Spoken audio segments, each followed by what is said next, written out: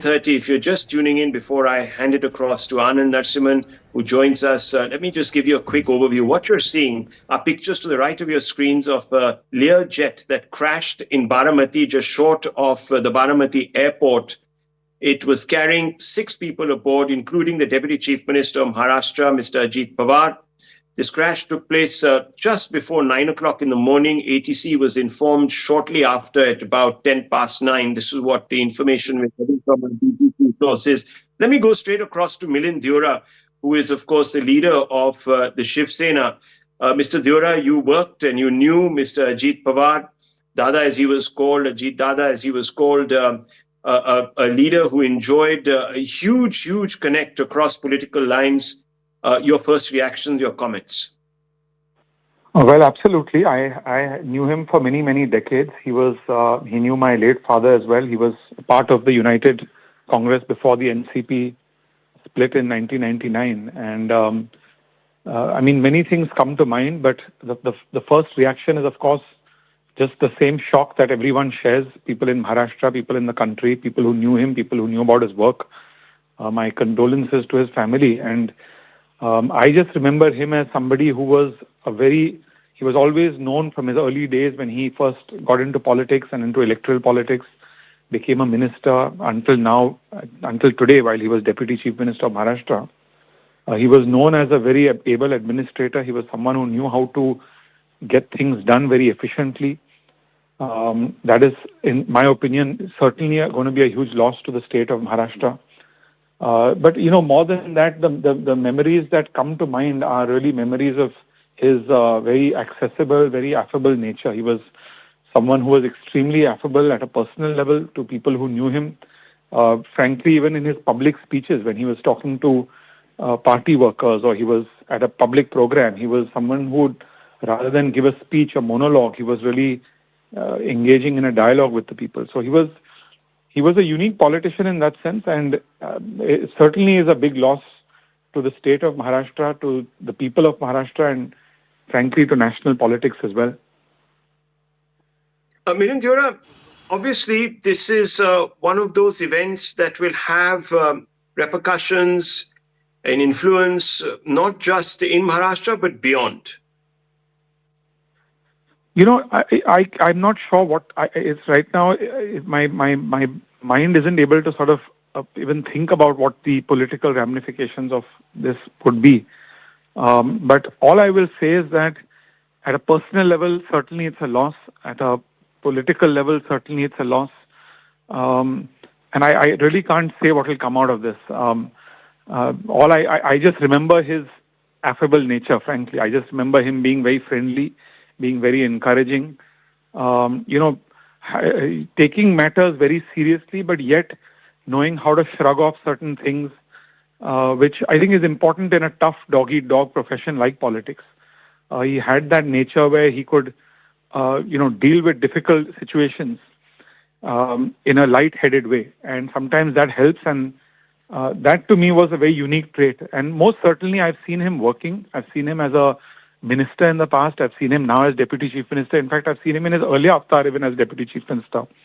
If you went to him with a problem, a public issue, his ability to cut through the red tape, to solve it very quickly, to bring different agencies on board, get things done, was very remarkable. It was very unique. And so his administrative skills will also be missed. Yes, thank you very much, Milind Deora. Commiserations to you, condolences, of course. Viewers, you're seeing those pictures in the middle of your screens, devastating impact of that Learjet carrying Mr. Ajit Pawar, the Deputy Chief Minister of Maharashtra, completely eviscerated aircraft, and the news shortly after that there were no survivors on board. Ajit Pawar no more. His supporters have gathered outside the Baramati hospital to pay their condolences. The Pawars are rushing to Baramati, which was, of course, the political bastion, really, of the Pawar family. Mr. Ajit Pawar won his first election to parliament from there. And life, as they say, viewers, comes a full circle. And Mr. Pawar breathing his last on the soil of Baramati. Let me go straight across to Anand. Anand, this is a devastating blow, in fact, to the Pawar clan, to the Pawars themselves as the political family, And of course, it will have huge repercussions across the political spectrum.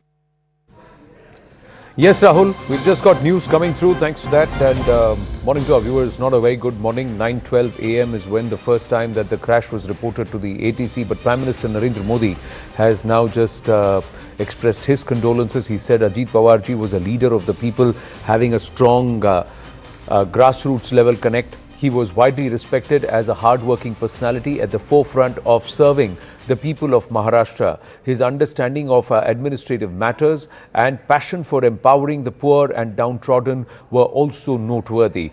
His untimely demise is very shocking and saddening. Condolences to his family and countless admirers. Om Shanti. That's what Prime Minister Narendra Modi has expressed as his condolence message on the sudden death of Ajit Pawar, son of the soil, truly son of the soil, Ajit Dada Pawar, as his followers lovingly called him, as he was even referred to within the Maharashtra polity. 66-year-old, born on the 22nd of July 1959, Ajit Pawar is seen as someone who was a very, very strong administrator. He was passionate about doing good for the people of Maharashtra, and especially within the state, beyond the elite and beyond the metros. It was in the heartland of Maharashtra that Ajit Pawar actually really persevered and worked hard and enjoyed a huge amount of equity. Irrespective of whether they were in government or in opposition, Ajit Pawar was always popular among the Marathi Manus or outside, beyond the realm of the urban areas. But he was also someone who was passionately trying to craft his legacy beyond Sharad Pawar. He was out with a point to prove that he could lead the NCP and he could steer it in a direction where there would be an era of the NCP beyond the legacy or beyond perhaps the shadows of Sharad Pawar himself. Son of the soil is what everybody called him, and in a sad turn of events, tragedy though, but he has breathed his last on his own soil, that is Baramati. He was actually heading to Baramati to address a lot of rallies, public rallies, ahead of the scheduled civic body elections in Baramati. So that was one of the Mahanagar Palikas that did not go to the polls at that point. When all about 28, 29 civic body polls were conducted simultaneously across Maharashtra, Baramati was still left, and he was out there campaigning at the grassroots, proving a point that he will be able to rest and also assert himself as someone who can follow in the footsteps and take the NCP forward. The family feud aside, the civic body elections in Pune, Pimpri, Chinchwad has actually brought the family back together, and they tried to combine ranks at the civic body polls. But Ajit Pawar had a point to prove. As a Deputy Chief Minister through the COVID period when he was with Uddhav Thackeray, and also thereafter when he switched and joined the Mahayuti with the BJP and the Shiv Sena led by Eknath Shinde, Ajit Pawar was always an effective administrator, a hard-working politician who allowed his work to speak, and he spoke like the local people. He did not bother about the elitist political pragmatism, etc. But he was somebody who would always connect with the locals, always connect with the people, and always there to listen to them. Now, we've got more news coming through. Prime Minister Narendra Modi sending out his condolences, his tribute, saying he had strong grassroots level connect, and anybody and everybody in Maharashtra who understands the politics of Maharashtra will say that. We got a reaction coming in from G. Kishan Reddy. देश के लिए, महाराष्ट्र का विकास के लिए साहस से निर्णय लेकर राजनीति में खड़ा हुआ व्यक्ति है, और कभी भी किसके सामने झुका नहीं वो। महाराष्ट्र विकास होना चाहिए, महाराष्ट्र के गरीब लोगों को सेवा करना चाहिए, ऐसे निर्णय लेकर वो काम किया है। और अजित पवार के कारण, अजित पवार जी का परिवार का हो, उनका खुद का पार्टी का हो, महाराष्ट्र के लिए भी हो और एनडीए के लिए भी बहुत नुकसान है। मैं उनका परिवार को साहस देने के लिए मैं भगवान से प्रार्थना करता हूँ, उनका आत्मा को शांति दे। G. Kishan Reddy also saying that he was a grassroots level leader, always passionate about the growth of Maharashtra and about the future and doing good for Maharashtra. Ajit Dada Pawar will be missed sorely missed. The family is rushing. They were all based in Delhi. They're towards Baramati. Arun Dhanta joins us. So tributes pouring in for someone who was seen as a true son of the soil and someone who was a grassroots leader. The Prime Minister also underlining the same, even as we have pictures of a very emotional Anil Deshmukh there. Arun. Well, that's right, Anand. Condolences are pouring in on social media. Prime Minister Modi has put out, in fact, Defence Minister Rajnath Singh, Home Minister Amit Shah. In fact, both Prime Minister and Home Minister have spoken to the family of, late Ajit Pawar. Of course, as you've been speaking about the works that he has done, it's a loss not only for the Maharashtra's politics, but for the nation's politics. He's somebody who has pan-party relationship. He was known as Ajit Dada Pawar, in his area. And in fact, right now, as we speak, Anand, I am outside the Sharad Pawar's residence. In fact, a short while ago, Supriya Sule had left from here. She will, of course, be straight away heading to Baramati. It's a very, very difficult times for the entire family. We saw, of course, there were issues amongst the family when he came out of the NCP, but still the family relationship was very much intact. In fact, when Supriya Sule left, her face was extremely in deep pain. That's what we could see in those visuals. In fact, we also saw that NCP MPs coming here, and in fact, BJP MP Nishikant Dubey, Priyanka Chaturvedi, Neeraj Shekhar, all of them had come here, met Supriya Sule, and in fact, all of them, when they came out, they didn't speak to media, but they were also very, very in deep anguish. That's something which we can see. And Ajit Dada Pawar, of course, who's known for his unique way of working, the way of especially he worked for Baramati. I myself had gone to Baramati. I saw there the kind of developments that he has done, and that's the reason why, Anand, it has always reflected in the elections that there was a clear edge to Ajit Pawar in that area. But today, of course, we lost him. Very, very unfortunate day, and the entire family is rushing for Baramati now. From here, Supriya Sule and some family members, and also Sharad Pawar from Mumbai and others will shortly be seen there in Baramati. Despite their political differences, Arun, and to our viewers, despite their political differences, the family remained close. They did not break away family ties, and they were not adversarial. There was still a certain level of link and also proximity among the family members, and deep amount of respect between Ajit Pawar and also Supriya Sule, despite the tussle that who would be the political legatee of Sharad Pawar. Now we got more news coming through, just taking you through what top DGCA sources are telling CNN News 18. Top DGCA officials on further probe are actually saying that the wreckage distribution will be studied and photographed in detail to find out the direction and speed and impact on the aircraft. Black box retrieval is crucial to try and study the aircraft health and whether the aircraft was fit to fly. Pre-flight maintenance data will be also under scrutiny, and further, the cockpit voice recorder will suggest what the pilots were discussing at the last moment. Any official records of pilot ATC communication will clear what went wrong, and further external factors will also be looked at, like weather, runway positioning, wind, etc. Now, Anvit Srivastava joins us with more details on this story. Yes, Anvit. RNC, these are the steps in which DGCA will be conducting its final investigation into this crash, and teams, we are being told, are already on their way to the spot to do a detailed study, also because the plane has crashed, the wreckage, the kind of distribution it has, because it went up in flames.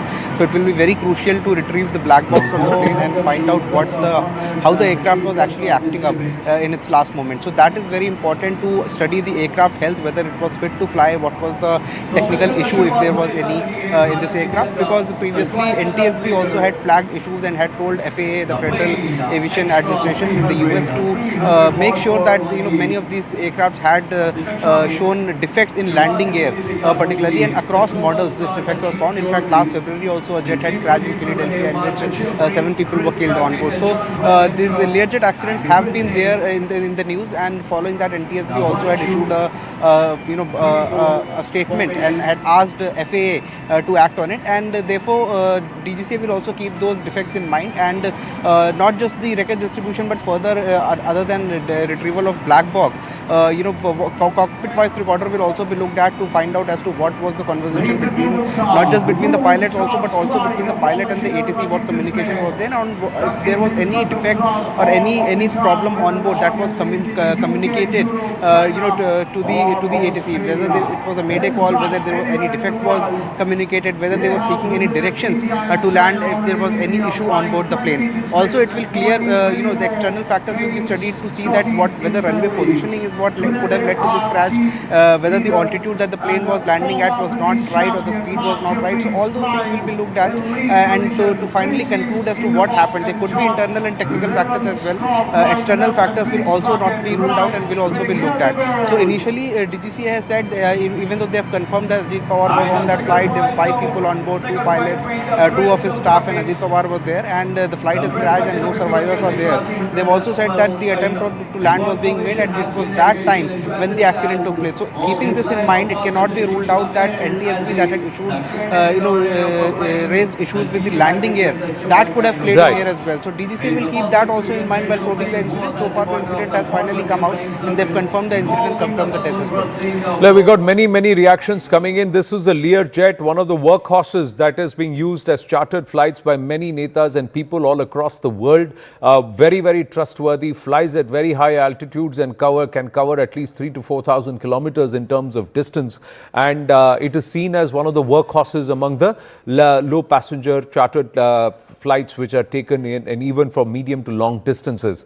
Now, there are eyewitness reactions that have come in which actually showcase the fact that it was at the approach. Now, if you were to see the pictures, viewers, the pictures very clearly say that just ahead of the approach of the landing strip, that's where the crash has happened. There are eyewitness versions that are coming in. We'll play that out in a bit. Union Minister Piyush Goyal has also reacted. We'll play that out. I think devastated. That is the first reaction that's come in from the entire Pawar family. Just one word. They're all shocked and dismayed and absolute disbelief for anybody, because such is life. We may make a lot of plans, but then when death comes knocking, it can just put all those plans in abeyance and just take a loved one away. From a family perspective, they're all very shocked because this has happened in Baramati. He was going to Baramati to try and address a few rallies ahead of campaigning, ahead of the Baramati civic body polls. Baramati is the bastion of the Pawar family,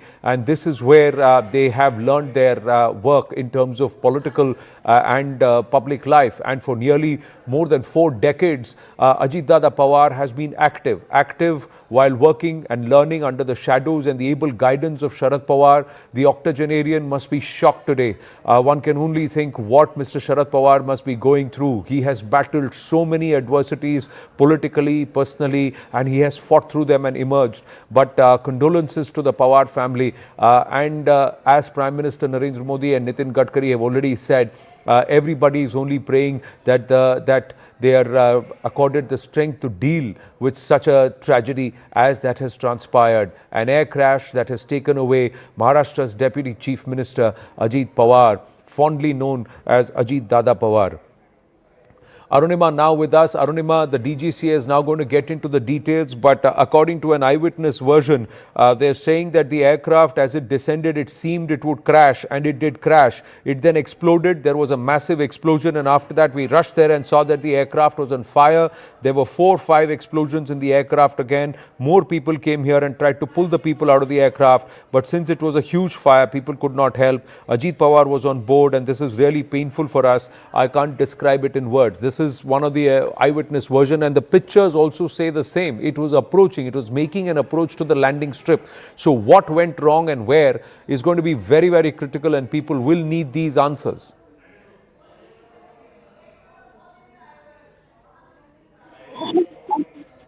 Yesterday, when the plane was about to land, eyewitnesses who are not technically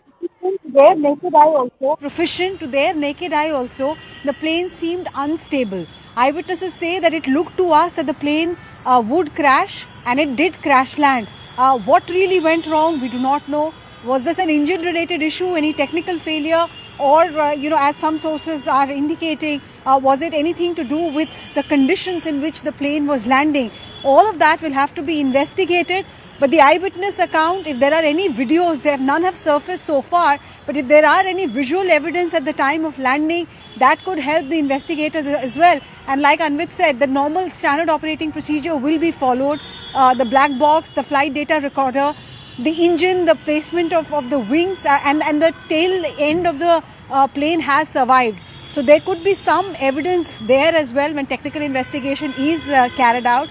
But this is extremely unfortunate. It looks like that the pilot was not in control of the aircraft and he could not really steer it towards the runway. Right at the start of the runway, the flight crashed. And in minutes, it was on fire. Eyewitness account also seems to be suggesting that there were multiple explosions, at least 4 to 5 explosions after the crash landing, giving no chance if there was even anyone injured, anyone who had survived the crash. The fire ensured that there was no chance of them, being pulled out of the wreckage. Yes, and this was the approach for this airstrip, and many people say that there had been repeated requests to try and lengthen the the length of this entire airstrip and also give it a certain more amount of permanency and a more solid structure than the way it had been currently designed. And these requests had also come from Ajit Pawar himself. We have one of the eyewitness reactions. Let's listen into what this eyewitness had to say. ये हमने देखा कि airplane जब नीचे आया था ऐसा लग रहा था उसका क्रैश हो जाएगा ऐसा हम सोच रहे थे, तभी क्रैश हो गया। हम देखे कि हमें लगा नहीं क्रैश हो गया है, लेकिन एयर ट्रैप पे उतरेगा ऐसा लगा, उतर रहा है, लेकिन क्रैश हुआ और उसके बाद स्फोट हो गया उसका ज़बरदस्त। स्फोट होने के बाद वो हम देखने आए, पहले देखा तो उसको आग लगी थी पूरे प्लेन को, और उसके बाद 4-5 स्फोट हो गया विमान में उसका, और उसके बाद बहुत लोग आ गए और उसने निकालने की कोशिश की, लेकिन बड़ी आग लगी, उसके कारण कोई मदद नहीं कर सकता। लेकिन सब आ गए, तब बाद में उसमें अजीत दादा था। ये हमारे लिए बहुत शौक की बात में है, ये हमें बता नहीं सकते हम बात में ऐसा, लेकिन हमने देखा है कि पायलट ने भी ट्राई किया होगा कि लैंडिंग करने का, लेकिन लैंडिंग हुआ नहीं है। ये बहुत शौक वाली घटना है। So the eyewitness there saying that they were watching the aircraft and they could see that there was something wrong. It may crash. The aircraft attempted to land but then crashed just ahead of the airstrip. There were multiple explosions. They tried to rush towards the crash and the debris to try and rescue people. They were aware that Ajit Dada Pawar was part of that in that flight. But they just could not do anything because there were multiple explosions and the extent of the fire was such, the blaze was such because of the crash, that they just could not help and save anybody or rescue anybody. And they're all very, very, very shocked. A lot of shock, angst, despair, dismay among the supporters of Ajit Pawar and also across the political fraternity. The Pawar family has just is en route to Baramati. Sharad Pawar, Supriya Sule, her husband Sadanand Sule, Mrs. Sharad Pawar, they are all travelling and rushing to Baramati. Parth Pawar, Rohit Pawar, they will all also be making their way. The entire Pawar family will head to Baramati. Mallikarjun Kharge, the Congress president, has also expressed condolences. He said, and he's posted on X, the news of the tragic demise of Shri Ajit Pawar in a plane crash is deeply shocking and profoundly distressing. It is an untimely loss of a leader who had a long and promising political career ahead. No words can adequately express the immense grief that the bereaved family must be enduring during this difficult hour. I extend my deepest condolences to the entire Pawar family, his supporters and well-wishers. Having served the people of Maharashtra in various constitutional capacities, Shri Ajit Pawar shall be remembered as a seasoned politician who discharged his responsibilities towards his people with sincerity and astuteness. May his soul rest in peace. Mallikarjun Kharge. Ajit Pawar entered politics and public life in 1980-82 and then was elected to the Lok Sabha as early as 1991. Nearly 4 decades in public life for Ajit Pawar. Lalu Prasad Yadav has also taken to X to post his condolences. Baramati plane हादसे में महाराष्ट्र के deputy CM Shri Ajit Pawar ji के निधन का अत्यंत दुखद समाचार प्राप्त हुआ।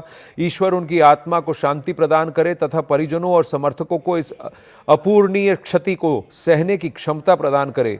हादसे की उच्च स्तरीय जांच होनी चाहिए। विनम्र श्रद्धांजलि। That's what Lalu Yadav has tweeted and posted. There is also a message that has come across from Ram Mohan Naidu. The Civil Aviation Minister Vinod Tavade has also tweeted. Ram Mohan Naidu coming out and saying, deeply saddened by the tragic passing of Shri Ajit Pawar in the plane crash in Baramati earlier today. My sincere condolences to his family, loved ones and all those affected by this loss. May his contributions to public life be remembered and may the bereaved find strength in this difficult time. There is also a message that has come in from Vinod Tavade of the BJP. Baramati की मिट्टी से उठा एक तूफान आज उसी मिट्टी में शांत हो गया। माननीय अजीत दादा के दुर्भाग्यपूर्ण निधन की खबर से आज पूरा महाराष्ट्र स्तब्ध और शोकमग्न है। मेरे साथ ही हर प्रदेशवासी का इस पर विश्वास कर पाना बहुत मुश्किल है। राजनीति में स्पष्ट और बेबाक, जनता के प्रिय और अपने शब्दों पर अडिग रहने वाले जननेता आज हमें छोड़कर चले गए। अलविदा अजीत दादा। This is Vinod Tavade.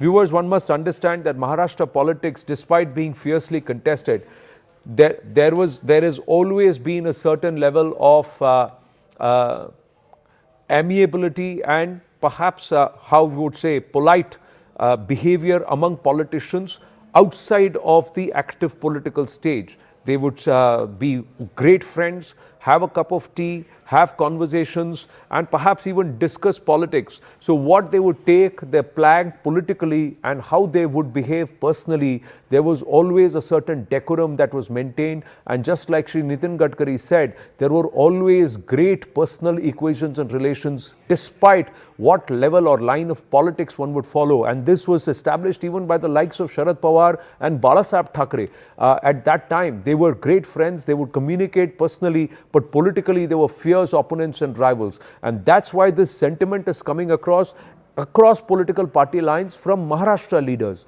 because they all respect, like and know each other personally. Let's go across to Yesha Kotak. Yesha is on her way to Baramati.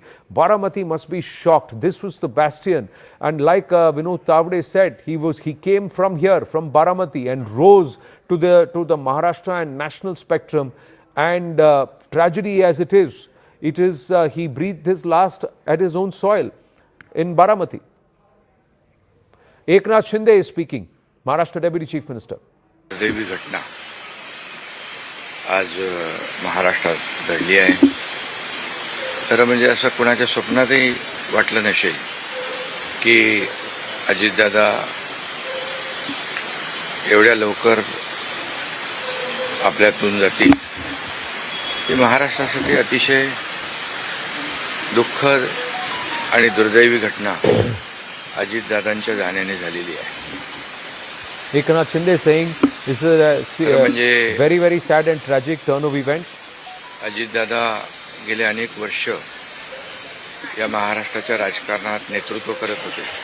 For the last many years, आणि Ajit Dada Pawar has been at the forefront of Maharashtra politics as a tall leader. परखड स्पष्ट वक्तेपणा, candid, straight talking, प्रशासनावर असलेली त्यांची and a very, very able, hard-working administrator. प्रत्येक गोष्टीचा त्यांना बारीक अभ्यास करून बोलण्याची सवय होती. His politics was practiced. परखड स्पष्ट वक्तेपणा, निर्भीड, रोखठोक बोलणारे असले. He was fearless, तरी would सुद्धा speak his mind. त्याला चूक म्हणणारे असले तरी सुद्धा And if he were never deterring from admitting त्याचा अनुभव his मी स्वतः mistakes. घेतलेला आहे. त्यांच्यासोबत Ready to take responsibility for both achievements and failures. मी मुख्यमंत्री असताना त्यांनी उपमुख्यमंत्री म्हणून देखील काम केलं. He was deputy chief minister when I was chief minister. जेव्हा मुख्यमंत्री मी असताना मुख्यमंत्री माझी लाडकी बहीण योजना किंबहुना इतरही योजना जेव्हा आम्ही सुरू केल्या तेव्हा आर्थिक जे And he काही backed and घडी आहे supported all किंवा the आर्थिक initiatives तरतूद जी आहे like Ladki Behan ती that were अतिशय undertaken उत्तमपणे, during my उत्तमपणे, tenure as Chief Minister. त्यांनी He त्यावेळेस ensured केली. funds were available. He ensured that आणि the implementation त्याचा of these अनुभव मला schemes आहे. आणि एकदा went करायचं about as ठरवलं की planned. ते अजितदादा करायचे. करतो, बघतो, पाहतो असे शब्द त्यांच्या डिक्शनरीत नव्हते. And he was always a person who would say, if it's got to be done, it will be done. असं स्पष्ट There were वक्तव्य no ifs, buts and या maybes in महाराष्ट्राने his पाहिलेलं आहे. lexicon and his language. मी असेन, मुख्यमंत्री देवेंद्रजी असतील, अजितदादा असतील, आम्ही टीम म्हणून काम केलं. We worked team as a म्हणून काम team. करतो. And we worked आमच्या together. वेळाही कामाच्या वेगवेगळ्या, आम्ही पहाटे उशिरापर्यंत काम करतो. अजितदादा पहाटे लवकर काम सुरू करतात, देवेंद्रजी दिवसभर काम करतात. आणि अजितदादांनी 6-6 वाजता देखील अपॉइंटमेंट दिलेल्या अधिकाऱ्यांनी आणि लोकप्रतिनिधींनी पाहिलेल्या आहेत. So he was one of the most hard-working leaders I've known. We all worked आणि वेळेचं भान ठेवणार. round the clock. He has नेता given. There are officials who would confirm this, that he has given appointments as early as 6 a.m. in the morning. काल परवाच आमची एका कार्यक्रमामध्ये भेट झाली. सरन्यायाधीश आपले भारताचे I just met him the day before मुंबईत आले होते. at a function. आणि ते in येण्यापूर्वी Mumbai. आम्ही तिथंच एका चेंबरमध्ये बसलो होतो. आणि त्यावेळेस झालेल्या चर्चा, गप्पा गोष्टी, And we were sitting together in a आधी सकाळी chamber. जेव्हा मला त्यांची ही घटना We had a कळली, couple of we had an in-depth conversation about work and त्याच otherwise. आठवणी काल परवाच्या येऊ लागल्या. खरं म्हणजे माझ्यापेक्षा ते राजकारणात देखील अनुभवी नेते, गेल्या अनेक वर्षापासूनचा त्यांचा अनुभव. No one would have thought that वयाने such would देखील be माझ्यापेक्षा the ते turn मोठे of होते events म्हणे. in such a short span of आणि time. I still अनुभवाने remember and I will always remember my last आणि म्हणून conversation with त्यांना him. We have lost a very, very able administrator too राज्यातल्या soon. अनेक विषयांचा गाढा अभ्यास होता.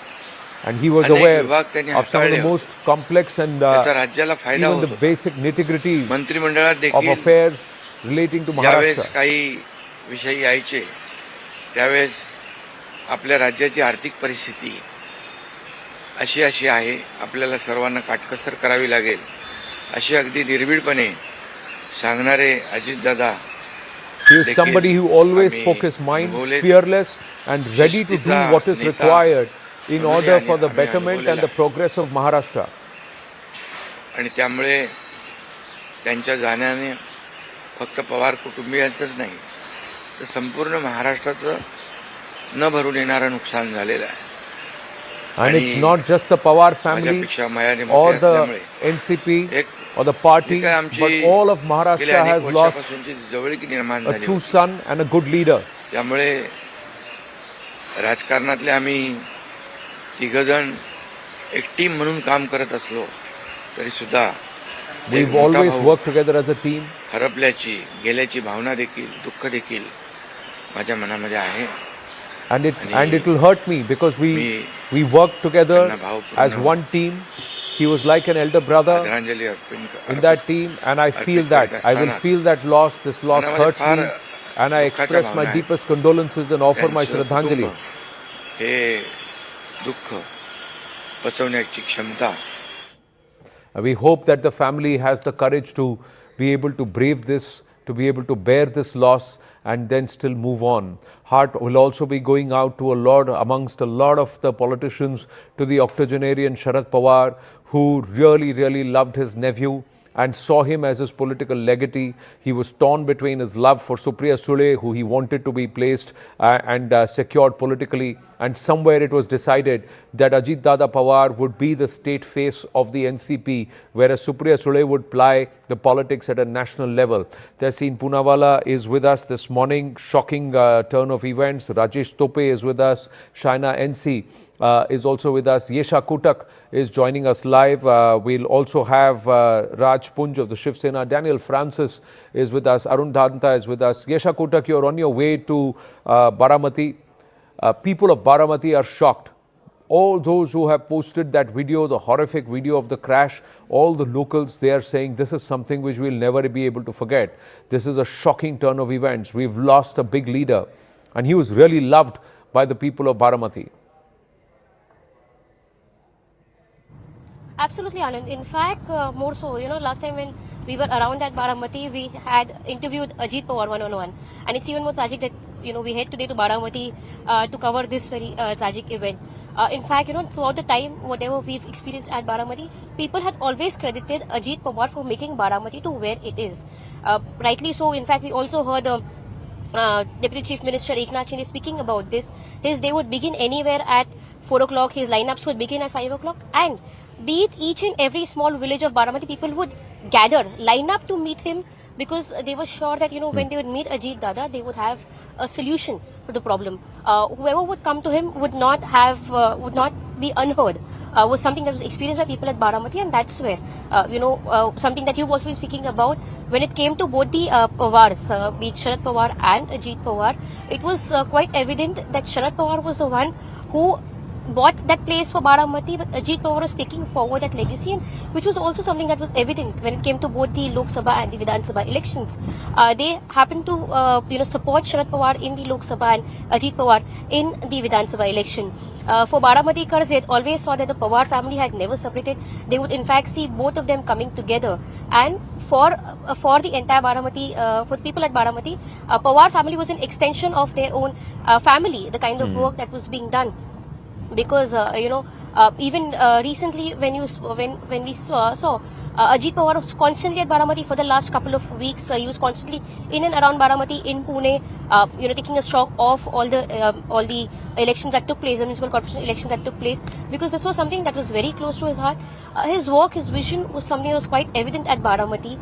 And for an incident like this to take place at Baramati, a place which he grew, which he in fact molded into the kind of industrial hub that it became, is in fact a tragic moment for the people in Baramati to see this so closely. Right. As far as incidents are concerned, when the tragic incident took place, he was taken to Baramati Medical College. All of these places have in fact been contributed and developed by the Pawar family themselves. Well, he was also a straight talker, and he would talk with the locals like the locals would understand, and oftentimes the media would take that up and really whip it up because it was controversial, and he didn't mind these controversies. He didn't care to react to them because he knew that his connect was at the grassroots, and he connected like the grassroots wished to connect with him. Shaina NC is with us, Tehseen Poonawalla, Raj Punj, and Daniel Francis also with us. Arun Dhanta continues to report on this story.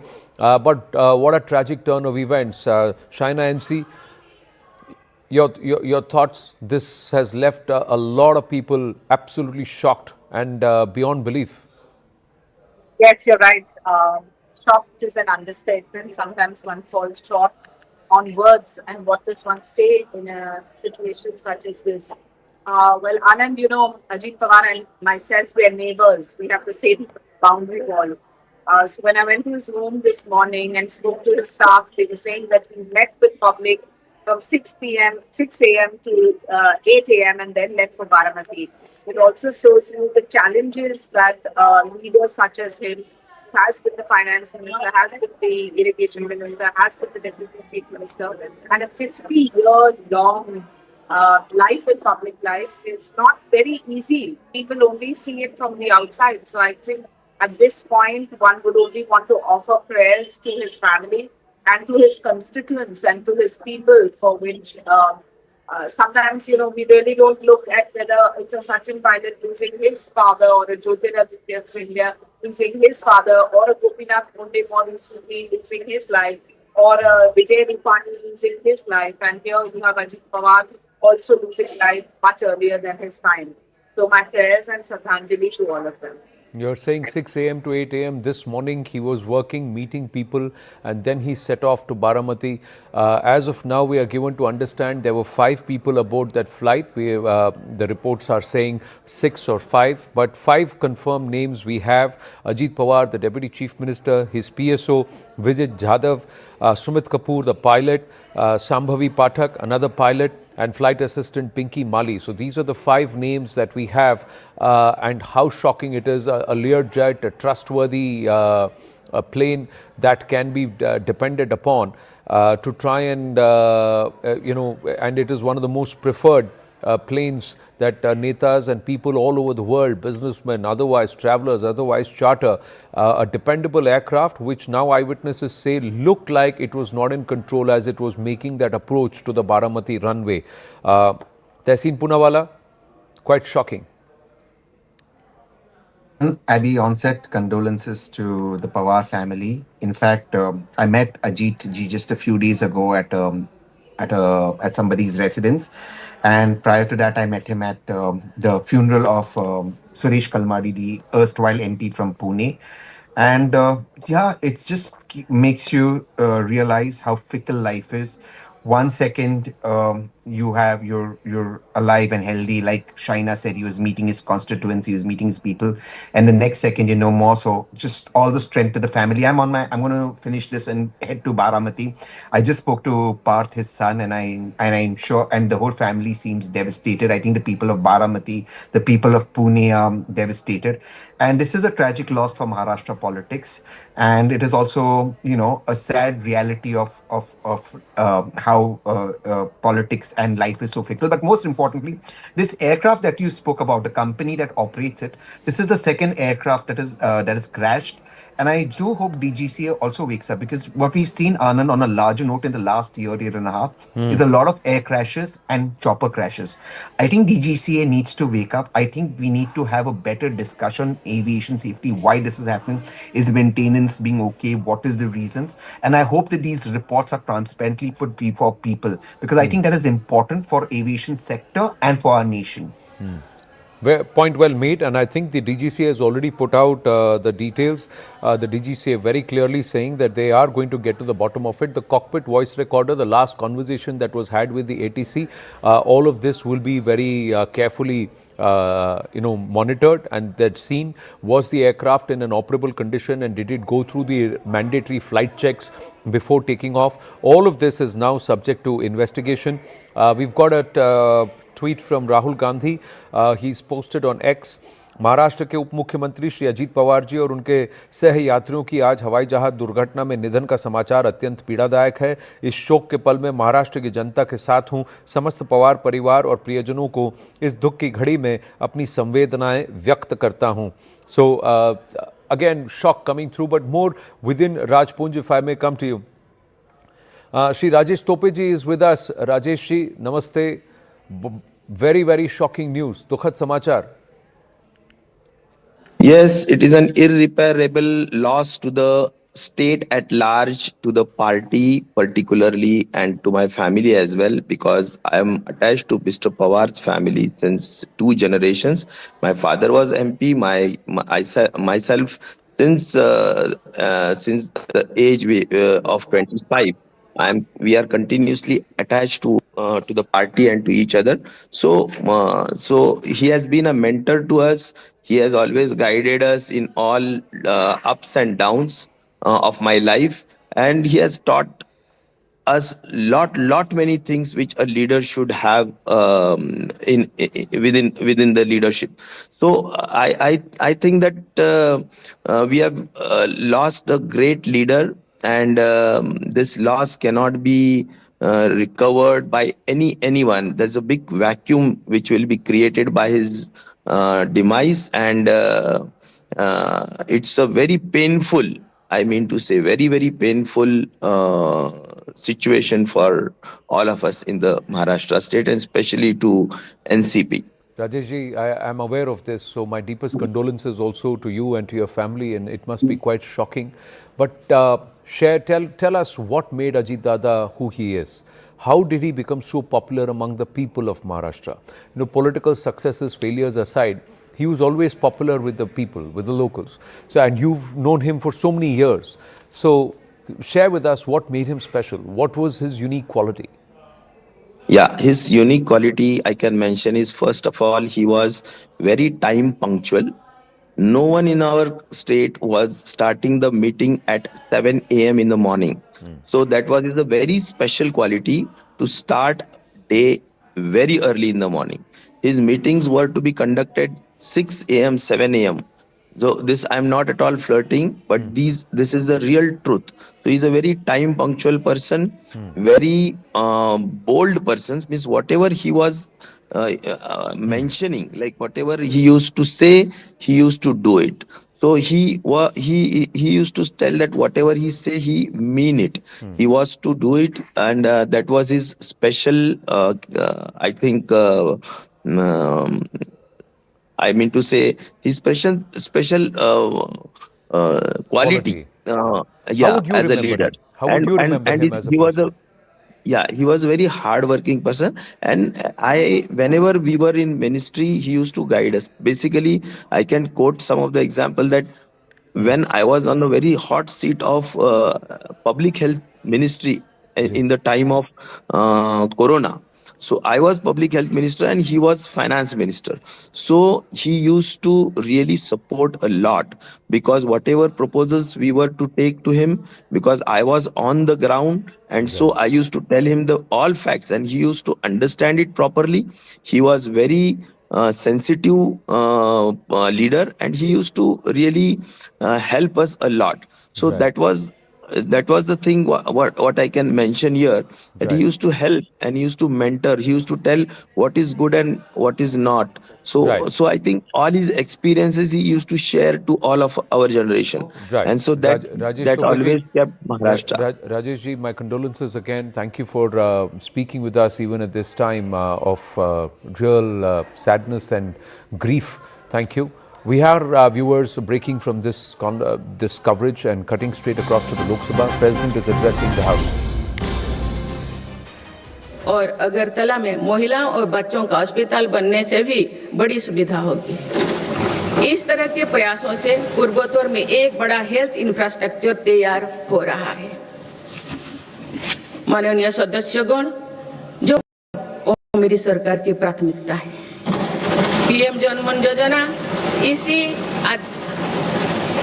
PM जनमन योजना आदिवासियों में भी सबसे पीछे जनजातियों की 20,000 से ज्यादा गांवों को विकास से जोड़ा जा रहा है। इन गांवों में गरीबों के करीब 2.5 लाख घर इसी योजना के माध्यम से बने हैं। धरती व जनजातियों ग्राम उत्कर्ष अभियान से भी आदिवासी क्षेत्रों में विकास को अभूतपूर्व गति मिल रही है। इन दोनों योजनाओं पर सरकार 1 लाख करोड़ रुपया से अधिक खर्च कर रही है। पिछले 11 वर्षों में अनुसूचित जाति के लाखों छात्रों को 42,000 करोड़ रुपया से अधिक की पोस्ट मैट्रिक छात्रवृत्ति दी गई है। इससे करीब 5,000 विद्यार्थियों को लाभ हुआ है। 5 करोड़ विद्यार्थियों को लाभ हुआ है। आदिवासी क्षेत्रों में सरकार ने 400 से अधिक एकलव्य आदर्श आवासीय विद्यालय भी खोले हैं। इनमें जनजातीय बच्चों को अच्छी शिक्षा और बेहतर भविष्य मिल रहा है। माननीय सदस्यगण, कृषि का महत्व समझाते हुए संत तिरुवल्लुवर ने कहा था कि समाज के लोग चाहे जिस भी काम से जुड़े हो, हर व्यक्ति का जीवन एक मेहनती किसान के परिश्रम पर निर्भर होता है। इसलिए मेरी सरकार खुशहाल किसान को विकसित भारत की पहली प्राथमिकता के रूप में देखती है। इसी भावना के साथ सरकार ने पीएम किसान सम्मान निधि जैसे योजना को शुरू किए हैं। अब तो इस योजना से किसानों को 4 लाख करोड़ रुपया से अधिक राशि सीधे उनके खाता में भेजी गई है। मेरी सरकार की सही नीतियों और प्रयासों से आज देश के कृषि उत्पादन तेजी से बढ़ रहा है। वर्ष 2024-25 में खाद्यान्नों और बागवानी की फसलों में रिकॉर्ड उत्पादन हुआ है। सरकार इन फसलों का भी उत्पादन बढ़ाने के लिए काम कर रही है, जिसमें अभी तो हमारा कृषि क्षेत्र पीछे था। अजित पवार यांच्यासह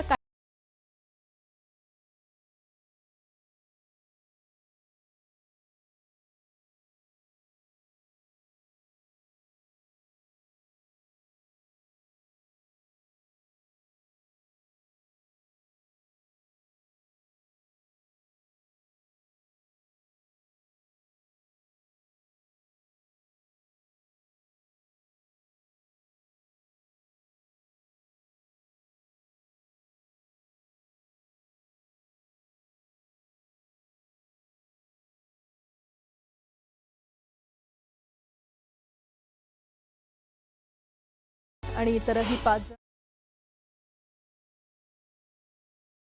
craft on which he was traveling in has met. So these are the details that Yesha Kotak also joins us on the broadcast. Yesha, in the other set of visuals, we do see some people who are injured, who are also walking away, while some people have had to be carried out on makeshift stretchers. Details that you've managed to access for our viewers, please.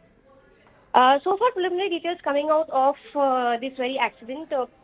In fact, it was said that there are 4 to 5 people who went in the helicopter that Ajit Pawar was traveling in. What's also important to note right now is that the preliminary information coming in wherein it's been mentioned that there were 4 to 5 people who were present in this helicopter. Today, there were a couple of rallies of Ajit Pawar that he was addressing at Baramati. This very incident took place when the helicopter was landing, and in that was where Ajit Pawar was present in it. So far, details about the condition of Ajit Pawar is awaited. In fact, what our sources have indicated is that there are a couple of people who are present inside who have been injured, but so far they have not further gone ahead to clarify the details of the condition of Ajit Pawar. As of now, there are agencies, emergency vehicles which have been rushed to the spot who are taking stock of the situation. In fact, Yesha, is there any detail or any clarity on how many people possibly were on board that chartered? It was a chartered plane, right? It was a chartered plane. There were 4 to 5 people on board, and Ajit Pawar was traveling along with them. What's also important to note is that along with these 4 to 5 people, Ajit Pawar was dead, and 7 people have been injured so far. But there's no clarification as to the condition of Ajit Pawar in this. Okay. And where did the crash exactly happen? You were saying that the aircraft was supposed to land in this area. It does look like a lot of green cover where this crash seemingly is reported to have taken place. As this is only my assessment according to the visuals that we've managed to access, Yesha. Absolutely. In fact, what has come to court is that this was the landing. Today, Ajit Pawar was expected to take several rallies. This was because of Zilla Parishad elections, for which Ajit Pawar was in Baramati to attend these events. But so far, what we understand from our sources is that the landing of that helicopter was expected to take place at that very location where this accident has taken place. Okay. Right, Yesha, we are managing to show some more visuals, and this looks rather distressing because we do see fire that is in and around the area where this crash seems to have taken place. So this will get rather concerning because we've yet not managed to ascertain how is Ajit Pawar really doing, because that aircraft on which he was traveling in has crashed while landing in Baramati. Absolutely. Now, what you've actually spoken about is that, rightly so, when this helicopter in fact crash landed at Baramati, you can see fire there. But apart from that, what our sources have indicated, those who've in fact gone to the location, sources from Baramati who had in fact gone to the location have mentioned how this was a landing that was supposed to take place. But so far, details as to why this accident took place while the landing happened there is something that is yet to be awaited. So yes, what we in fact know so far is that Ajit Pawar has been injured in that accident, but his health condition details are yet awaited. Yes. Right, absolutely. And if I describe our viewers on what we see in these visuals, we do see police teams who are on the spot. There are certain bystanders who also assembled over there, or probably the entourage of Ajit Pawar who was waiting to welcome him as his aircraft landed in that area in Baramati. Remember, our colleagues are mentioning about how he was supposed to attend certain rallies in Baramati, because of which he had taken off from Mumbai and was about to land in Baramati in this chartered aircraft, which also had a few others, about 4 to 5 people along with Ajit Pawar who were in that aircraft that met with an accident while it was trying to land in this area. There you can see some people who are injured, but they are able to walk. We are looking at some sort of a hope that we would possibly get to know about the details concerning the Deputy Chief Minister of Maharashtra, Mr. Ajit Pawar. There are a few people who have been injured, who have had to be carried out in makeshift stretchers also till we see the arrival of more rescue teams. This is the latest that we could really pick through the visuals that we've managed to access. Yesha Kota continues to be with us on the broadcast. Yesha, the fact that the party must be looking forward to ascertaining as many details as possible and as soon as possible, because this is a big development and rather distressing one that one is learning of from Baramati in Maharashtra. These visuals also show some injured people, possibly on ground or maybe at the aircraft. We do not know yet. They also are seen walking. So some people who have been injured, who are still able to walk, some people who have been badly injured and they've had to be carried out of this site of the crash. We do see smoke that's coming out from one section of these visuals that we are putting out. There are other sections where we are also seeing smoke and fire that has erupted because of the impact of the crash. So this is what we have managed to ascertain so far. The plane on which Ajit Pawar was traveling to Baramati from Mumbai was about to land in Baramati is when it met with an accident. There was a chartered aircraft. The Maharashtra Deputy Chief Minister, Mr. Pawar, was on it. This happened this morning, and all of this while the craft attempted to land in Baramati. It was carrying the NCP leader and the Deputy Chief Minister of Maharashtra, Mr. Ajit Pawar, and locals who witnessed the crash said that the 66-year-old leader has in fact been taken to the hospital, but we will wait for confirmation from our colleagues on this. But so far, this is what we are learning, that Ajit Pawar has been taken to the hospital. The nature of the crash, the extent of the damage and the condition of the NCP chief, all of this is yet to be ascertained. So this is what we are managing to pick from what we are managing to access. Visuals show smoke on one side. The locals who are also there trying to help with taking the injured out from the site of the crash. There's also smoke in one set of visuals and fire in the other that has resulted because of the impact of the crash. But we are learning that some people who have been injured have been managed to be taken to the hospital. And Ajit Pawar too, we are learning that he has been taken to the hospital, but we are still waiting for a confirmation. Craft on which he was traveling in has met with an accident in Baramati. Several people have been injured, and this is a plane accident that we are talking about. Ajit Pawar was very much on board that plane. A very, very serious piece of news that we are having to put out for our viewers. Ajit Pawar, who was on board a plane, has met with an accident in Baramati. Several people have reportedly been injured because of that accident, as we are still waiting for more updates to trickle in. But this is rather serious. We're talking about a plane accident over here. We do not want to jump to any conclusions at the moment, but this is what we are given to understand. The accident is rather serious. We are still waiting for more details to trickle in. Ajit Pawar was on board that plane that met with an accident, and we're still looking at more details as they emerge. The Deputy Chief Minister of Maharashtra, Ajit Pawar, his plane is met with an accident during landing. So these are the details that have emerged. This plane was landing in Baramati, and that's when the mishap took place. And several people on board that plane are reported to have been injured. And these are the visuals that we are managing to access. There you can see smoke that is billowing after that accident has taken place. Ajit Pawar was supposed to address a rally in Baramati, we are told. My colleague Prashant is now joining us with all the details. Prashant, ये जो accident हम जिसकी बात कर रहे हैं, अजीत पवार इस plane में थे, रैली के लिए गए थे बारामती, और जानकारी दीजिए क्या पता चल पाया है अभी तक? खासकर महाराष्ट्र के deputy chief minister Ajit Pawar ये आज एक रैली के लिए बारामती जाने वाले थे। उनके आज सुबह ही वो यात्रा पे थे, तो एनसीपी के नेता अजीत पवार जिस प्लेन में जा रहे थे उसी प्लेन का एक्सीडेंट हुआ, इस तरह की जानकारी आगे आई है।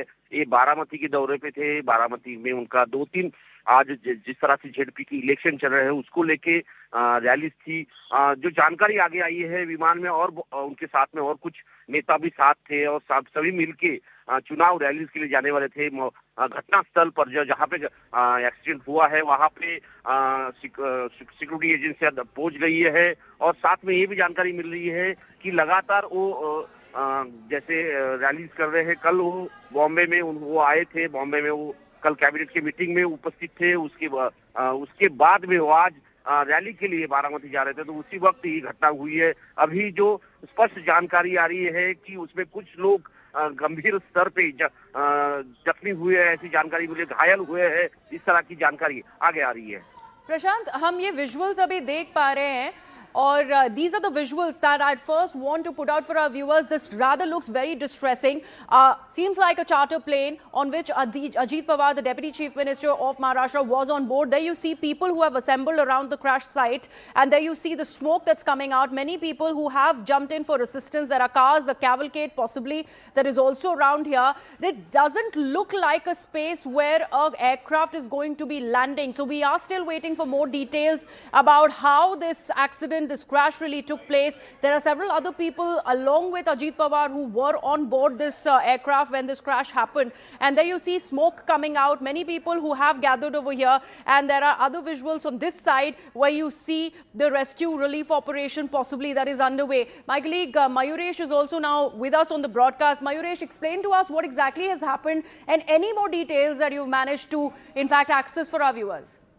So we have been given to understand that Ajit Pawar today was supposed to address 4 rallies in Baramati district related to the local body elections, and his flight had taken off from Mumbai. Since yesterday there was a cabinet meeting which he had attended, and he was in Mumbai. While landing, this crash had happened. That's the information which we are getting. We are also getting the primary information that in the flight, Ajit Pawar along, there was a pilot, Ajit Pawar, and there was his bodyguards were present. But we are trying our level best to get more information from the district authorities. But right now, no one is basically answering the calls. But it looks a kind of a severe accident, which the sources and the people who are at the spot are indicating. Right, absolutely. And we are also managing to source more visuals. Yesha Kotak also joins us on the broadcast. Yesha, in the other set of visuals, we do see some people who are injured, who are also walking away, while some people have had to be carried out on makeshift stretchers. Details that you've managed to access for our viewers, please. So far, preliminary details coming out of this very accident. In fact, it was said that there are 4 to 5 people who went in the helicopter that Ajit Pawar was traveling in. What's also important to note right now is that the preliminary information coming in wherein it's been mentioned that there were 4 to 5 people who were present in this helicopter. Today, there were a couple of rallies of Ajit Pawar that he was addressing at Baramati. This very incident took place when the helicopter was landing, and in that was where Ajit Pawar was present in it. So far, details about the condition of Ajit Pawar is awaited. In fact, what our sources have indicated is that there are a couple of people who are present inside who have been injured, but so far they have not further gone ahead to clarify the details of the condition of Ajit Pawar.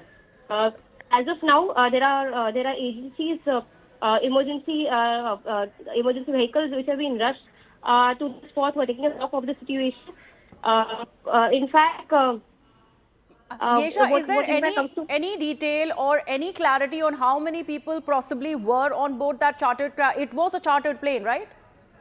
It was a chartered plane. There were 4 to 5 people on board, and Ajit Pawar was traveling along with them. What's also important to note is that along with these 4 to 5 people, Ajit Pawar and several people have been injured so far. But there's no clarification as to the condition of Ajit Pawar in this. Okay. And where did the crash exactly happen? You were saying that the aircraft was supposed to land in this area. It does look like a lot of green cover where this crash seemingly is reported to have taken place. This is only my assessment according to the visuals that we've managed to access, Yesha. Absolutely. In fact, what has come to forth is that this was the landing. Today, Ajit Pawar was expected to take several rallies. This was because of Zilla Parishad elections for which Ajit Pawar was in Baramati to attend these events. But so far, what we understand from our sources is that the landing of that helicopter was expected to take place at that very location where this accident has taken place. Okay. Right, Yesha, we are managing to show some more visuals, and this looks rather distressing because we do see fire that is in and around the area where this crash seems to have taken place. So this will get rather concerning because we've yet not managed to ascertain how is Ajit Pawar really doing, because that aircraft on which he was traveling in has crashed while landing in Baramati. Absolutely. Now, what you've actually spoken about is that, rightly so, when this helicopter in fact crash landed at Baramati, you can see fire there. But apart from that, what our sources have indicated, those who've in fact gone to the location, sources from Baramati who had in fact gone to the location have mentioned how this was a landing that was supposed to take place, but so far details as to why this accident took place while the landing happened there is something that is yet to be awaited. So yes, what we in fact know so far is that Ajit Pawar has been injured in that accident, but his health condition details are yet awaited. Yes. Right, absolutely. And if I describe our viewers on what we see in these visuals, we do see police teams who are on the spot. There are certain bystanders who also assembled over there, or probably the entourage of Ajit Pawar who was waiting to welcome him as his aircraft landed in that area in Baramati. Remember, our colleagues are mentioning about how he was supposed to attend certain rallies in Baramati, because of which he had taken off from Mumbai and was about to land in Baramati in this chartered aircraft, which also had a few others, about 4 to 5 people along with Ajit Pawar, who were in that aircraft that met with an accident while it was trying to land in this area. There you can see some people who are injured, but they are able to walk. We are looking at some sort of a hope that we would possibly get to know about the details concerning the Deputy Chief Minister of Maharashtra, Mr. Ajit Pawar. There are a few people who have been injured, who have had to be carried out in makeshift stretchers also till we see the arrival of more rescue teams. This is the latest that we could really pick through the visuals that we've managed to access. Yesha Kota continues to be with us on the broadcast. Yesha, the fact that the party must be looking forward to ascertaining as many details as possible and as soon as possible, because this is a big development and rather distressing one that one is learning of from Baramati in Maharashtra. These visuals also show some injured people, possibly on ground or maybe at the aircraft. We do not know yet. They also are seen walking. So some people who have been injured, who are still able to walk, some people who have been badly injured and they've had to be carried out of this site of the crash. We do see smoke that's coming out from one section of these visuals that we are putting out. There are other sections where we are also seeing smoke and fire that has erupted because of the impact of the crash. So this is what we have managed to ascertain so far. The plane on which Ajit Pawar was traveling to Baramati from Mumbai was about to land in Baramati is when it met with an accident. There was a chartered aircraft. The Maharashtra Deputy Chief Minister, Mr. Pawar, was on it. This happened this morning, and all of this while the craft attempted to land in Baramati. It was carrying the NCP leader and the Deputy Chief Minister of Maharashtra, Mr. Ajit Pawar, and locals who witnessed the crash said that the 66-year-old leader has in fact been taken to the hospital, but we will wait for confirmation from our colleagues on this. But so far, this is what we are learning, that Ajit Pawar has been taken to the hospital. The nature of the crash, the extent of the damage and the condition of the NCP chief, all of this is yet to be ascertained. So this is what we are managing to pick from what we are managing to access. Visuals show smoke on one side.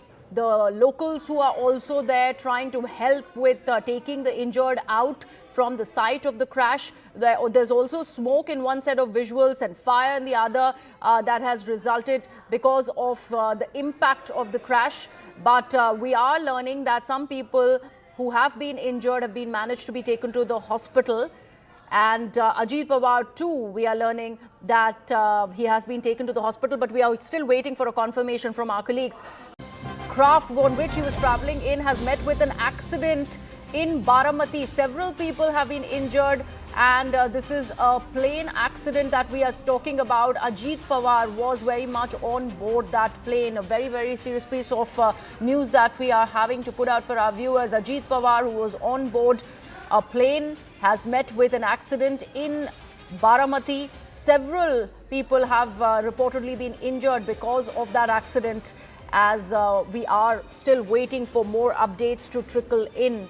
But this is rather serious. We're talking about a plane accident over here. We do not want to jump to any conclusions at the moment, but this is what we are given to understand. The accident is rather serious. We are still waiting for more details to trickle in. Ajit Pawar was on board that plane that met with an accident, and we're still looking at more details as they emerge. The Deputy Chief Minister of Maharashtra, Ajit Pawar, his plane is met with an accident during landing.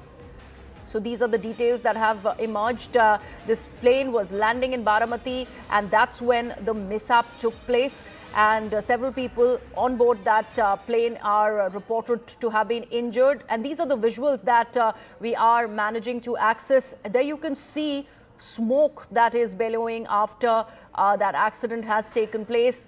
Ajit Pawar was supposed to address a rally in Baramati, we are told. My colleague Prashant is now joining us with all the details. प्रशांत, ये जो accident हम जिसकी बात कर रहे हैं, अजीत पवार इस plane में थे, रैली के लिए गए थे बारामती, और जानकारी दीजिए क्या पता चल पाया है अभी तक?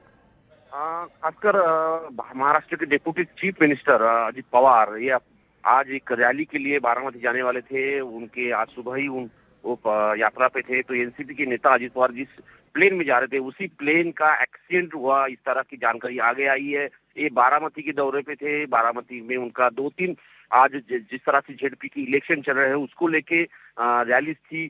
जो जानकारी आगे आई है, विमान में और उनके साथ में और कुछ नेता भी साथ थे और सभी मिलके चुनाव रैली के लिए जाने वाले थे। घटना स्थल पर जहाँ पे एक्सीडेंट हुआ है वहाँ पे सिक्योरिटी एजेंसियां पहुंच गई है, और साथ में ये भी जानकारी मिल रही है कि लगातार वो जैसे रैलीज कर रहे हैं। कल वो बॉम्बे में वो आए थे, बॉम्बे में वो कल कैबिनेट की मीटिंग में उपस्थित थे। उसके बाद में वो आज रैली के लिए बारामती जा रहे थे, तो उसी वक्त ये घटना हुई है। अभी जो स्पष्ट जानकारी आ रही है कि उसमें कुछ लोग गंभीर स्तर पे जख्मी हुए हैं, ऐसी जानकारी मिली, घायल हुए हैं, इस तरह की जानकारी आगे आ रही है। प्रशांत, हम ये विजुअल्स अभी देख पा रहे हैं, और these are the visuals that I'd first want to put out for our viewers. This rather looks very distressing. Seems like a charter plane on which Ajit Pawar, the Deputy Chief Minister of Maharashtra, was on board. There you see people who have assembled around the crash site, and there you see the smoke that's coming out. Many people who have jumped in for assistance. There are cars, the cavalcade possibly that is also around here. It doesn't look like a space where an aircraft is going to be landing. So we are still waiting for more details about how this accident, this crash really took place. There are several other people along with Ajit Pawar who were on board this aircraft when this crash happened. And there you see smoke coming out. Many people who have gathered over here. And there are other visuals on this side where you see the rescue relief operation possibly that is underway. My colleague Mayuresh is also now with us on the broadcast. Mayuresh, explain to us what exactly has happened and any more details that you've managed to, in fact, access for our viewers. So we have been given to understand that Ajit Pawar today was supposed to address 4 rallies in Baramati district related to the local body elections, and his flight had taken off from Mumbai. Since yesterday there was a cabinet meeting which he had attended, and he was in Mumbai. While landing, this crash had happened. That's the information which we are getting. We are also getting the primary information that in the flight, Ajit Pawar along, there was a pilot, Ajit Pawar, and there was his bodyguards were present. But we are trying our level best to get more information from the district authorities. But right now, no one is basically answering the calls. But it looks a kind of a severe accident, which the sources and the people who are at the spot are indicating.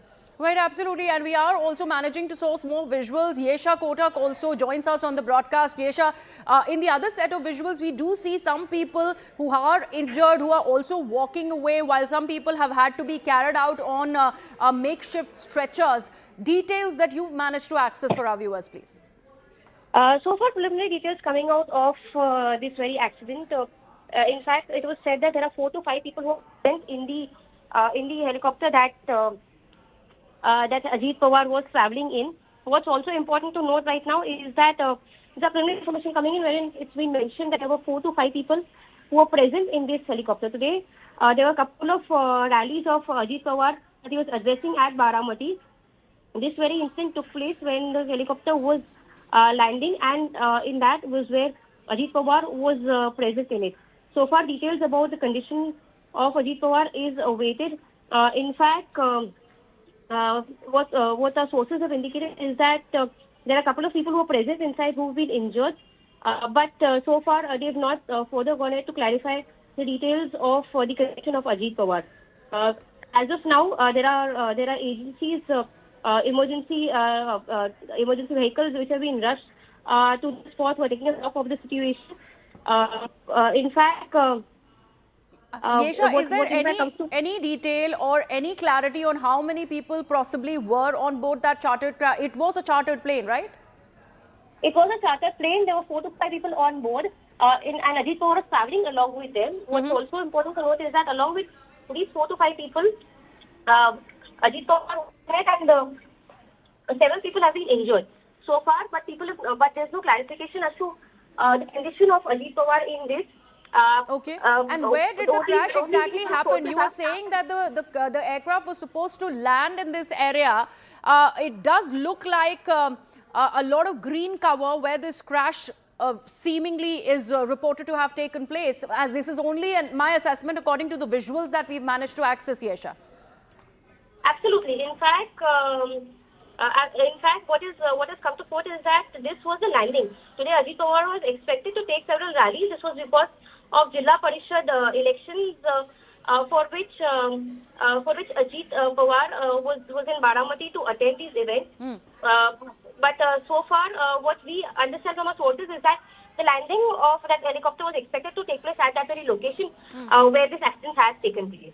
Okay. Right, Yesha, we are managing to show some more visuals, and this looks rather distressing because we do see fire that is in and around the area where this crash seems to have taken place. So this will get rather concerning because we've yet not managed to ascertain how is Ajit Pawar really doing, because that aircraft on which he was traveling in has crashed while landing in Baramati.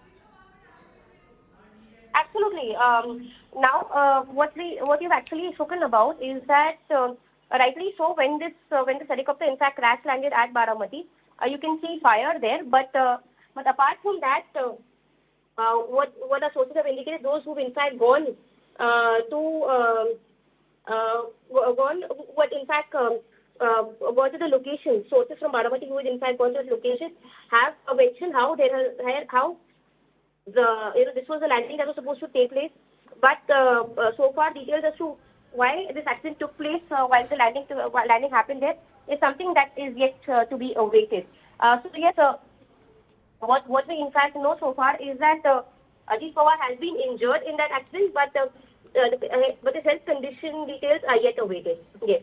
Right, absolutely. And if I describe our viewers on what we see in these visuals, we do see police teams who are on the spot. There are certain bystanders who also assembled over there, or probably the entourage of Ajit Pawar who was waiting to welcome him as his aircraft landed in that area in Baramati. Remember, our colleagues are mentioning about how he was supposed to attend certain rallies in Baramati, because of which he had taken off from Mumbai and was about to land in Baramati in this chartered aircraft, which also had a few others, about 4 to 5 people along with Ajit Pawar, who were in that aircraft that met with an accident while it was trying to land in this area. There you can see some people who are injured, but they are able to walk. We are looking at some sort of a hope that we would possibly get to know about the details concerning the Deputy Chief Minister of Maharashtra, Mr. Ajit Pawar. There are a few people who have been injured, who have had to be carried out in makeshift stretchers also till we see the arrival of more rescue teams. This is the latest that we could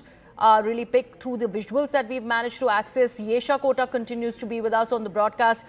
Yesha, the fact that the party must be looking forward to ascertaining as many details as possible and as soon as possible, because this is a big development and rather distressing one that one is learning of from Baramati in Maharashtra.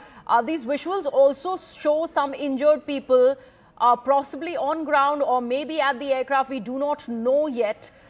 They also are seen walking. So some people who have been injured, who are still able to walk, some people who have been badly injured and they've had to be carried out of this site of the crash.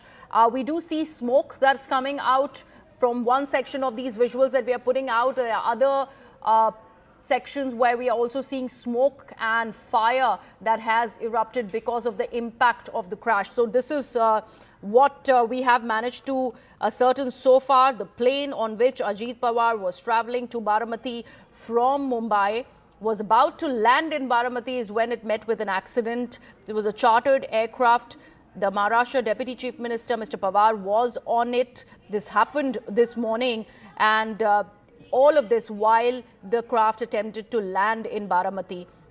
It was carrying the NCP leader and the Deputy Chief Minister of Maharashtra, Mr. Ajit Pawar. And locals who witnessed the crash said that the 66-year-old leader has in fact been taken to the hospital. But we will wait for confirmation from our colleagues on this. But so far, this is what we are learning, that Ajit Pawar has been taken to the hospital. The nature of the crash, the extent of the damage and the condition of the NCP chief, all of this is yet to be ascertained. So this is what we are managing to pick from what we are managing to access. Visuals show smoke on one side. The locals who are also there trying to help with taking the injured out from the site of the crash. There's also smoke in one set of visuals and fire in the other that has resulted because of the impact of the crash. But we are learning that some people who have been injured have been managed to be taken to the hospital. And Ajit Pawar too, we are learning that he has been taken to the hospital, but we are still waiting for a confirmation from our colleagues. Craft on which he was traveling in has met with an accident in Baramati. Several people have been injured, and this is a plane accident that we are talking about. Ajit Pawar was very much on board that plane. A very, very serious piece of news that we are having to put out for our viewers. Ajit Pawar, who was on board a plane, has met with an accident in Baramati. Several people have reportedly been injured because of that accident, as we are still waiting for more updates to trickle in. But this is rather serious. We're talking about a plane accident over here. We do not want to jump to any conclusions at the moment, but this is what we are given to understand. The accident is rather serious. We are still waiting for more details to trickle in. Ajit Pawar was on board that plane that met with an accident, and we're still looking at more details as they emerge. The Deputy Chief Minister of Maharashtra, Ajit Pawar, his plane is met with an accident during landing. So these are the details that have emerged. This plane was landing in Baramati, and that's when the mishap took place. And several people on board that plane are reported to have been injured. And these are the visuals that we are managing to access. There you can see smoke that is billowing after that accident has taken place. Ajit Pawar was supposed to address a rally in Baramati, we are told. My colleague Prashant is now joining us with all the details. Prashant, ये जो accident हम जिसकी बात कर रहे हैं, अजीत पवार इस plane में थे, रैली के लिए गए थे बारामती, और जानकारी दीजिए, क्या पता चल पाया है अभी तक? खासकर महाराष्ट्र के deputy chief minister Ajit Pawar ये आज एक रैली के लिए बारामती जाने वाले थे। उनके आज सुबह ही वो यात्रा पे थे, तो एनसीपी के नेता अजीत पवार जिस प्लेन में जा रहे थे उसी प्लेन का एक्सीडेंट हुआ, इस तरह की जानकारी आगे आई है। ये बारामती के दौरे पे थे। बारामती में उनका 2-3 आज जिस तरह से जेडपी की इलेक्शन चल रहे हैं उसको लेके रैलीज थी। जो जानकारी आगे आई है विमान में और उनके साथ में और कुछ नेता भी साथ थे और सभी मिलके चुनाव रैलीज के लिए जाने वाले थे। घटना स्थल पर जहाँ पे एक्सीडेंट हुआ है वहाँ पे सिक्योरिटी एजेंसियां पहुंच गई है और साथ में ये भी जानकारी मिल रही है कि लगातार वो जैसे रैलीज कर रहे हैं। कल वो बॉम्बे में वो आए थे, बॉम्बे में वो कल कैबिनेट की मीटिंग में उपस्थित थे। उसके बाद में वो आज रैली के लिए बारामती जा रहे थे, तो उसी वक्त ये घटना हुई है। अभी जो स्पष्ट जानकारी आ रही है कि उसमें कुछ लोग गंभीर स्तर पे जख्मी हुए हैं, ऐसी जानकारी मिली, घायल हुए हैं, इस तरह की जानकारी आगे आ रही है। प्रशांत, हम ये विजुअल्स अभी देख पा रहे हैं और these are the visuals that I'd first want to put out for our viewers. This rather looks very distressing.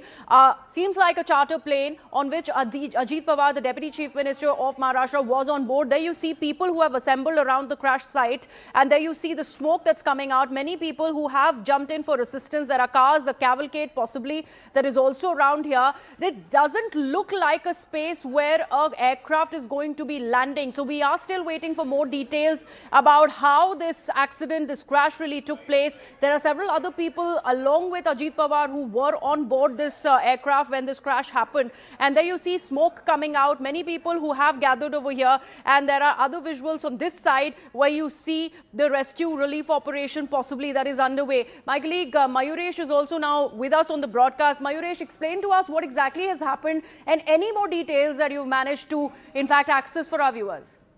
So we have been given to understand that Ajit Pawar today was supposed to address 4 rallies in Baramati district related to the local body elections, and his flight had taken off from Mumbai. Since yesterday there was a cabinet meeting which he had attended, and he was in Mumbai. While landing, this crash had happened. That's the information which we are getting. We are also getting the primary information that in the flight, Ajit Pawar along, there was a pilot, Ajit Pawar, and there was his bodyguards were present. But we are trying our level best to get more information from the district authorities. But right now, no one is basically answering the calls. But it looks a kind of a severe accident, which the sources and the people who are at the spot are indicating. Right, absolutely. And we are also managing to source more visuals. Yesha Kotak also joins us on the broadcast. Yesha, in the other set of visuals, we do see some people who are injured, who are also walking away, while some people have had to be carried out on makeshift stretchers. Details that you've managed to access for our viewers, please. So far, preliminary details coming out of this very accident. Has also reacted. Listen in. अतिशय दुःखद घटना घडलेली आहे. अतिशय अनाकलनीय अशा परिस्थितीमध्ये विमान अपघातामध्ये I'm at a loss for words. राज्याचे उपमुख्यमंत्री The state's Deputy Chief Minister Ajitdada Pawar यांचं दुःखद निधन झाल्याची It's a sad moment that it's a sad demise. सर्वांना मिळाली आणि And this news, संपूर्ण महाराष्ट्रामध्ये as soon as it broke, शोककळा पसरली. all of Maharashtra was in deep remorse and sadness. खरं म्हणजे Shri Ajitdada Pawar If I were to state the facts, Ajit Dada Pawar, होते. he was a tall leader, a popular leader in Maharashtra, and महाराष्ट्राच्या कानाकोपऱ्याची माहिती असलेला he had the knowledge of every nook and cranny of the state of Maharashtra, and knew अशा प्रकारचा and was aware of all the issues around Maharashtra and what needed to be addressed. जनसामान्यांमध्ये प्रचंड मोठी आस्था होती. And someone who enjoyed the trust and belief of the common people of Maharashtra. संघर्षशील अशा प्रकारचं नेतृत्व होतं. He was a strong, hard-working, आणि सर्व परिस्थितीमध्ये न डगमगता perseverant leader, and was somebody who was unfazed in adversity. अशा प्रकारचं व्यक्तिमत्व होतं. महाराष्ट्राकरता आजचा दिवस हा अतिशय कठीण दिवस आहे. This is a very, very sad and tough day कारण for Maharashtra and its अशा people. प्रकारचं नेतृत्व तयार व्हायला अनेक वर्ष लागतात. Because it takes many years of hard आणि work and effort ज्यावेळी to prime leaders like Ajit Dada महाराष्ट्राच्या Pawar विकासामध्ये अतिशय and those who can actually महत्त्वपूर्ण contribute योगदान ते देत होते. positively, actively, aggressively अशा towards काळामध्ये त्यांचं the निघून progress जाणं of Maharashtra, and we have lost such a person. हे अविश्वसनीय आहे, मनाला चटका लावणार आहे. This is unbelievable. We still can't come to grips with what has माझ्याकरता तर transpired. वैयक्तिक एक दमदार आणि दिलदार अशा प्रकारचा मित्र For me personally, I have lost someone who's a damdar, सोडून गेलेला आहे. dildar friend. त्यांच्या कुटुंबावर देखील हा प्रचंड मोठा आघात आहे. This is a very, very big मी आणि shock for the family. Eknathrao Shinde Saheb And आम्ही Eknath Shinde ji, लवकरच बारामतीकडे निघणार आहोत. we are proceeding to Baramati. सकाळपासून मी सगळ्यांच्या संपर्कात आहे. I've been in touch with everybody माननीय since प्रधानमंत्री morning. महोदय, माननीय गृहमंत्री महोदय, Prime Minister and the Home सर्वांशी Minister चर्चा करून त्यांनाही have been briefed and spoken with घडलेल्या परिस्थितीची सगळी कल्पना मी about दिली what has आहे. transpired. त्यांनी याबद्दल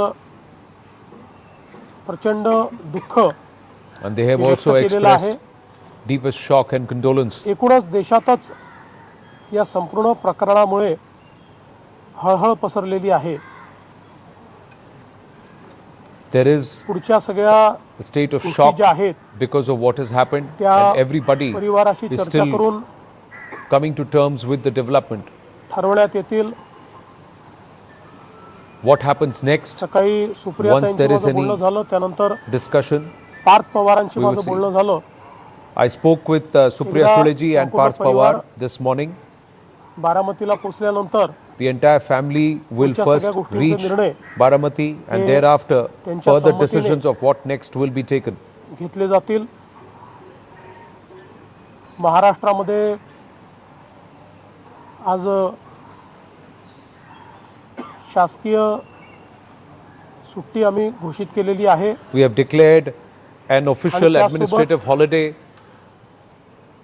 across 3 Maharashtra today, दिवसाचा दुखवटा देखील and 3 days of mourning. जाहीर करण्यात आलेला आहे. पुढच्या सगळ्या बाबींची कल्पना ही आपल्याला लवकरच देण्यात येईल. We'll update पण मला असं वाटतं की the कधीही further भरून न proceedings and निघणारं what next very soon अशा as प्रकारचे नुकसान आहे. decision have been arrived at. But this is a loss महाराष्ट्रातनं असे which is irreparable. लोकनेते गेल्यानंतर जी पोकळी तयार होते ती भरून काढणं हे अतिशय कठीण आहे.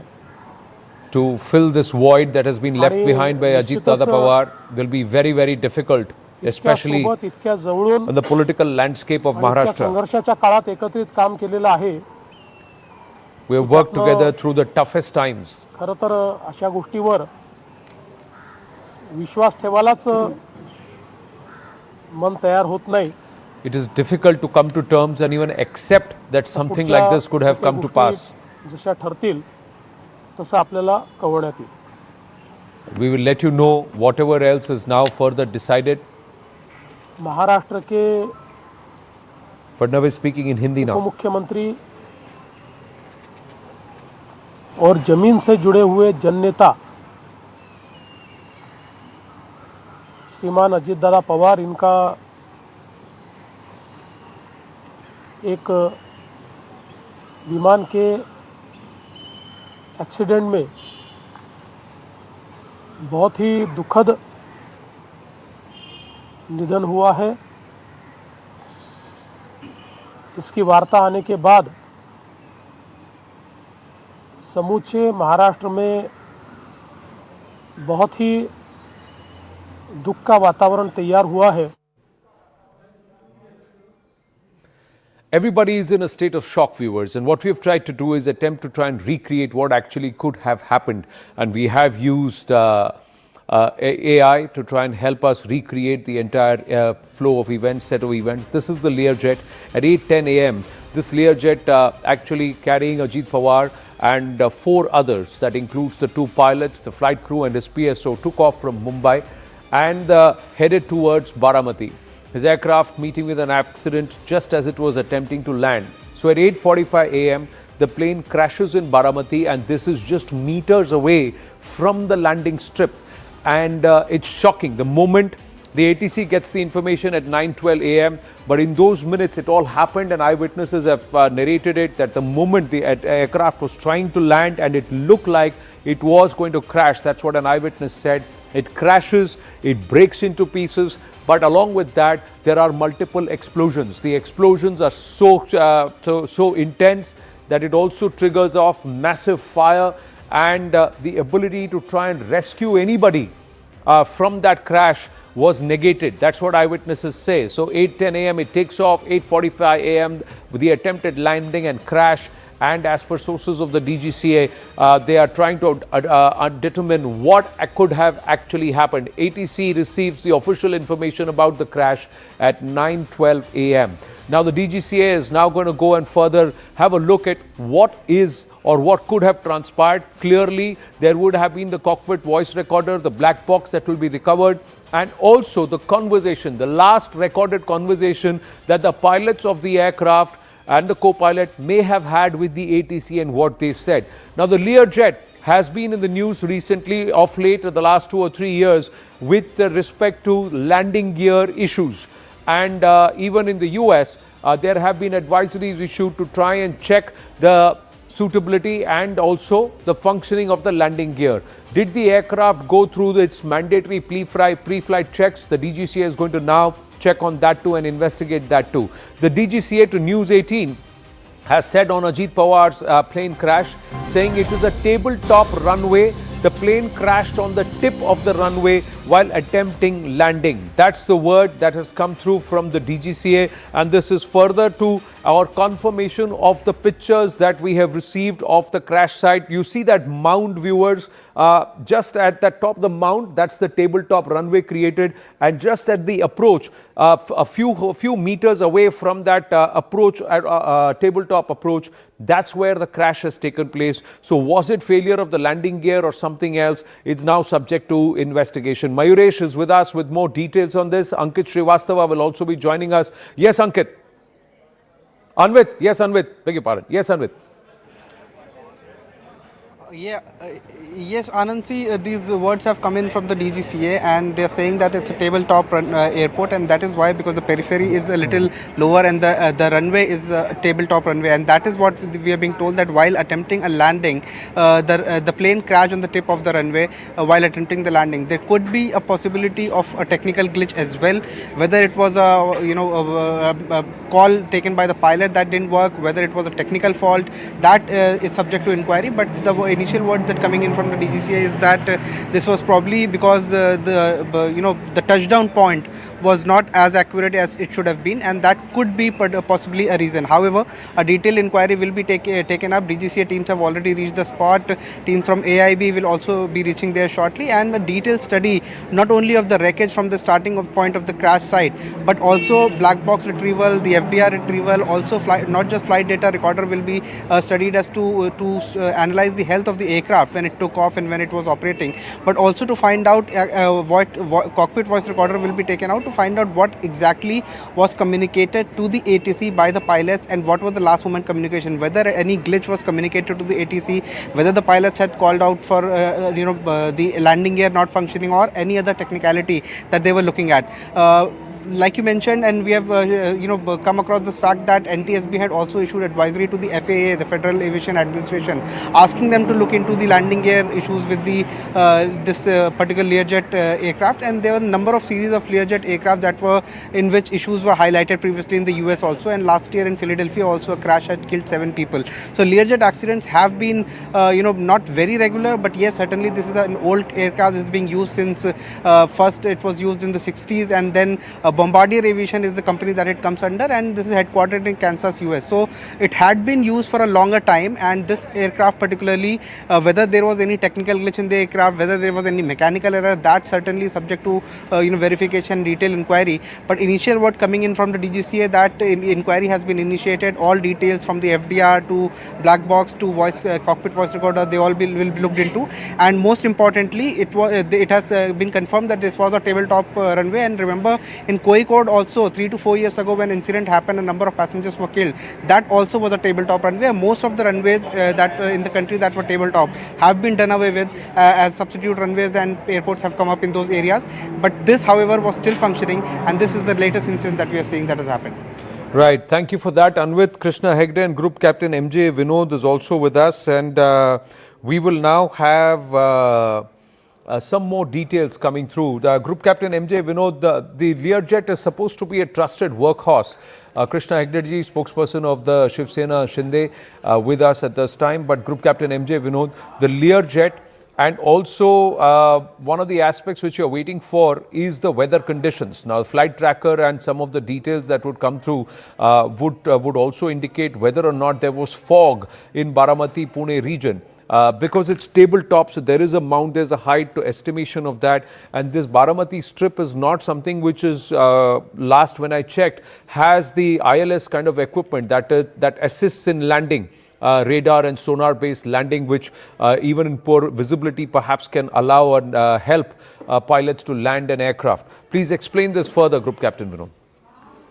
Thank you, Anand. In fact, in the morning when it happened, I was with Rahul discussing exactly the same thing about this tabletop kind of layout that is there in Baramati, and I've been there many times during COVID times. I remember when Rafales were flying in, I was doing a show with you, yes, and that was at Baramati. So Baramati, and my mom comes from this region. Marathi is my mother tongue, and Ajit Dada was a very beloved leader of this region, and people are really distraught, to say the least. And I just called up my mom, and she was not in a position to talk to me. So that is the kind of connect Ajit Dada has on ground with the people. That said, as you can see on the screen, like you correctly explained, it has a certain slope. And this was a second approach, mind you. And I was looking at Marathi channels a while ago with some eyewitness saying that before the crash, he saw a ball of fire. If that is true, because eyewitnesses tend to be sometimes exaggerating, if that eyewitness's account is true, then I am looking at, there is only place where there is continuous fire, that is inside the engine. Right. And as you can see, Learjet engines are very close to the fuselage, very close to the tail. So an engine fire in a rear Learjet will most certainly lead to fire inside the fuselage as well as control malfunction. Could that be the reason? That is a question I'm throwing open. But Group Captain Vinod, just quick interrupting you, because we've got the entire sequence of events and we'll put that out here at CNN News 18. Now, one, there was a dense fog cover over the Pune-Baramati region, and the visibility we are given to understand was extremely low. Point number two, the Baramati airstrip is a small one. Ajit Dada Pawar had repeatedly actually sent requests that this airstrip should be increased and the length should be increased. It's a small one. It does not have ILS or instrument landing facilities. That instrument landing system facilities it does not have.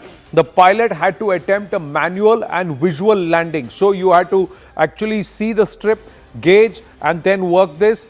So what we are given to understand is that the aircraft did not directly approach the runway. It actually made a large go around because of poor visibility. And then that indicated that the first landing attempt itself was aborted. Then we are given to understand that aligning with the runway during fog actually proved difficult, and because it was tabletop, it's a little height, to make that entire judgment was little difficult. The second attempt, the pilot actually issued a mayday call. So there is confirmation that there is a mayday call that was issued, and according to top DGCA sources, it is a tabletop runway, and during landing the aircraft crashed near the edge of the runway. The balance was lost at approximately 100 feet altitude. At about 100 feet altitude, the balance was lost.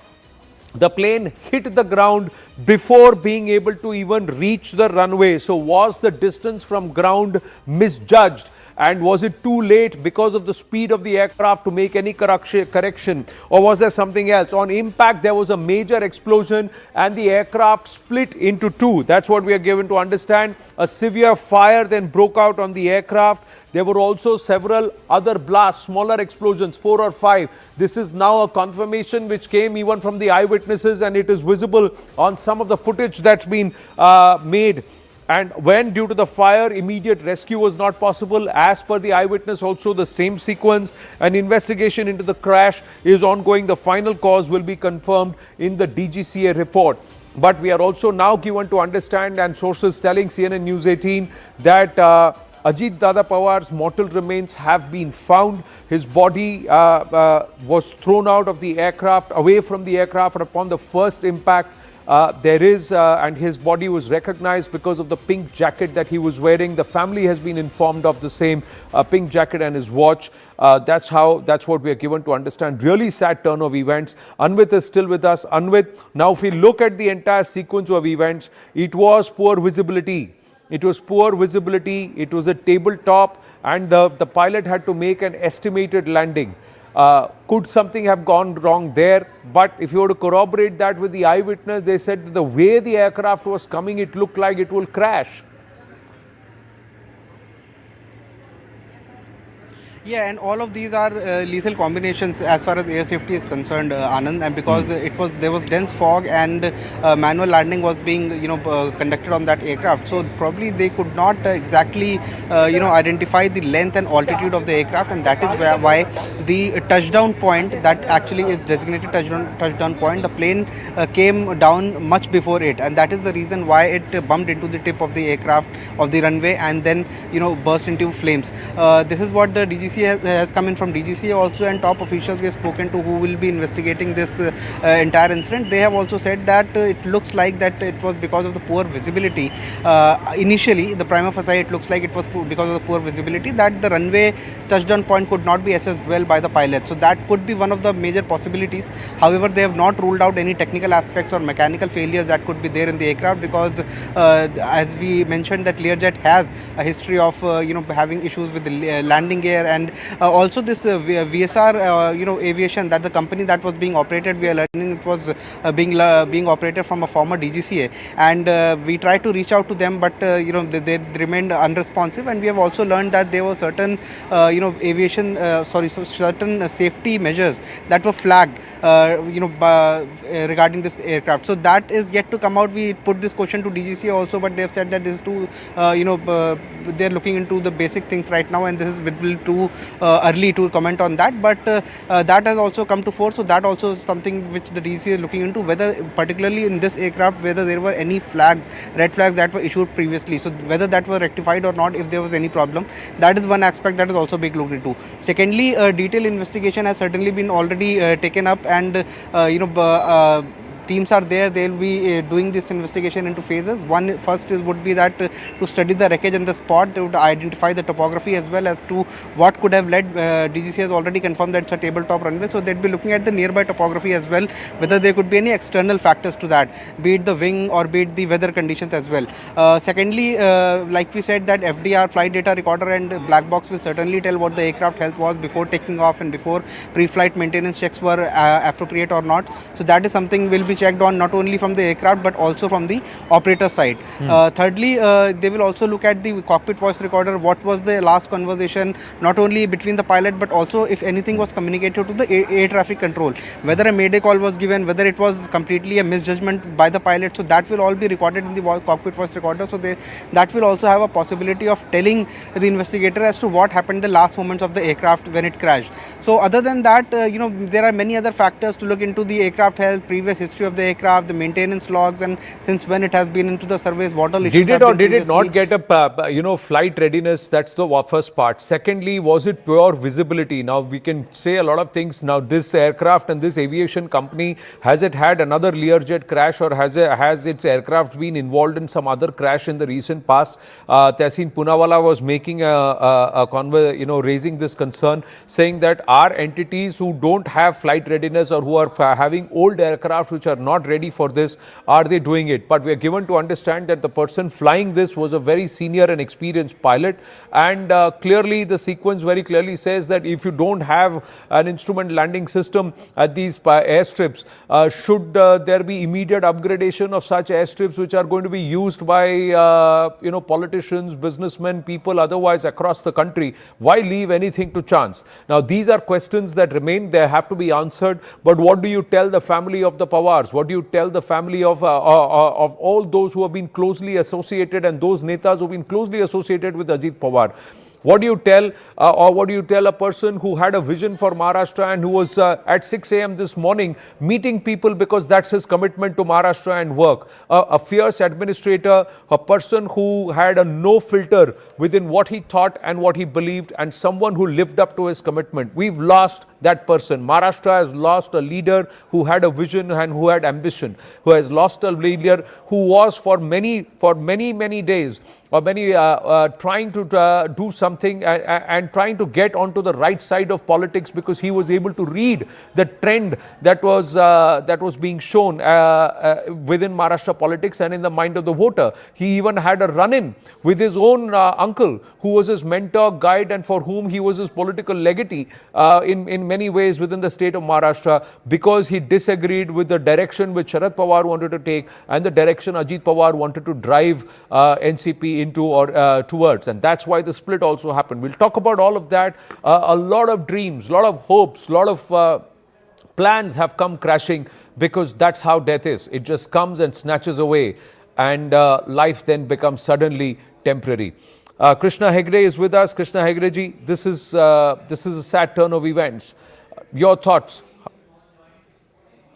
Extremely sad day for the Pawar family, for Maharashtra, for all Ajit Dada followers. As a legislator, I got a chance to work with him. I'll tell you that I have not met a more punctual, true to his word, people's man, extremely dynamic, with a pulse on the administration, control on the administration. No officer could mislead him. What was in his heart, he spoke it out. He was extremely forthright, gutsy, dynamic, and I think we've all lost a great leader. And apart from that, I must say that he was a very committed person. Whichever work he took up, whichever ministry he worked in, I think he gave it his full, and therefore possibly it's a record now: 6 times deputy CM, 7 times legislator, 1 time member of parliament.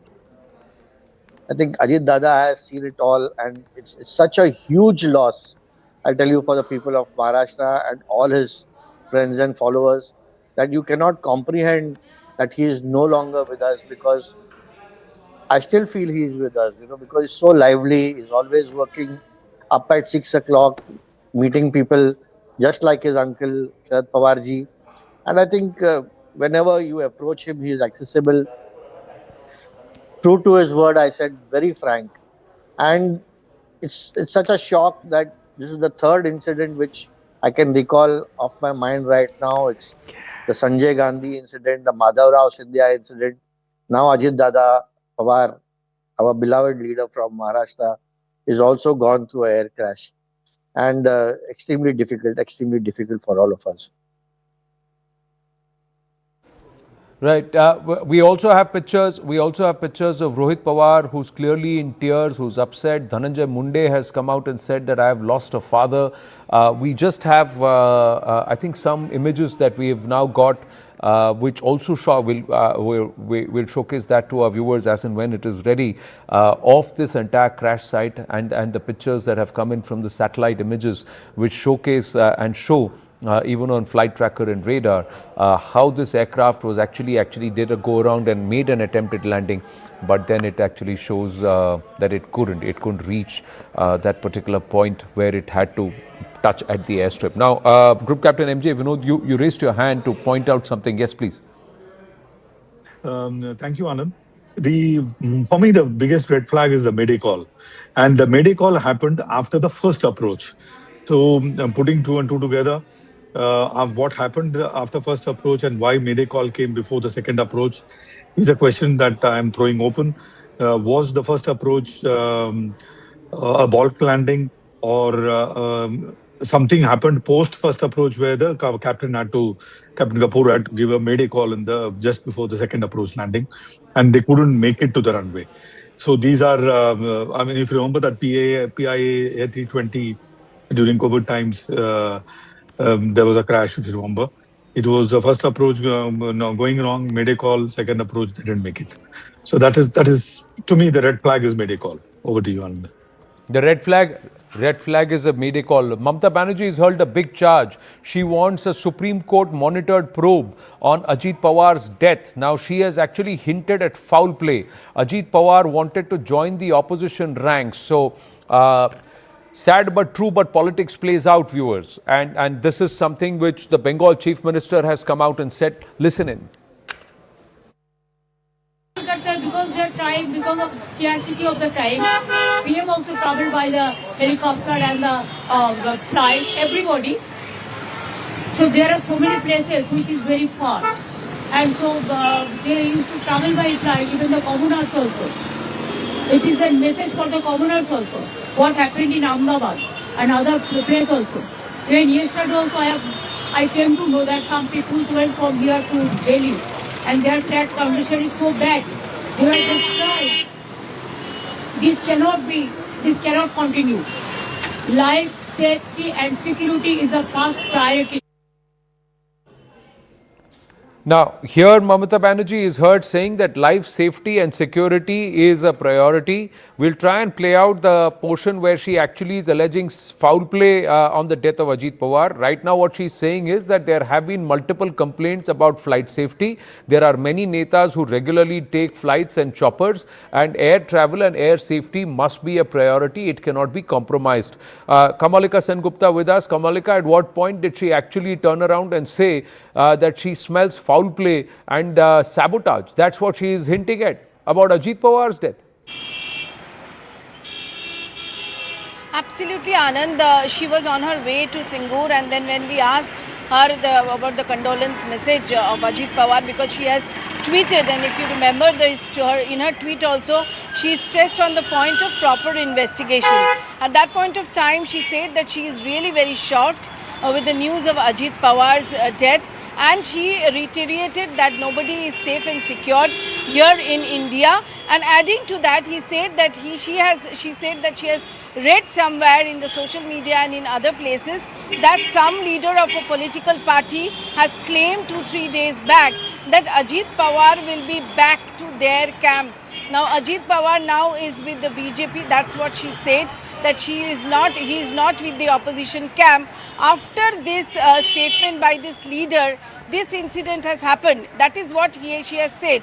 And along with that, immediately she said that what she demands is an investigation, a proper investigation, which should be monitored by the Supreme Court, because she says that if the people of India have faith on Supreme Court, so there should be a court-monitored investigation, a proper investigation by Supreme Court. So clearly, this is some accusation, this is an allegation which Mamata Banerjee is making. She was supposed to go to Delhi. Today she has cancelled the program today of going to Delhi, and she has stressed on this point that she has seen that a leader of a political party has made this comment that Ajit Pawar will be back in his own home, and then after that this incident has taken place. So her allegation is this, and she demanded a Supreme Court monitored investigation.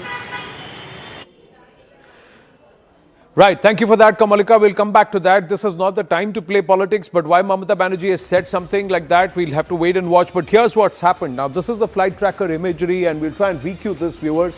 From Mumbai, it takes off at 8:10 a.m. and that's the LJ-45, Learjet 45, flying from Baramati towards Baramati. And this is what we mentioned in the sequence. It does a wide go around as it is approaching the Baramati airstrip. It does a wide go around. This is the red color plane, that is the Learjet 45. It is making its approach from Mumbai over Pimpri Chinchwad and Pune and moving towards the Baramati region. As it comes here, it is making a wide go around. Now, was this because there was fog, poor visibility here? The other question is, if it was fog and poor visibility, why did the pilot decide to make the approach here and not go back to Pune and land in Pune? That's a question. And was there any communication to that effect with the air traffic control? That's again subject to investigation. So here's the sequence. It confirms the sequence that the aircraft approaches Baramati airstrip, the tabletop airstrip. Then it makes a wide go around. This is the LJ45, Learjet 45. That's the call sign. It takes a wide go around and then swings back in to try and land here. And when it swings back, as it is approaching the tabletop, just a few meters away from the landing strip, it crashes and it explodes. It breaks into two, it explodes. There are multiple small explosions. It catches fire. The flames are so intense that the people who are waiting for Ajit Pawar to land and to welcome him, they are all watching. They were all recording and they run towards across the strip towards that particular position where the crash happened, and they were not able to rescue anybody. They weren't able to save anybody. 5 people on board. Ajit Pawar was actually thrown out of the aircraft. He's wearing that light pink jacket as he's leaving. This morning, 6 a.m. to 8:10 a.m., he was meeting people, and then that picture image of his is there wearing a light pink jacket. His mortal remains were recognized by the people and also the rescue officials because his body reportedly was thrown out at the first impact. And that's how they have now been able to recognize Ajit Dada Pawar among the 5, a lot of whom their bodies have been very badly charred, but Ajit Pawar being recognized. Group Captain MJ Vinod with us. Group Captain MJ Vinod, if we were to look at this entire flight radar, the track of LJ45, it makes quite a wide go around. Now, there are 2 questions that remain. One, if landing visibility was poor and it had to be a manual and visual landing, why did the aircraft not attempt to return to Pune for safety because it was poor visibility? Or would you attach more importance to the Mayday call and something went wrong as the approach was being made? Absolutely, Anand. In fact, I went through the entire data, both vertically as well as longitudinally. And at 139 knots, which is the approach speed for this aeroplane, and this is mind you, it's a fairly high-speed aeroplane. It goes at 0.81 Mach, goes to 51,000 feet, and travels 4,000 miles. So it's a very capable aeroplane, and only 5 crashes of Learjet in the history of Learjet. This is the second Learjet 45 crash. One was, I believe, in 2011, which was somewhere in Brazil. So this aeroplane has had a wonderful safety record. VSR has wonderful safety record. That said, when I looked at the first aspect of first approach, I mean, that is when I stuck my neck out and told you that did something go wrong in that first approach where he had to go around and issue a Mayday call. Remember, we pilots don't issue a Mayday call unless it is in a grave emergency. So grave emergency includes, even for an engine failure, Anand, for a simple engine failure, not associated with fire, we don't issue Mayday call. We issue something called a PAN call. So urgency call it is called. So we issue Mayday call when it really warrants that kind of, the nature of emergency is so severe. That is why I said that is my red flag. And that happened immediately after the first go round.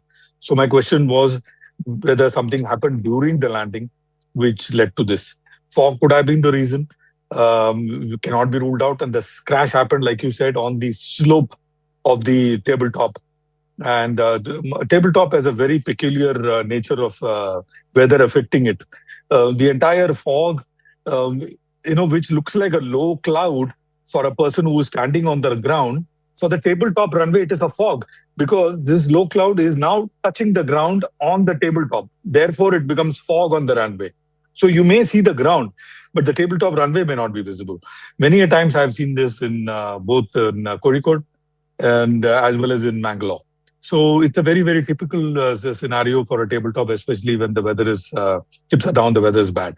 So, which is why This is Akanksha. Going to request you to continue staying with me. We speak at a very tragic hour, but we will continue with this discussion. But first up, let's also break down for all our viewers who are currently tuning into CNN News 18. The country has woken up to a deeply tragic news of the Deputy Chief Minister of Maharashtra, Ajit Pawar, passing away. But let's also bring you the details before we continue with that discussion. As far as the details of Ajit Pawar's plane are concerned, it was a mid-size business jet that was manufactured by Bombardier Aerospace. It has a maximum range of 2,194 nautical miles. It can fly up to 51,000 feet. Its maximum cruise speed is of 465 knots. It can seat up to 9 passengers. It's powered by 2 Honeywell turbofan engines. Let me quickly, bring in my guests. I'm also joined in by Mr. Krishna Hegde, Yesha Kotak and Arun Dhanta. Our correspondents continues to stay with us. But I want to quickly go back to Captain M.J. Vinod. Captain Vinod, on that note of the make of this LJ-45 aircraft, you were also talking about how it has a clean reputation. Only 5 aircraft crashes so far that go down in its history. What are those factors currently that are vexing us about this crash? Yeah, like I was saying, Akanksha, LJ-45s, this is the second crash, in fact. The entire Learjet family, there have been only 5 crashes. So for an aeroplane which is of 1990 vintage, and this particular aeroplane is 16-year-old aeroplane, not very old in terms of aeroplane standards, crashes are very unheard of in this aeroplane. And there are 2 very safe operating engines that power this aeroplane. So, Honeywell engines. So, I mean, all put together, and mind you, Baramati does not have ILS. And Ajit Dada has been requesting all and sundry for extension of the runway and also installing instrument landing facilities on the runway. A lot of flying training activity happens in Baramati, and which is the reason I was there for a while to put my daughter there. So I'm very, very well versed with this region. I think in a war footing that might happen, right? But then the damage is done. Particularly about this crash, as you can see on the screen, the right engine is completely intact and the left engine is completely gone. And the Mayday damage done, that too at what cost? I mean, the entire nation is in a state of shock. If I may quickly bring in Mr. Hegde also on that note. Krishna Hegde, you'll perhaps be able to also shed light on the kind of legacy he leaves behind. Many are also talking about how he leaves with an unfulfilled desire of not being able to make it to the chief ministerial position. But I think today we must recall him as the man who held the maximum positions as the Deputy Chief Minister of Maharashtra and even had the largest to vacate a seat for his uncle. No, obviously, if you look at him since he was a young man, I think he first became a member of parliament and then went on to be a legislator 7 times. I think he was a minister already 5 times in the cabinet. He was the deputy CM 6 times. Both minister 6 times, deputy CM 6 times, and I think itself is a record. And more than that, it's the work he's done for Pimpri Chinchwad, for Pune, for Baramati. So all the people of the area, he's actually a Dada. So Dada means elder brother, and they gave him a mandate. His party NCP swept the polls in the local body elections also along with us. He was firmly part of the Mahayuti. It was very unfortunate that Mamta Didi made such an allegation now within a couple of hours, especially when the DGCA is inquiring into this accident, and also the state government may also have an inquiry on this. We have to find out. And perhaps, Krishna Hegde, it's only the beginning of the kind of politicization we are seeing, and that's just one voice coming in from the opposition. But I'm going to quickly go across to our correspondents. Arun and Yesha also continue to stay with us. So Arun, quickly coming to you first for the latest updates in terms of Mr. Pawar's mortal remains. What can you tell us? Remember, we were told that his wife and son Parth were in the national capital when the tragic accident took place, and they were all set to leave for Baramati, as was his cousin Supriya Sule. What can you tell us?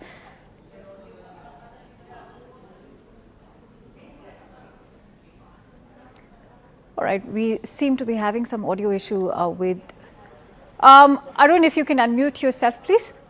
Yes. Right, you rightly said, Kanksha, that Parth Pawar and Sunitra Pawar both were in Delhi. They were here at Sharad Pawar's residence, where we are standing at this point, along with Supriya Sule. And the moment news came, within half an hour, we saw entire family leaving from this residence towards the airport.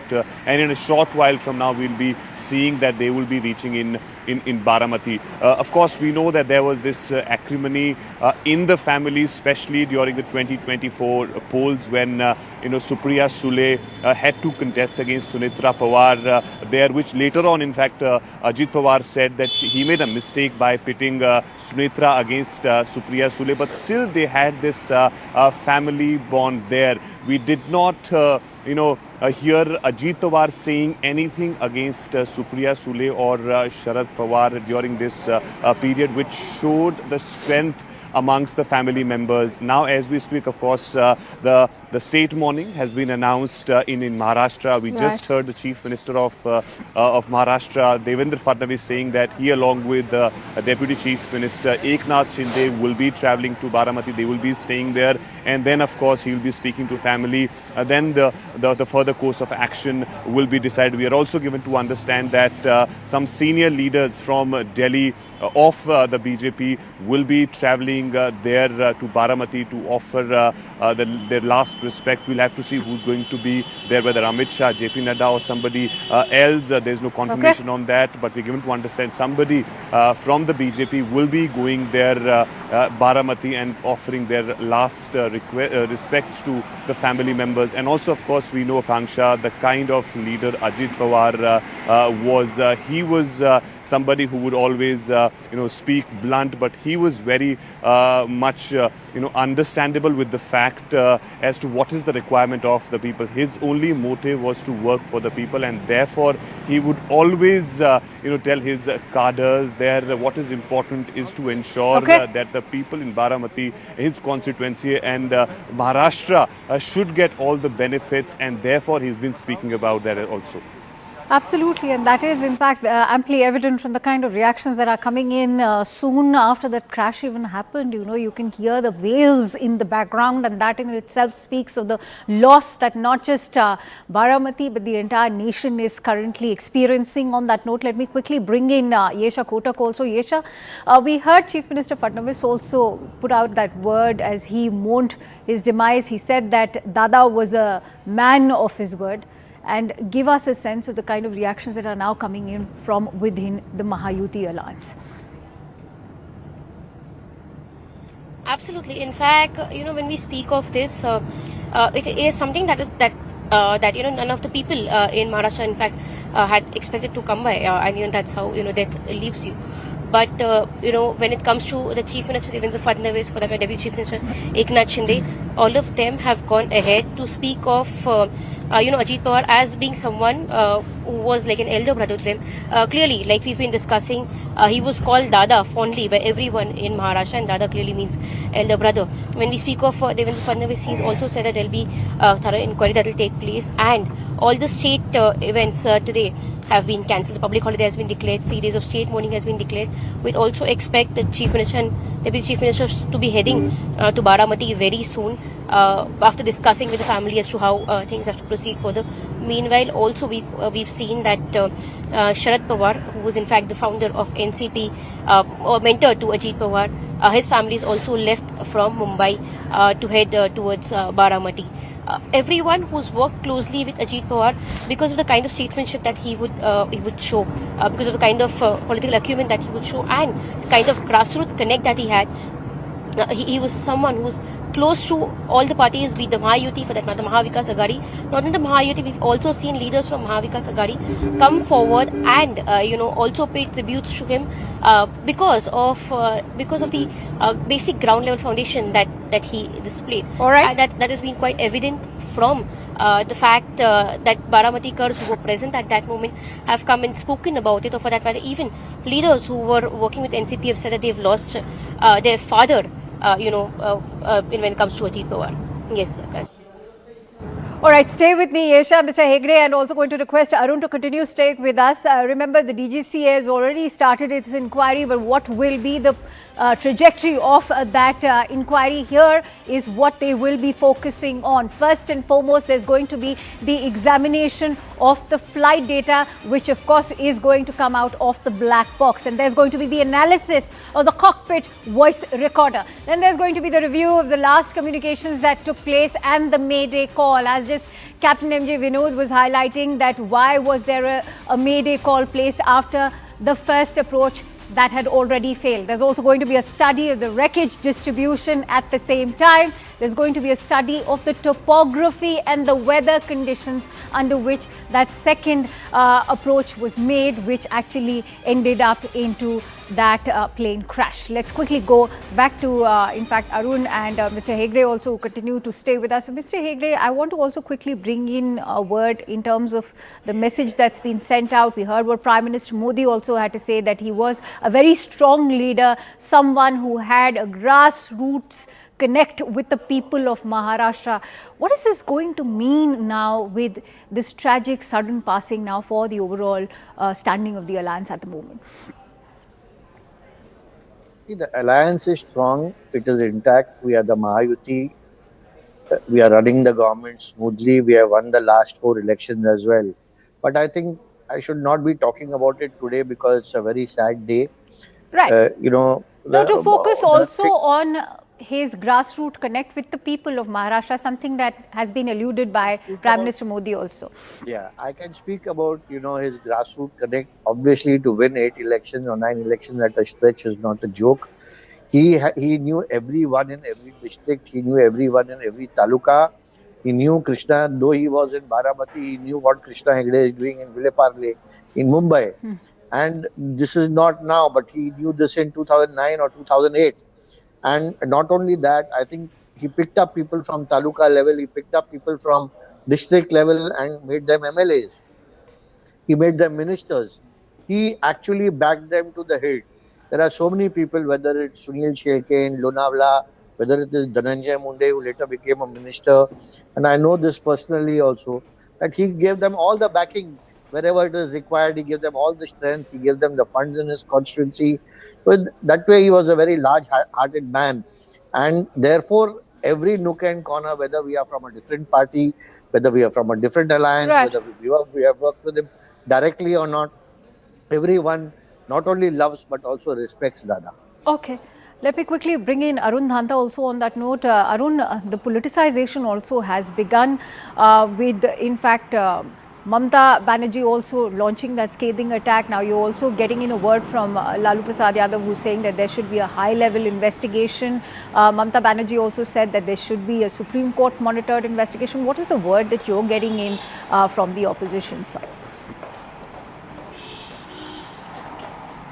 Well, see, Kanksha, this is very unfortunate that at this point, when everyone is mourning the death of Ajit Pawar, these sort of statements are coming out. These, of course, statements can be made later on if there is an investigation, which will, of course, be done. DGCA has already launched an investigation in the entire front, can be done. But right now, what is important is that you need to show that solidarity and, of course, the condolences to the family member. It's a huge, huge, huge loss, not only to the Maharashtra politics, but to the nation's politics. Ajit Pawar, of course, we know, I myself had visited Baramati. The kind of work that he has done there in that area is significant. And that's the reason why you will see it has always reflected in the elections. He was 7 or 8 time MLA from Baramati and 6 times Deputy Chief Minister. He was somebody who would always talk straight. He was early riser. When I was speaking to a few of the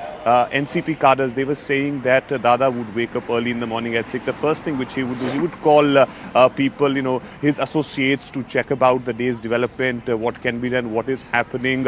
He was a 24/7 politician, Akanksha, and we have seen that happening. His politics has seen ups and downs in past couple of years. We saw that he took the responsibility of his family in a very early age because of his father's death, and the way he groomed this entire constituency there for for the NCP and for himself. That's something which is significant, and that's the reason why you see that there was this unprecedented support which he was getting every time in the elections from the Baramati side. And he's been a very, very shrewd, clever politician. He knew how to move forward in the politics, and even when he made that call by pitting his wife against Supriya Sule was something which he later on regretted, saying that I shouldn't have done this. We discussed this earlier, that he maintained this family decorum all the while, even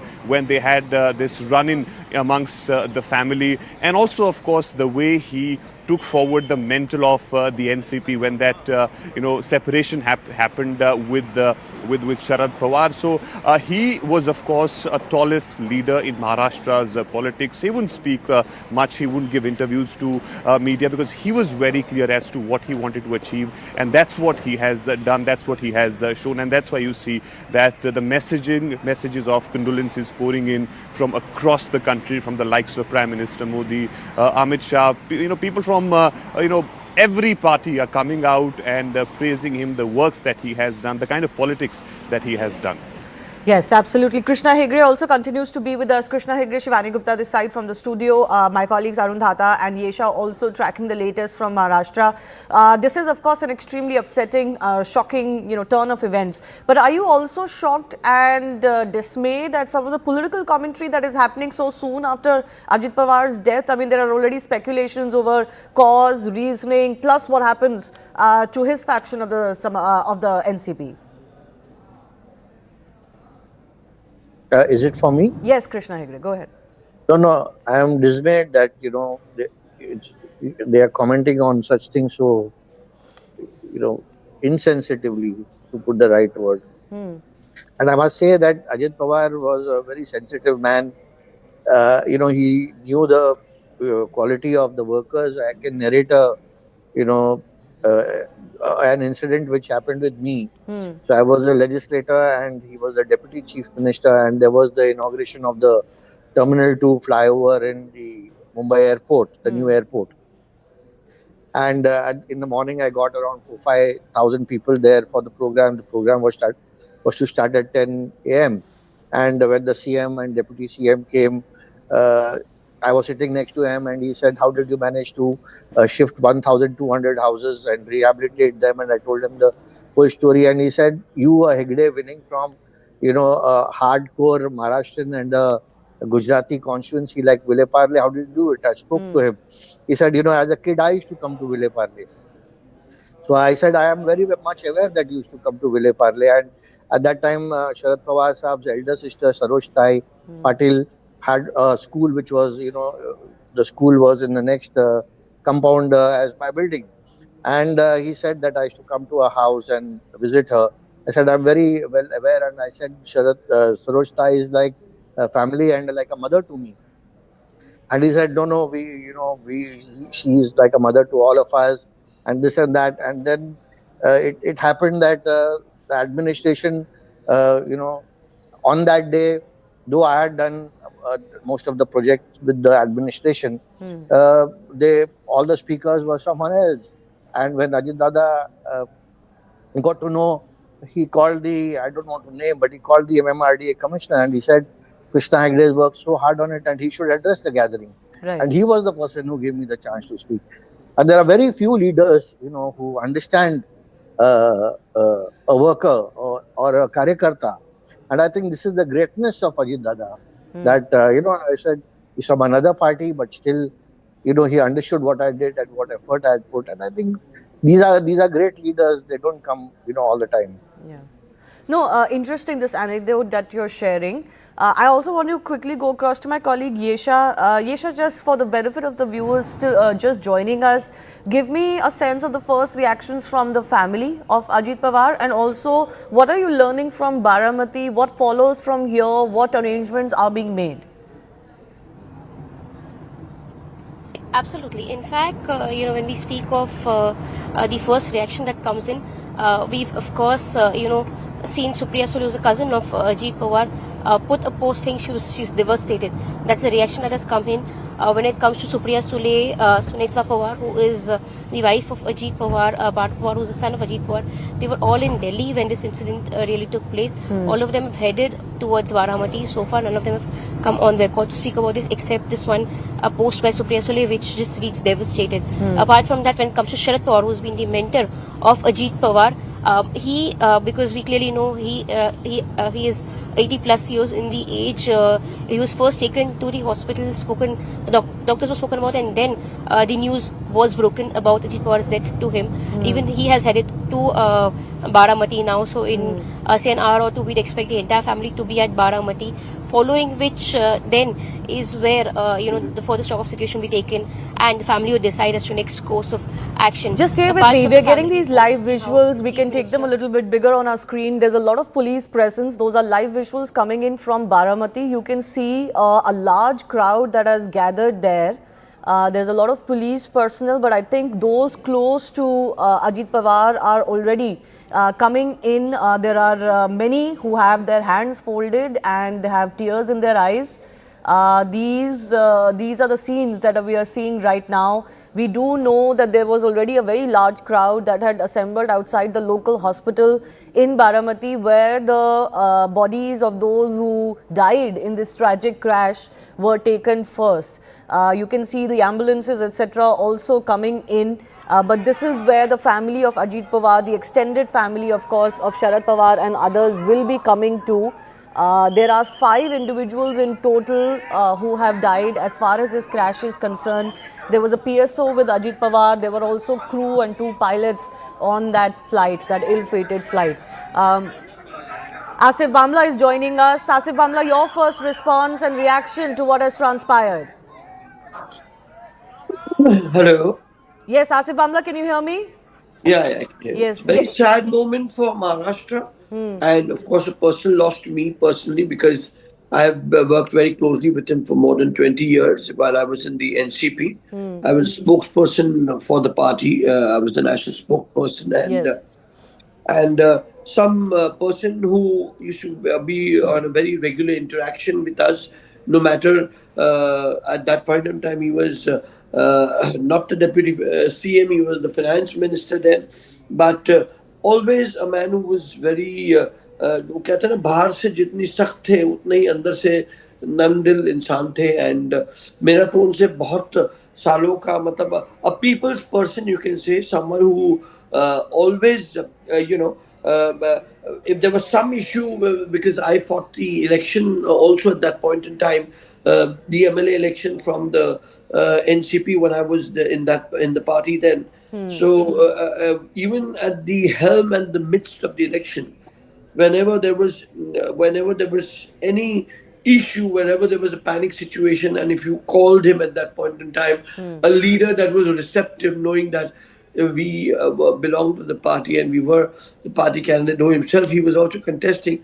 So he was a leader par excellence, a man who shared fabulous camaraderie, a man who was available at, all the good instances of the great Sharad Pawar Sahab were embedded very well in him, to the extent that he was a very time-conscious man. Like if he inherited a lot from Pawar Sahab, and that was his, that was the goodness, and that's why he was more a leader of the Gramin Bhag, in the people, though we were in the Mumbai city, so he used to always exhibit that his concern was more, क्योंकि वो हमेशा कहते थे कि मुंबई एक इतना बड़ा विशाल शहर है, इसमें तो बहुत सारे नेता है, इसमें बहुत काम करने के लिए आपको लोकल लेवल पर भी बड़ा सहयोग मिलेगा, लेकिन ग्रामीण भाग का जो, चाहे वो किसान हो या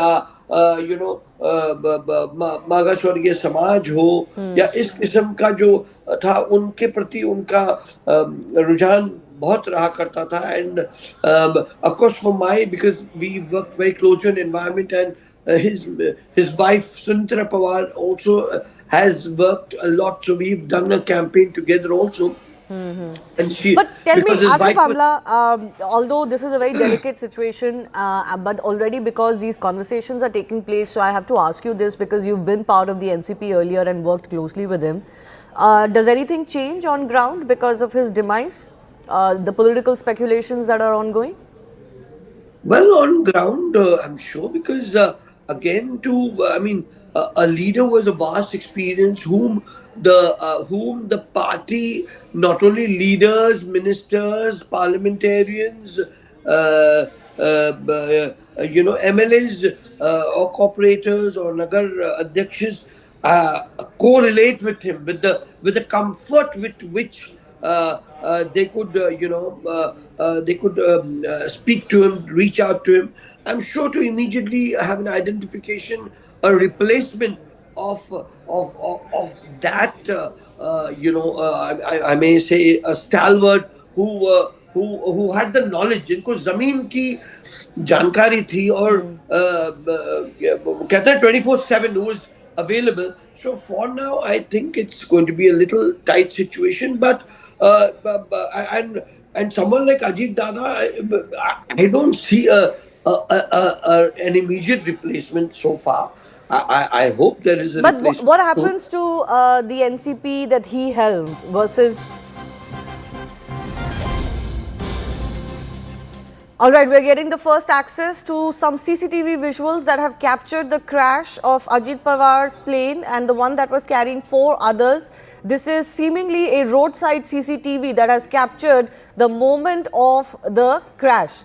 Of course, this happened in Baramati. The circumstances in which this aircraft crashed are now a subject of investigation. But you can see that large plume of fire and smoke that is the moment of the crash that has been caught on a nearby roadside CCTV. It has happened close to what looks like a highway. There is not just traffic on that highway, but also seemingly certain other establishments, possibly a petrol pump or something like that. Some shops that are also visible.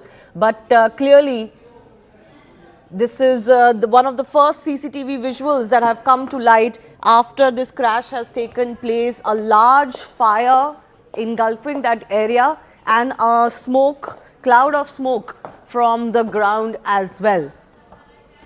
Let's just play this for our viewers on our big wall here as well. As you can see, the time captured on the CCTV is around 8:46 in the morning. Exact time, at least as far as this CCTV footage is concerned, 8:46. I don't know how accurate that is otherwise.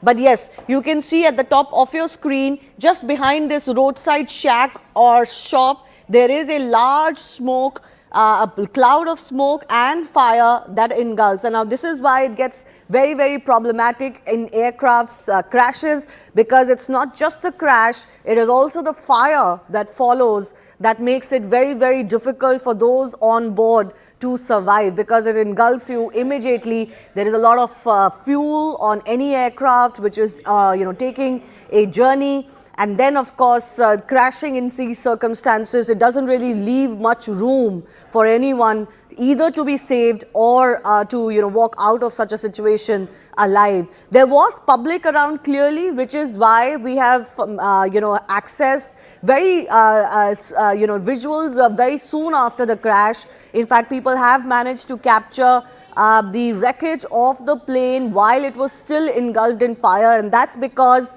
it wasn't too far from a major road, a highway of some sort, and also a lot of people nearby, which is why the moments right after the crash have also been captured. But this CCTV captures very prominently the moment of the crash, with the large fire engulfing the crashed aircraft and the plume of smoke as well. Now, what was the reason for this crash is going to be very, very important to watch out for, because this isn't the first of its kind. We've seen certain very tragic crashes take place, whether it's a light aircraft or a chopper, where several prominent personalities, especially politicians, have been lost in India. But Yesha continues to be with us. Yesha, this CCTV captures the moment of the crash. I'm not sure how much clues this CCTV footage would be able to give as far as investigators is concerned, but the moment of the crash and the aftermath being captured very clearly in this one. Absolutely, and like we've been speaking about, this was in fact a tabletop crash.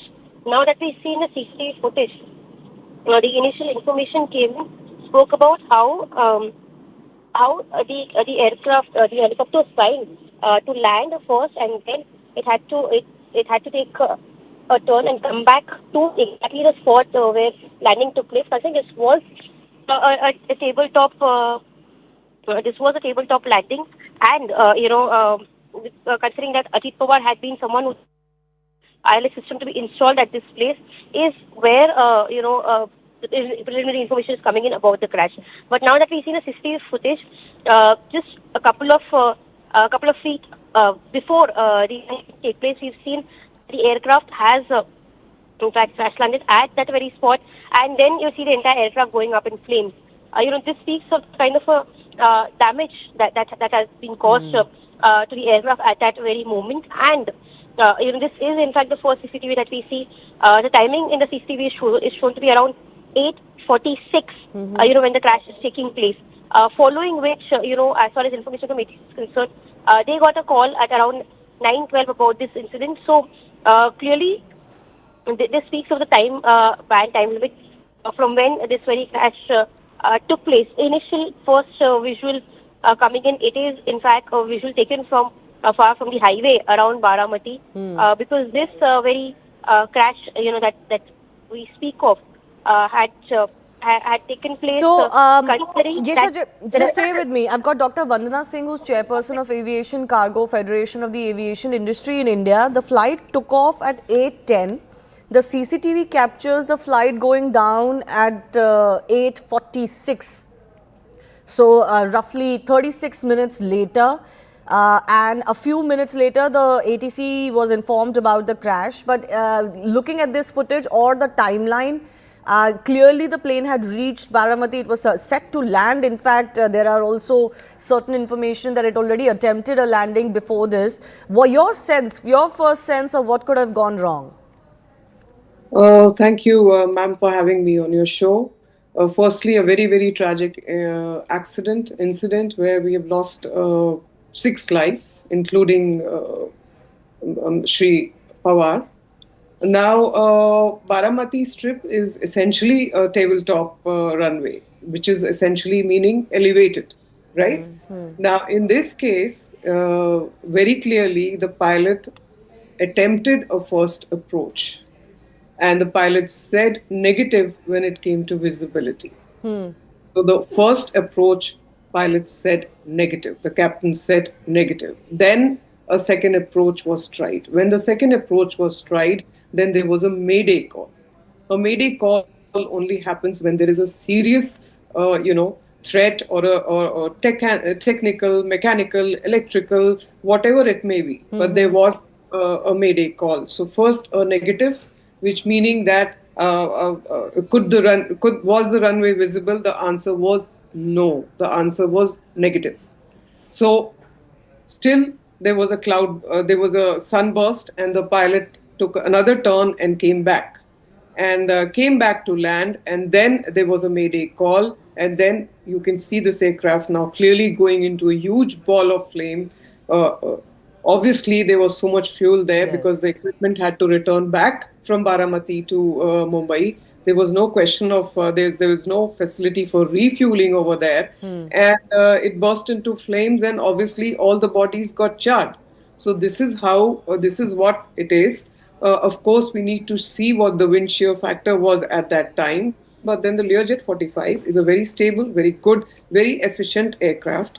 This had a life already of 15 or 16 years, if I'm not wrong, and has been known to be flying a lot of dignitaries, VIPs, all sorts of movements here. But unfortunately, all 6 lives gone on this second approach to this tabletop runway. Yes. Can I ask you, Dr. Vandana, can I ask you, if you look at the CCTV footage or you look at the footages that people have managed to shoot right in the aftermath of this crash, the visibility doesn't seem to be too bad. Otherwise, it would be quite obvious in this CCTV as well, if the visibility was so bad that a plane couldn't land. Your thoughts, because the visuals seem to be pretty clear. So is it visibility alone that could have been a factor?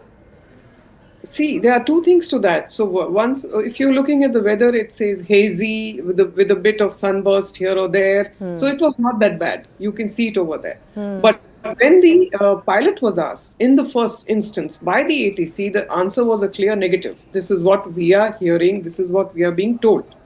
That there was a clear negative. Negative meaning negative to seeing the approach of the tabletop runway as such.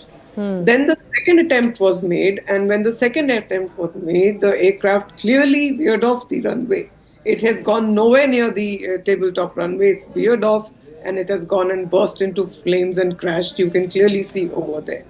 If that be the case, then obviously it is clear that this is A, visibility, B, wind shear, and C, if the Mayday call was made, then there was something definitely wrong when it comes to what the pilot was trying to communicate. Was it technical? Was it mechanical? Was it electrical?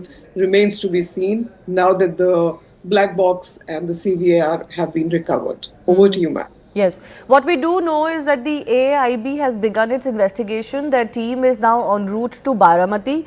But Varnaji, I do want to ask you one more thing. Are there any, apart from the tabletop runway, are there any other peculiarities or certain technicalities available or not available that could have also lent to this situation?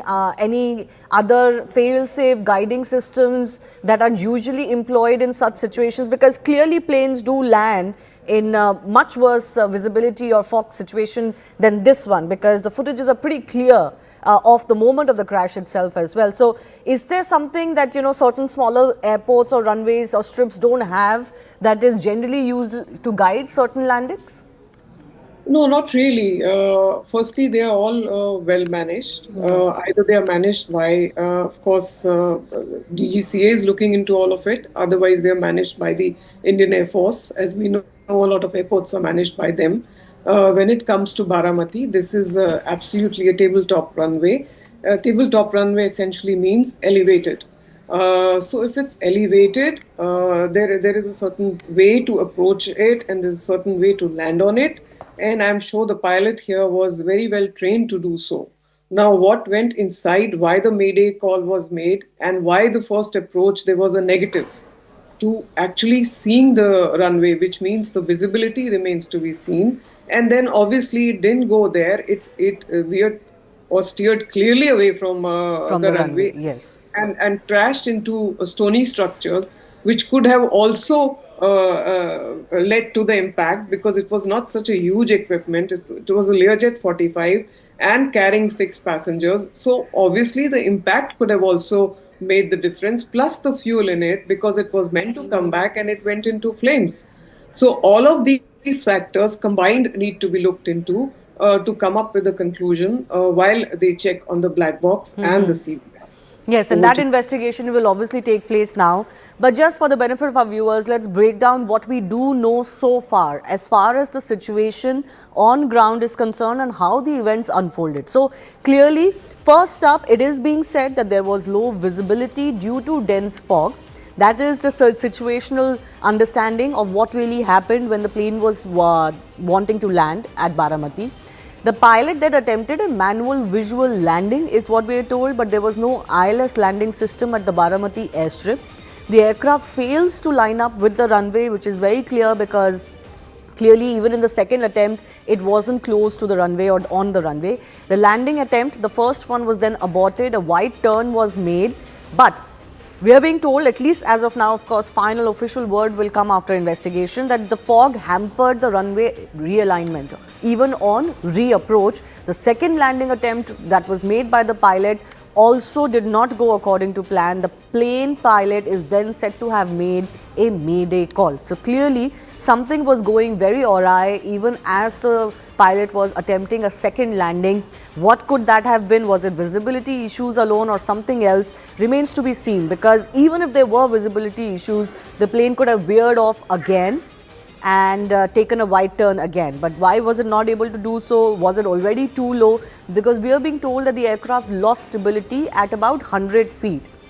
The plane then descended short of the runway, and then, of course, as the visuals behind me show, it completely split apart, broke into wreckage on impact as is expected, and was also immediately engulfed in flames. So, Dr. Vanna, I come back to you one more time before I go to our other guests as well.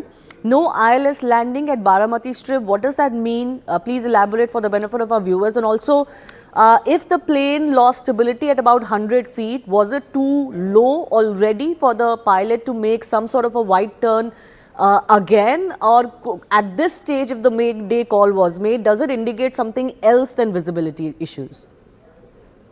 First of all, yes, it could indicate something more than the visibility issues. Let's go with the findings as well as they are coming step by step, like you just said. First thing is that on first approach, the pilot was clear on saying negative, meaning the visibility was not there, right? But the pilot did try with the second approach. This is very clear. And when it tried with the second approach, now just on 100 feet away, it's too low to really veer off or steer off or try to make a third attempt. That was not possible. Plus the Mayday call, meaning something went actually wrong inside, which the black box and the voice recorder CVR will reveal. And last but not the least, when you talk about instrument landing system, if it's not there, especially on a tabletop runway, so the pilot cannot be actually guided in a sort of a manual form to make a landing. That could be the difference. But in this case, there was no ILS. But even without ILS, the pilot could have managed. Now, my thoughts are going to why the Mayday call was made. Now, obviously, if the pilot could have managed a third attempt or would have taken off because it had enough fuel, the pilot would have done so. But something went wrong inside as well, other than the visibility. Okay. Over to you. Yes, thank you so much for breaking that down. Asif Bhamla, leader of the BJP, and Lokesh Jindal, political analyst, also continue to be with us. Yes, Lokesh, I'll come to you for your first thoughts on what has transpired. I would say it's a political earthquake. It's a huge tragedy for Maharashtra. If you talk about Ajit Pawar ji, he was a stalwart, a mass leader, a 7 times MLA, a parliamentarian, former minister. He was an institution. You talk about Western Maharashtra, right from the entire belt, even Marathwada. That was an area where Ajit Pawar ji was a political center. He was the one connecting the Zilla Parishads, the local Gram Sabha up till the Legislative Assembly, connecting the sugar cooperatives, the industries. He was the leader of the masses, accessible to all. In fact, this visit was also related to the local elections that were to be due in Baramati region. I would say it's a huge tragedy for entire Maharashtra. It leaves a political vacuum because such a leader of such a stature, such a legacy, such a form of a connect is not there in Maharashtra anymore.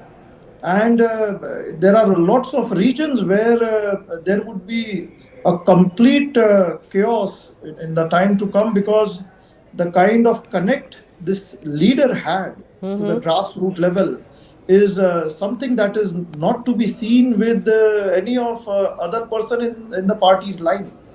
So it's a big loss for Maharashtra. It's a big loss, and there is indeed a huge political vacuum in the entire Western Maharashtra region.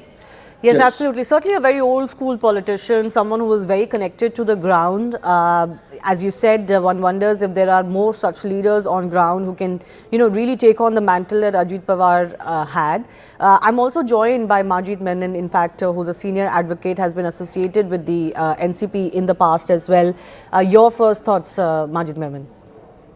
Well, this morning, this devastating news has shattered entire Maharashtra, or for that matter, even the entire country. We have received the prompt messages from the Prime Minister and all national leaders as well. This man was a very dynamic political leader, very rare, you see, of his type we are seeing these days.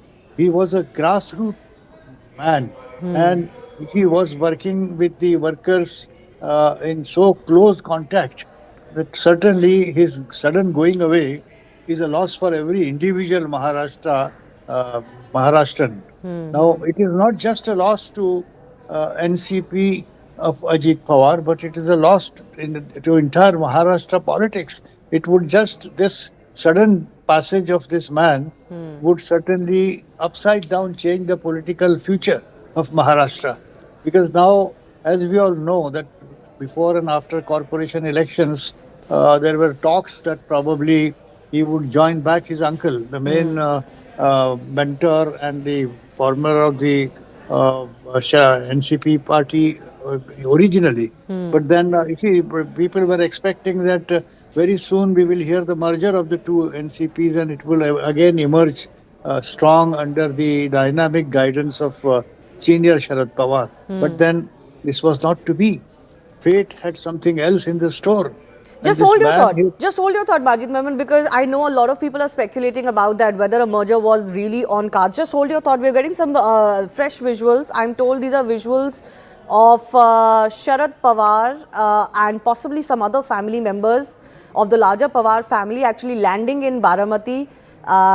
Again, a lot of police escorts, a lot of people there, given what has transpired in Baramati. But yes, Majid Memon, why do you think there was a merger on cards? Because, you know, it's not like Ajit Pawar had really said anything. It's not like, you know, the larger coalition of Mahayuti ever felt insecurity about it. Is this not just wishful thinking that was going on at one point of time? Majid Memon?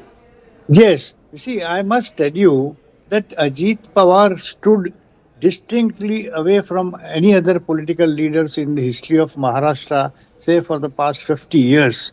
Of course, being a nephew of a giant, Sharad Pawar, but then he, in his own right, had built up such an impression among people and among the political circles that he was very dynamic, he was very prompt, he was very assertive, and he was very stubborn.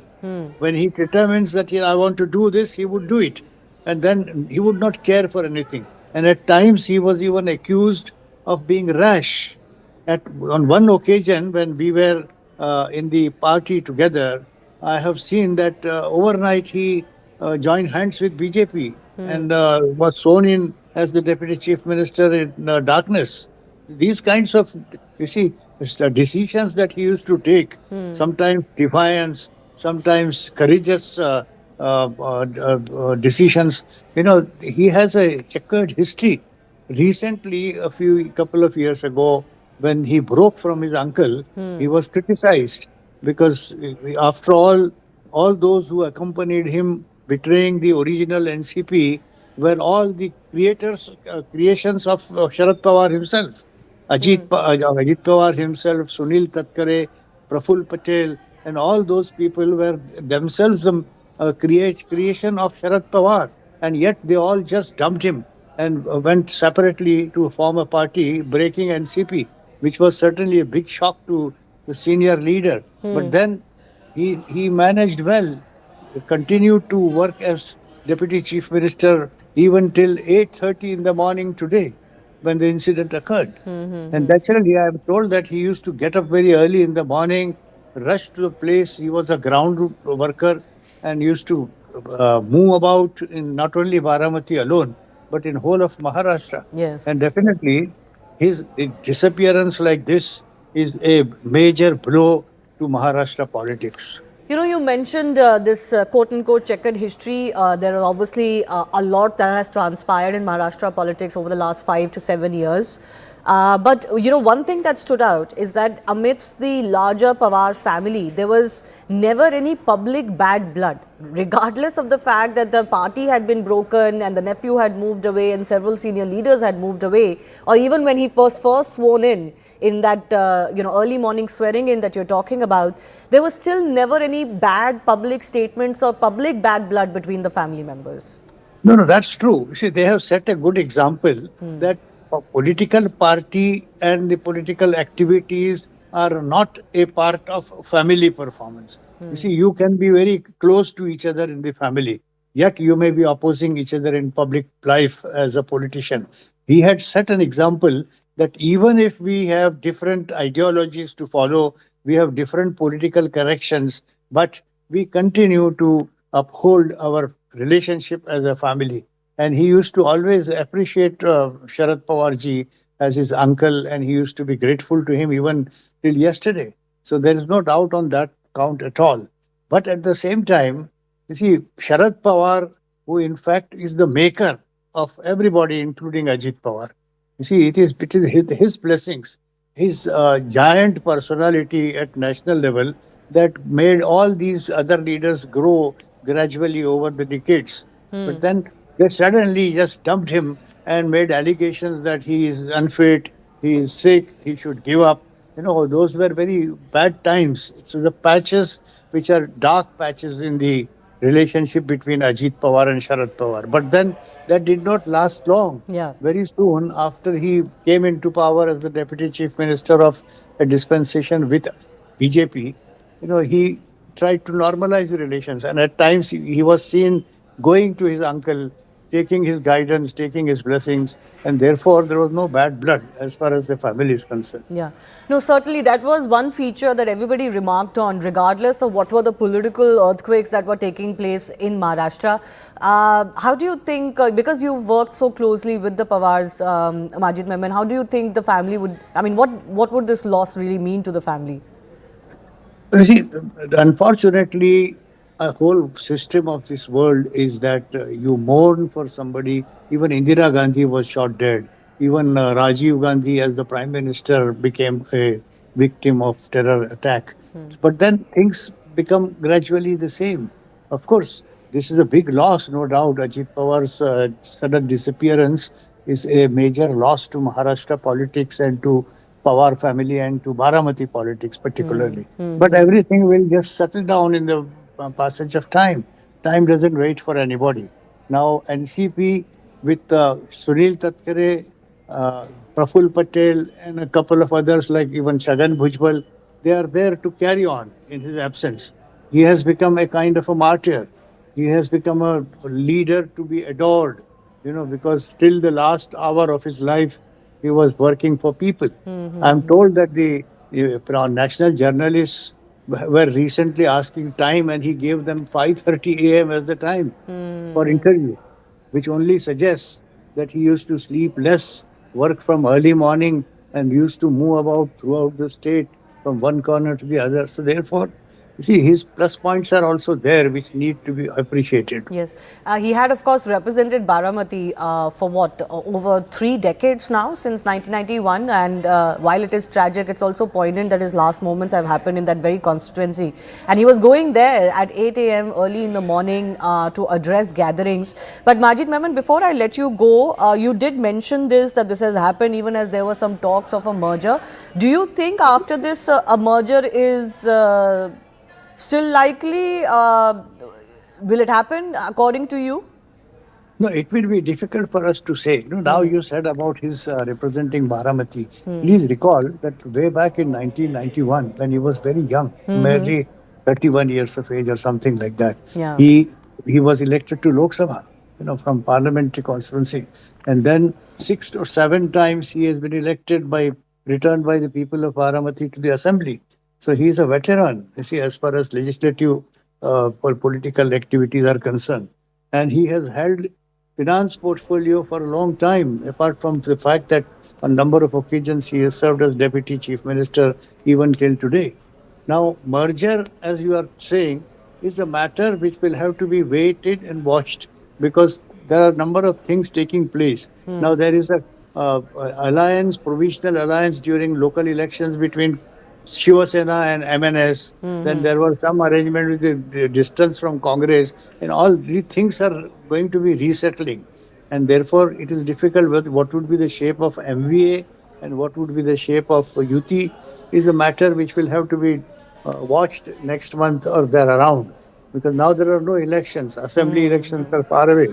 But political, level would soon be seen in a matter of couple of months. Sharad Pawar certainly will be the voice which would which would be decisive to see whether the broken portion of NCP be brought in back, or the two would move simultaneously. All right. Majid Memon, I do thank you for joining us. Someone who's been in the NCP earlier, senior advocate. Thanks a lot for joining us at this moment.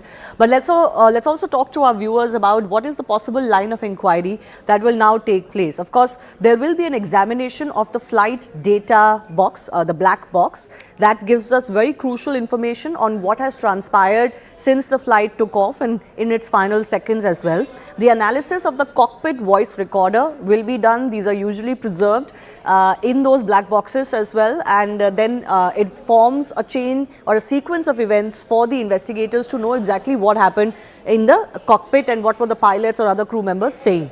There will be a review of the last communication that is made to the ATS as well by the pilots, including that mayday call that we do know was made when the second landing was being attempted. There will be a study of the wreckage distribution that gives you an idea what kind of an impact or crash it was. Possibly some other clues that can be found from the wreckage site as well. Already investigators are there in Baramati. A study of the topography or the weather conditions will be done, of course, to determine the final pieces of clue as far as this crash is concerned. Asif Bamla continues to be with us, another leader in Maharashtra politics who has worked very closely with the Pawars and with the NCP. Yes, Asif Bamla, we are learning that Sharad Pawar and the members of the larger Pawar family are all one by one descending in Baramati, and we are getting these visuals from Baramati, for example. Since the news of the crash broke out and at that local hospital, there's been a huge crowd of people with tears in their eyes collecting there. Of course there would be. I mean, there would be a huge number, and I'm sure many more, because the entire Maharashtra, in fact, because NCP had, of course, a footprint at a national level also. But if you ask me, in Maharashtra, it was practically all the cities, all the states, सारे कार्यकर्ता जो है, be from any party. देखिए क्या होता है. Being in power, not being in power, they're two different issues. But when you are in a position, when you have been a minister for so many over the years, when you have been a deputy chief minister for so many terms, so every party interaction happens, at all levels. So I'm sure there is a sizable number of his fan following, people who really कईयों के उन्होंने काम अंजाम दिए होंगे, तो कई सारे लोग आज जरूर वहाँ पहुंचेंगे और पहुंचना भी चाहिए, मुझे लग रहा है. इनफैक्ट मुंबई से भी काफी सारे लोग गए, Delhi, because I'm sure a lot of people have already reached to Baramati also. So it's going to be a sea of people that the state and the country will be seeing by the evening during the cremation, and it's definitely going to be a breakdown moment for the state. It's going to be a breakdown moment for everybody. I was hearing the statements by Devendra Fadnavis, whom he shared a fabulous repartee with, because I knew Devendra ji held him in the highest regards, and I mean, apart from politics, even when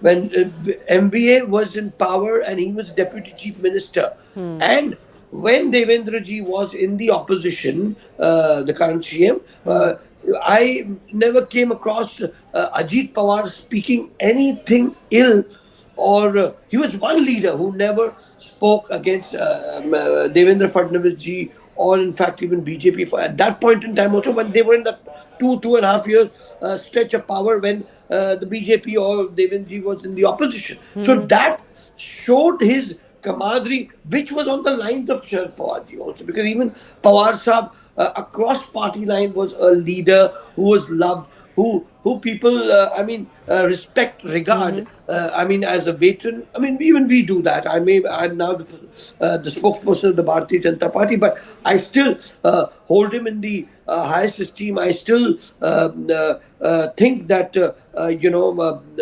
because when I was, as I earlier mentioned also, I fought an election of an MLA from the NCP. I fought a corporator election also earlier. But any given point of time, he was one leader who could be available for any and everybody. Yeah. He would address. There used to be regular Janta Darbars. But now I think the sugar cooperative industry people, the Gram Panchayat people, the Zilla Parishad people, I'm sure it's going to be a very, because the Western Maharashtra per se had a huge presence, had a huge likeness. See, results may come here and there. He may have won few, he must have lost few, but but the likeness for him, because the attachment for him as a leader, सभी उनको दादा बुलाते हैं. दादा means not a दादा kind of a thing. दादा बड़े बुजुर्गों को कहा जाता है, बड़े आदर से नाम लिया जाता है उन लोगों का जिनका एक मकाम होता है महाराष्ट्र में. ये परंपरा महाराष्ट्र की रही है. I have seen that across party, be it in the Congress and be it in any party. I was going through the Twitters of the condolence messages, practically right from the Prime Minister to every leader has expressed the condolences, and I in my fullest do express the condolences to the NCP, to the entire Pawar fraternity, and I'm sure we will definitely miss Dada for sure. Yeah. Asif Babla, I do thank you for joining us, with your condolence messages and your memories of Ajit Pawar as well. Let's listen to some more reactions that have come in.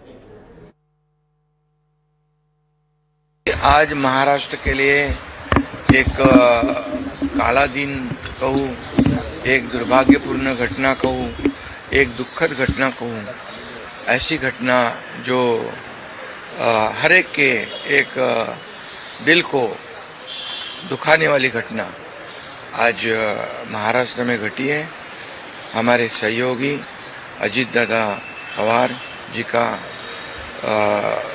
Plane accident में दुर्दैवी मृत्यु हुई है.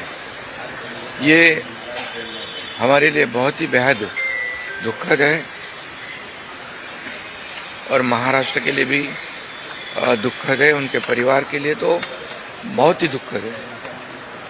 और अजीत दादा एक स्पष्ट वक्ता के रूप में जाने जाते थे.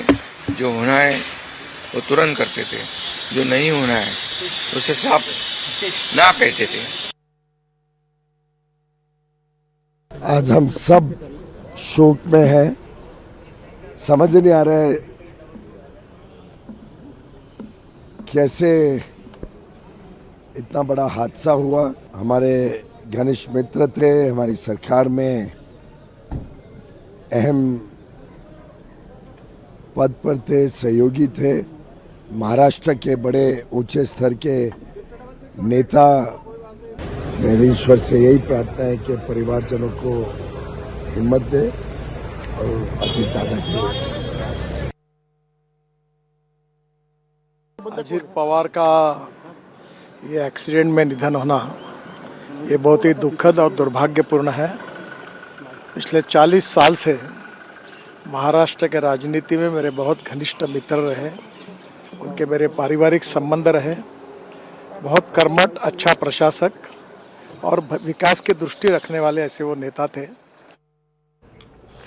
BJP MP Ujjwal Nikam is also joining us on the show. Ujjwal Nikam, thanks a lot for your time. Your first thoughts, your condolences on this occasion, and also would you like to share some moments that you may have shared with Ajit Pawar?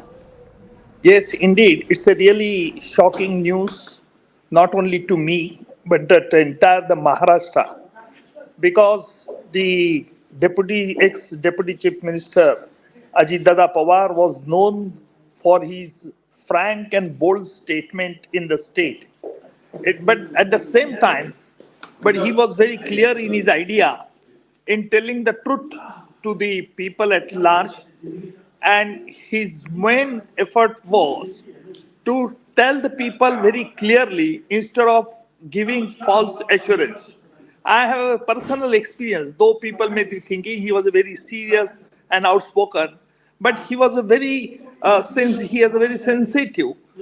When I met in one accident while coming from Pune to Mumbai, after conducting case at the night times, there was a big road accident and my car was heavily damaged. Immediately, Ajit Dada called me in that night time and he asked me, Ujjwalji, whether are you seriously injured? I said, no, Dada, you don't worry about me. Then immediately he asked whether there is a foul game played by any criminal against you. I told Dada, ki no, Dada, I am absolutely all right. Now, you see how the destiny is. Sunetra Vainiji is my also the Rajya Sabha member. She's sitting next to me. I have no words to give the condolence to her, but I'm very confident and candid that she will come out of this grief. I pay wholeheartedly homage to their family, and I pray to the God to keep his soul in eternal peace. You know, in Baramati, a constituency that he has represented for so long, for 30 plus years, so this accident has taken place right there, what can be termed as his karma bhumi as well.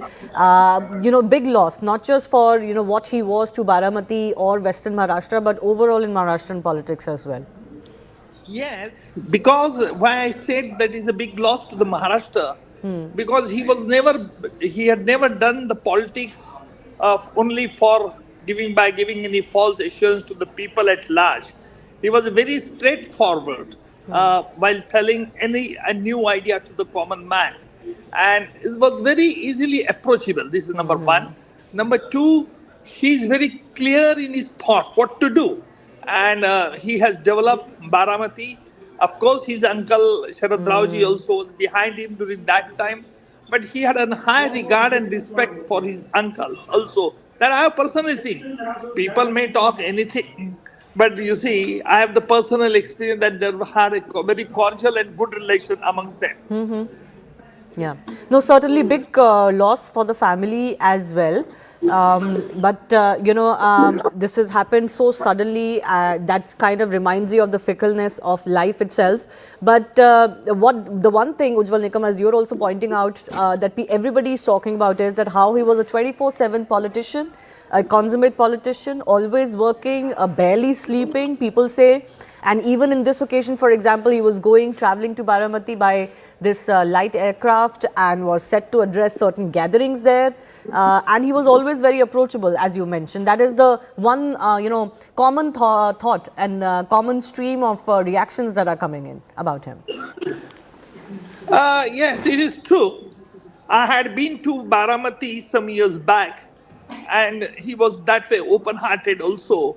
He had shown me his uncle's library as well as the museum which he has made, and with all the pride. You see, I like this because you see, even there were some political differences between senior Pawar Sahib and Ajit Dada, but even then, so far as the family matters, he never has shown any such dispute among their family. That is a greatness in his mind also. But I'm leery, I have no words to give any condolence to the Bhabi, Sunitra Bhabi. She had also visited, though she belonged to, she had visited also here the many functions, attended many functions. And though I was a BJP president nominated member of the Rajya Sabha, but she's very she has very interest in participating in all those parliament postings, especially Rajya Sabha proceeding. Ujjwal Nikam, because a lot of people are already talking about it, I do want to take your reaction. I know this is a very, possibly not the best time, but I have to ask you this since I have you. Do you think Ajit Pawar's demise could force any rethink as far as the two factions of the NCP is concerned? See, that I can't forecast at the juncture, and it's not also good to ask such question or to reply such question at this moment, because I'm in the morning when I got the news, I was really shocked, and so I can't tell about all these things. But God give the strength to their family to come out of the. Thank you very much. Thank you so much, Ujjwal Nikam, for joining us. Certainly, all thoughts and prayers are going to the family right now. Speaking of the family, we are getting a lot of visuals or updates that a lot of the family members are now collecting in Baramati. Some of those visuals are on your screen. And a lot of supporters, of course, because here this was you know, constituency that was nurtured by the Pawars, Sharad Pawar and Ajit Pawar both. There is, of course, a lot of influence that they had in this constituency and goodwill that they enjoyed in this constituency. So certainly there will be an outpouring of grief that has taken on what has transpired. We're also getting some updates coming in. Top government sources are informing CNN News 18 that the initial probe into the plane crash suggests that it happened due to fog. Initial reports suggest the pilot, due to fog, preempted the runway and lost control. This is an MIDC operated strip, and ATC is also manned by private company. Due to continuous fog in this area, even Western Navy Command helicopters are not flying for the last few days. Yesha, my colleague, continues to get us more and is tracking more as far as what's happening on ground as well. So, Yesha, initial probes, leading us to believe that it is indeed fog, weather conditions, visibility issues that have led to this crash. Absolutely. In fact, the initial information that came in pertaining to this very crash spoke about how there was fog, and which is why the pilot in this case could not really get a landing. He had to take a maneuver and come back again at final landing. In fact, pertinent to note is the fact that ILS system at Baramati airport was something that's been spoken about for quite some time. Now that we speak of, the closest airport to Baramati is the Pune airport, from which only specific helicopters, personal charters, get a landing at Baramati. With the kind of technological advancement, also the industrial advancement that Baramati has seen, it had become imperative, and this was something that Ajit Pawar had been time and again speaking about. When you speak of the weather conditions in and around Pune and at Baramati, what was also important at this very point was that there was fog early in the morning, and that was the reason the pilot could not really gauge the landing at that very spot. It was a tabletop landing that we speak of, and as a result of which, considering that the pilot had to manually understand and gauge the entire tabletop, was where the preliminary information suggests is where the helicopter lost control around 100 feet above the ground, and that's where we see that the CCTV also sees that it was in fact a crash landing, and as soon as the helicopter crash landed, it went up in flames. What the preliminary information also suggests is that when the helicopter was landing, Ajit Pawar was thrown off the helicopter, and as a result of it, his body was found a couple of feet away from the crash site, and identification happened on the basis of his pink jacket. When we speak of this, Ajit Pawar was fondly in several messages known for his pink jacket. People in political discourses, political language, would often refer to the politician wearing pink jacket, and this was something that Ajit Pawar was seen wearing even today. So the identification took place on the basis of pink jacket and the watch that he was wearing. In fact, yes, now that we speak of, several key leaders, several political leaders from across Maharashtra have already headed to Baramati. The family is on its way to Baramati. What we hear, preliminary information coming in, is that most of these leaders have taken a flight to Pune, and from Pune they'll be taking a helicopter to Baramati. So yes, for the next couple of days, Baramati will see all the key political leaders being present there, and rightly so, because people would gather to pay tributes to the beloved leader, Dada, as he was known. And particularly so, Baramati was the place where his heart was. Baramati was a place that he in fact ensured that was in fact molded with his blood and sweat, that we can in fact really speak of, because two people that Baramati would always respect was Sharad Pawar and Ajit Pawar. Sharad Pawar they would credit for bringing Baramati to that stature, and Ajit Pawar for maintaining and helping Baramati grow, because clearly Baramati from a small town to village had grown into an industrial hub, and that's why for people of Baramati, Ajit Pawar was always Dada, the elder brother that they respect. That we've been speaking about, of course, in several interviews, several discourses, when Ajit Pawar had spoken, in fact when he'd exclusively spoken to us also, about the rift in the family. Some of this rift was not clearly put out in open, apart from the fact that in the Lok Sabha, Supriya Sule had contested against Zilla Parishad, but apart from that, this very rift, or for that matter, the problem in the family was never put out in open, despite the Pawar versus Pawar family drama that we saw playing out. He was always someone who respected and ensured that this very that the family's respect was always played out, and that is clearly what Ajit Pawar had always spoken about, because for the entire Pawar family, it was always about putting Baramatikars and their comfort over everyone else. And which is where today, this morning, Ajit Pawar was headed to Baramati after, completing a round of meetings with people right from 6 a.m. in the morning. And that's why he was headed to Baramati for the elections that were due on February 4th. He was in fact heading to address a gathering there. And, for people who've always been close to Ajit Pawar, they all remember how Ajit Pawar would be an early riser, Yes. and by 6 a.m. he'd already be hitting the ground, trying to interact with people. In fact, what we also remember was that ahead of the elections, whenever his campaigning would take place, Ajit Pawar would have his interviews lined up from 4 a.m. in the morning. 5 a.m. he'd be speaking to reporters. 6 a.m. he'd already be hitting the field, addressing his campaigns, addressing people. And whoever would come, to speak to Ajit Pawar, would bring his query to Ajit Pawar, it would always be resolved. Though he was known to be a person who was a straightforward person, a matter-of-fact person, he'd ensure that there's absolutely, if a person speaks to him, he would have no words minced, absolutely no sugarcoating done.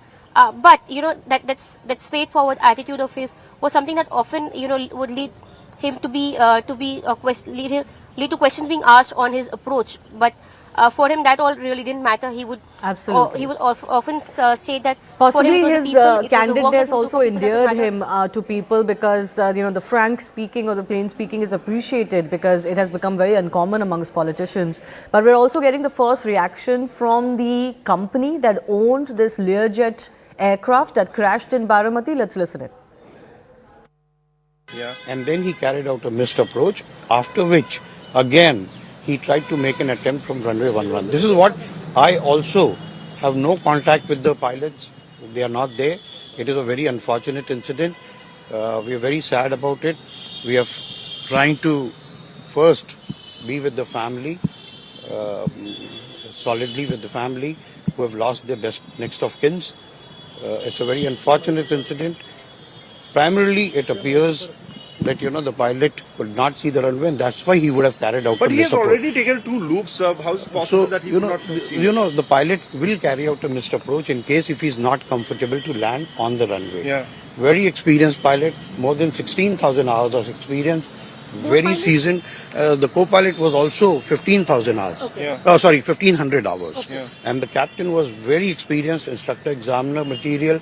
He was with Sahara, he was with Jet Light, he was with Jet Airways, and he was very experienced on this type of aeroplane also. But the distance was almost more than 6 kilometers from the runway. Do you think it's possible that he could not have seen it, or there could have been any technical scan? I really don't know because I was not there. Because we are talking about the flight data report. I'm only talking of the information that I have got from the eyewitnesses. When was the last security check done on the aircraft? The aircraft was very well maintained. There was absolutely no problem in the aircraft. There was no technical failure in the aircraft. And as far as we know. 2023 के incident की reference दी जा रही है कि 2023 में भी ऐसी एक हादसा हुई थी. उसमें भी आप लोगों ने शायद लो विजिबिलिटी की बात उठाई थी. अगर आप उसमें मैम 2023 में जो हुआ था वो बॉम्बे एयरपोर्ट पे हुआ था और उसमें भी बारिश हो रही थी, लो विजिबिलिटी थी and the pilot after touchdown skidded off the runway. So that was the incident. अभी फिलहाल सर जो आप लोगों से डिटेल्स मांगी जा रही हैं उसके रिगार्डिंग क्या अपडेट है पूरा? मैं देखिए AIB की इन्फॉर्मेशन मैं ना आपको दे सकता हूँ ना मुझे कुछ मालूम है. The DGCA is doing the work. So please give us some time to handle first the families who have lost their lives, handle the DGCA, and then we'll get back. Sir, how many Learjet 45s do you have? We have 7. And will you ground them for now? I don't know. Why should I ground them? All right, so government officials over there ruling out certain factors. One, of course, being the pilot, the training that the pilot had received. This is what the government officials are maintaining, that the pilot was highly trained. And as of now, they are not willing to reveal any information coming in from the DGCA. Equally importantly, on the top of the left side of your screen, you can see Sharad Pawar arriving in Baramati. It is the entire family currently in a state of utter shock and grief. This as they arrive, and you can see Sharad Pawar has arrived in a chopper in Baramati. Latest visuals coming in from Baramati. This is now going to be a place where the entire family is going to be flocking. Important to also remind you that at the time of the crash, Ajit Pawar's wife, Sunetra Pawar, and his son, Parth Pawar, were very much in the national capital when the tragic news reached them. And what we are being told is, as was Sharad Pawar's daughter, Supriya Sule, also in the national capital. They should be in Baramati any time from now, but the aviation body has, as of now, ruled out any foul play. They're in fact awaiting any kind of report coming in from the DGCA. More importantly, they're saying that there was no possibility of a mechanical failure involved in the aircraft because the aircraft was well surfaced, it was also well maintained. VSR operated Ajit Pawar's plane, as we all know.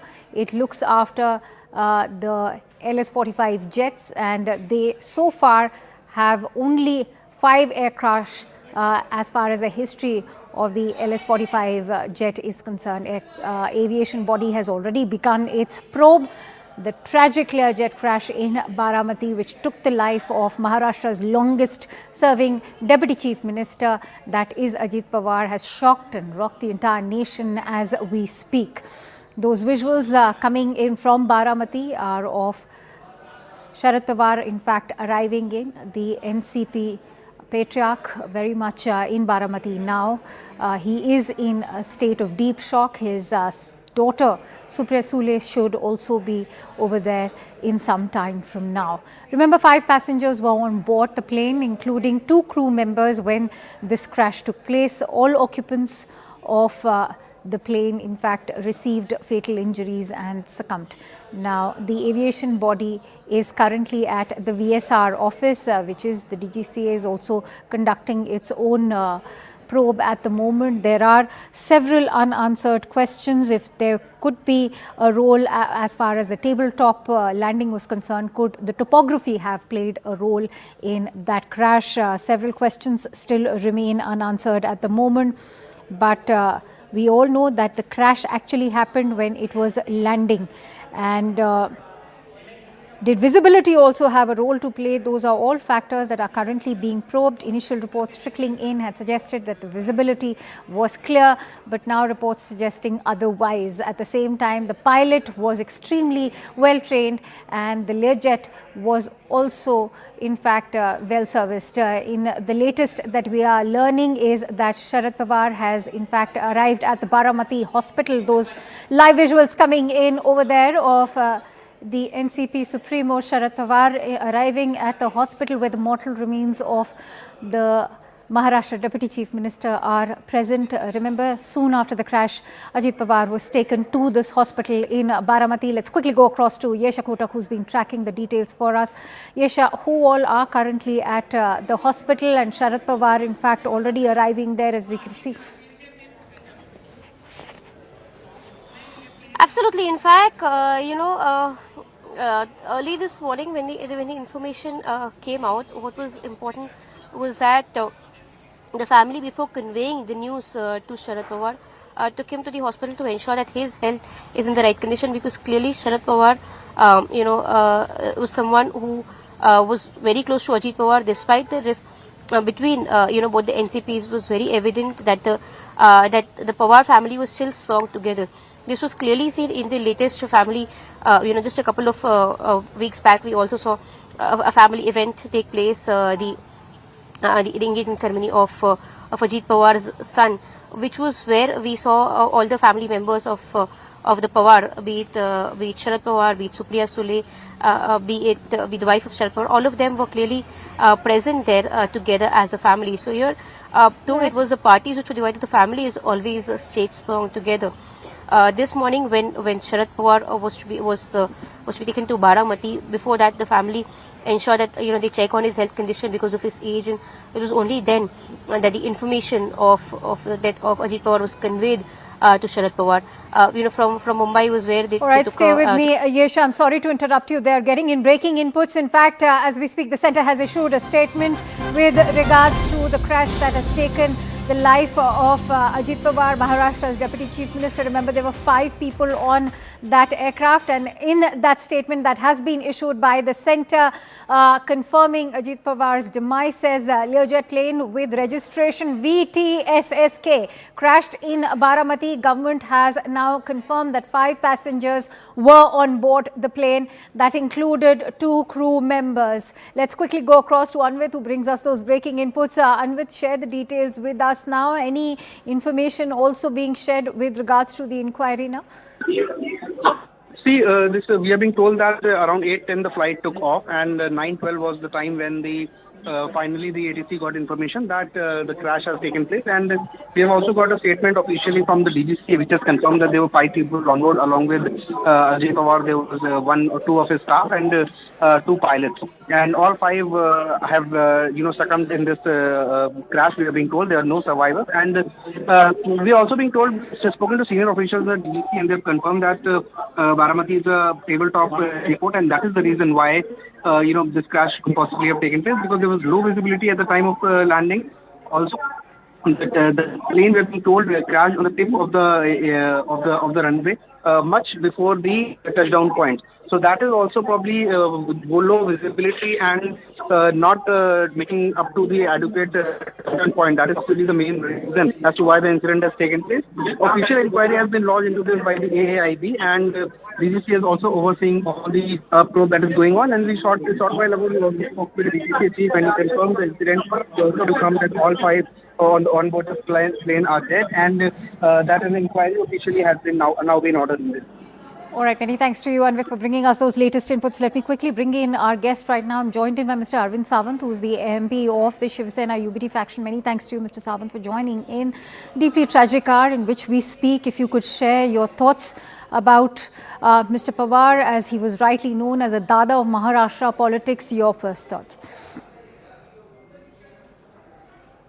You have rightly said it that he was the Dada. It's a really shocking, devastating, The heart is burning right now. I don't know how it has happened, but then it's shocking. As it is, I was MLC in 1996, then I was knowing him. And somehow, when Honorable Uddhavji Thackeray became the Chief Minister, he was the Finance Minister. And then naturally we came closer a little bit, had a dialogue in a conversation also. And then the way he used to work, I have seen him, I admired him. He was very much bold, tough. He was very tough, bold, and transparent too. If he says yes, he'll do. If he says, sir, it's not possible, then you go to him, it's not possible at all. But he was so helpful and magnanimous. As far as any party, a man from any party approaches him, he never is to politicize the issue. The issue is important, and he is to assist the people, help the people, as and when he is in a position to help them. And then it's really, I know words to say that of late there was a dispute going on between the ruling parties, within the ruling parties itself, in a coalition. While addressing in Pimpri Chinchwad, while giving the press conference group, he said the BJP has such a huge hunger like a demon, and that the party at that place is most corrupt party in the ruling at People Chinchwad. And that dispute was going on continuously. Somehow he was. So, Mr. Sawant, we will touch upon the future of the NCP Ajit Pawar faction also in just a bit, but right now important to also remember him for the charismatic politician that he was. You mentioned his grassroots connect. You also spoke about some virtues he had, which was his honesty, the strength of his character, the transparency for which he was known. In fact, from the crash site itself, when the visuals came, the kind of wailing we heard in the background, that goes on to, in fact, only highlight the kind of shock that the people of Baramati and the entire nation are currently confronted with. What is it that made him such a grassroots politician? He groomed under the guidance of Honorable Sharad Pawar. And the development which has taken place in Baramati, he has got, his contribution is very high over there. And the way he was connected directly to the common man. I used to take a challenge. I know he was taking challenges. Come in, let anybody come. He used to lead by is to get a lead of 1 lakh votes lead generally in the assembly election. That sort of thing, that sort of a character he was. And he was so popular among the people in Baramati. In fact, he was much popular in Maharashtra too. I mean, particularly Western Maharashtra, he was very much popular. Take a moment to also reflect on what this shock is going to be for the Pawar family. In fact, in the latest that's coming it's like, Right. Mr. Sharad Pawar has already arrived at the Baramati hospital. Do you think it is the time when Mr. Sharad Pawar will now take Parth under his wings? Sky is fallen on the Pawar family. The Pawar clan is such that the bondings are very different than any other bonding. Family bondings are there. Even if they were in different parties, but on occasions they used to come together. Let it be celebration or let it be some marriage, whatever it may be, or something wrong with them, but they come together. That's just the Pawar clan is altogether different in Maharashtra. They have set an example how to remain a family, to remain united. After they were coming again back closer to Sharad Pawar. They decided to share the seats in the Zilla Parishad election also. And I think now only the alternative with them is that the Honorable Sharad Pawar Sahab is there to guide them. And then the party may go back. I don't know what political, as far as this is exactly what I was about to come to. You know, when you said that, there is perhaps going to be, there was a lot of chatter about Ajit Pawar going back to his uncle. What do you see now for the NCPs, both the NCPs now? Is this going to be also the moment which will perhaps reunite the family, even politically, even though, as you rightly highlighted, that politically they may not have been united, but whenever it came to as a family, they have been close-knit? Unite the family, it will unite the party also. But then I cannot guarantee about the members of the party. Okay. I know, these are the emotional period. Sentiments are very high right now.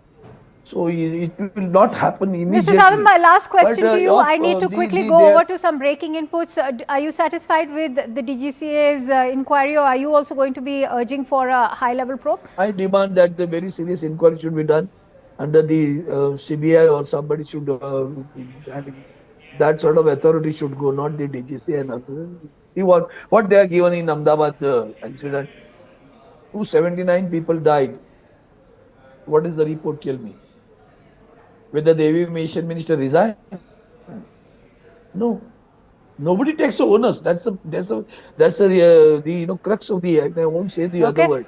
Okay. Perhaps we'll have to leave it now for the opposition to demand that as well. But many thanks to you, Mr. Sawant, for joining in this hour of grief for the entire nation. It's a very dark day today. We've lost, in fact, a very stalwart of a politician today, and the Deputy Chief Minister of Maharashtra. Going to quickly go across to some breaking inputs coming in. Sequence of event, in fact, leading to the accident. In fact, what we are also being told is Baramati is an uncontrolled airfield, and the traffic information is in fact provided by the instructors to the pilot from the flying training organizations at Baramati. As per the statement of the person manning the ATC, there is a follow-up of the sequence of events that has been accessed by us here at CNN News 18. So what we can tell you is today itself, on 28th, the aircraft VT-SSK first came in contact with Baramati at around 8:18 a.m. to be sharply precise. Now, the aircraft's next call was made at 30 nm inbound to Baramati, and they were released by Pune approach. They were advised to descend in visual meteorological conditions at pilot's discretion. Next, the aircraft reported on the final approach of runway 11, and the runway was not in sight to them, which clearly indicates there was poor visibility. Now, they initiated a go-around in the first approach. After the go-around, the aircraft was asked about its position, and crew reported on final approach of runway 11. Now, this is a very crucial point over here, which should be studied very carefully, that the crew responded and reported on the final approach, which was the second approach that they had to make because of low visibility. They were asked to report runway in sight. They replied, runway is currently not in sight. Will call when runway is in sight. Again, an indication that there was poor visibility. After a few seconds, they reported that the runway is in sight. The aircraft was cleared to finally land on the runway at 8:43 a.m. However, they did not give a read back of the landing clearance. Next, the ATC saw the flames around the threshold of runway 11 at 8:44 IST. So as you can see, there was in fact a clearance that was given at 8:43 a.m. and at 8:44 IST is when that the ATC discovered there were flames around the threshold when there was roughly 4 minutes of silence. Let's quickly go across to Yesha Kotak, who's going to shed more light on these details that have been accessed by us at CNN News 18. So Yesha, clearly what's now been established from the ATC, the word that we are getting in is that firstly, the Mayday call was made after the second approach. Secondly, there was only a difference of 1 minute between 8:43 and 8:44 a.m. IST that the ATC was able to establish the fact that the crash has actually happened, but in fact they were getting no response for quite a few minutes. Absolutely. In fact, these details come in. We've in fact gotten the information that there was clearly a fog, as a result of which the pilot could not attempt the first landing. He had to maneuver and then come back. The CCTV footage that we see show at 8:45 shows that the plane has crashed at the location close to Baramati. So amidst all of this, clearly the information that comes in from our sources indicate that there was a Mayday call that was made at 8:43. This was, in fact, it could be assumed that the second time when the pilot was attempting sorry to interrupt landing. you there. In fact, I must inform our viewers as we speak. Finally, the wife of the late Ajit Pawar has arrived. Sunetra Pawar, in fact, being greeted over there in a very tragic hour for the entire Pawar Parivar over there. As you can see, Sunetra Pawar has finally arrived. She was in the national capital when the tragic news of her husband's demise arrived, and she was accompanied by her son Parth Pawar, and they both have in fact arrived in Baramati. What it appears to be is in fact the hospital is what we're being told, and Sharad Pawar just minutes ago has already arrived at the hospital in Baramati, where the mortal remains of Ajit Pawar still are present. And Sunetra Pawar finally in Baramati. She was in the national capital, as was Sharad Pawar's daughter and the cousin of Ajit Pawar, Supriya Sule. They all rushed to Baramati soon after the news was broken to them. What we are also being told is that Sunetra Pawar is accompanied by their son Parth Pawar at the moment. Latest visuals over there. She's of course inconsolable and grieving, in a state of shock.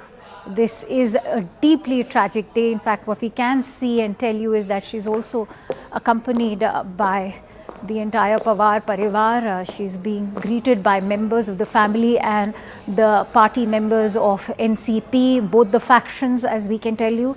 But she's inconsolable and in a state of deep shock. We all know that this was not expected to happen at all. The police presence also there, tight security. In fact, several media personnel also trying to flank the family. But Sunetra Pawar, as you can see, is extremely, deeply inconsolable. It's a state of deep shock. And we are also being told is that Supriya Sule, all right, in those visuals, what it appears to be is Supriya Sule also. And let me quickly go across to Aman, who's also joining us live from the newsroom. Aman, if you can also share your thoughts. This is indeed a moment of deep grief for the entire Pawar Parivar. But as many are saying that the family stands tall in this hour of grief.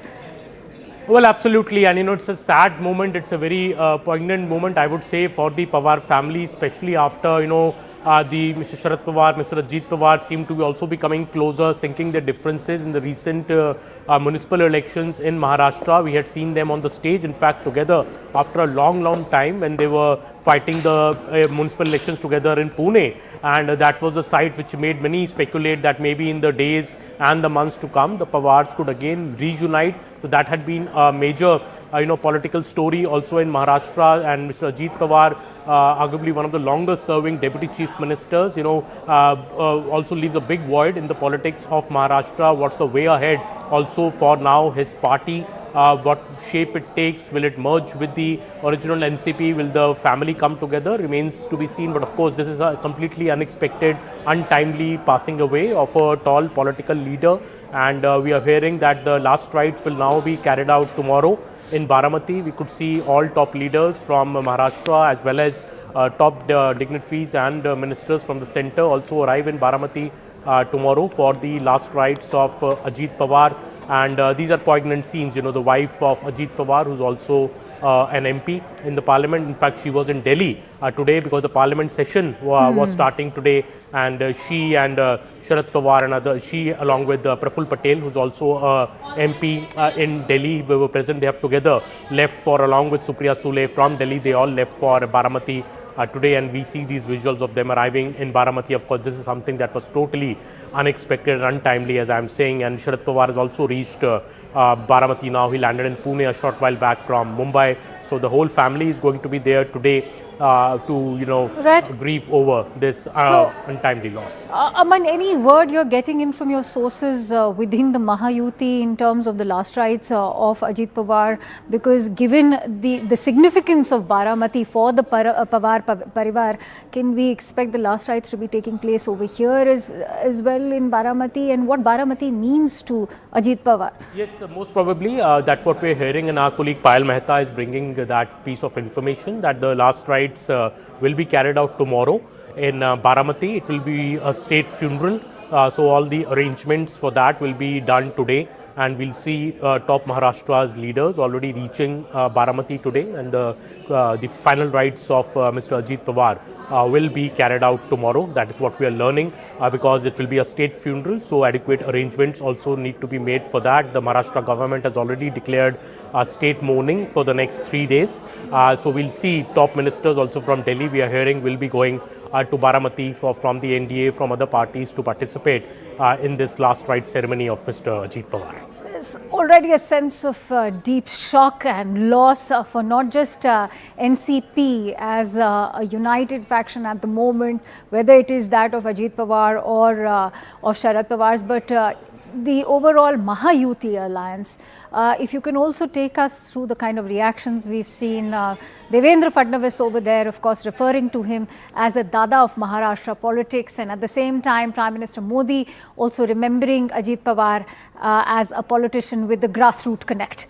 Absolutely. Mr. Ajit Pawar was an integral part of the Mahayuti. We have seen how the three allies, Mr. Ajit Pawar, Mr. Eknath Shinde and Devendra Fadnavis worked as a team in the Maharashtra Assembly elections, which happened about over a year and a half back, and registered a thumping victory. In fact, all three parties performed very well in those elections, and Ajit Pawar took oath again as the Deputy Chief Minister of Maharashtra after that big win. I remember that press conference where Mr. Ajit Pawar, Mr. Shinde and Mr. Fadnavis were seated together, where Ajit Pawar's humor also came to the front when he said that I am taking oath as the Deputy Chief Minister. I don't know about Eknath Shinde, and Eknath Shinde remarked that Dada has a lot of experience of taking oath both in the morning as well as the evening, taking a jibe at Mr. Ajit Pawar for taking that famous oath early in the morning along with Devendra Fadnavis after the Maharashtra Assembly elections had changed the alliances altogether. So Ajit Pawar has been a veteran of, he was also the eldest in fact amongst all the three leaders. He's elder to Mr. Fadnavis and Mr. Eknath Shinde as well. So that is why he was known as the Dada of Maharashtra politics. His untimely passing away is a big blow, I would say, also to the Mahayuti, because this alliance had been working together. So it would be interesting to see how Mahayuti... Before I also bring in our guest right now, Aman, important to also touch upon how the BMC election would also be remembered as a swan song of Ajit Pawar, where the family also united as a whole on the political front. Absolutely, and it was quite a moment that in Pune and another one particular municipal election, the Pawars decided to sing their differences and fight those elections together, though they did not achieve the success they were aiming for through the unification. And still you saw the BJP perform well, in fact, in those areas as well. But still it was quite a moment, because you saw for the first time after many years Supriya Sule, Ajit Pawar, Sharad Pawar together on the same stage at a press conference in Pune when they announced that they will fight these elections together. together. Mr. Ajit Pawar also gave many interviews post that, saying that the differences between him and Sharad Pawar were shrinking, the families were getting together back again. So a lot was being hoped that, maybe in the coming months there could be a change maybe in the political equations of the state. But Ajit Pawar was always clear that he would be a part of the Mahayuti. So, many things and many, questions have gone unanswered, I would say, about the political future of Maharashtra with this untimely death of Mr. Ajit Pawar. Stay with me, Aman. I'm also joined in by our guest right now. In fact, joined in by Captain Amit Singh. Captain Singh, I'd like to begin with your thoughts first. And are there any questions that are currently unanswered, according to you, and are still vexing factors? Because first it was being said that the visibility couldn't have played a role, but now it does seem that visibility was perhaps also a factor. Then it's the topography which is also being questioned. What is it that you can share with us? No, right now we don't know anything because we have no data. So we don't even know what the current visibility was there at the time of the accident. And no, so what we can tell you from the word that's come in from the aviation ministry, we are being told is that the first approach failed only because they could not see the landing strip, and that is why they had to make a second attempt. So visibility clearly was a factor which has been in fact confirmed by the aviation ministry. So if the visibility was a factor, the approach should not have been cleared by the air traffic control. There is no landing aid in terms of an instrument landing system at Baramati. So what kind of approach? They were doing a visual approach. Visual approach means at all times you have to have the runway in sight. So if runway has to be kept in sight, it has to be visual. So that is the basic definition of visual approach. If runway was not in sight, then how did the air traffic controller clear the aircraft to land in the first attempt and in the second attempt? So, and you have to appreciate that the rising sun on the easterly side obscures the visibility. And if there is slight amount of haze, then there could be possibility of illusions, and the depth perception goes because there is no reference on the ground, very little reference on the ground. And these are high performance jets, high speed approaches. Okay. And adequate training has to be carried out. India does not have the infrastructure for training on these aircraft. These pilots have to go abroad to US to do their training. Right. And so Captain Singh, stay with me. In fact, I also have Aman with me from the newsroom, who will shed more light in terms of the key takeaways of the word that we have received from the aviation ministry. Aman, take us through the key points that have emerged so far in the preliminary investigation. Well, Akanksha, I have with me the government statement issued by the Ministry of Civil Aviation, and it describes the 26 minutes in which the flight first came in contact with the Baramati ATC, and then to the moment it crashed. And these make for rather, I would say, pretty mysterious kind of a reading. Very clearly, the government statement says that on 28 January 2026, the aircraft first came in contact with Baramati at 8:18 a.m. And the aircraft's next call was about 30 minutes north mile inbound to Baramati. They were released by the Pune approach. The crew. साथ 4 और लोग भी थे plane में, तो उन सारे परिवारों को अपने कॉन्डोलेंसेस देता हूँ. 2 पायलट थे, क्रू थे और पीएसओ भी थे उनके साथ. और अजित दादा से जैसे आपने बोला, हमारी भी काफ़ी मुलाकातें रही हैं पिछले 18 महीने जब से मैं मंत्री बना हूँ. और एक यंग मिनिस्टर होने के नाते वो काफ़ी गाइडेंस भी हमें देते थे. और काफ़ी बार महाराष्ट्र की चर्चा जब होती थी और मैं और मोहल भाई हम दोनों भी जब साथ में मिलते थे, तो काफ़ी अच्छी गाइडेंस, क्योंकि उनका जो एक्सपीरियंस रहा है पब्लिक सर्विस में, और ख़ास तौर पर जिस ग्रास रूट लेवल पे पब्लिक के साथ, खासकर गरीब लोगों के साथ जिस तरह वो खड़े रहे और उनके साथ जो उन्होंने काम किया, तो ये केवल हमारे लिए नहीं बल्कि पूरे महाराष्ट्र के लिए एक बहुत बड़ी लॉस है, और इर्रिपेरेबल लॉस है, इर्रिप्लेसेबल लॉस भी है. काफ़ी बार हमने जब उनसे बात करी तो हमें भी वो अनुभव मिला कि कितना वो प्रैक्टिकलिटी से और ग्राउंड रियलिटी से जुड़े हुए नेता है. उस तरह के नेता भी आजकल मिलना बहुत मुश्किल है, और महाराष्ट्र के लिए जिस तरह उन्होंने काम किया है वो हम सबके लिए आदर्शनीय रहेगा. और ख़ासकर अभी जो एक्सीडेंट जो हुआ है उसका जो इन्वेस्टिगेशन उसको भी हमने शुरू कर दिया है। तुरंत DGCA और AIB की टीम भी आई है और जो प्रिलिमिनरी इन्वेस्टिगेशन या प्रिलिमिनरी जो समाचार हमें मिला है उसमें इतनी जानकारी थी कि जब वो लैंड करना चाहते थे सुबह करीब 8:48 AM के आसपास, तो उस समय विजिबिलिटी थोड़ा पूर था उधर। और जब ATC बारामती से उनका जो कांटेक्ट हो रहा था फ्लाइट के लिए पायलट से, तो ATC वालों ने पूछा कि क्या रनवे साइट में है, तो उनके तरफ से आया कि रनवे साइट में अभी नहीं है। तो उसके बाद उन्होंने एक गो अराउंड भी किया। गो अराउंड करने के बाद फिर से एक बार कोशिश करी कि हमारे ATC से जो बारामती में जो FTO हैंडल्ड ATC है उनसे वार्तालाप चल रही थी। तो उस समय जब दोबारा लैंड करने आए तब भी उनसे पूछा गया था कि विजिबिलिटी है कि नहीं रनवे का।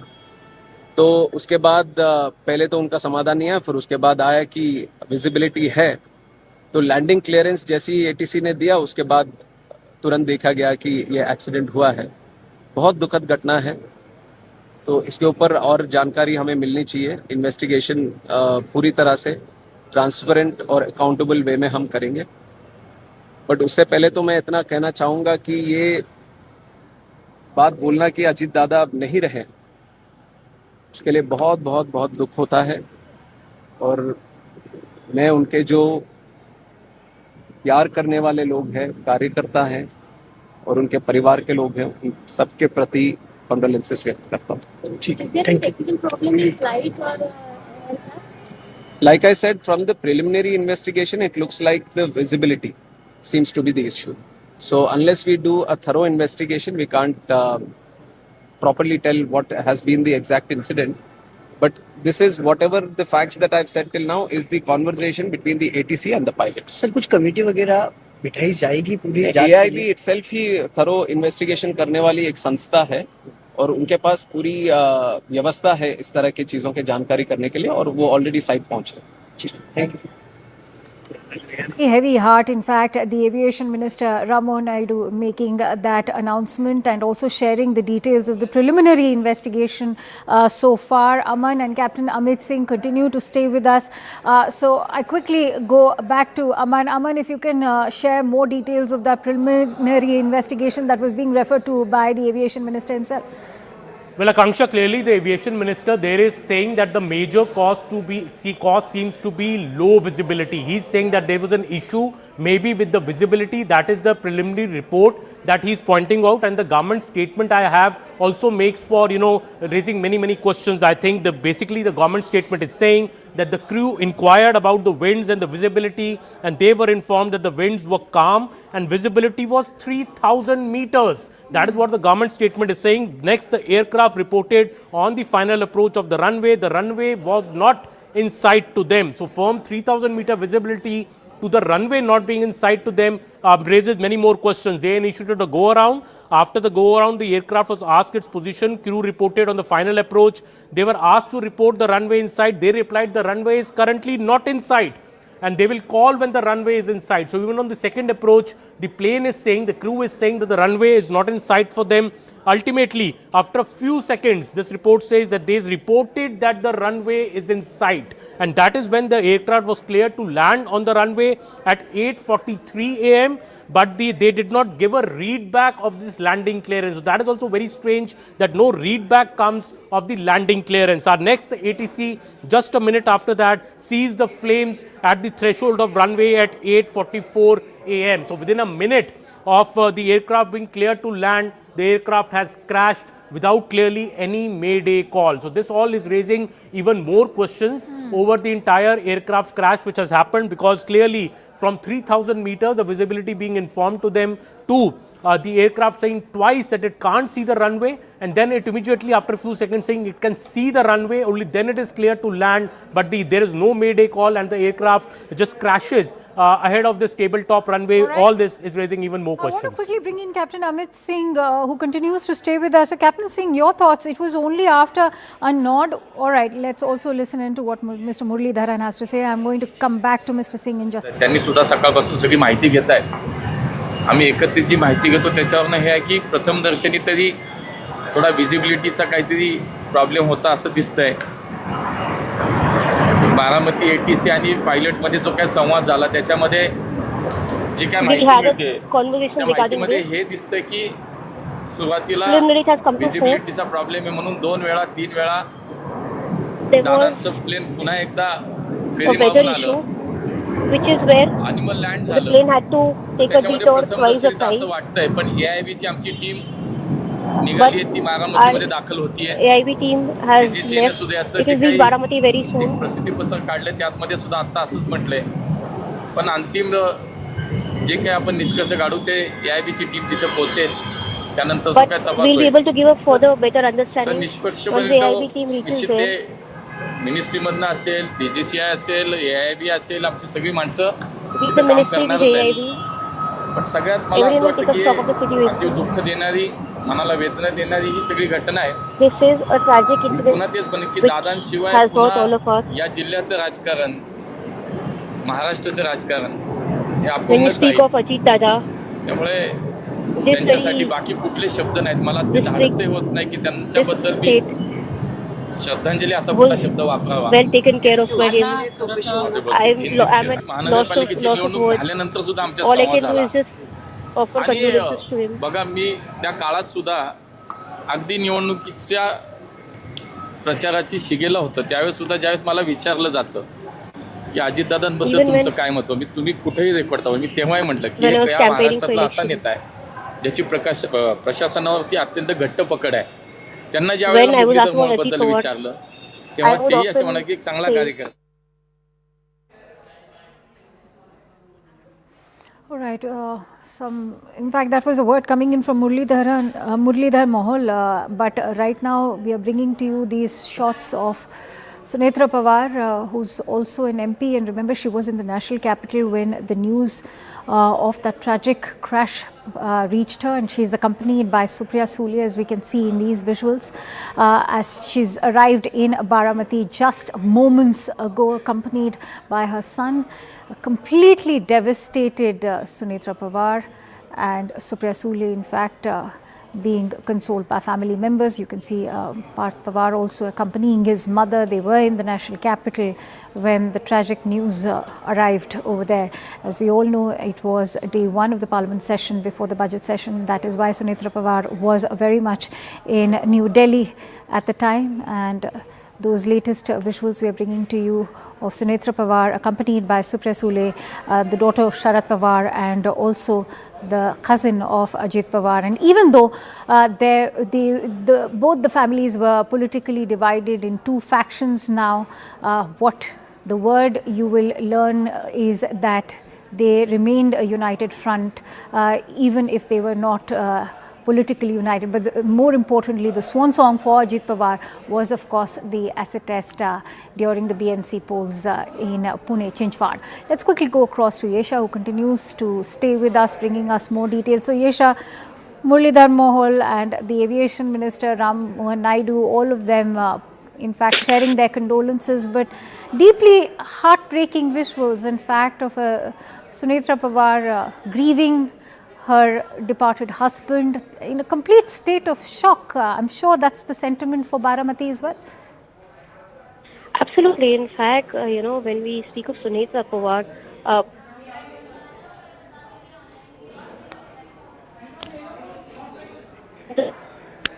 here clearly she had the support of her husband Ajit Pawar, who was someone who was loved by Baramatikars.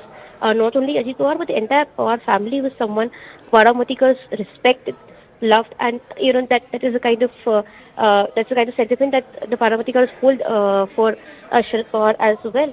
But here, when it comes to Sunetra Pawar, who's just getting her hold, in at Baramati, she herself, would visit several small villages as she was being guided by Ajit Pawar. And, when it comes to a tragic death like this, something that's so unexpected, has of course, left her as well as the entire family distraught.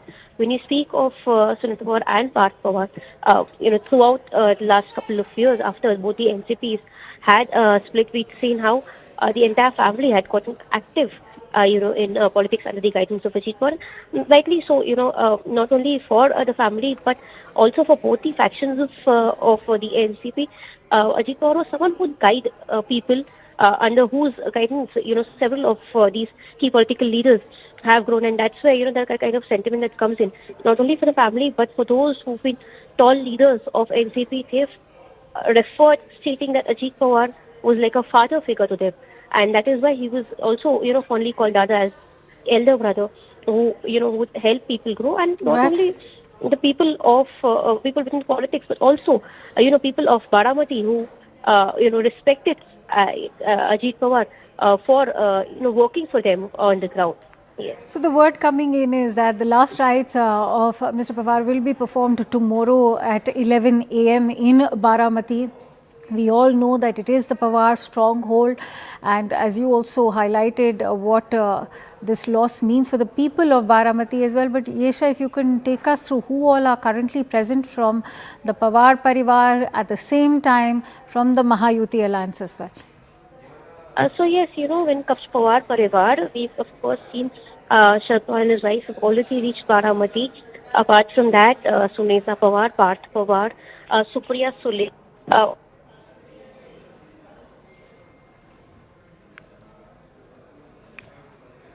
All right, we seem to have lost that audio connect with Yesha, but let's quickly go across to Simran, who's joining me live on the broadcast. She's in fact stationed at the VSR office. Remember, there's going to be pressure now mounted on VSR. It is the operator of the Learjet as well. Simran, if you can take us through what is happening over there, because we are also being told is that the DGCA for its inquiry will also be arriving at the VSR office. Well, absolutely. As in fact, let me just show you through the visuals right now. I am at the VSR Ventures Private Limited office in the national capital here in Mahipalpur, where the officials from the AAIB have just arrived. Just a short while ago, two more officials rather, have arrived at the Ventures Private Limited of the VSR, where VK Singh is also inside the very office. And now in fact, as VSR director, VK Singh has also given a statement to the media, and earlier also confirmed that he had this fleet that has 18 charter flights, and one of them is the one that has crashed, and Ajit Pawar was one of them. The two directors that are named in the company is VK Singh and his son Rohit Singh as well. And now the AIB officials have come here. Two more officials have arrived earlier as well. Two officials actually at first did enter into the premises of the office, and now the questioning, or in fact the scrutiny of the data and how exactly the company directors and the conversation. So Simran, what are those questions that the AAIB officials will be looking to find answers to? Well, absolutely. As in fact, the probe has been initiated, and officials who have started to come in, they are going to look at a larger picture connecting how exactly this particular jet and this particular charter exactly had some faults. As in the statement, when we listen to it, VK Singh has said that due to the poor visibility, this is in fact likely to be happening in the first of the statements so far, because VK Singh is not responding to media questions right now, but initially he did respond that as the investigators from the AIB are going to look into it. So obviously this is going to be now expanding and also getting into a broader sense of how exactly this particular charter had any faults. There is going to be a complete inquiry given into the kind of background check and the ATC information that it received. So that all is going to be a part of the bigger probe that the officials have also now taken in consideration after they have arrived. More officials continue to in fact come here, as we have been here for quite some time, and we had seen officials coming in from this very gate. This is the office of the VSR company that has the VSR Ventures Private Limited in the national capital. It has 18 jets as per the DGCA database, and one of them is the one that has now crashed this morning into unfortunate tragic in Baramati as well. All right, stay with me, Simran, because a host of questions still remain unanswered. But in fact, to take our viewers who are just tuning in, massive outpouring of grief outside the Baramati hospital. Those live visuals we are bringing to you. As you can see, the cadres of the NCP have gathered in full force, this amid heightened security. And just a while ago, what we can tell you, those shots, in fact, of Sharad Pawar arriving in Baramati. On the left side of your screen, you can see an inconsolable Sunetra Pawar accompanied by Supra Sule over there and the son Parth Pawar as well. Yesha Kotak continues to stay with us. So Yesha, take us through what's happening right now. What we are also being told is that the AAIB officials have already arrived at the VSR Ventures office here in Delhi, which of course, as we all know, is the operator. The role that VSR has played and what is it that the probe will now be focusing on as far as VSR is concerned? Absolutely. In fact, preliminary information that was shared, this is the first information that came in of the crash, has in fact further wanted to confirm that there was no fault on the part of management, but further investigation is underway. Now here clearly what's also important to note is that while these officials have reached the VSR office, they want to further understand the technical aspects of the aircraft, also the details about the pilot, the co-pilot, which were managing this very flight. All of these details would in fact be accessed. Apart from that, the last servicing that was done, all the technical aspects of the flight would be crucial to understand this very investigation. Now clearly, the Mayday call that came in would in fact only be confirmed on the basis of the black box that we recovered. But as we also know that the AIB officials have also headed towards Baramati to take a stock and to understand the ground reality, to understand what went wrong on ground at Baramati. And parallelly, we also have to take information from those who were present, from the operator as well. So yes, on both sides is where the investigation is thoroughly on. We've of course also seen how the Chief Minister Devendra Fadnavis went ahead to mention. Stay with me, Yesha. Let me quickly bring in Simran, who is currently at the Mahipalpur office of VSR. So, Simran, the information we have been able to access, and that's also been reiterated by the Aviation Minister Ramohan Naidu, who's gone on to say that the DGCA has clarified that no serious mistake was found against the company in the previous investigation. More information will be given in the matter after investigation. Yet the AAIB officials are at the VSR office. What can you tell us about VSR as an operator, the reputation of Learjet also in terms of its make? Well, absolutely. In fact, this is the company that has two offices here in the national capital. Let me give you a little brief about it. One of the office is from where we are reporting live, and the other is the Aero Engineering that is in Vasant Kunj. And at this office, VK Singh had earlier reached, and now when in fact the AIB officials entered this morning after the unfortunate news has come in of the crash which involved Maharashtra Deputy Chief Minister Ajit Pawar, then the questioning or in fact the statement that AIB had already came here to also know of had started. Then more officials from the MHA also started coming in, and now importantly the questions that need to be raised looking at the severity of the cause of the crash also pertain to the black box. And as the inquiry has been initiated, there have been teams that have been sent to Baramati as well to understand a tragic crash as well. Now the AIB officials, in pertaining to the reputation as well as the history of the VSR Venture Private Limited, will be looking into, as Rohit Singh, who's the son of VK Singh, is also named as a director in this company. And the DGCA database has given this information that as far as this registered fleet is concerned, they have a total of 18 of them. But in this particular case, where we speak of the cause and the larger reason why this unfortunate tragic crash has happened, the inquiry that has initiated will also look into how exactly the other charters that have previously been deployed, and the DGCA has the information about it, they have also been operating, and what were the fault lines and how exactly all the charters were maintained under the checks as well. So all of that will be looked into consideration, but so far as this matter has already in fact raised serious concerns given what really must have prompted. VK Singh in the initial statement said that the pilot must not have been able to see the runway. So that is also an element which will need to be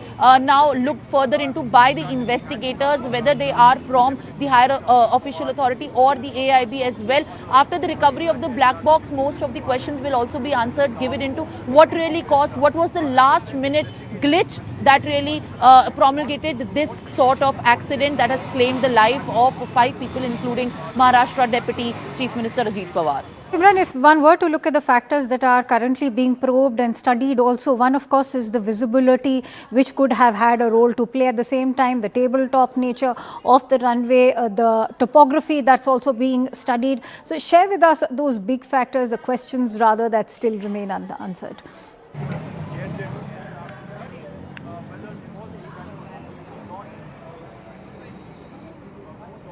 Simran, can you hear me? Right, yes, can you please repeat the question? The factors that are currently being studied by the AAIB, whether it is to do with the visibility or even say the topography of the runway. Well, absolutely. There are many factors as far as this concern is regarding perhaps about how exactly the glitch or the issue that must have caused either through the pilot or in the runway or actually in the aircraft as well. So all of these need to be looked into complete comprehension, and that is why, you know, which the charter was in fact registered with the VSR. So their history is also going to be looked at. It is very important for the investigators to go through all the kind of the charters that they had deployed earlier, all the fleet, and through which checks did they actually function into. And let me also show you and give you a glimpse of how exactly the office is right now also under heavy scrutiny. There were also officials coming in at this point of time, and some of the officials have now left through the back gate, which essentially could also mean that in this entire matter more questioning is rather right now expected,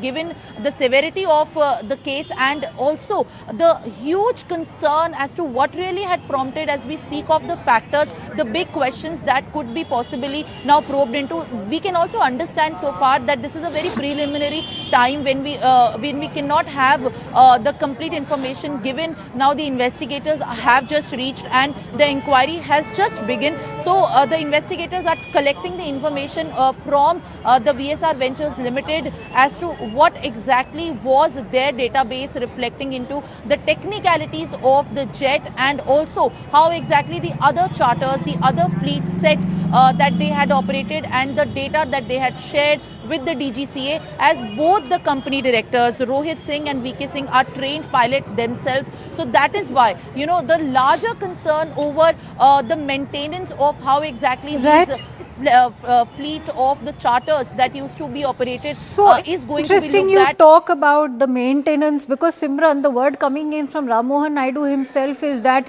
this was a very well maintained aircraft, but it's also important for them to now be studying the history of the air crash involved with this operator, which so far is only 5, with the last one being September of 2023 in Mumbai. Absolutely, as in fact what we also know so far as the statement has come in, it confirms that this was a well-maintained aircraft, but this Ventures Private Limited Learjet 45 aircraft had the registration of VT-SSK, which was involved in this accident. So far also has many larger concerns that have not been answered, as the official information that we have accessed is reflecting that this company had many other charter that were registered under its also name. And now, as I can just show you, there are more officials that have just also left from this very entry gate, and the hectic activity here at the office continues to maintain, as there is a concern and more officials have started to come in. Now, what is the conversation that is exactly happening, on what really points? That is something that the AAIB investigators, after they come out, could also be understood, or VK Singh, when he actually also addresses the media with these concerns that have not been answered so far, is also going to tell. So far the information that we have on record and is confirmed is that the statement recording that is being done, and also they are going to look into the larger aspects also, the concerns with the DGCA records also that the company had registered. So all of that is now going to be looked into, and what really largely caused this kind of an accident and what was the history. Is this not safe enough, or in fact what really caused, was this a problem that happened and occurred at the last minute? There was a visibility factor, or there was a problem in the aircraft as well. All of that is going to be looked in to in complete perspective, as well as we see that there is activity happening. Some people that have been leaving from this office, and most of in fact these officials that are inside, they have left from the back gate as well. All right, so Simran bringing us the latest input on the Learjet crash that took away the life of the Deputy Chief Minister, Ajit Pawar. What she's telling us, she's in fact currently stationed at the VSR office in Mahipalpur in the national capital. The AARB officials who are conducting that probe have finally left the office. We are also being told is that the VSR owner, Mr. VK Singh, has also been interrogated by the officials. Equally importantly, on your screen, we are bringing you that moment of the crash that took place at 8:45 a.m., that precise moment. At the same time, heart-wrenching visuals, in fact, on the left side of your screen, as Sunetra Pawar arrives in Baramati, completely heartbroken, devastated is the word, in fact, to see. If you can see even Supriya Sule over there, extremely inconsolable. Parth Pawar accompanying his mother. Remember, Sunetra was in the national capital when the tragic news arrived, and she had to rush to Baramati. Just a while ago, even Sharad Pawar, the NCP Supremo, has arrived. They all are in the hospital currently, where the mortal remains of Ajit Pawar are placed. And what we are also being told is that at 11 a.m. IST tomorrow, that the last rites of the Deputy Chief Minister of Maharashtra will be performed. And outside the hospital, you can see, in fact, there's massive outpouring of grief from not just the cadres of the NCP Ajit Pawar faction, but also of Sharad Pawar and even members of the Mahayuti. Ministers are all now rushing to Baramati to convey their condolences in person.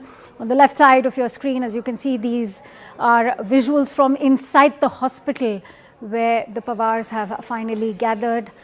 They stand united in this deeply tragic hour of grief. In fact, the last swan song for Ajit Pawar was the BMC test, in which he did join hands with his uncle, the NCP Sharad Pawar faction, and the acid test, of course, was Pune Chintwad. But more importantly, he will be remembered as the Dada of Maharashtra politics, the man who held the maximum positions as the Deputy Chief Minister of Maharashtra, one-time MP and a 6-time MLA of Maharashtra, that Ajit Pawar was. He will be remembered as a stalwart, not just in Maharashtra, but for the entire country. Somebody who was known to be transparent, somebody known to speak his mind, and was indeed an asset. Let's quickly go across to Mr. Ashok Chavan. Mr. Chavan, it's a deeply tragic hour in which we speak. First of all, our condolences to all of you over there. But first, I'd like to begin with your thoughts. Mr. Chavan, can you hear me? Yes, I can hear you. We speak in a deeply tragic hour, Mr. Chavan, but I'd like to begin with your thoughts. How would you like to recall Ajit Pawar, the man, the politician, the Dada of Maharashtra politics? You see, this is really a sad moment for all of us in Maharashtra and all over the country, that we have lost a very dynamic leader like Mr. Ajit Pawar, whom we were regular in touch. We grew together in Maharashtra politics. He was a member of the Legislative Assembly. I too was a member of the Legislative Assembly. He was a minister under several chief ministers. I have also worked as a minister under several chief ministers. Ultimately, when I became the chief minister, he was a very senior minister in my cabinet. So this was a very close relationship which we shared. And as I have seen him very closely, I know his administrative capacities, his dynamic nature. He was a workaholic. He used to work from 6 o'clock in the morning to almost midnight. And his quick decision making, never was there any delay in his decision making process, whether it be administrative matters, whether it be political matters. And I have seen him in the cabinet as a colleague. That grasping powers was excellent. Knowledge of every subject as a minister, not only of his department, but other department as well. He used to give his opinion to the then chief ministers, what he thought was good for Maharashtra. So we have seen him very closely working in various capacities, and also as a leader of the NCP, and definitely after the split of the party too.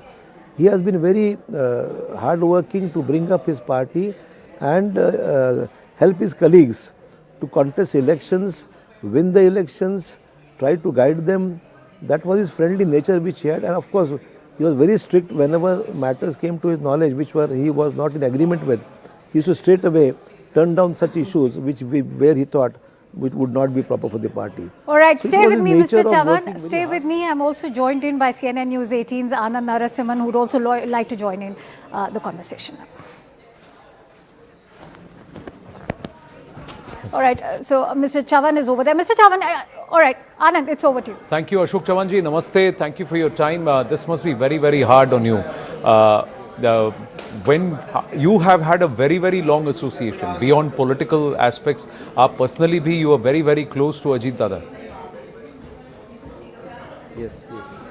Well, it was very unfortunate that we have lost Ajit Pawar today, and never have we imagined that such a thing would happen and Dada would not remain with us. So this was something which is unimaginable. One could not think of his exit in such a way, and he was quite young and handling the political situation in Maharashtra very well. And in spite of the political crisis one had, he has survived in all the hard times and difficult times, politically and otherwise. So I think he had a definitely good grasp of the political situation and also of administration, which we have seen very closely.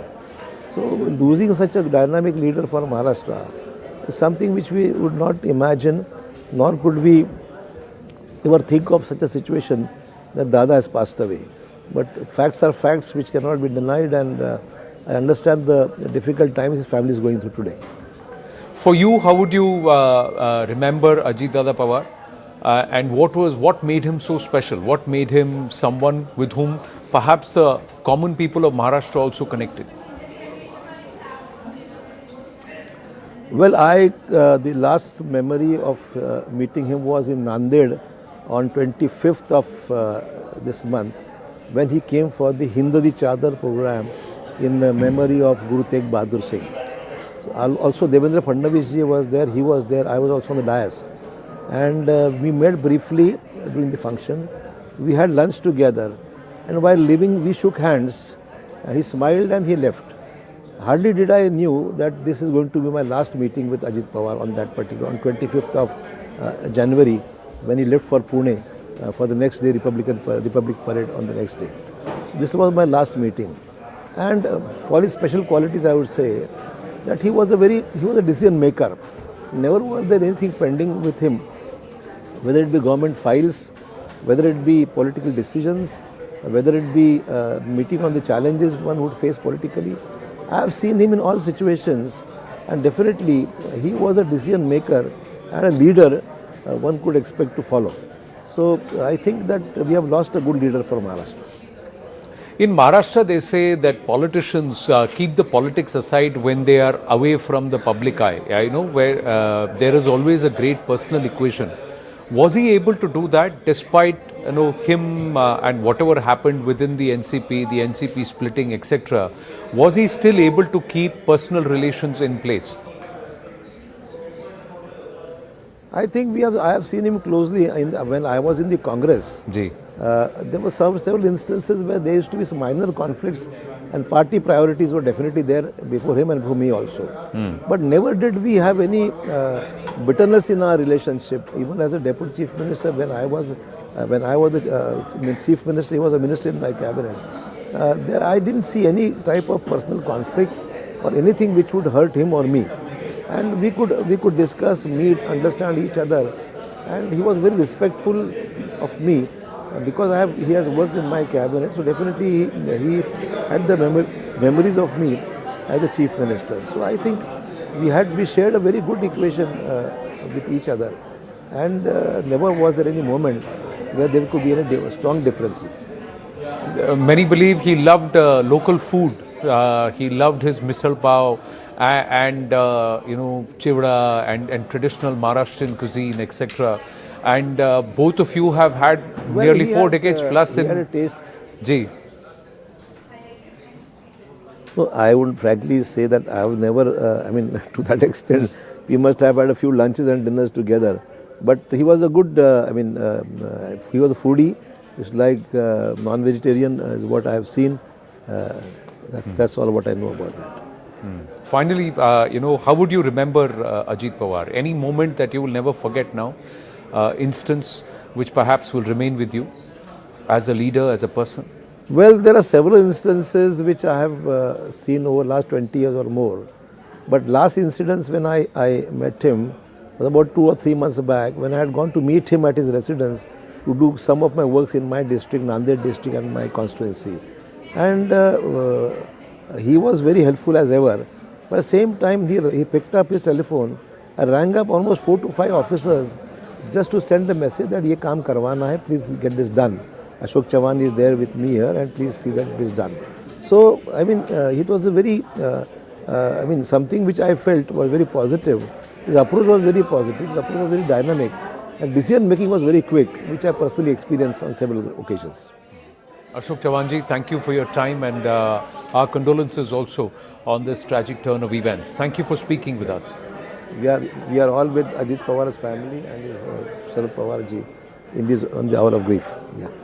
Thank you, Ashok ji. Thank you, Ashok ji. Back to you in the studio, Griha.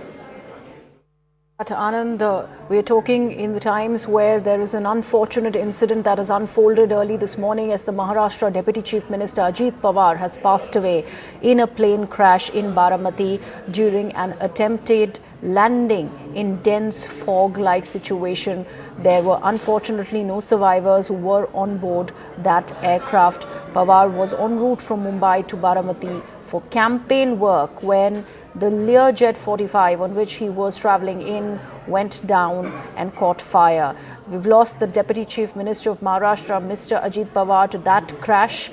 We are constantly putting out these various images from after the crash and also the teary farewell that his near and dear ones and members of the NCP, in fact from all political parties across spectrum, they are bidding him adieu as one of the toughest administrators of Maharashtra lost his life in the plane crash today.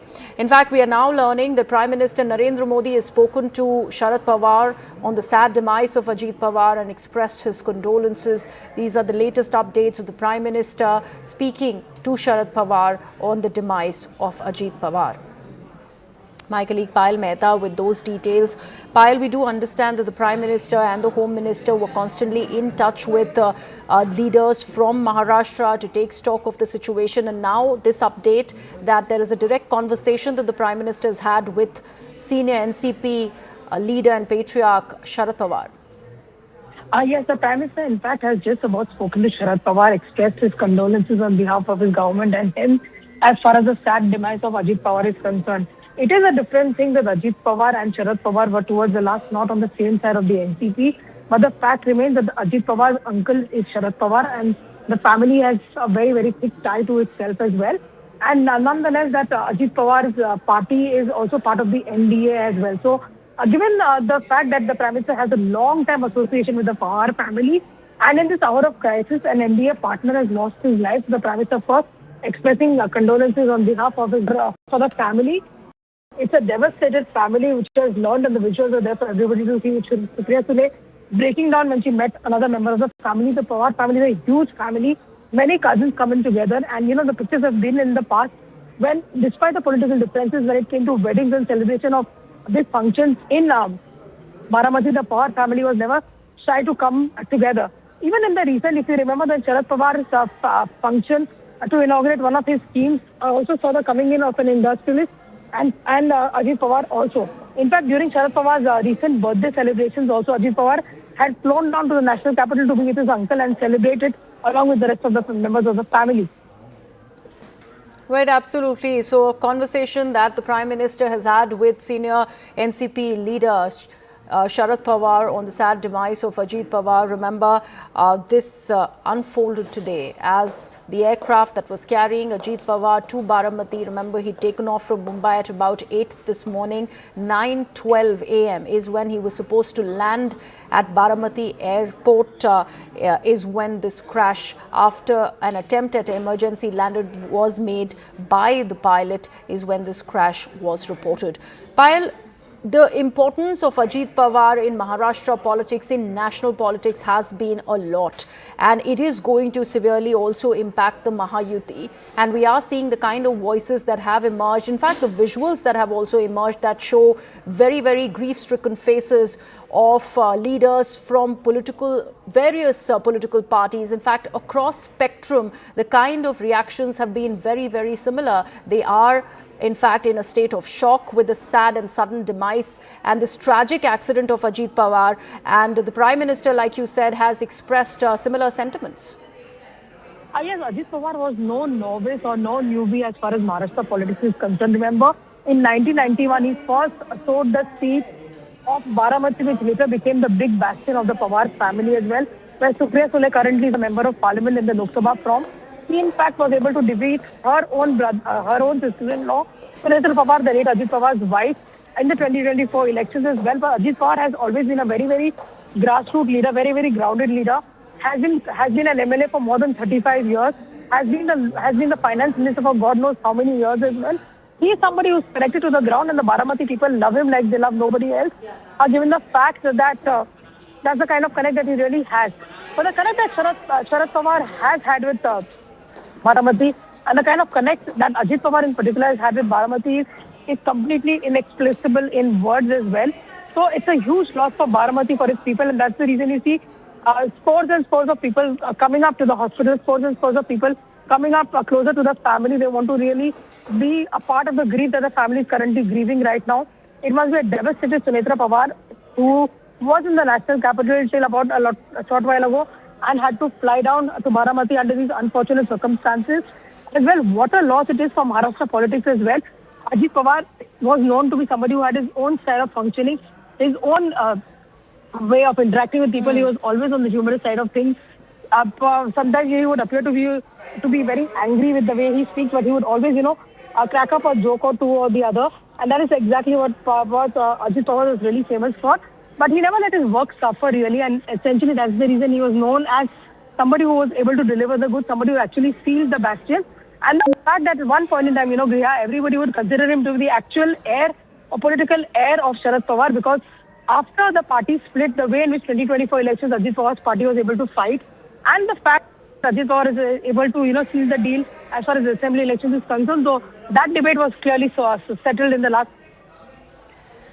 Let's go across to former Maharashtra Chief Minister Prithviraj Chavan, who's also joining us. Sir, thanks a lot for your time. A very somber moment as far as all of Maharashtra is concerned. Your first thoughts on what has transpired? Well, of course, it is a very tragic event, very unexpected turn of events. We are just into the rural election, the Zilla Parishad elections. The campaign was launched today. Yesterday was the last date for withdrawal of nominations.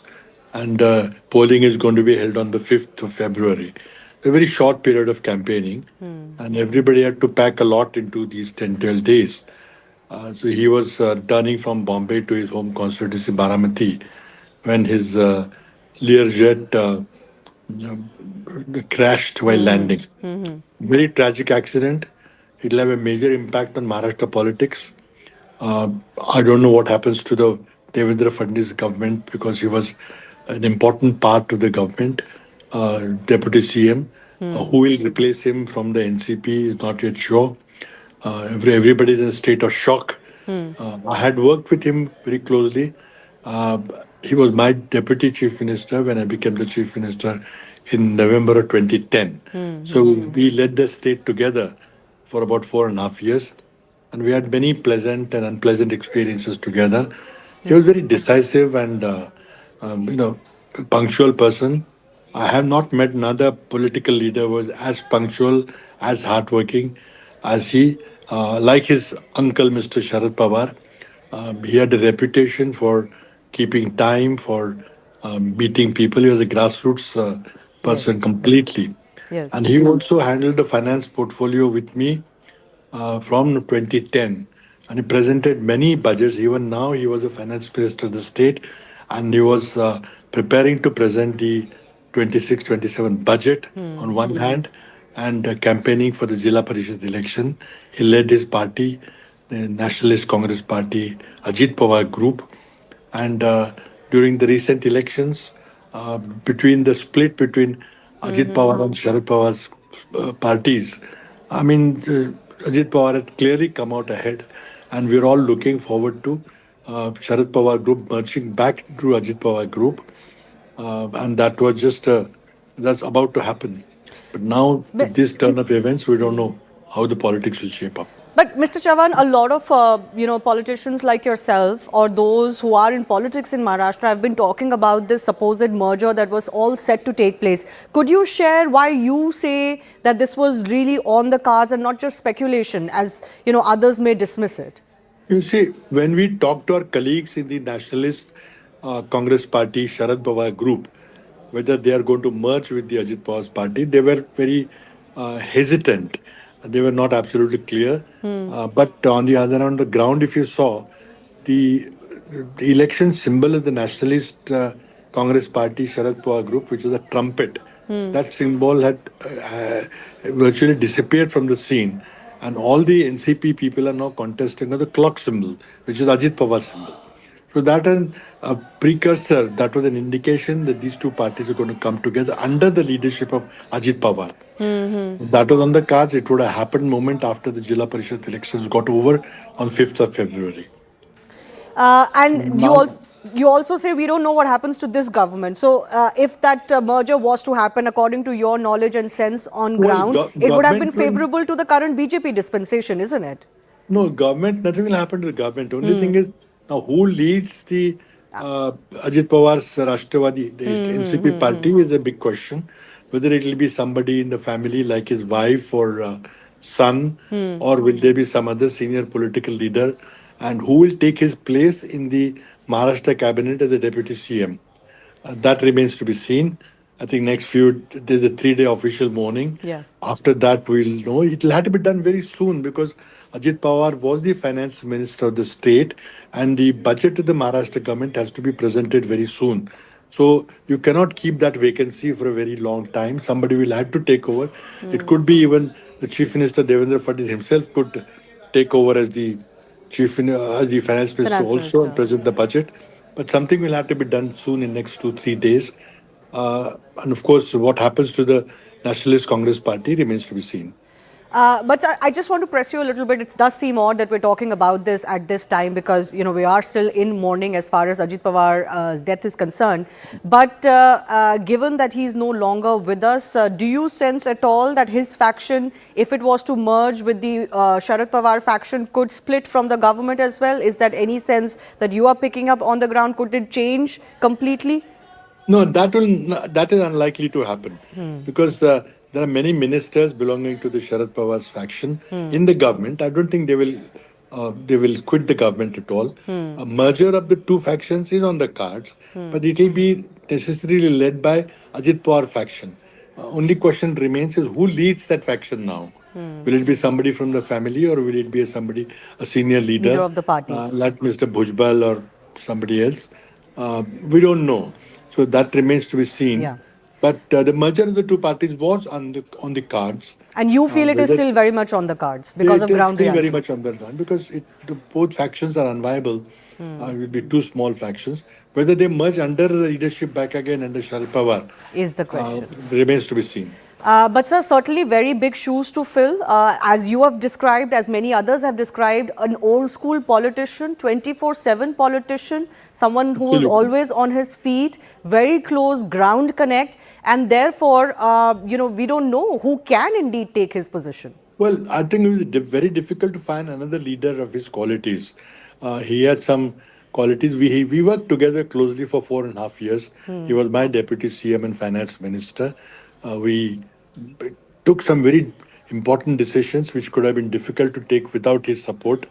Very difficult decisions we took during the 4 years, and we also disagreed on many things. And I remember once he was very upset at some things, a decision which I took in the national, in the state interest, which he did not like. He thought he felt that it was targeting him personally, which was not the case at all. But he resigned in a huff from the position of deputy CM. And then after being away from the government for about a month or so, we persuaded him to rejoin the government, and he rejoined the government, and we continued. So we had a difficult relationship at times, but he wanted to promote his party. I wanted to protect my party. At the same time, we together took some very important decisions for the state. I mean, he's one of the most hardworking leaders, one of the most punctual leaders, one of the most serious leaders that I've seen. Right. And he was not flippant. He was not lackadaisical about government. He was very serious. Whenever any meeting was called, he was there on the dot. He would pay attention to what is happening in the meeting, take decisions at the meeting, and he was completely decisive. And at that time, many times he trampled on the rules, and we had to then bring him back on track. That we need to do things in a hurry, but we cannot trample the rules. All right. So there were some differences, but there were genuine differences, basically in the interest of the state of Maharashtra. Right. As you said, and as many have said, it will be very difficult to replace somebody like Ajit Pawar and, what happens to his party as well. But Prithviraj Chavan, I do thank you for joining us. Thank you.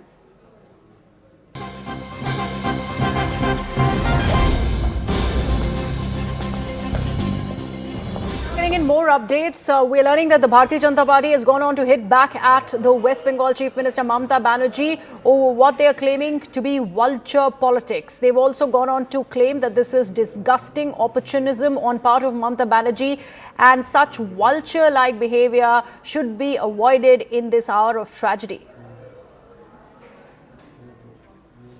So remember, Mamata Banerjee had gone on to, while mourning the loss of Ajit Pawar, demand a Supreme Court monitored probe into the plane crash, the plane that was carrying Ajit Pawar. And she said that they want a SC monitored probe into Ajit Pawar's death in the plane crash.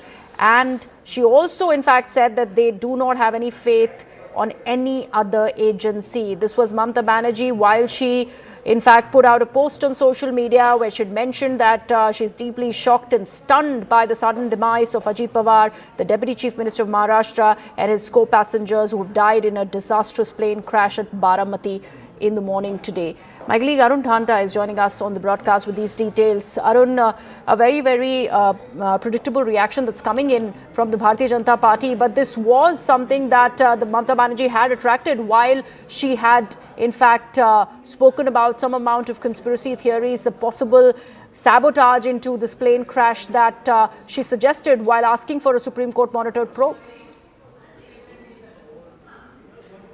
Well, see, what BJP is saying is that it's very unfortunate that West Bengal Chief Minister Mamata Banerjee, comes out now and makes this statement. This is, of course, a very sensitive time and a very difficult time for the family members. At this point, you should not really have involved into such kind of politics. In fact, we are seeing some of the responses which is coming from the BJP side.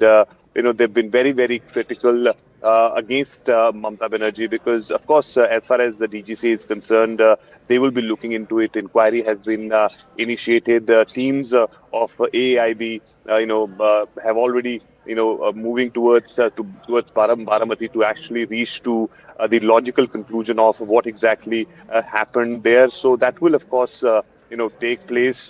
But to do politics at this point is something which is not good, and that's the point which BJP is highlighting. In fact, we just heard Prithviraj Chavan, former Chief Minister of Maharashtra, is also saying that this is not the right time to actually indulge into politics. Yes, there will be investigation. Once you have the recovery of the black box, then you will get more details about it. What was the last conversation like between the pilot and the ATC? All these details will emerge once the investigation is concluded. But right now, it's not appropriate to indulge into this sort of politics, because what Mamata Banerjee is saying is something which, of course, is raising questions on the entire death of Ajit Pawar, and that's why you see this very critical reactions, very hard reactions coming from the BJP side targeting Mamata Banerjee. Right, Arun, thank you so much for all those details. And we are also getting these live visuals from outside the Baramati hospital. Shots of the ambulances carrying the mortal remains of all the people on board that ill-fated aircraft that crashed this morning. Also had the Deputy Chief Minister of Maharashtra, Ajit Pawar, on board that aircraft when it crash landed very close to the Baramati tabletop runway. So that's where the incident really happened, and now we are getting in these visuals from outside the hospital in Baramati, where we can see the mortal remains of Ajit Pawar being taken out of Baramati and towards Mumbai. So this is the latest images that we can bring for our viewers, and right now this entire flurry of vehicles that are getting out of the Baramati hospital. Remember, we also have been bringing to you visuals of veteran NCP leader Sharad Pawar, who is currently at his residence in Mumbai. He's awaiting the arrival of the mortal remains of Ajit Pawar, and very soon the remains will be handed over to the family of Ajit Pawar. The funeral, we are told, happens tomorrow at about 11 a.m. So the Deputy Chief Minister of Maharashtra would be laid to rest at 11 a.m. tomorrow, and that's when the funeral has been announced. We also, in fact, learning of a 3-day mourning that has been announced by the Maharashtra government. So these are the latest visuals. We are also, in fact, talking about how the mortal remains of Ajit Pawar were taken out of the hospital shortly, and that's the visuals that we are bringing to you. And on the other side of the screen, you can see how the family and the leaders from across party lines mourning the death and the sudden demise of Ajit Pawar. We also see visuals of his family members who are deeply shocked and shaken because of this sudden demise of Ajit Pawar. And right now, the mortal remains of the Deputy Chief Minister of Maharashtra are being taken out of the Baramati hospital.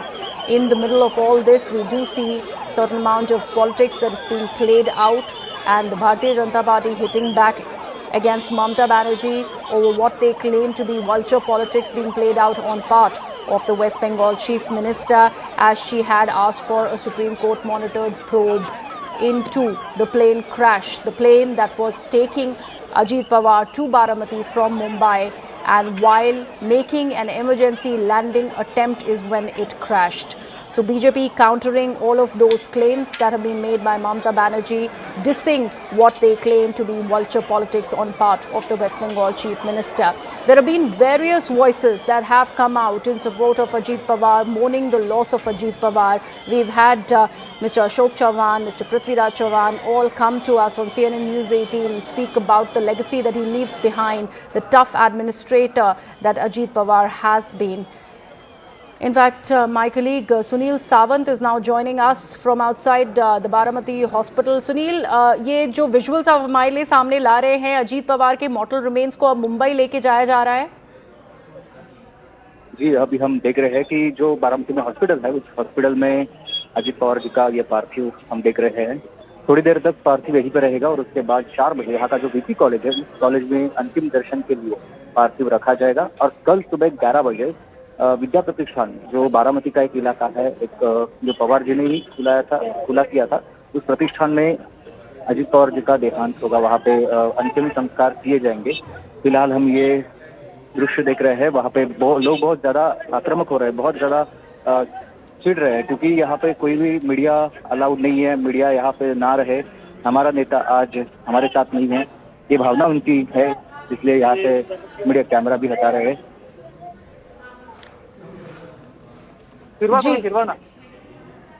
जी सुनील, कब तक इनका पार्थिव शरीर मुंबई लेके आया जाएगा? Sunil,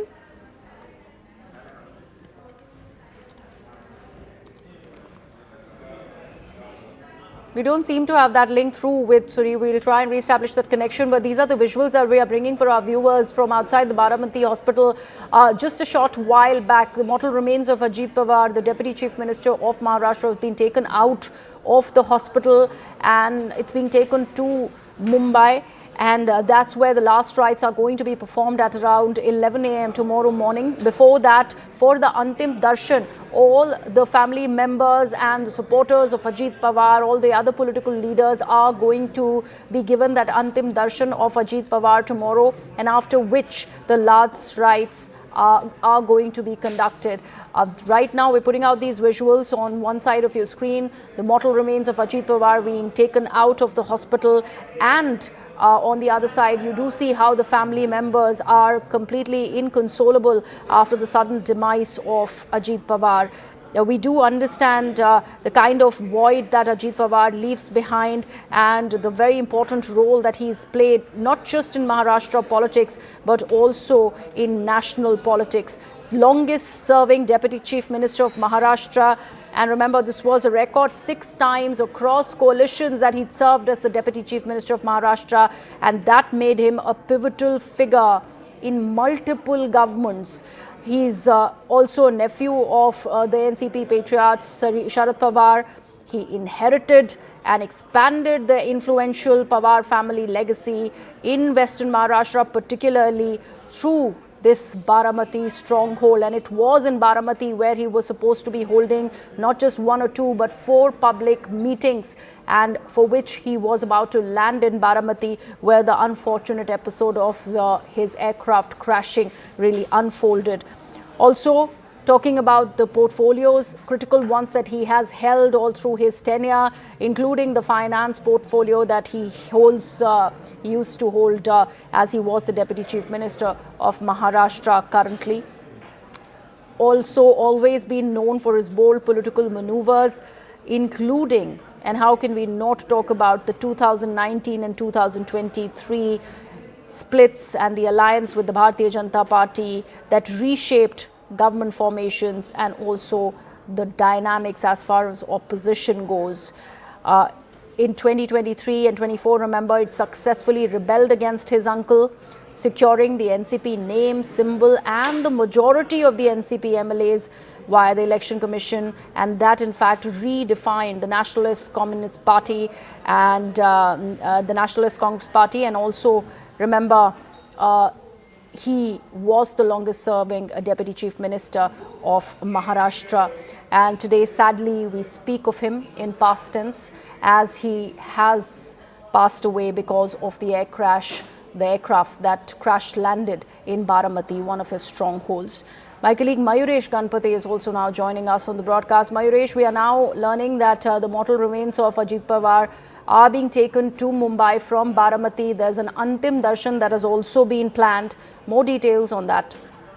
So his mortal remains have been taken to his native place near Baramati, where he has got an ancestral house. There his mortal remains will be kept for the family to pay the last respect. And after that, his party workers, his followers will be allowed to basically pay the last respect at that particular place. And then tomorrow at 11 a.m. The final rites will happen at Vidya Pratishthan ground. Vidya Pratishthan is an educational institute which was started by Pawar family, and now Ajit Pawar's wife is basically looking at particular. So at that institute's ground, the last rites will happen somewhere around 11 o'clock. That's the information which you are getting.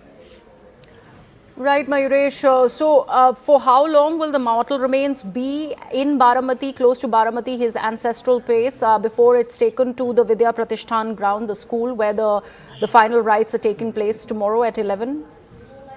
So if we see the crowd which has gathered there, it's in a large number, and everyone gathered there, they want to pay the last respect to their beloved leader, because Ajit Pawar was a grassroots leader. He was not someone who has got a spoon in his mouth. He was a leader who basically earned that respect. So that's why the family had taken this decision. Because if you can see in the visuals also, which we were showing to our viewers, that there's a massive gathering outside hospital. And that's why they had to basically take that model out from the emergency exit, and now the mortal remains have been taken to the residence of Ajit Pawar in Baramati. So we have been told that at least till tomorrow morning, the mortal remains will be kept. Also, Mayuresh, we are now getting the live visuals of both the Chief Minister and the Deputy Chief Minister Eknath Shinde of Maharashtra, who have arrived at Baramati. These are shots of Devendra Fadnavis, in fact, the Chief Minister of Maharashtra, who's right now arrived with a really dejected body language as he's lost one of his Deputy Chief Ministers.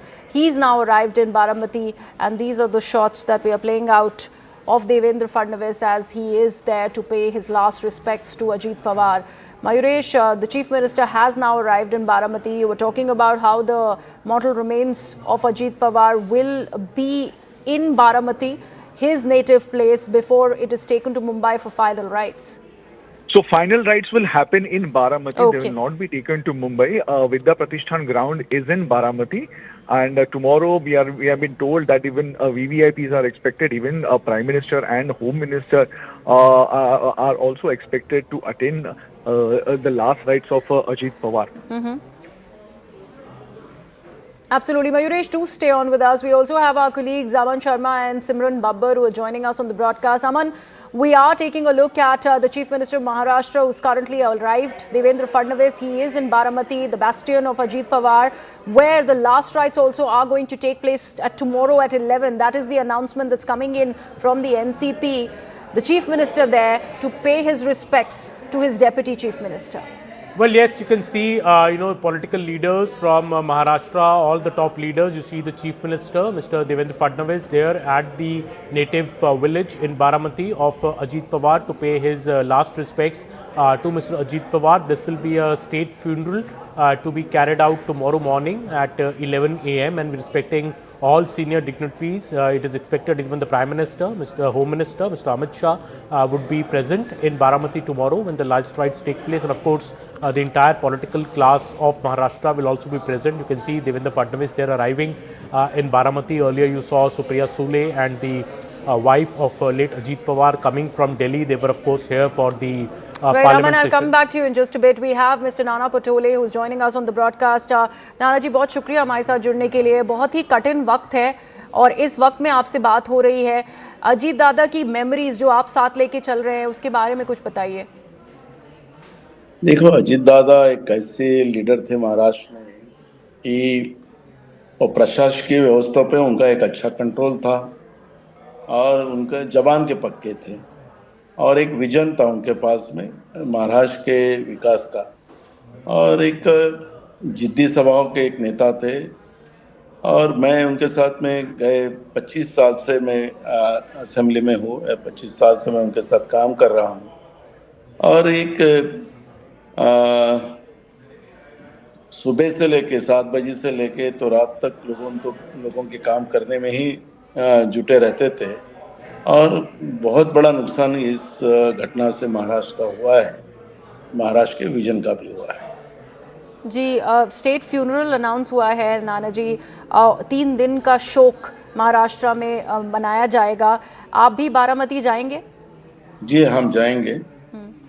हाँ, उसका plan कर रहे हैं. मैं अभी भंडारा district में हूँ जी. यहाँ से पुनः बहुत डिस्टेंस पे, फ्लाइट का भी अवेलेबिलिटी नहीं है.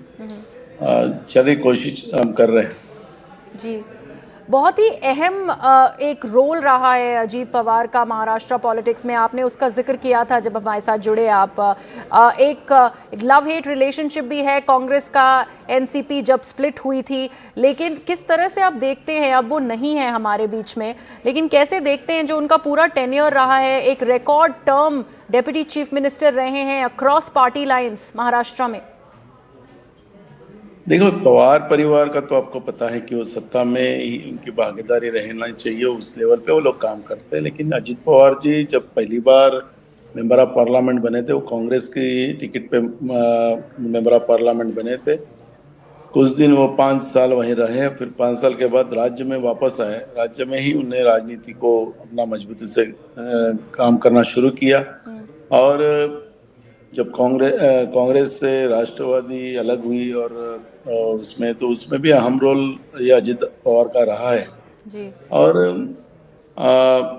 फिर अभी शरद पवार से जब अलग हुए तो विकास के नाम से अलग हुए, उनने अपना एक ग्रुप बनाया, उसके रिजल्ट भी उनको आए।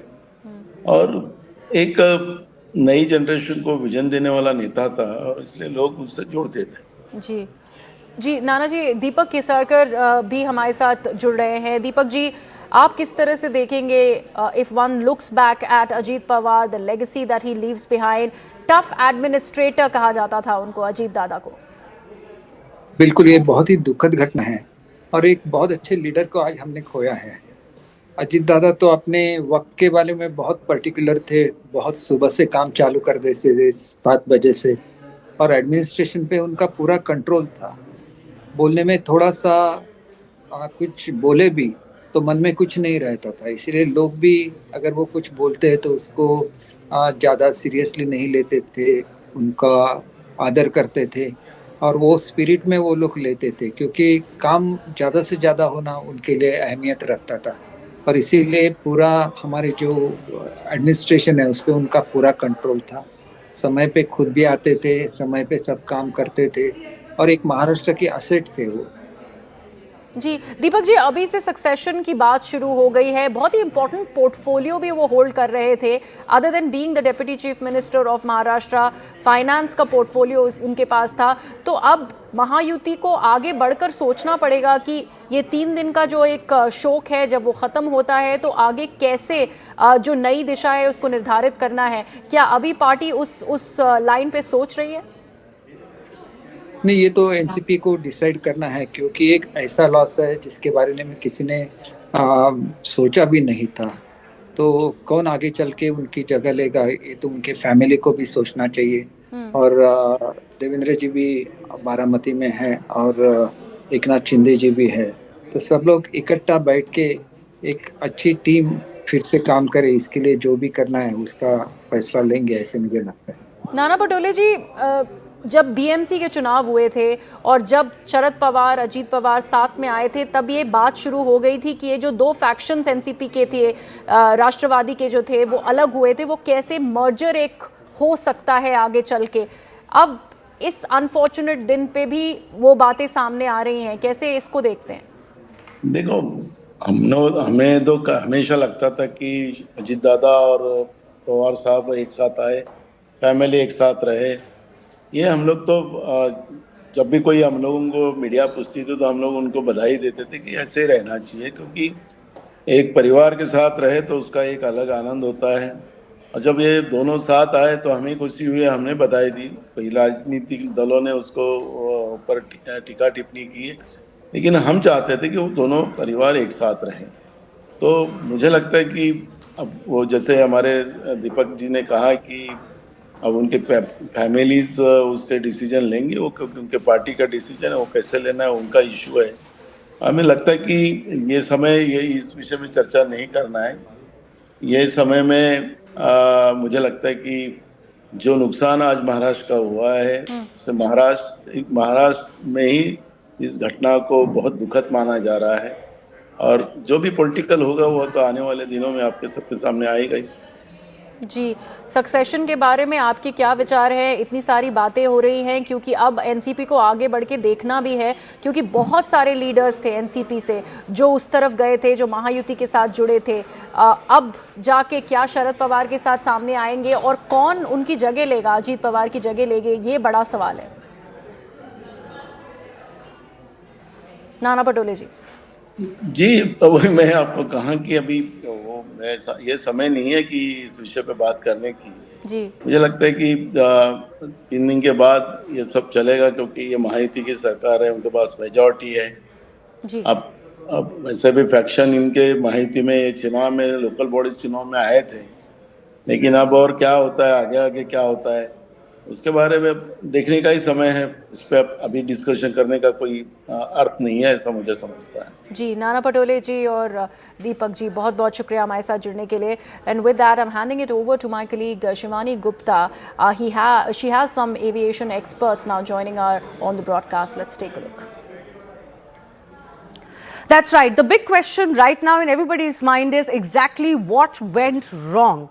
What happened to that Learjet plane that crashed in Baramati with 5 on board, including Ajit Pawar? I've got with me in our studios J.S. Rawat, former Joint Director General of DGCA, and Group Captain UK Devnath, formerly with the Indian Air Force, joining us. But before we go to our guests and take their opinion on exactly what they think transpired, let me just break down how the events unfolded earlier this morning. So according to the statement that has now been issued by the Government of India, the aircraft first came into contact with Baramati at 8:18 a.m.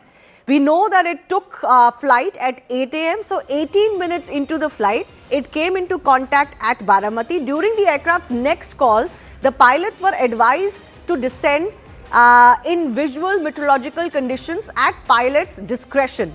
The crew inquired about the winds and visibility, and they were informed that the winds were in fact calm. And now this is what has raised eyebrows, because initially there was suspicion that there was fog related issues, but the visibility was around 300 meters. So it didn't seem like, from what the crew was told, that there was any issue as far as the visibility is concerned. Next, the aircraft reported on the final approach of runway 11, and the runway was not in sight to them.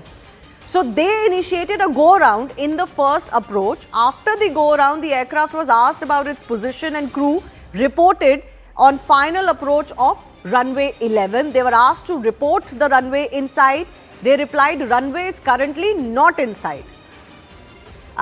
Then they said, we'll call when runway is in sight. This is the communication that the pilot is reportedly have done. After a few seconds, they reported that the runway was now finally in sight. The aircraft was then again cleared to land on runway 11 at 8:43 a.m. But this time around, there was no readback as far as the cockpit is concerned. There was no readback from the crew of the landing clearance. The next thing we know, the ATC saw the flames around the threshold of runway 11 at around 8:44 a.m. and the emergency services were rushed to the site. We also have a CCTV footage that did place the exact moment of crash at about 8:46. So could be that CCTV's timing was a little faulty, but according to the government data, 8:44 already the ATC was informed that something had gone wrong. I've got our guests with me. Sir, you want to take this first. What do you make of this communication that has seemingly transpired, where the crew or the pilot asks for certain clearances? They are told that please proceed as per your visibility. They are told visibility is 3,000 meters. But the first landing, they are unable to see the strip. Even on the second landing, initially they say we are unable to see the runway. What do you think transpired? Shivani, what happens whenever an aircraft is approaching for landing in VFR, that is visual met conditions, visual flight conditions, the pilot has to depend upon his eyes. He has to pick up the runway with his eyes and then land. Now what happens, normally it is expected that visibility is good. By this we mean visibility for the runway is visible from a distance of 5 km, 4 km. Runway is visible definitely from a distance of 3 km.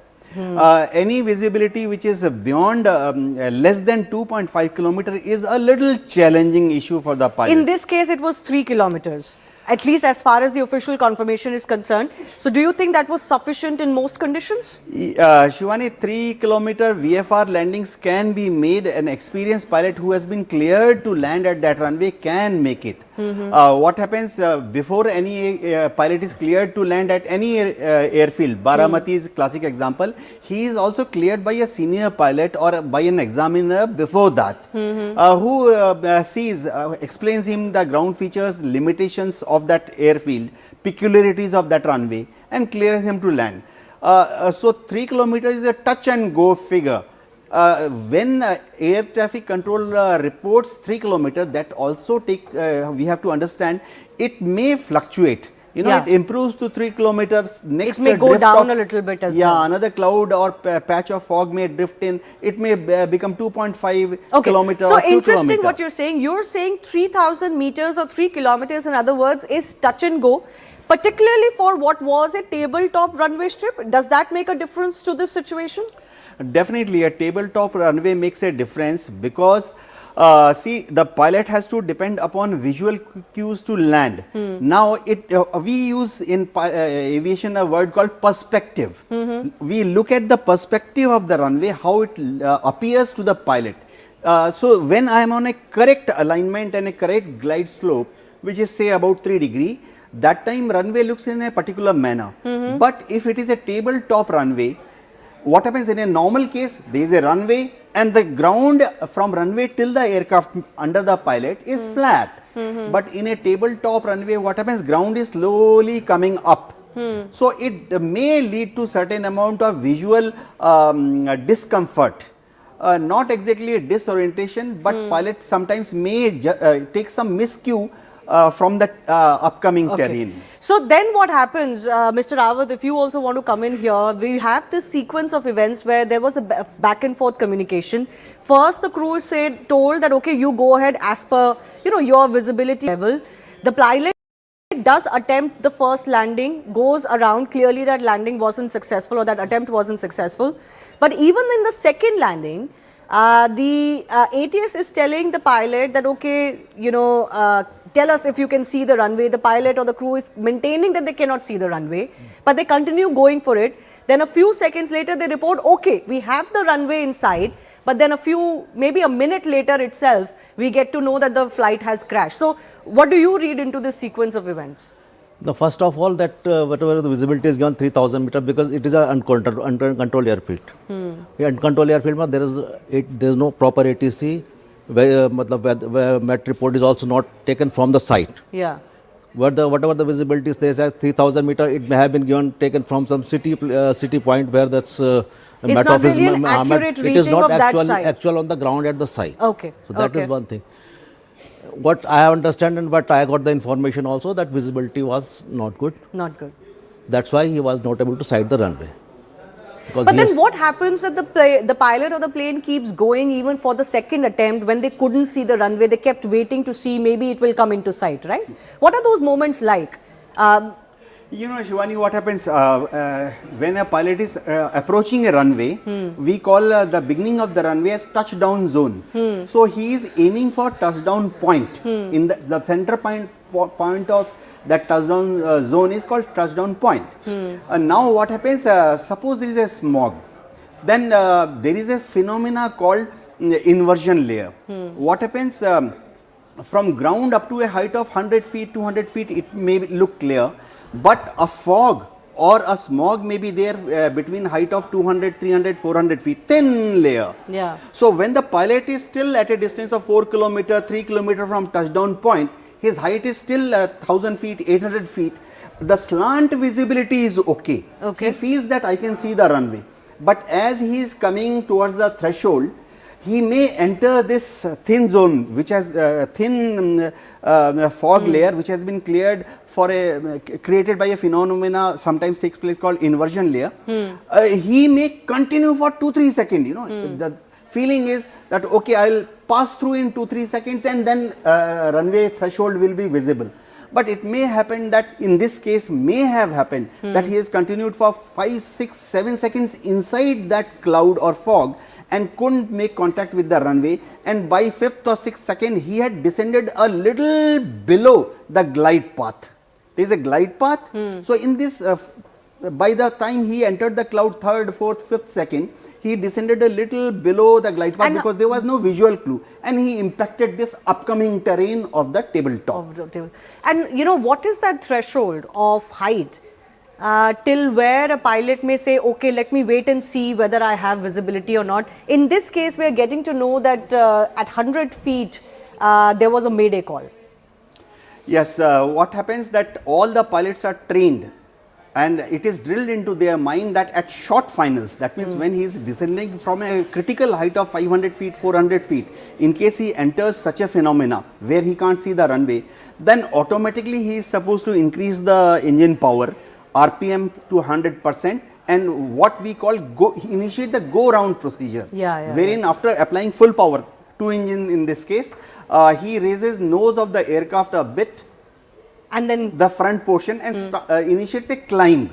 Thereafter he may like to do a circuit, come back, align again with the runway and land. Which was done after the first attempt had already failed. So what seems to be coming to light is that the plane or the pilot continued to see whether the visibility will become better. They also do mention that yes, they have the runway in sight eventually, but it could have been a miscalculation, or they have hit on a higher area, on a cliff kind of area near the runway, and the calculations may have gone wrong. But there are some other questions that are being raised as far as this crash is concerned. Did the landing gear snag cause such a crash? Because Learjets have previously reported a landing gear issue.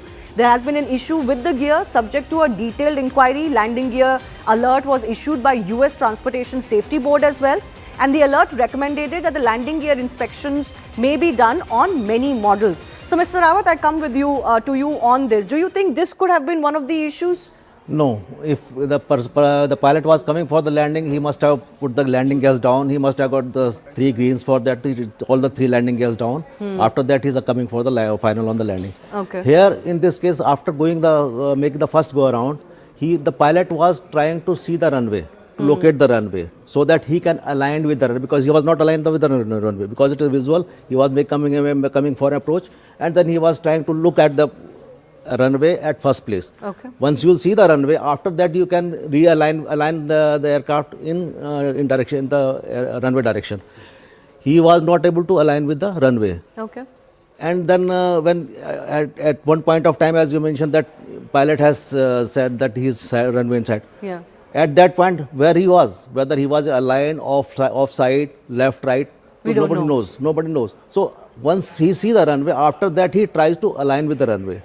But how far it was and how was the weather there, it was not able to. Nobody was to And say that. whether right there was now. enough time to now align. we have got 2-3 days to carry out the speculation on this issue, unless the CVR and DFDR are decoded. So they will give you the exact position how the thing happened. Okay. No, absolutely. The final word will be, of course, exactly what comes out as far as the black box is concerned. But I also want to touch upon another element of what has transpired, and that's the issue of the tabletop runway. Now, why are tabletop runways a feature or a factor as far as such a crash is concerned? Because they have zero overrun forgiveness. Their cliffs at runway ends can make undershoot or overshoot fatal. We have seen this in some previous crashes as well. There is also a possibility of depth mismanagement or misjudgment. The runway blends with the horizon, difficult to gauge height for the pilot. As one of our experts, former pilot, was also telling us that there is a perspective at which you see the runway at a different height, at each different height.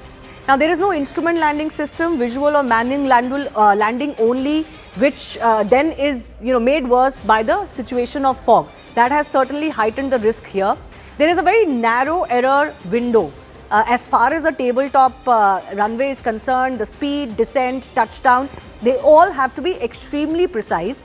And then if you add the weather multiplier, the fog and the wind conditions, they can destabilize the final approach. So do you think, as I asked you earlier, the tabletop runway could have made the calculations a little bit tougher in those final moments? We're trying to decipher what happened between that 3,000 meters to 100 feet mark, because that's where all of it seems to have transpired. Yeah, Shivani, there are many peculiarities involved with the tabletop runway. As you have rightly brought out, another factor which works in such terrain, which challenges the pilot quite a bit, is updraft or downdraft. Since the terrain is not even, the mountain is coming up towards the runway, what happens, a horizontal wind which is blowing, maybe a speed of 10, 15 or 20 knots per hour, it hits the vertical part of the hill and that gets deflected upward. So there is an upward draft. similarly, when it crosses the tabletop and goes on the leeward side, it descends down. The wind hits the mountain, climbs up, and then on the leeward side, wind goes down, descending down, to creates a downward draft. Now, any pilot has to be ready in case he's approaching for runway landing. In case there is an updraft, he judges it and then reduces the power and attitude of the aircraft up and down, so as to overcome this effect of updraft and downdraft. It needs a certain amount of practice, but most of the pilots who are cleared to land on tabletop runways would have had the done training. that. It is in back of their mind. Shivani, what happens, I will tell you, 2 seconds. Once you enter a cloud, there is no visual clue. You are supposed to change over to instrument flying conditions.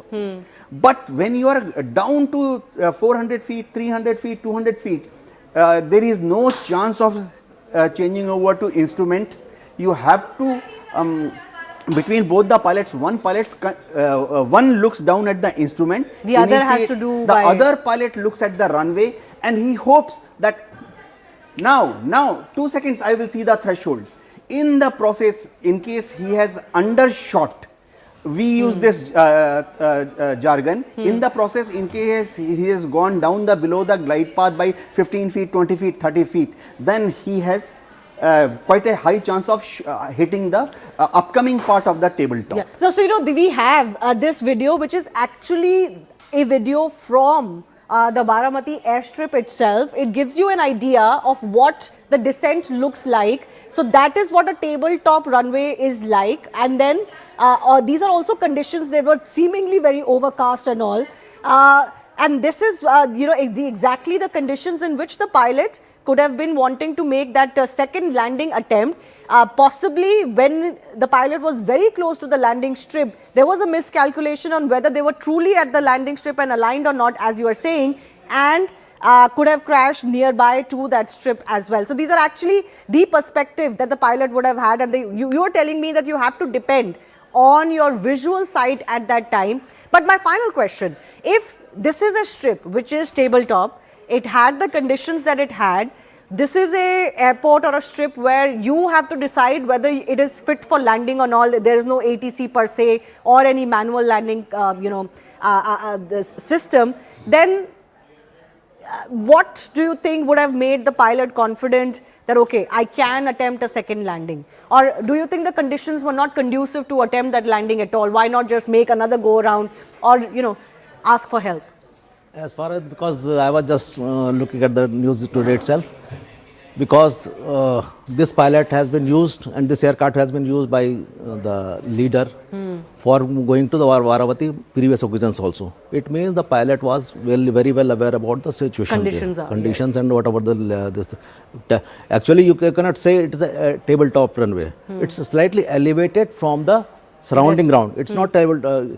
But Captain Devnath is saying that when tabletop is 600, 700 feet above the surrounding terrain, then it is a tabletop. And then this wind, is more like on ground level. Wind effect is there, and here it's slightly, I think, not more than 100 meters from the, not 60 to 70 meters from the nearby ground.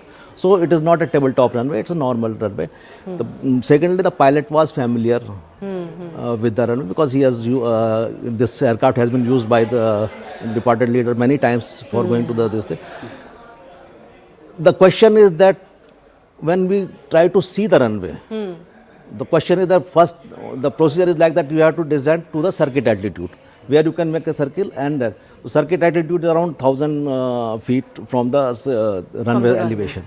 So first, if you are able to see the runway beforehand, then you align with the runway. Because the pilot was familiar with the runway, so he must have taken some cue from the ground that, okay, there I will find the runway. This will be the direction where I can find the runway. Okay. I can see the runway. So he has, and on the premises he has, and because he was maybe having the ground contact also, so he was descending on the premises. At a point he was not able to see the runway. So he has make a left and right turn. Minutes or even a few seconds could have played. He can make a left turn or right turn, and then again made an attempt.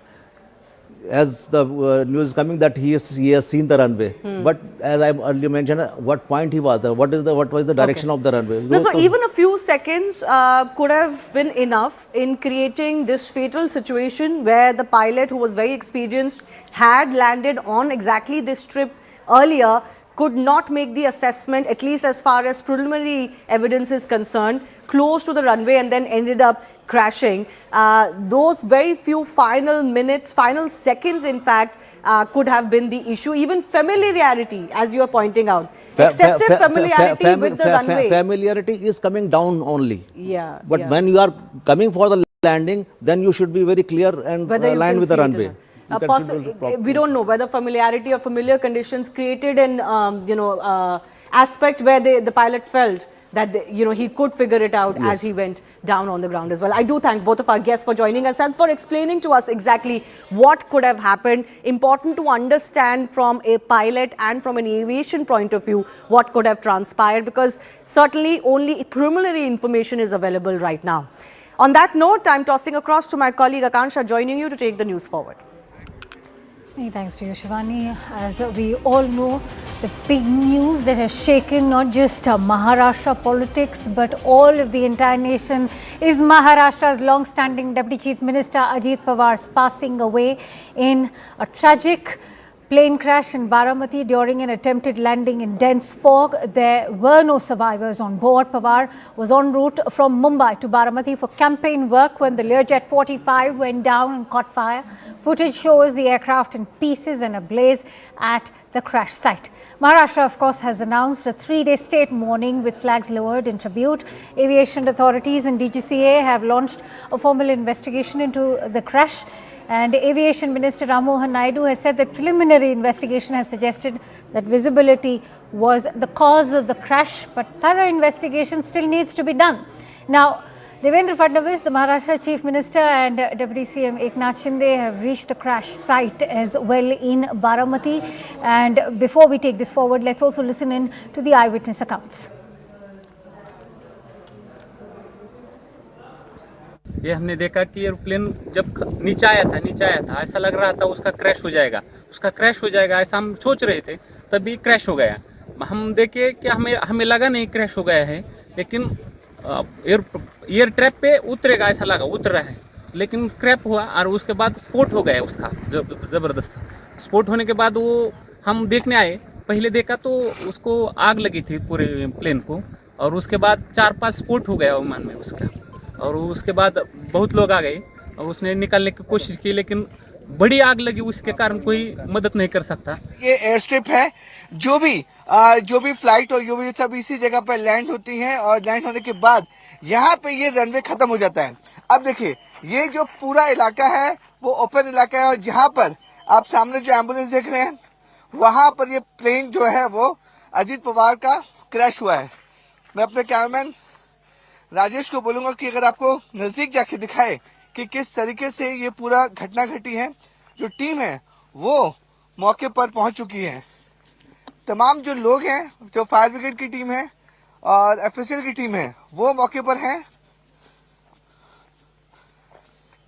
और लगातार जैसे जैसे सूचना मिलती जा रही है कि ये स्पॉट है, वहां पे एनसीपी के कार्यकर्ता बड़ी तादाद में जो लोग हैं वो यहाँ पे धीरे धीरे इकट्ठे हो रहे हैं।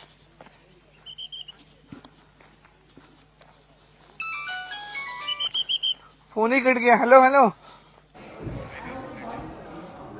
All right, so as we've been bringing to you all the latest details which have emerged so far, with experts even weighing in on, in fact, what could have led to that entire crash. I'm also joined in by Mr. Chandrakant Patil, who's one of the Maharashtra ministers. Many thanks to you, Mr. Patil. We speak in an hour of grief. It is a deeply tragic day, not just for you all, but for the entire nation today, as we've lost the stalwart Dada of Maharashtra politics, as he was known.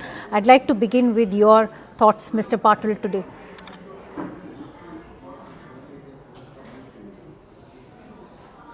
Mr. Patil, can you hear me?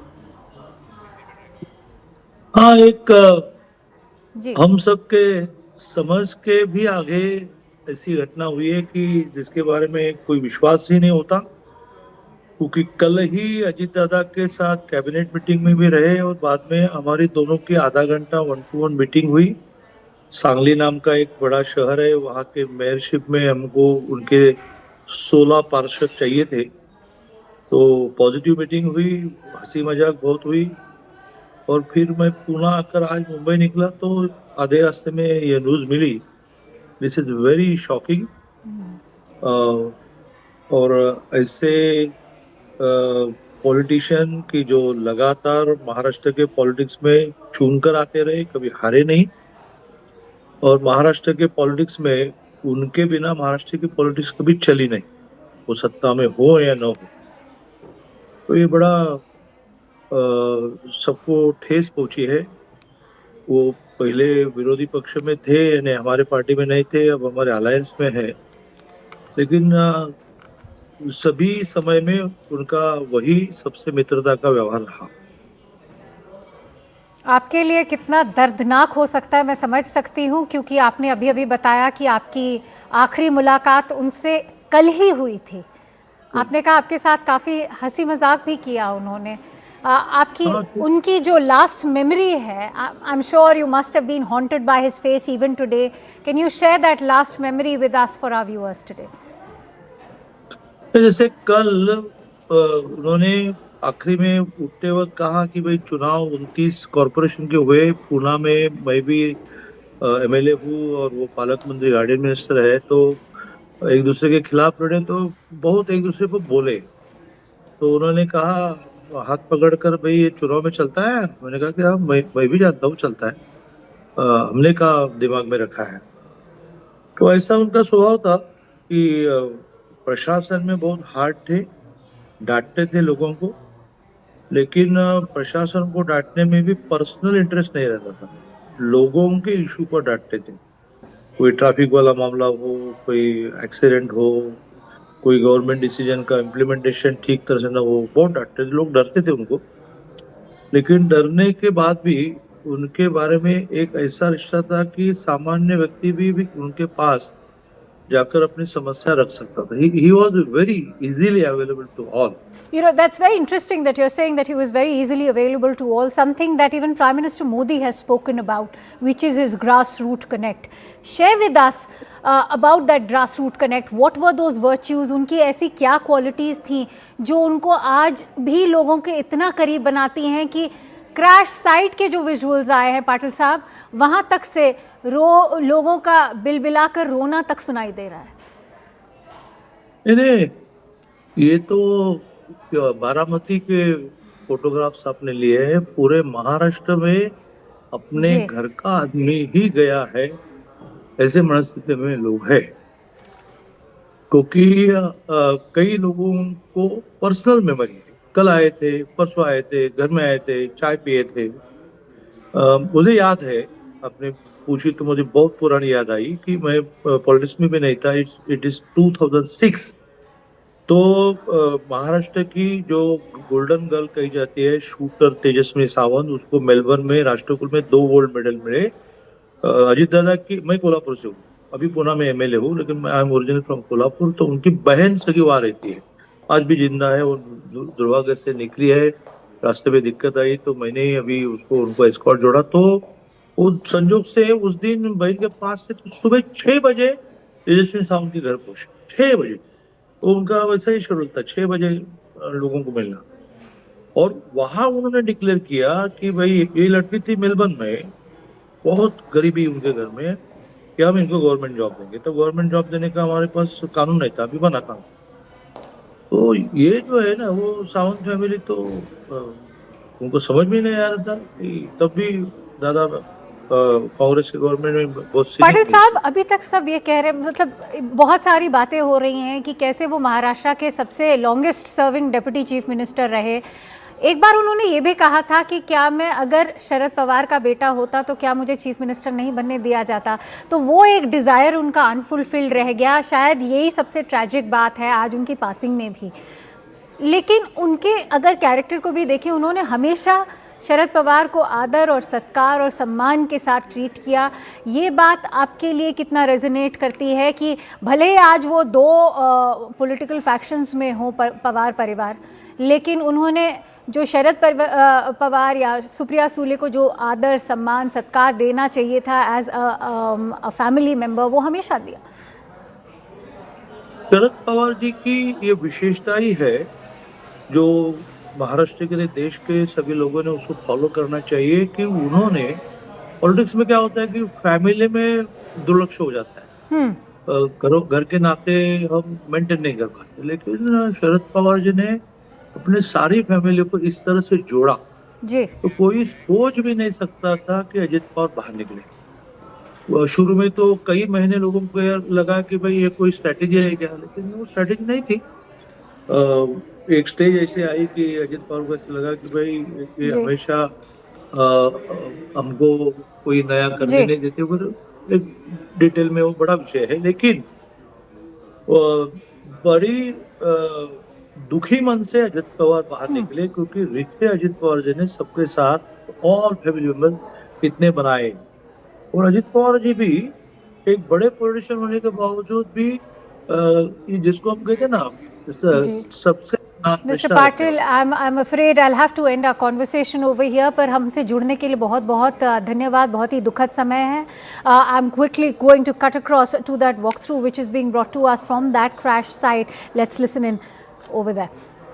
लगातार जैसे जैसे सूचना मिलती जा रही है कि ये स्पॉट है, वहाँ पे एनसीपी के कार्यकर्ता बड़ी तादाद में जो लोग हैं वो यहाँ पे धीरे धीरे इकट्ठे हो रहे हैं।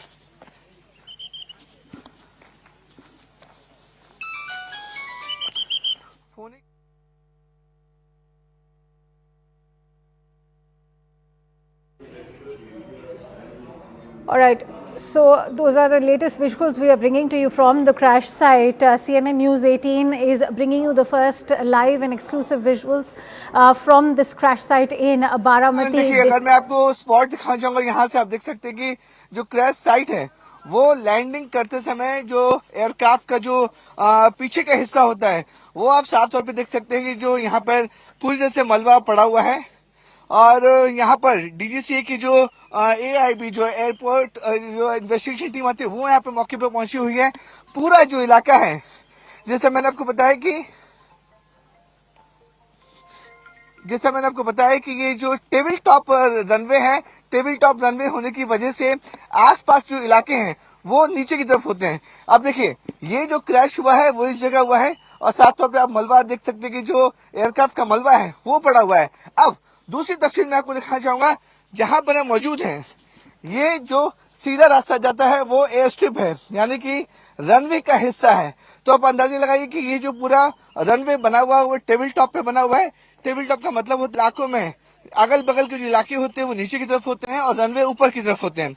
ये देखिए, ये है एयर क्रैश की बड़ी तादाद में जो टीमें हैं वो मौजूद हैं और जो मलबा है एयरक्राफ्ट का वो अभी भी साफ तौर पे देख सकते हैं कि अलग अलग हिस्सों में पूरा मलबा गिरा हुआ है। और जहां से जो बॉडीज निकाली गई थी वो स्पॉट अगर मैं आपको दिखाना चाहूँ आनंद, तो देखिए ये मेन स्पॉट है। अपने कैमरामैन राजेश को बोलूंगा, देखिए किस तरीके से लैंडिंग करते वक्त ये जो स्पॉट आप सामने देख रहे हैं वहां पर ये पूरा आग लगी थी और पूरा एयरक्राफ्ट जो है वो जलकर खाक हो चुका था।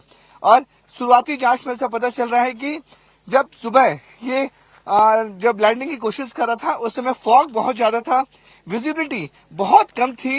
विजिबिलिटी कम होने की वजह से जो पायलट थे उन्हें इस बात का अंदाजा नहीं मिल पा रहा था कि एयर स्ट्रिप कहाँ पर है, क्योंकि देखिए बारामती एक छोटा एयरपोर्ट है, छोटा यहाँ पे एयर स्ट्रिप पे आईएलएस जो लाइटिंग लगी रहती है जो रनवे पर आईएलएस का इस्तेमाल नहीं होता है, क्योंकि छोटे एयर स्ट्रिप पर आईएलएस नहीं लगे होते हैं।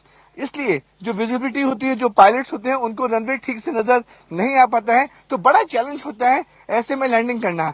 तो ये देखिए क्रैश साइट पे न्यूज 18 इंडिया की टीम मौजूद है।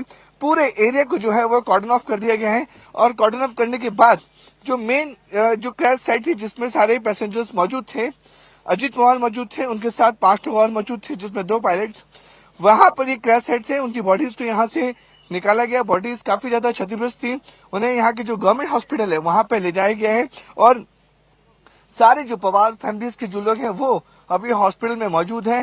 लेकिन अब सबसे बड़ी जो ब्लैक बॉक्स है जो यहाँ से बरामद किया गया है, अब जो इन्वेस्टिगेटिव टीम है वो ब्लैक बॉक्स से पता करेगी कि आखिरकार क्रैश की असली वजह क्या थी, किस वजह से ये पूरा क्रैश हुआ था। और साफ तौर पे देख सकते हैं कि अलग अलग पार्ट्स जो हैं वो एयरक्राफ्ट के चारों तरफ बिखरे पड़े हैं, तो अंदाजे लगा सकते हैं आनंद आप। All right, Vivek Gupta of News 18 bringing you that report straight from the crash site. More importantly, developments have been happening on a parallel front. On one side, you have the mourning Pawar Parivar. On the other side, you also have the investigation going on by the AAIB officials. Let's quickly break down all the developments for you that have taken place so far. To begin with, Maharashtra's Chief Minister Devendra Fadnavis and Deputy CM Eknath Shinde have reached the plane crash site in Baramati, as have the Pawar family members. Ajit Pawar's supporters have also gathered in Baramati as the ambulance arrived with the mortal remains of the departed Deputy Chief Minister of Maharashtra. And Ajit Pawar's last rites, we are being told, are going to take place tomorrow in Baramati at around 11 a.m. Mortal remains of Ajit Pawar will also be placed at the Vidya Pratishthan School from 5 p.m. onwards to pay the last tributes starting today. The Maharashtra government has declared 3 days of state mourning across the entire state of Maharashtra as a mark of respect to the deceased Deputy Chief Minister. State mourning will be observed starting 28th of January, that is today, up until 30th of January, and during which the national flag will be flown at half-mast on all buildings. Prime Minister Narendra Modi has also spoken to the NCP SP Chief Sharad Pawar to express his condolences over the passing of Ajit Pawar in this tragic plane crash. Ajit Pawar's wife, Sunetra Pawar, remember, was in the national capital when this tragic news arrived. She reached Baramati along with her son Parth Pawar and the NCP SP working president Supriya Sule after the tragic demise of the Maharashtra Deputy Chief Minister Ajit Pawar. Sharad Pawar has also reached Baramati after the plane crash to reach the plane crash site. In fact, he arrived at the plane crash site shortly, and in fact he is already at the hospital in Baramati where the mortal remains of Ajit Pawar were placed, and he should be arriving at the crash site, which we were showing to you as well. And expressing deep grief, the Aviation Minister Ram Mohan Naidu has said, and let me quote, "We will do the investigation in a transparent and accountable way to determine the exact cause of the crash." Providing preliminary details, Naidu has also explained that teams from the DGCA and the Aircraft Accident Investigation Bureau, or the AAIB, have been deployed to the site to conduct a thorough probe into the technical and environmental factors that have been involved. Let's also get you a sense of how the opposition is reacting.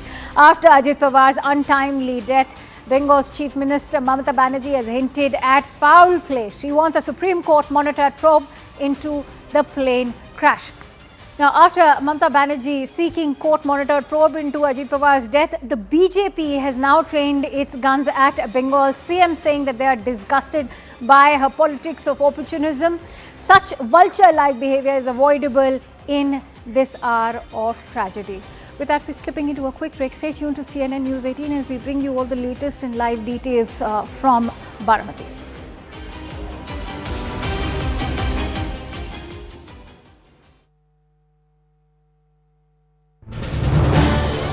This is News 18 Network.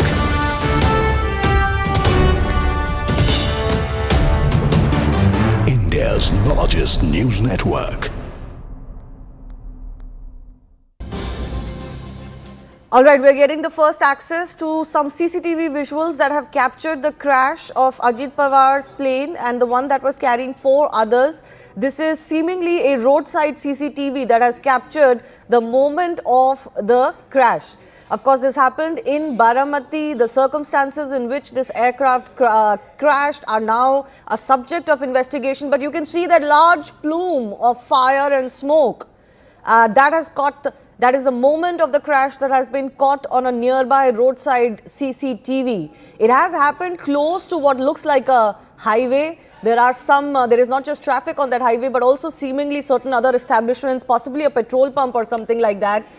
Some shops that are also visible, but clearly This is one of the first CCTV visuals that have come to light after this crash has taken place. A large fire engulfing that area and a cloud of smoke from the ground as well. Let's just play this for our viewers on our big wall here as well. As you can see, the time captured on the CCTV is around 8:46 in the morning. Exact time, at least as far as this CCTV footage is concerned, 8:46. I don't know how accurate that is otherwise.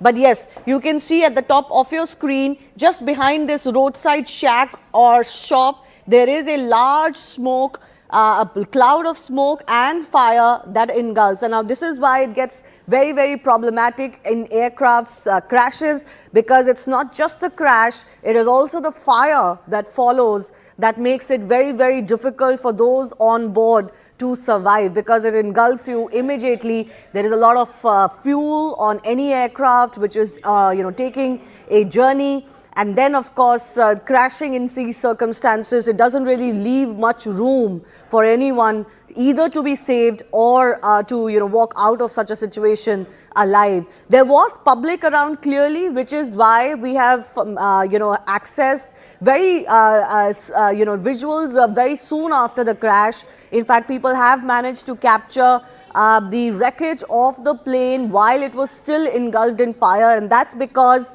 it wasn't too far from a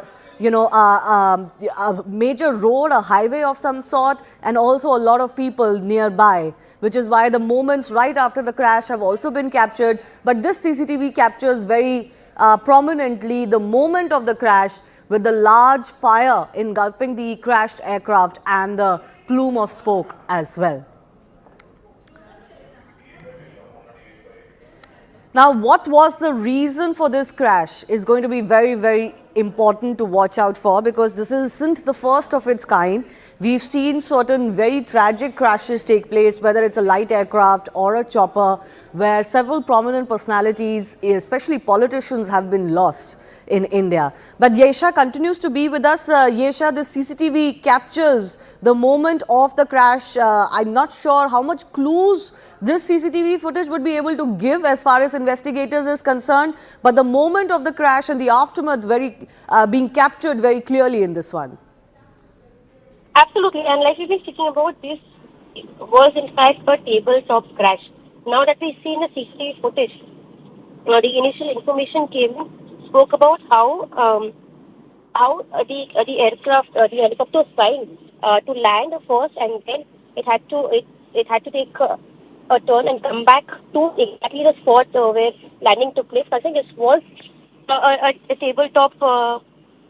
This was a tabletop landing, and considering that Ajit Pawar had been someone who ILS system to be installed at this place, is where preliminary information is coming in about the crash.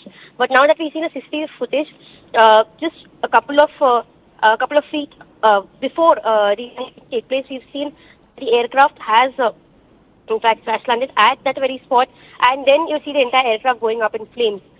This speaks of kind of a damage that has been caused to the aircraft at that very moment. And this is in fact the first CCTV that we see. The timing in the CCTV is shown to be around 8:46. When the crash is taking place. Following which, as far as information from VT is concerned.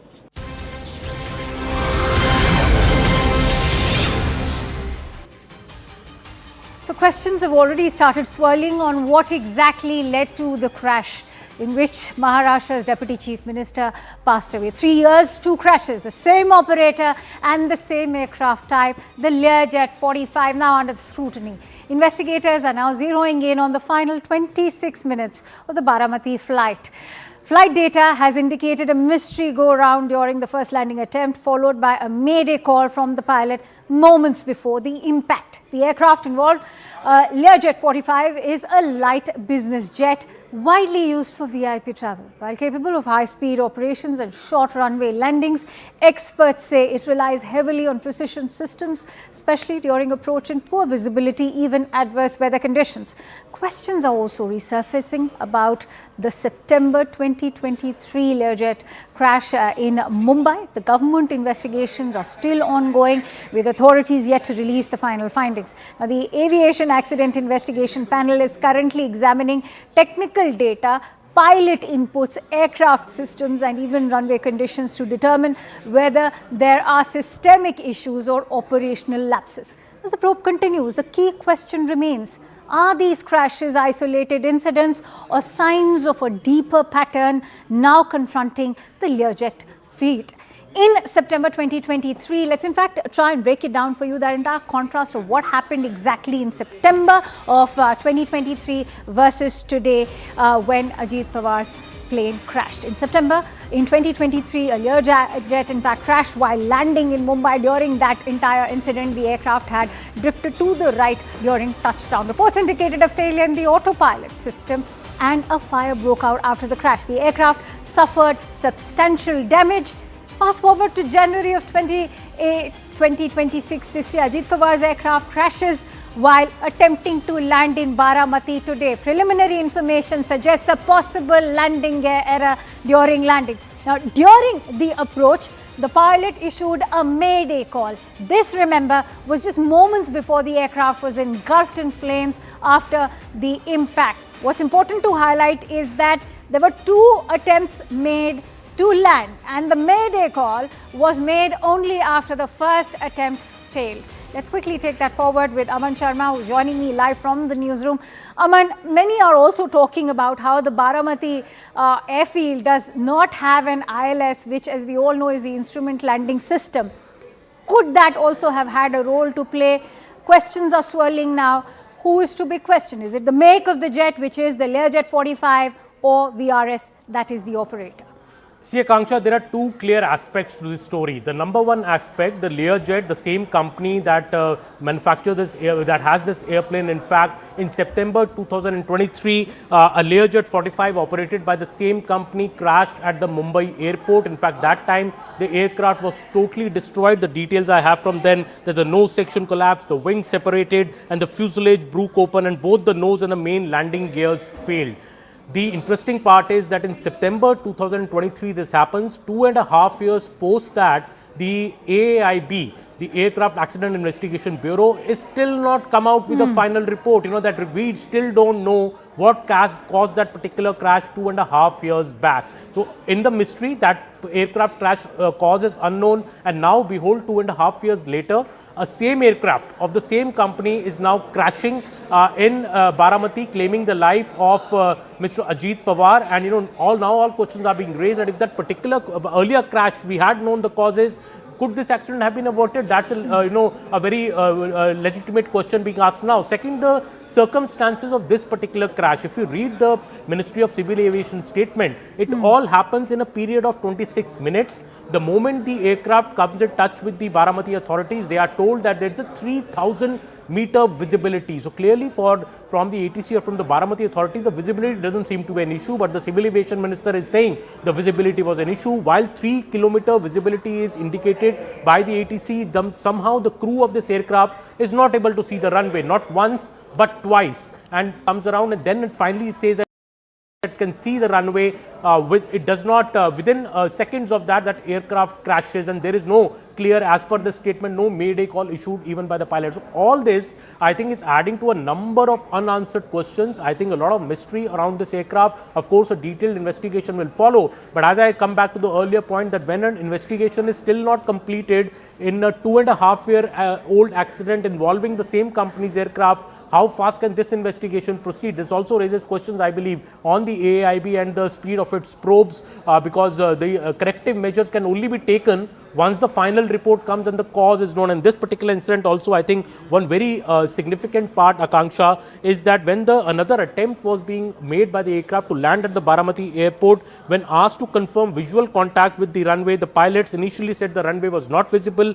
but they later reported the runway was in sight, but notably there was no read back of the landing clearance once it was given by the operators at Baramati airport. So why this read back did not come is also will be a very, very significant part of this probe, because seconds later, without a mayday call, you see this plane crashing and claiming the life of Ajit Pawar and 4 other people on board. Absolutely. And what's even more shocking is that the air crash site is right at the boundary of that landing strip.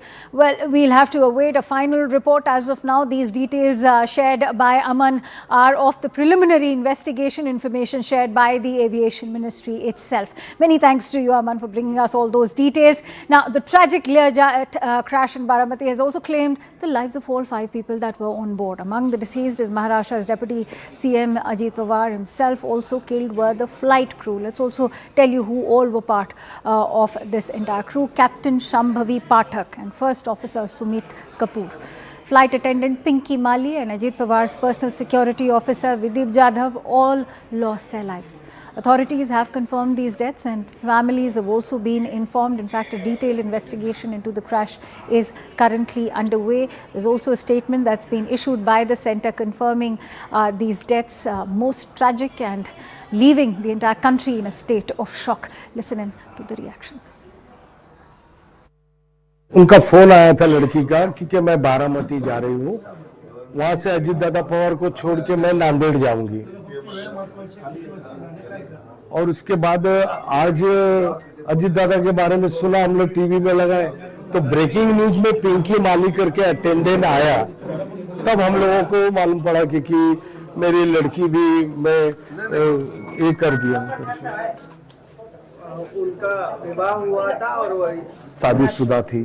कहाँ रहते थे वो ठाना रहते थे। कितने सालों से ये सर्विस करते थे?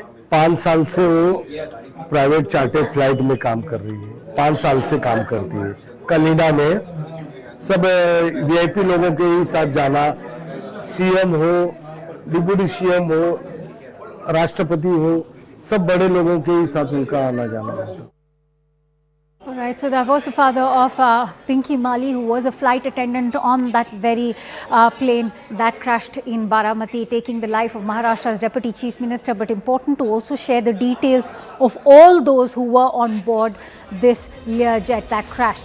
The first victim, of course, is the Deputy Chief Minister himself, Ajit Pawar. He also died in this crash. Shambhavi Pathak, the captain of that plane, also died on the spot, is what we are being told. Sumit Kapoor, the captain, again, he lost his life as well, as did Pinky Mali, who is a flight attendant. As a father was sharing information with us that she used to, in fact, accompany all the VVIPs, whether it was the Chief Minister or the Deputy CM. You also have Vidip Jadhav, who is in fact Ajit Pawar's security officer, who was also accompanying the Deputy Chief Minister on that unfaithful flight. On that note, in fact, Ajit Pawar, Maharashtra's Deputy Chief Minister, his passing is going to leave a void in not just the politics of Maharashtra, but in the entire country. His aircraft met with this accident in Baramati. Let's also explain the flight trajectory with the help of this flight tracker that we are bringing to you. At roughly 8:10 a.m. is when you see that Ajit Pawar's aircraft took off from Mumbai. It was taking off all the way to Baramati. It's not a very long distance. At around 8:46 a.m., the aircraft attempted landing in Baramati. Over here is when you're seeing, and this is when the crash happened during the landing. As per the DGCA sources, at around 9:12 a.m., the air traffic control received an official information about this crash. So how did the events actually unfold? According to the statement that has been issued by the government so far, we are being told that the aircraft first came in contact with Baramati. विशेष रूप से गांवों के जीवन को बेहतर बनाने के लिए उन्होंने हमेशा आगे बढ़कर काम किया। मैं अजीत पवार जी के परिवार के प्रति संवेदना व्यक्त करता हूं। जिन साथियों को हमने इस हादसे में खोया है, इस पीड़ा की घड़ी में हम सभी उनके परिजनों के साथ हैं। साथियों, दुख और संवेदना के इन पलों के बीच मैं यहां मौजूद आप सभी कैडेट्स का, विभिन्न मित्र देशों से आए कैडेट्स और ऑफिसर्स का अभिनंदन भी करूंगा।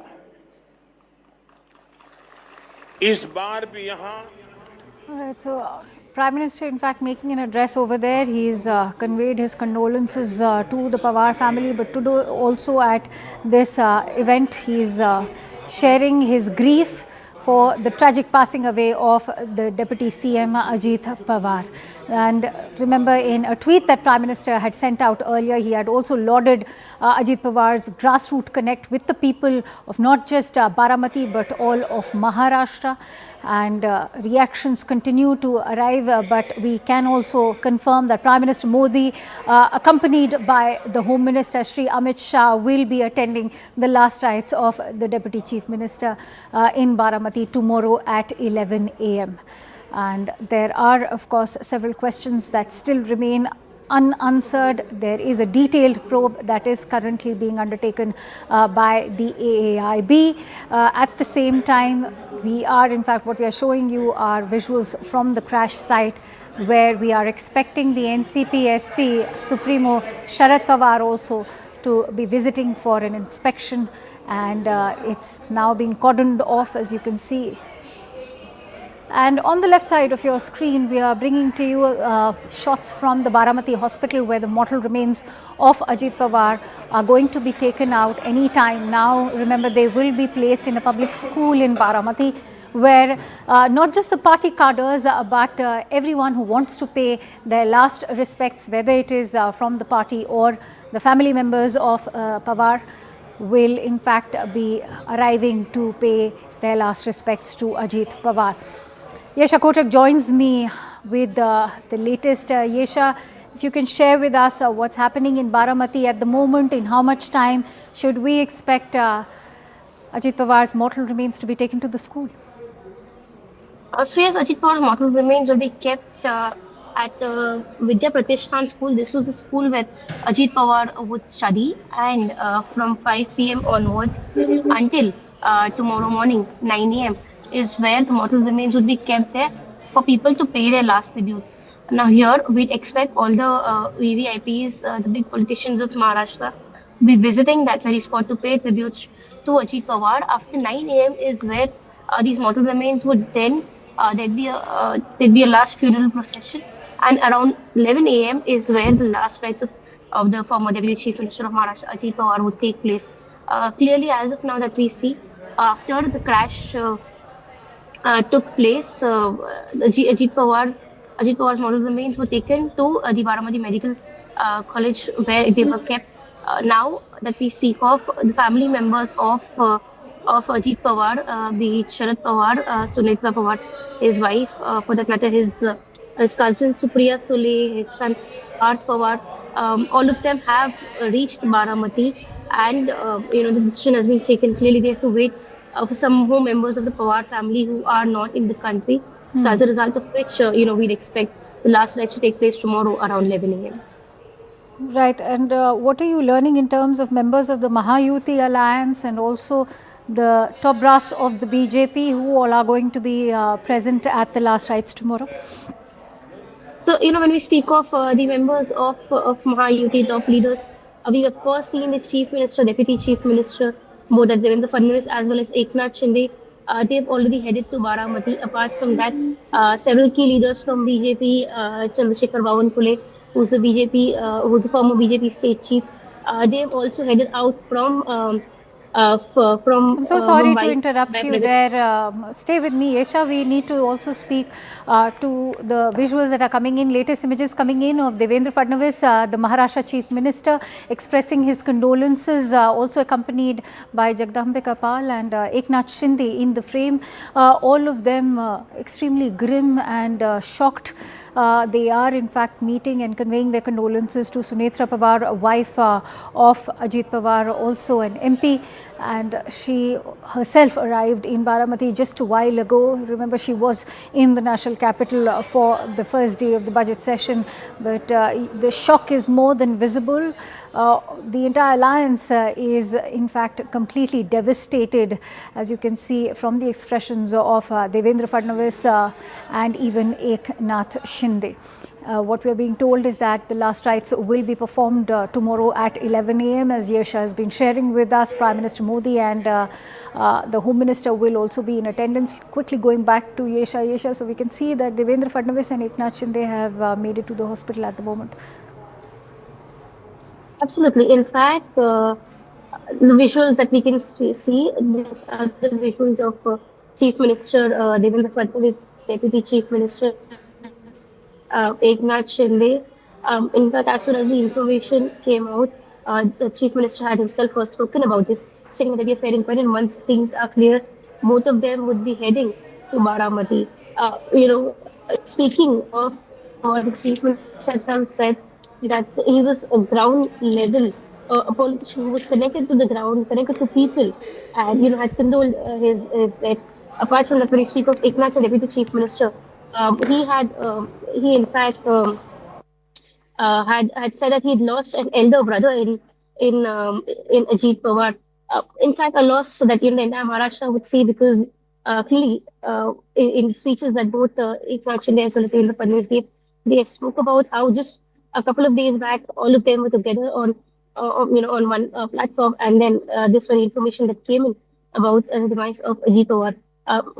This morning, after meeting several people in Mumbai, was where Ajit Pawar had taken the chartered plane to Baramati to address a gathering just ahead of the elections that were scheduled, on February 4th. He had a couple of gatherings to be attended, to be addressed at Baramati, and which is where he was headed there. But this untimely demise of Ajit Pawar comes in, and which is where you see kind of situation even at Baramati, be it the leaders, or for that matter, be it even the common man, those of Baramati. So, Yesha, this is indeed one loss which has not just dealt a huge blow to the Pawar Parivar, but you're also looking at the way it's going to shake up the entire alliance, perhaps in terms of the reliance that Devendra Fadnavis had on two key allies, one of course being Ajit Pawar, the other Eknath Shinde, and you can see in fact both of them in these images. Absolutely. In fact, when we speak of Ajit Pawar, he held several key portfolios. He was instrumental in, keeping the stock together of the NCP. Several key leaders from the NCP had moved on along with Ajit Pawar, and that's where you saw some of the key portfolios. In fact, when you speak of Ajit Pawar himself, he was holding finance along with him, and one of the leaders who, in fact, had presented the budget for more than 10 times. Of course, Ajit Pawar was always seen as someone who aspired to be the chief minister, and, with his that aspirations end. But for that matter, someone who served the deputy chief minister position for more than 6 times, and that speaks volume of the kind of political contribution that he had. Now that you speak of Ajit Pawar, this of course with his death, this of course would impact the whole equation in the Maharashtra politics, because clearly so far it was seen as a trio over the last 2 elections, that of Devendra Fadnavis, that of Eknath Shinde and Ajit Pawar. But amidst all of this, now of course, so with how would this really shape up is something that we not really have an answer to as of now. So if you look at this image that's coming in right now, Devendra Fadnavis looking deeply shaken, depressed, to say the least. It doesn't seem like he's just lost an ally, he's lost a good friend, because people from within the Mahayuti alliance also talk about how Ajit Pawar was also someone who helped him to keep a check on the other ally, that is Eknath Shinde. So this could in fact change the political dynamics within the alliance as well. If you could weigh in on that aspect. Absolutely. When it comes to Ajit Pawar and Devendra Fadnavis, they've clearly been allies, they've clearly been friends, even before they were Chief Minister and Deputy Chief Minister. In fact, something that we've been discussing even before, when the Vidhan Sabha elections were announced. What was important to note is that when the three alliance partners, they were sitting together addressing the media after having that win, the win that showed the might of Mahayuti. There was clearly a joke by Eknath Shinde, wherein he said that Ajit Pawar is known to take oath as Deputy Chief Minister anytime in the day, be it morning or night. That was clearly referring to the earlier oath taking by Devendra Fadnavis and Ajit Pawar early in the morning, something that shook the entire Maharashtra politics then. And then again, when NCP split and Ajit Pawar decided to go along with the Mahayuti, that was again a big blow to the Maharashtra politics, because clearly Maharashtra had already seen a lot of political turmoil in the last couple of years. So here, yes, if we speak of Ajit Pawar and Devendra Fadnavis Kamaradi, it goes way Stay with beyond. me. In fact, we are also getting in shots coming in of Devendra Fadnavis and the Maharashtra Chief Minister, along with Deputy CM Eknath Shinde exiting the Baramati hospital. Remember, those visuals we brought to you were from inside the hospital, Vidya Pratishthan, the very school where Ajit Pawar actually studied. And in those visuals, this is in fact shortly after that meeting that's taken place where Chief Minister Devendra Fadnavis has conveyed his condolences to the wife of Ajit Pawar, Sunetra Pawar, and as you can see, they are now going to be accompanying that entire cavalcade, which will be taking the mortal remains of Ajit Pawar over to Vidya Pratishthan, that school where these mortal remains will be placed, only so that not just the party cadres but friends and family members can pay their last respects to the stalwart that Ajit Pawar was of Maharashtra politics. Ajit Dada, as he was known, will be fondly remembered. With that, we're slipping into a quick break.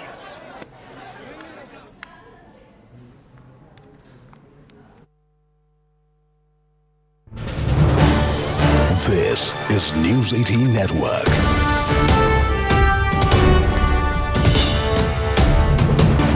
India's largest news network. All right, we're getting the first access to some CCTV visuals that have captured the crash of Ajit Pawar's plane and the one that was carrying 4 others. This is seemingly a roadside CCTV that has captured the moment of the crash. Of course, this happened in Baramati. The circumstances in which this aircraft crashed are now a subject of investigation. But you can see that large plume of fire and smoke that is the moment of the crash that has been caught on a nearby roadside CCTV. It has happened close to what looks like a highway. There is not just traffic on that highway, but also seemingly certain other establishments, possibly a petrol pump or something like that. Some shops that are also visible, but clearly this is one of the first CCTV visuals that have come to light after this crash has taken place. A large fire engulfing that area and a cloud of smoke from the ground as well. Let's just play this for our viewers on our big wall here as well. As you can see, the time captured on the CCTV is around 8:46 in the morning. Exact time, at least as far as this CCTV footage is concerned, 8:46. I don't know how accurate that is otherwise, but yes, you can see at the top of your screen, just behind this roadside shack or shop, there is a large smoke, a cloud of smoke and fire that engulfs. And now this is why it gets very, very problematic in aircrafts crashes, because it's not just the crash, it is also the fire that follows that makes it very, very difficult for those on board to survive because it engulfs you immediately. There is a lot of fuel on any aircraft which is taking a journey, and then of course crashing in these circumstances, it doesn't really leave much room for anyone either to be saved or to walk out of such a situation alive. There was public around clearly, which is why we have accessed very visuals very soon after the crash. In fact, people have managed to capture the wreckage of the plane while it was still engulfed in fire, and that's because it wasn't too far from a major road, a highway of some sort, and also a lot of people nearby, which is why the moments right after the crash have also been captured. But this CCTV captures very prominently the moment of the crash, with the large fire engulfing the crashed aircraft and the plume of smoke as well. Now, what was the reason for this crash is going to be very, very important to watch out for, because this isn't the first of its kind. We've seen certain very tragic crashes take place, whether it's a light aircraft or a chopper, where several prominent personalities, especially politicians, have been lost in India. But Yesha continues to be with us. Yesha, this CCTV captures the moment of the crash. I'm not sure how much clues this CCTV footage would be able to give as far as investigators is concerned, but the moment of the crash and the aftermath being captured very clearly in this one. Absolutely, and like we've been speaking about, this was in fact a tabletop crash. Now that we've seen the CCTV footage, the initial information came in, spoke about how the aircraft, the helicopter was trying to land first, and then it had to take a turn and come back to exactly the spot where landing took place. I think this was a tabletop. This was a tabletop landing, and considering that Ajit Pawar had been someone who ILS system to be installed at this place, is where preliminary information is coming in about the crash. But now that we've seen the CCTV footage, just a couple of feet before the take place, we've seen the aircraft has in fact crash landed at that very spot, and then you see the entire aircraft going up in flames. This speaks of kind of a damage that has been caused to the aircraft at that very moment. And this is in fact the first CCTV that we see. The timing in the CCTV is shown to be around 8:46. When the crash is taking place. Following which, as far as information from ATC is concerned, they got a call at around 9:12 about this incident. So clearly, this speaks of the bad time limit from when this very crash took place. Initial first visual coming in, it is in fact a visual taken from far from the highway around Baramati, because this very crash, that we speak of, had taken place. So, Yesha, just stay with me. I've got Dr. Vandana Singh, who's chairperson of Aviation Cargo Federation of the Aviation Industry in India. The flight took off at 8:10. The CCTV captures the flight going down at 8:46. So, roughly 36 minutes later. And a few minutes later, the ATC was informed about the crash. But looking at this footage or the timeline, clearly the plane had reached Baramati. It was set to land. In fact, there are also certain information that it already attempted a landing before this. What your first sense of what could have gone wrong? Thank you, ma'am, for having me on your show. Firstly, a very, very tragic incident where we have lost 6 lives, including Shri Pawar. Now, Baramati strip is essentially a tabletop runway, which is essentially meaning elevated, right?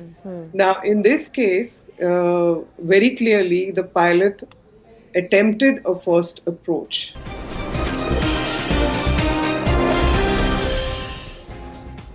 Good evening. You're watching this broadcast. This is Nation at 5 on CNN News 18 with me, Poonam Burde. Unfortunate news came in this morning. Maharashtra's Deputy Chief Minister Ajit Pawar passed away in a plane crash in Baramati during an attempted landing. There were no survivors on board. Ajit Pawar was en route Baramati for campaign work when the Learjet 45 went down and burst into flames. Footage shows the aircraft in pieces and ablaze at the crash site. Maharashtra has now announced a 3-day state mourning. Flags are going to be lowered in tribute. Aviation authorities and DGCA have launched a formal investigation into the crash as well. Aviation Minister has gone on to say that preliminary probes suggest that visibility was the cause of the crash, but thorough investigation will be done to find out what exactly transpired. Chief Minister of Maharashtra, Devendra Fadnavis, Deputy Chief Minister Eknath Shinde are also in Baramati. They've met with Ajit Pawar's family there, offering their condolences.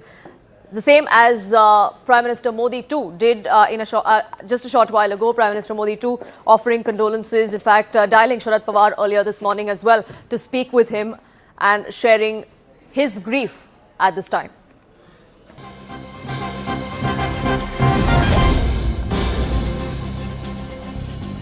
Well, CNN News 18 has been getting you images of where exactly the crash took place, what the runway looked like, the tabletop airstrip in Baramati where the plane went eventually down. And these are visuals that we've accessed for you now, which is the site of the accident. This is the tail end, the rear, which eventually broke away from the particular aircraft after it hit the ground. That was it breaking into two, splitting into two upon impact, which eventually went up in a ball of flame. That is what killed all of those people on board that particular Learjet 45, including Deputy Chief Minister of Maharashtra, Ajit Pawar. These are visuals coming in from Baramati on that airstrip where this accident took place. This is that airstrip that you see. This is the part where you can see the plane had actually gone down. There are several locals, eyewitnesses who eventually came to the rescue. They were first responders when the plane actually went down and split into two. That is the runway, and this is where the plane went down, right on the side of it. It is a tabletop runway. We're given to understand that the pilot could not see where the runway was, eventually veered off. There was no contact after a point with the ATC as to what exactly transpired. But these visuals go on to show how far away really the aircraft landed from the airstrip where it was supposed to actually land. You can see there are people there around that particular airstrip, around the runway, also gathering, looking at what exactly transpired, trying to help those who probably would have been trapped under the debris. Unfortunately, it was too late to save anyone. Mayresh, my colleague, now joins us, getting us more details on this. Mayresh, even as we are getting more details of what exactly transpired, getting a sense of what went down at that tabletop airstrip in Baramati, the family, they're still coming to terms with what exactly happened. Devendra Fadnavis, the Chief Minister, his deputy Eknath Shinde, all in Baramati now? We saw the visuals also that they met the family, and they also basically expressed their grief with the family. But it's a very shocking thing, and what we have been given to understand, even in the visuals also, we can see that a lot of people have gathered outside that Vidya Pratishthan ground where his mortal remains will be kept till 10 p.m. today. Then the mortal remains will be shifted to the Katewadi, which is the native place of Ajit Pawar, where exactly his mother and his family stay. So from 10 p.m. till morning 6 a.m. His mortal remains will be kept at Katewadi, and then again his mortal remains will be brought to the Vidya Pratishthan ground for the final rite. So it's a very emotional moment for the entire family. It's a very emotional thing for the entire family because no one had expected that such kind of a accident or such kind of an incident will take place with Ajit Pawar, because it was unimaginable. And whenever I did try to speak with a lot of close associates of Ajit Pawar who have worked with him, who had basically, Ajit Pawar basically gave them strength and showed them that this is the way that they should work. All of them are not in a basically situation or a condition to speak. Whenever I have called throughout the day, they are still crying and they are saying that it's unbelievable that it has happened. We cannot believe it. Absolutely. There is no coming to terms to what exactly transpired this morning. It was going to be a routine flight that Ajit Pawar must have taken many a times going from Mumbai to Baramati. Unfortunately, this ended in his tragic death along with 4 others who were on board that particular aircraft. And these visuals coming in from Baramati show where exactly the impact happened, where exactly upon impact the aircraft broke into two. The debris there strewn across right next to a few meters away, in fact, from the airstrip where it was was supposed to land. In fact, my colleague Vivek has been reporting from on ground, getting us a sense of what exactly transpired there, what the situation looked like hours later as investigation teams eventually came in to figure out and piece together the mystery of what exactly led to this cause. Take a look at the special ground report. सबसे पहले मैं आपको ये तस्वीर दिखाना चाहूंगा जिस जगह पे हम मौजूद हैं वो है बारामती एयरपोर्ट का रनवे। ये देखिए ये एयरपोर्ट का ये एयर स्ट्रिप है। जो भी फ्लाइट और जो भी सब इसी जगह पे लैंड होती हैं और लैंड होने के बाद यहाँ पे ये रनवे खत्म हो जाता है। अब देखिए ये जो पूरा इलाका है वो ओपन इलाका है और जहाँ पर आप सामने जो एम्बुलेंस देख रहे हैं वहां पर ये प्लेन जो है वो अजीत पवार का क्रैश हुआ है। जो टीम है वो मौके पर पहुंच चुकी है। तमाम जो लोग हैं, जो फायर ब्रिगेड की टीम है और एफएसएल की टीम है वो मौके पर हैं और लगातार जैसे जैसे सूचना मिलती जा रही है कि ये स्पॉट है वहां पे एनसीपी के कार्यकर्ता बड़ी तादाद में जो लोग हैं वो यहाँ पे धीरे धीरे इकट्ठे हो रहे हैं। जो क्रैश साइट है वो लैंडिंग करते समय जो एयरक्राफ्ट का जो पीछे का हिस्सा होता है वो आप साफ तौर पे देख सकते हैं कि जो यहाँ पर पूरी तरह से मलबा पड़ा हुआ है और यहाँ पर डीजीसीए की जो एआईबी जो एयरपोर्ट जो इन्वेस्टिगेशन टीम आती है वो यहाँ पे मौके पे पहुंची हुई है। जैसा मैंने आपको बताया कि ये जो टेबल टॉप रनवे है, टेबल टॉप रनवे होने की वजह से आसपास जो इलाके हैं वो नीचे की तरफ होते हैं। अब देखिए ये जो क्रैश हुआ है वो इस जगह हुआ है और साफ तौर पे आप मलबा देख सकते हैं कि जो एयरक्राफ्ट का मलबा है वो पड़ा हुआ है। अब दूसरी तस्वीर में आपको दिखाना चाहूंगा जहां पर हम मौजूद हैं। ये जो सीधा रास्ता जाता है वो एयर स्ट्रिप है यानी कि रनवे का हिस्सा है। तो आप अंदाजा लगाइए कि ये जो पूरा रनवे बना हुआ है वो टेबल टॉप पे बना हुआ है। टेबल टॉप का मतलब होता है कि पहाड़ी इलाकों में अगल बगल के जो इलाके होते हैं वो नीचे की तरफ होते हैं और रनवे ऊपर की तरफ होते हैं।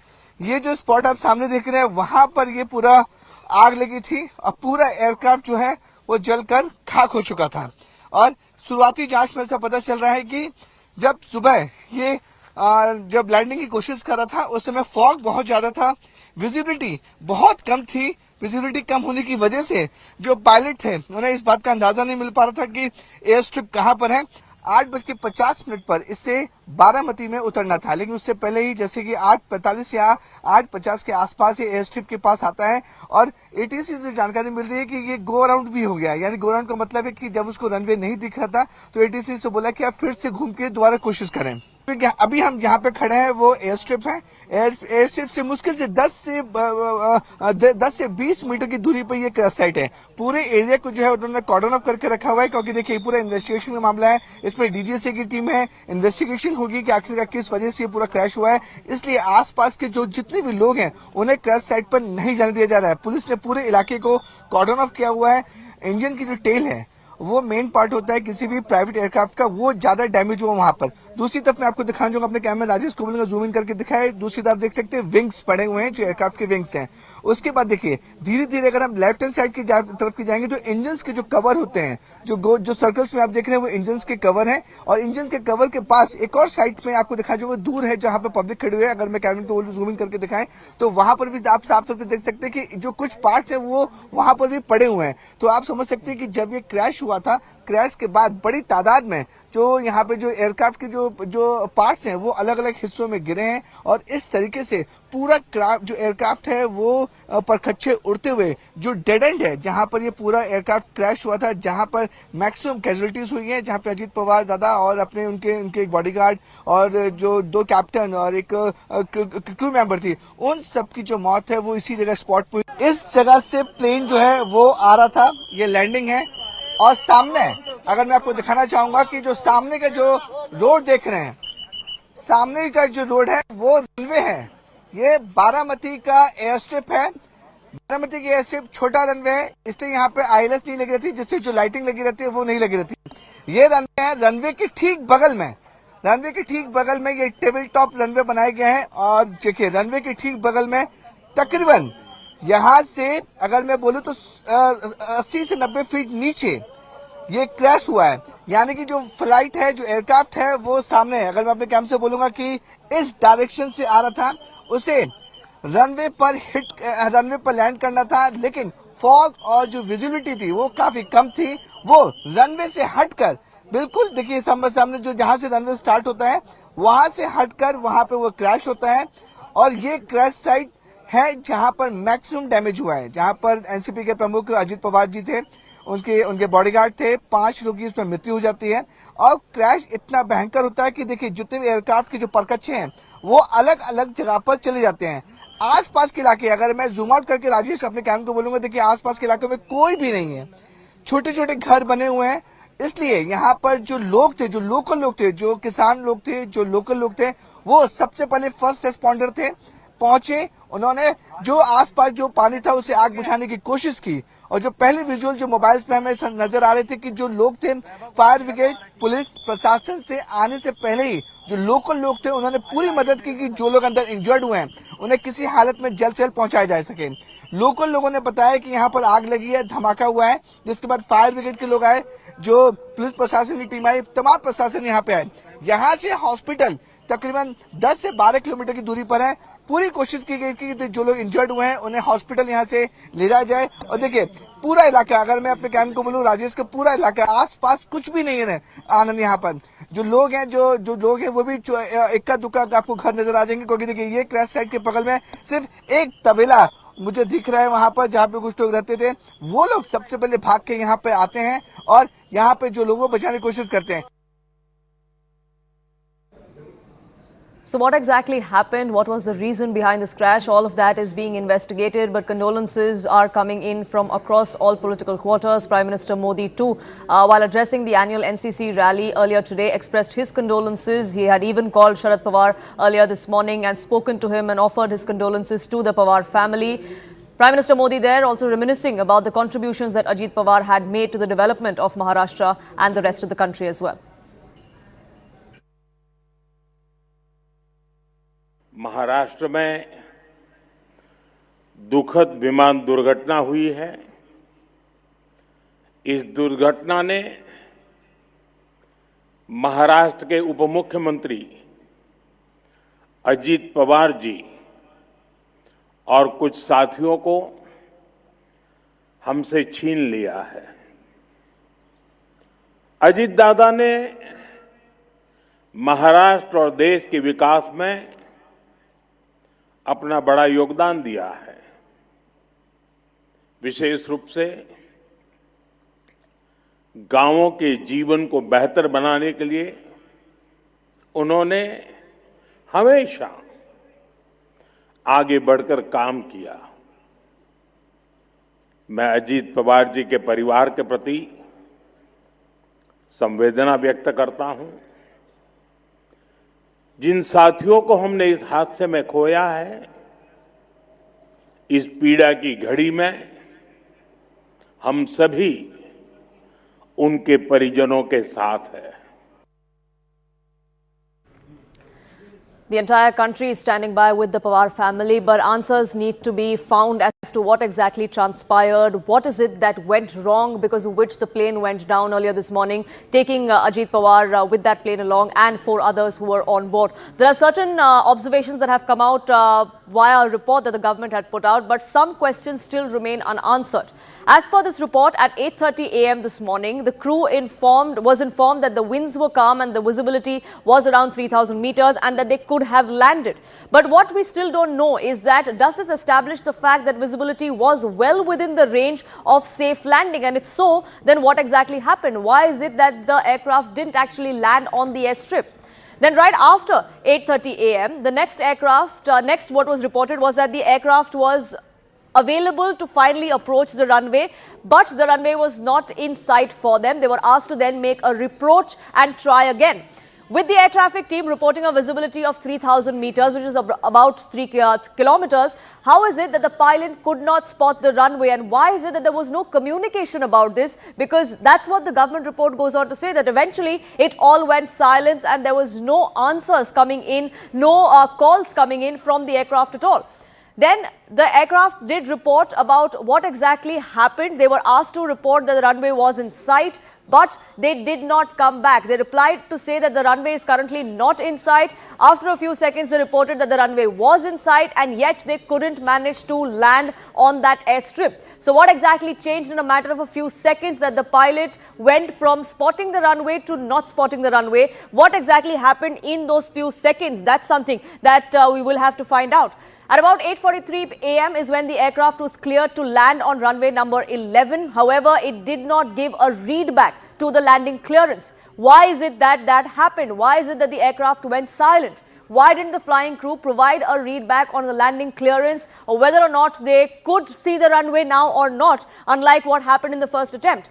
At 8:44 a.m. is when the ATC saw the flames around the threshold of runway 11. Then emergency services were rushed to the crash site. So what happened in those matter of a few seconds from 8:43 when it was cleared for landing to 8:44 when it went into a ball of flames? What happened in those 60 seconds that led to this fatal crash? All of this will have to be ascertained. Investigations, of course, will be conducted by the DGCA as well. The state government will also be looking into it, and that's an assurance that has come in from the Union Civil Aviation Minister as well. ATC Baramati से उनका जो contact हो रहा था flight के लिए pilot से, तो ATC वालों ने पूछा कि क्या रनवे साइट में है, तो उनके तरफ से आया कि रनवे साइट में अभी नहीं है। तो उसके बाद उन्होंने एक गो अराउंड करने के बाद फिर से एक बार कोशिश करी कि हमारे ATC से जो बारामती में जो FTO हैंडल्ड ATC है उनसे वार्तालाप चल रही थी। तो उस समय जब दोबारा लैंड करने आए तब भी उनसे पूछा गया था कि विजिबिलिटी है कि नहीं रनवे का। तो उसके बाद पहले तो उनका समाधान नहीं आया, फिर उसके बाद आया कि विजिबिलिटी है। तो लैंडिंग क्लियरेंस जैसी ATC ने दिया, उसके बाद तुरंत देखा गया कि ये एक्सीडेंट हुआ है। बहुत दुखद घटना है, तो इसके ऊपर और जानकारी हमें मिलनी चाहिए। इन्वेस्टिगेशन पूरी तरह से ट्रांसपेरेंट और अकाउंटेबल वे में हम करेंगे। Primarily, it appears that the pilot could not see the runway, and that's why he would have carried out. But a he has misapproach. already taken 2 loops. How is it possible that he would not see? The pilot will carry out a missed approach in case if he's not comfortable to land on the runway. Yeah. Very experienced pilot, more than 16,000 hours of experience, very seasoned. The co-pilot was also 15,000 hours. Okay. 1,500 hours. Okay. And the captain was very experienced instructor examiner material. He was with Sahara, he was with Jet Light, he was with Jet Airways, and he was very experienced on this type of aeroplane. The aircraft was very well maintained. There was absolutely no problem in the aircraft. There was no technical failure in the aircraft. The DGCA is doing the work. So please give us some time, handle the DGCA, and then we'll get back. My colleague Mayuresh getting us more details of what exactly transpired. Mayuresh, all of these unanswered questions, answers will have to be found for it. The DGCA, of course, is going to be looking at it, and an investigation will take place. Will the state government on its part also conduct a separate inquiry? The state government may announce a separate inquiry into it, but largely this entire incident will be investigated by the central agencies. AAIB is already is about to reach over there. So they will be majorly conducting, and it's all about the technicality. So the state government plays a very little role into it when it comes to the air traffic control or when it comes to the air tragedy. So it will be a central agencies which will be conducting, and we will have to, going by our experience, especially in the Ahmedabad crash we have seen. So going by that experience, we will have to wait for some more days when the agencies will tell us exactly what happened when they opened the black box and the black box recording, what exactly happened and what went wrong. Because we just heard the owner of the airline or the aeroplane, he clearly said that the pilot was having enough hours experience, and also there was no technical problem in the plane. So if the pilot was having enough experience, if there was no technical problem in the aeroplane, then what exactly happened? That we have to wait, and only the black box and the and with the help of the crash wreckage will come to know when the agencies will find out. The agencies will find all of that, Mayuresh, but condolences are pouring in from across all quarters. We've seen the Chief Minister, the Deputy Chief Minister, several other politicians also in Baramati. We're given to understand that the last rites will take place tomorrow. Yes, the last rites will take place tomorrow at 11 o'clock at the ground of Vidya Pratishthan. Vidya Pratishthan is a education institute which started by the Pawar family. Ajit Pawar was looking into it, and after that, Ajit Pawar, his wife was basically looking into all the matters of Vidya Pratishthan. So on that ground, where right now his mortal remains have been kept for people to come and pay the last respect. 11 o'clock, we are expecting that when the PM and Home Minister will arrive. That time, the last rites will happen at Vidya Pratishthan ground in Baramati.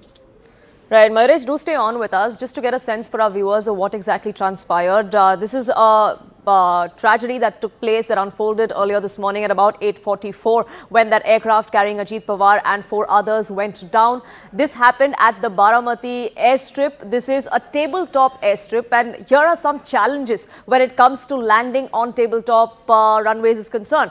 The fact that there are cliffs around, the overrun makes that particular runway a little difficult to land on. What sometimes happens is that it makes undershoot or overshoot fatal, which is perhaps what happened in this case as well. There is also some amount of misjudgment or room for misjudgment as far as the depth of the runway goes. That blends with the horizon. That makes it difficult for the pilot and the first officer to try and gauge the height and eventually land. Is that something that happened in this case? We don't know just yet.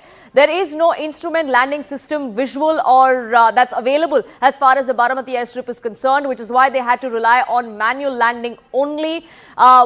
Sometimes when there is fog, when the visibility is low, that heightens error risk. But as far as this particular case goes, we know that visibility wasn't an issue, at least initially for the pilots, that the visibility as put forth by the ATC was at least about 3 kilometers. There is also a narrow error window speed, the descent speed, the touchdown, all of that must be very, very precise.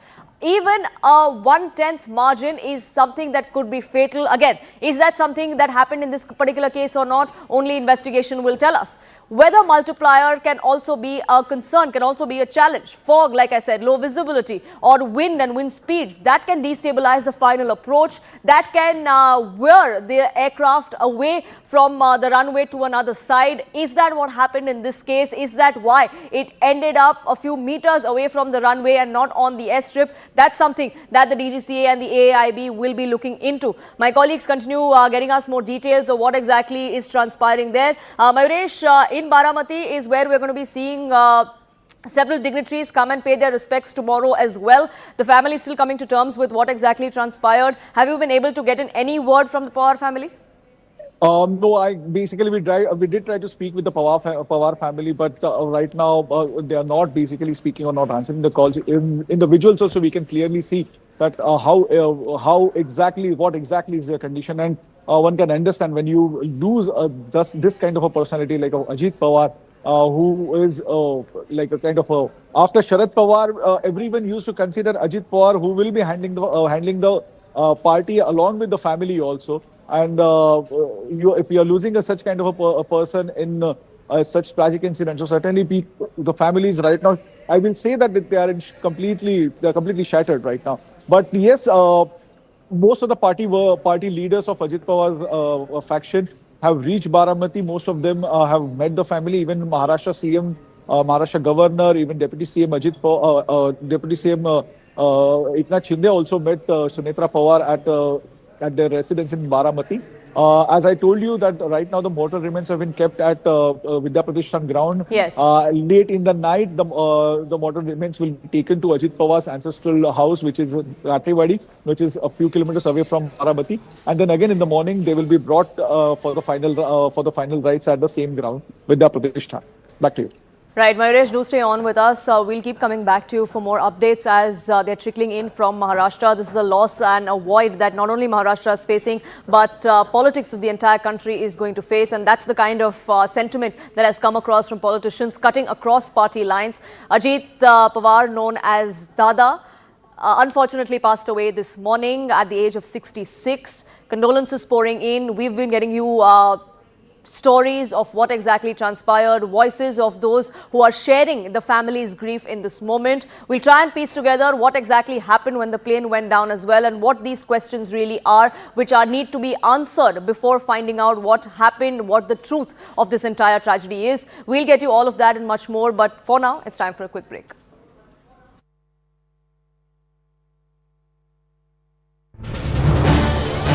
This is News 18 Network.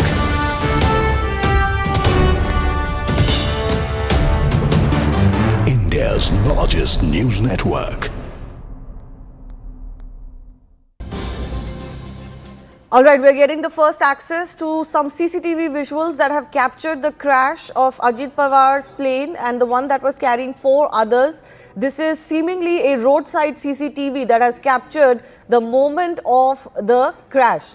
Of course, this happened in Baramati. The circumstances in which this aircraft crashed are now a subject of investigation. But you can see that large plume of fire and smoke that is the moment of the crash that has been caught on a nearby roadside CCTV. It has happened close to what looks like a highway. There is not just traffic on that highway, but also seemingly certain other establishments, possibly a petrol pump or something like that. Some shops that are also visible, but clearly this is one of the first CCTV visuals that have come to light after this crash has taken place. A large fire engulfing that area and a cloud of smoke from the ground as well. Let's just play this for our viewers on a big wall here as well. As you can see, the time captured on the CCTV is around 8:46 in the morning. Exact time, at least as far as this CCTV footage is concerned, 8:46. I don't know how accurate that is otherwise. But yes, you can see at the top of your screen, just behind this roadside shack or shop, there is a large smoke, a cloud of smoke and fire that engulfs. And now this is why it gets very, very problematic in aircraft's crashes, because it's not just the crash, it is also the fire that follows that makes it very, very difficult for those on board to survive, because it engulfs you immediately. There is a lot of fuel on any aircraft which is taking a journey. And then, of course, crashing in these circumstances, it doesn't really leave much room for anyone either to be saved or to walk out of such a situation alive. There was public around clearly, which is why we have accessed very visuals very soon after the crash. In fact, people have managed to capture the wreckage of the plane while it was still engulfed in fire, and that's because it wasn't too far from a major road, a highway of some sort, and also a lot of people nearby, which is why the moments right after the crash have also been captured. But this CCTV captures very prominently the moment of the crash, with the large fire engulfing the crashed aircraft and the plume of smoke as well. Now, what was the reason for this crash is going to be very, very important to watch out for, because this isn't the first of its kind.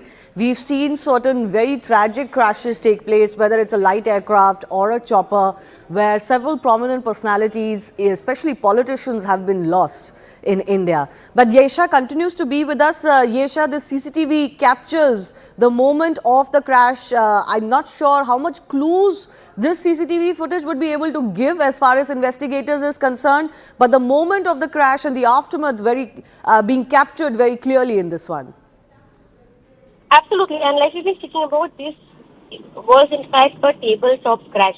Now that we've seen the CCTV footage, the initial information spoke about how the aircraft, the helicopter was trying to land first, and then it had to take a turn and come back to exactly the spot where landing took place. I think this was a tabletop. This was a tabletop landing, and considering that Ajit Pawar had been someone who ILS system to be installed at this place, is where preliminary information is coming in about the crash. But now that we've seen the CCTV footage, just a couple of a couple of feet before the take place, we've seen the aircraft has in fact crash landed at that very spot, and then you see the entire aircraft going up in flames. This speaks of kind of a damage that has been caused to the aircraft at that very moment. And this is in fact the first CCTV that we see. The timing in the CCTV is shown to be around 8:46. When the crash is taking place.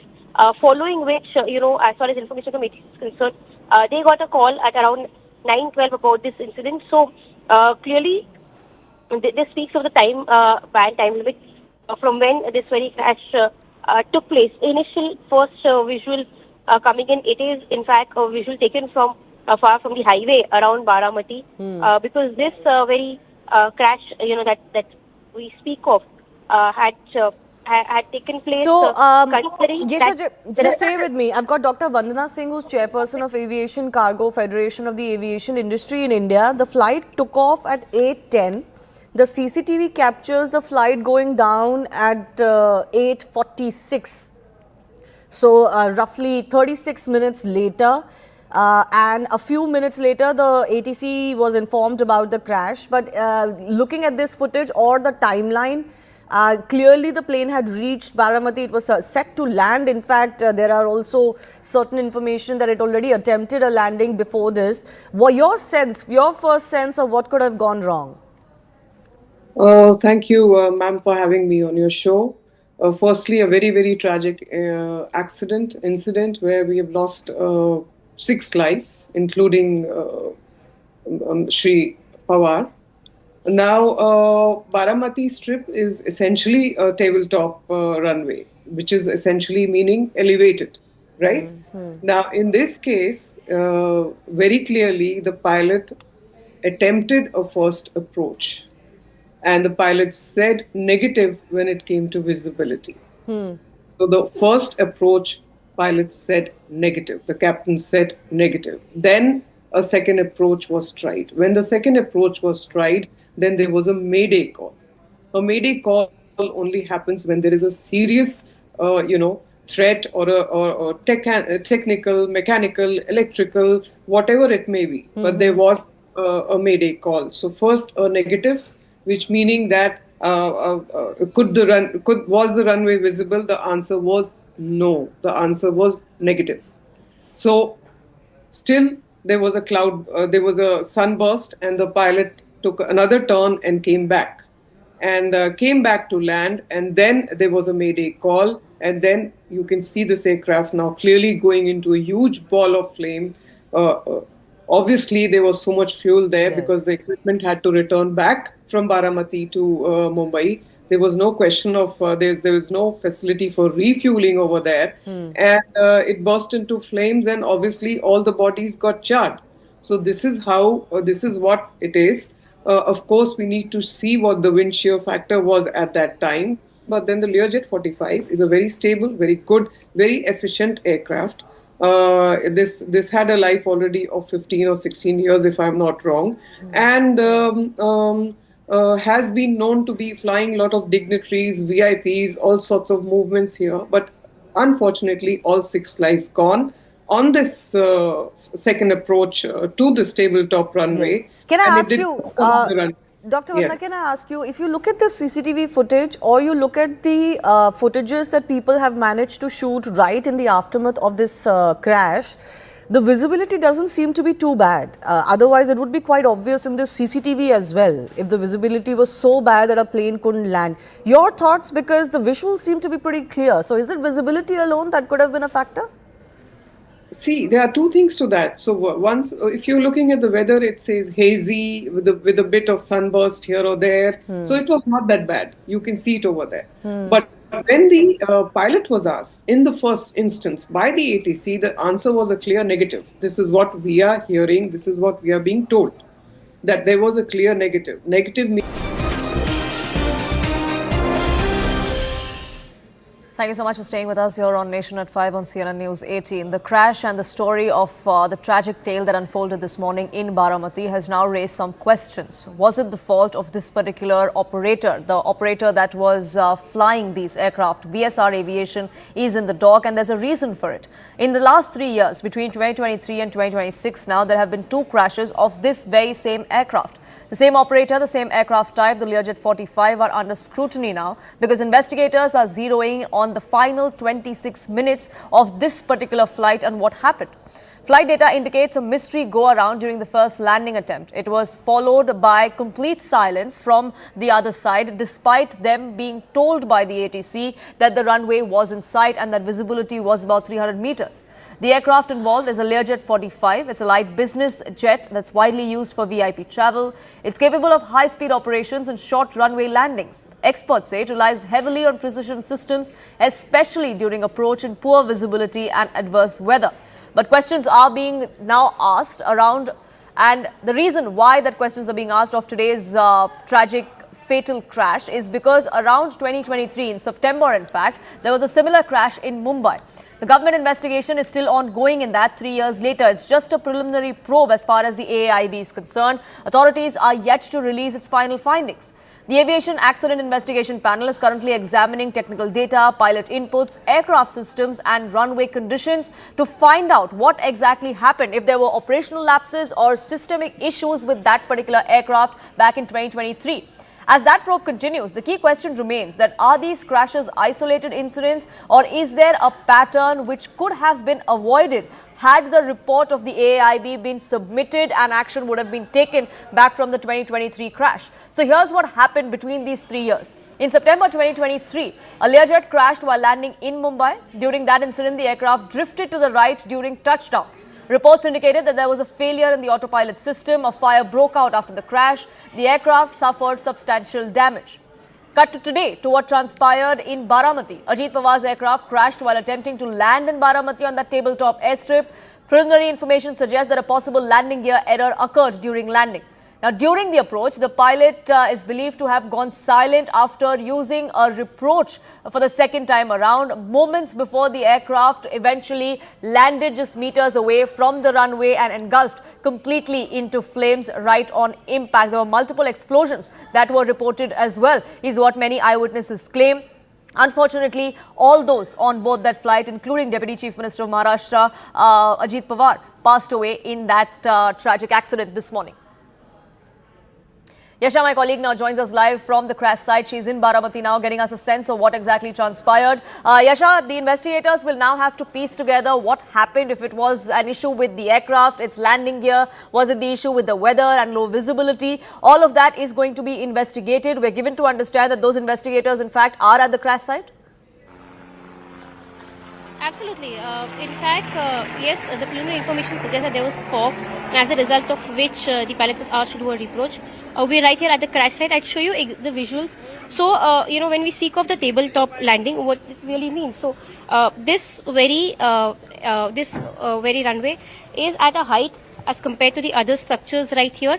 And if you see right below, approximately 30 feet to 35 feet down is where you see this very aircraft has crashed. You can also see how it was turned in flames, and that's why the area around has turned to dark. There are several other there are several parts of the aircraft which have fallen away from the aircraft. The particular tail of the aircraft is behind. What we also heard from sources, they indicated that when the aircraft was trying to land is where it crash landed, and that's where it broke into flames.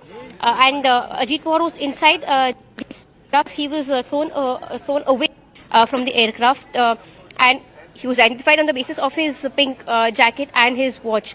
So those who were still inside, the mortal remains of those have in fact been taken to Baramati Medical Hospital, following which now if you see the area has been cordoned off for further investigation.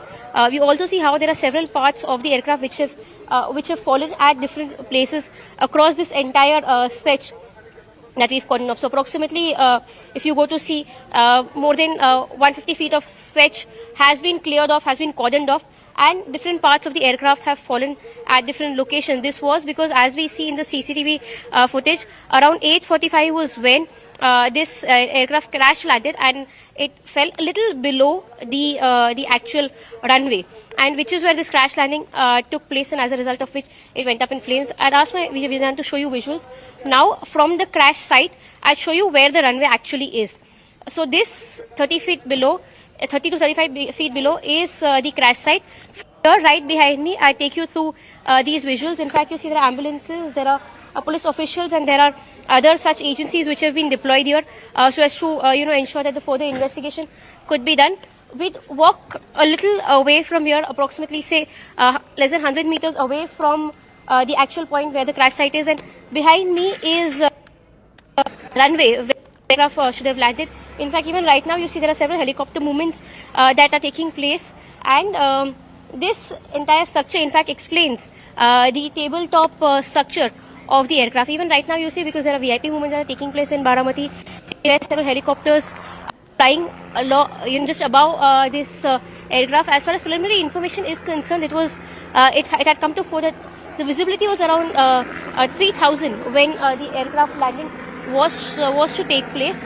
Now this very aircraft that you see, where of course you see right now there are several cops and the other agencies which have been deployed to take a stock of the situation.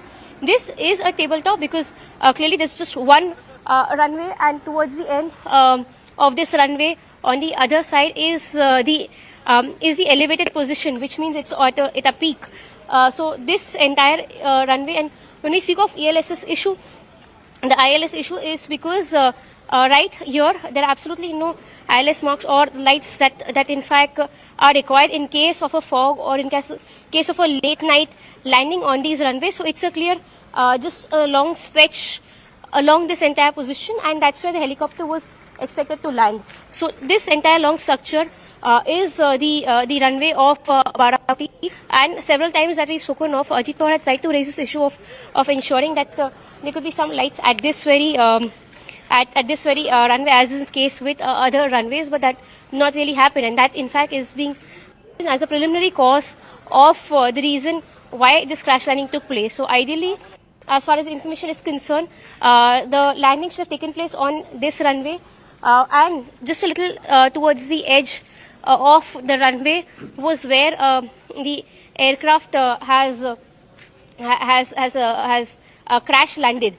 Because what's important to note at this very point is that as far as the details or sequence of this very event are concerned, it was clearly mentioned that at around 8:50 was when the aircraft should have landed here, but around 8:42 was where a call was received to ATC saying that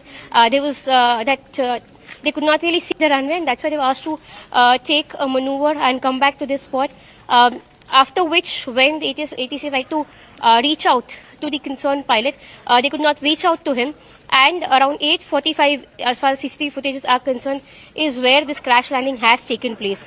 Because clearly from that time onwards to until next 20 minutes, until 9:12, there was absolutely no communication as to what really went wrong with the aircraft. Now, all of these are crucial pieces. Of course, they all would be in fact corroborated on the basis of AIB report, because clearly we also see that there'll be further investigation that will be done with at this very crash site as well. Absolutely, and apart that from investigation will when take place. The state government might initiate an inquiry on its part as well. For the moment though, Yasha, thank you so much for getting us the latest from the crash site in Baramati. Unfortunately, at a time like this, we are still seeing politics and questions that are being raised over what exactly transpired. West Bengal Chief Minister Mamata Banerjee questioned the reliability of the investigation into Ajit Pawar's deadly crash. She insisted that the DGCA inquiry, which is under the BJP control, risks being biased, particularly in the light of what she claims was Pawar's potential reunion into the opposition fold. This after the Pawar family came together during the recently concluded local body elections in Pune. Mamata Banerjee claims that there was an attempt of bringing in Ajit Pawar into the opposition fold, which is why a thorough probe is required as far as this crash goes. She is pushing now for a CBI or an NIA-led review of the incident. She has also demanded full black box forensics review to ensure transparency and credibility in determining the cause of the crash. BJP, meanwhile, has lashed out at TMC and Mamata Banerjee, claiming that the West Bengal CM is indulging in vulture politics. Message of Ajit Pawar, Deputy Chief Minister. He died today morning in a plane crash. I'm really shocked to see the news. There is no safety and security of the people of this country. Even the political leaders, I do not know what is the fate of the opposition political parties, but he was very much with the ruling party. But before few days ago, I came to know that from social network that somebody from other party, they gave a statement that Ajit Pawar is willing to leave the BJP. And now what happened today, I need proper investigation under the supervision of Supreme Court. Only we have the trust on Supreme Court, no other agency. All the agencies are being totally purchased. And really it's a great loss for the country. अभी उनका जो देहांत हुआ मैं समझूंगा कि premature death है और इससे जो काम करने वाला व्यक्ति था उसको इस तरीके से उसका अंत होना ये हम सभी को आघात कर दिया है और उनके फैमिली मेंबर्स को भी बड़ा दुख पहुंचा है और वो बड़े इसमें है दुखी है सो उनके दुख में हम भी शामिल होते हैं. Politics, unfortunately, they're unfolding with Mamata Banerjee raising questions against what exactly transpired, if there were any ulterior motives, demanding a thorough investigation, but also casting aspersions on what the DGCA or the AIB, which report or come under the central government, under a BJP government, will actually find out. This, despite several other politicians cutting across party lines, have come out, stood united with the Pawar family in this hour of grief, as they should, which is why the BJP is now lashing out at the TMC for what they claim is vulture politics of this opposition party. Questions, meanwhile, continue to be raised over what exactly transpired during in the lead up to that fatal crash. Those answers, of course, will be coming forth once the investigation is completed by the AIB, by the DGCA, and we'll know more as to what exactly transpired, if there was a operational lapse, if there was a technical glitch with the aircraft, all of which will be answered. But unfortunately, politics on the sidelines continues. Yasha is now back with us, getting us more perspective from Baramati. Yasha, even as we are seeing the likes of Mamata Banerjee raise such questions, cast aspersions on the motive behind it, on how the investigation will go. At least in Maharashtra, politicians are united. Are we expecting to see any opposition leaders at Ajit Pawar's funeral tomorrow? Absolutely. In fact, so far all the leaders, be it from the MVA, for that matter Mahayuti, they've all gone ahead to, condole the death of the Deputy Chief Minister, former Deputy Chief Minister Ajit Pawar. But so far, of course, we've seen Mamata Banerjee speak about this. But as of now, except of a few, activists, real activists around, no one has raised this very question. When it comes to Ajit Pawar, clearly, because he had worked with parties, he was a tall leader across parties, and people respected him for the ground level work that he was into, which is where we'd expect several leaders from the opposition camp also to be a part of the funeral tomorrow, because here, when it comes to the death of a leader of the stature of Ajit Pawar, it was not, it clearly, a message that is being conveyed is that it is not about party lines, it is not about playing politics at this very point, but in fact, giving him the kind of respect that was due to him. and which is where be it Congress, be it Shiv Sena UBT, be it Shiv Sena of Eknath Shinde, BJP, NCP factions on both the ends, they've gone ahead to pay tributes, they've gone ahead to speak of the legacy of Ajit Dada, and which is where here we've of course see several leaders across party lines, would be coming to pay respects to Ajit Dada tomorrow as well as tonight, because from now on some of those leaders have already started arriving in Baramati. The Chief Minister of the state, the Deputy Chief Minister Eknath Shinde, Devendra Fadnavis, all of them are already in Baramati, standing with the Pawar family in this hour of grief. For the moment, Yasha, thank you so much for getting us the latest on that front. We'll keep a track of where the investigation goes and the unfortunate politics on the sidelines of this as well. But for now, time for a quick break.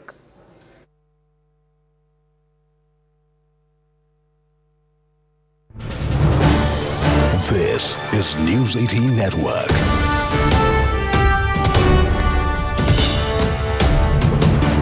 India's largest news network. All right, we're getting the first access to some CCTV visuals that have captured the crash of Ajit Pawar's plane and the one that was carrying 4 others. This is seemingly a roadside CCTV that has captured the moment of the crash. Of course, this happened in Baramati. The circumstances in which this aircraft crashed are now a subject of investigation. But you can see that large plume of fire and smoke that is the moment of the crash that has been caught on a nearby roadside CCTV. It has happened close to what looks like a highway. There is not just traffic on that highway, but also seemingly certain other establishments, possibly a petrol pump or something like that. Some shops that are also visible. But clearly, this is one of the first CCTV visuals that have come to light after this crash has taken place. A large fire engulfing that area and a cloud of smoke from the ground as well. Let's just play this for our viewers on our big wall here as well. As you can see, the time captured on the CCTV is around 8:46 in the morning. Exact time, at least as far as this CCTV footage is concerned, 8:46. I don't know how accurate that is otherwise. But yes, you can see at the top of your screen, just behind this roadside shack or shop, there is a large smoke, a cloud of smoke and fire that engulfs. And now this is why it gets very, very problematic in aircraft's crashes, because it's not just the crash, it is also the fire that follows that makes it very, very difficult for those on board to survive, because it engulfs you immediately. There is a lot of fuel on any aircraft which is taking a journey, and then of course crashing in these circumstances, it doesn't really leave much room for anyone either to be saved or to walk out of such a situation alive. There was public around clearly, which is why we have accessed very visuals very soon after the crash. In fact, people have managed to capture the wreckage of the plane while it was still engulfed in fire, and that's because it wasn't too far from a major road, a highway of some sort, and also a lot of people nearby, which is why the moments right after the crash have also been captured. But this CCTV captures very prominently the moment of the crash, with the large fire engulfing the crashed aircraft and the plume of smoke as well. Now, what was the reason for this crash is going to be very, very important to watch out for, because this isn't the first of its kind. We've seen certain very tragic crashes take place, whether it's a light aircraft or a chopper, where several prominent personalities, especially politicians, have been lost in India. But Yesha continues to be with us. Yesha, this CCTV captures the moment of the crash. I'm not sure how much clues this CCTV footage would be able to give as far as investigators is concerned, but the moment of the crash and the aftermath being captured very clearly in this one. Absolutely, and like we've been speaking about, this was in fact a tabletop crash. Now that we've seen the CCTV footage, the initial information came in, spoke about how the aircraft, the helicopter was trying to land first, and then it it had to take a turn and come back to exactly the spot where landing took place. I think this was a tabletop. This was a tabletop landing, and considering that Ajit Pawar had been someone who ILS system to be installed at this place, is where preliminary information is coming in about the crash. But now that we've seen a CCTV footage, just a couple of feet before the take place, we've seen the aircraft has in fact crash landed at that very spot, and then you see the entire aircraft going up in flames. This speaks of kind of a damage that has been caused to the aircraft at that very moment. And this is in fact the first CCTV that we see. The timing in the CCTV is shown to be around 8:46. When the crash is taking place.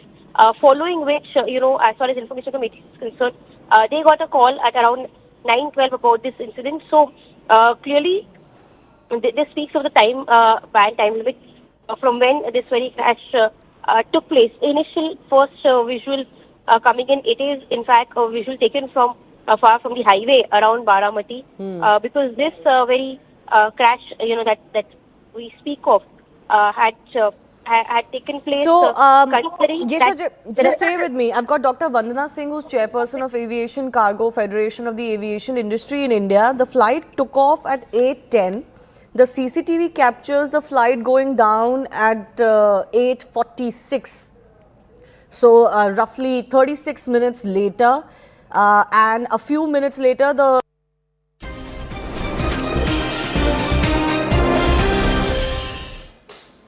The nation is in deep mourning following the tragic death of Maharashtra's Deputy Chief Minister Ajit Pawar. He lost his life today in a private plane crash in Baramati, where he was going for campaign work from Mumbai. This happened early in the morning today. Tributes are pouring in from across all political quarters, not just from the NDA, but opposition leaders too lining up to offer their condolences and stand with the Pawar family in this hour of grief. These visuals that you see on your screens are coming in live from the crash site from Baramati, where investigators are now taking a look as to what exactly transpired, what is behind, what are the circumstances that led to the crash of this private aircraft. How is it that it veered away from the runway? All of that is going to be investigated by the AAIB and the DGCA. The government will be putting out those details shortly as to what exactly transpired, piecing together whether it was a lapse or a technical glitch that led to this kind of crash, which eventually led to the tragic death of Ajit Pawar. But here's a look at the remarkable political journey that Ajit Pawar has had, how he rose to become affectionately known as Dada in Maharashtra. Me Ajit Ashatai Anantrao Pawar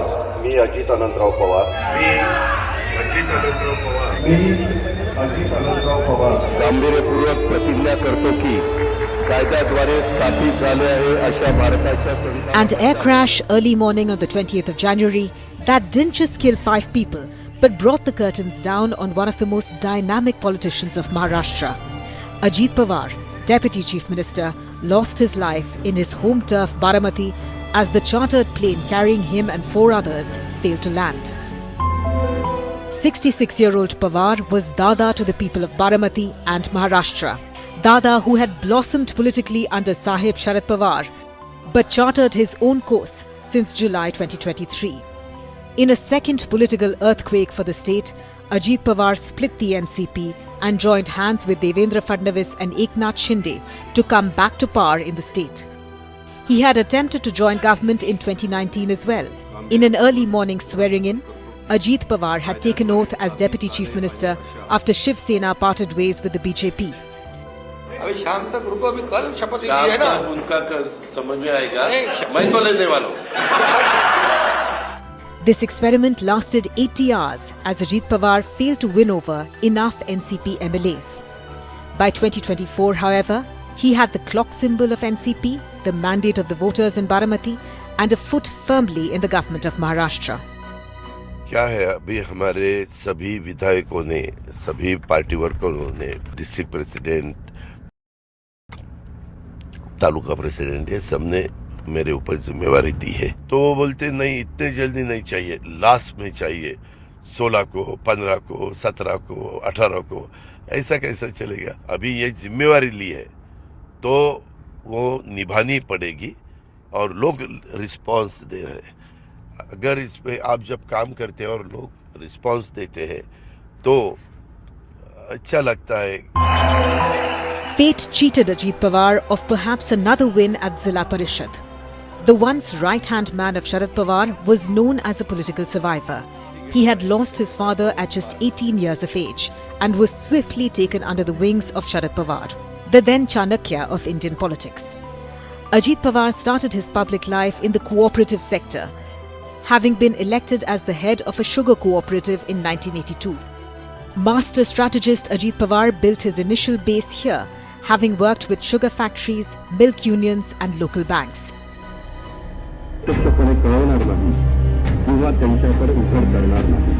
In 1991, he became chairman of the Pune District Cooperative Bank and held the position for 16 years.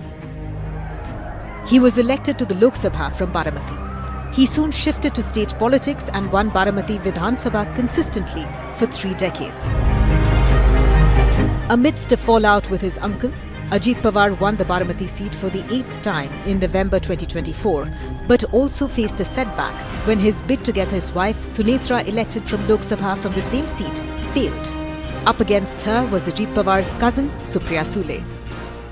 मैं आपको बताता हूँ, आप कुछ मुझे बोल के मैं कुछ डिसीजन दूंगा और लोग बोलेंगे यशा जी ने ये घर तोड़ा, ऐसा नहीं है। डिसीजन लेने वाले के बच्चे नहीं है, सालों से काम कर रहे हैं। और राष्ट्रवादी कांग्रेस पार्टी के पूरे विधायकों ने 100% विधायकों ने वो लेटर दिया था, सब कुछ किया था। ये सब अभी पुराना बार बार दोहराना मुझे अच्छा नहीं लग रहा है। और ये सब होते हैं डेमोक्रेसी में, तो मेजॉरिटी जो डिसीजन लेती है उसको सपोर्ट करना चाहिए, लेकिन नहीं हो वो हुआ। और जो सुप्रिया बोल रही कि घर तोड़ जो तोड़ा ऐसा उसको लगता है, तो हम क्या बच्चे नहीं है, हमें समझ में आना चाहिए ना हम क्या कर रहे हैं क्या नहीं कर रहे। तो दूसरों को उसके बारे में दोष देना मुझे बिल्कुल पसंद नहीं है। Ajit Pawar was known for his grassroots outreach, cooperative sector strength and tight organizational control. He was flying back to Baramati after attending a cabinet meeting in Mumbai. His death not only leaves a huge void for the Pawar family, but also opens several questions for Maharashtra politics, where coalitions and changing dynamics within coalition partners has repeatedly thrown up surprises.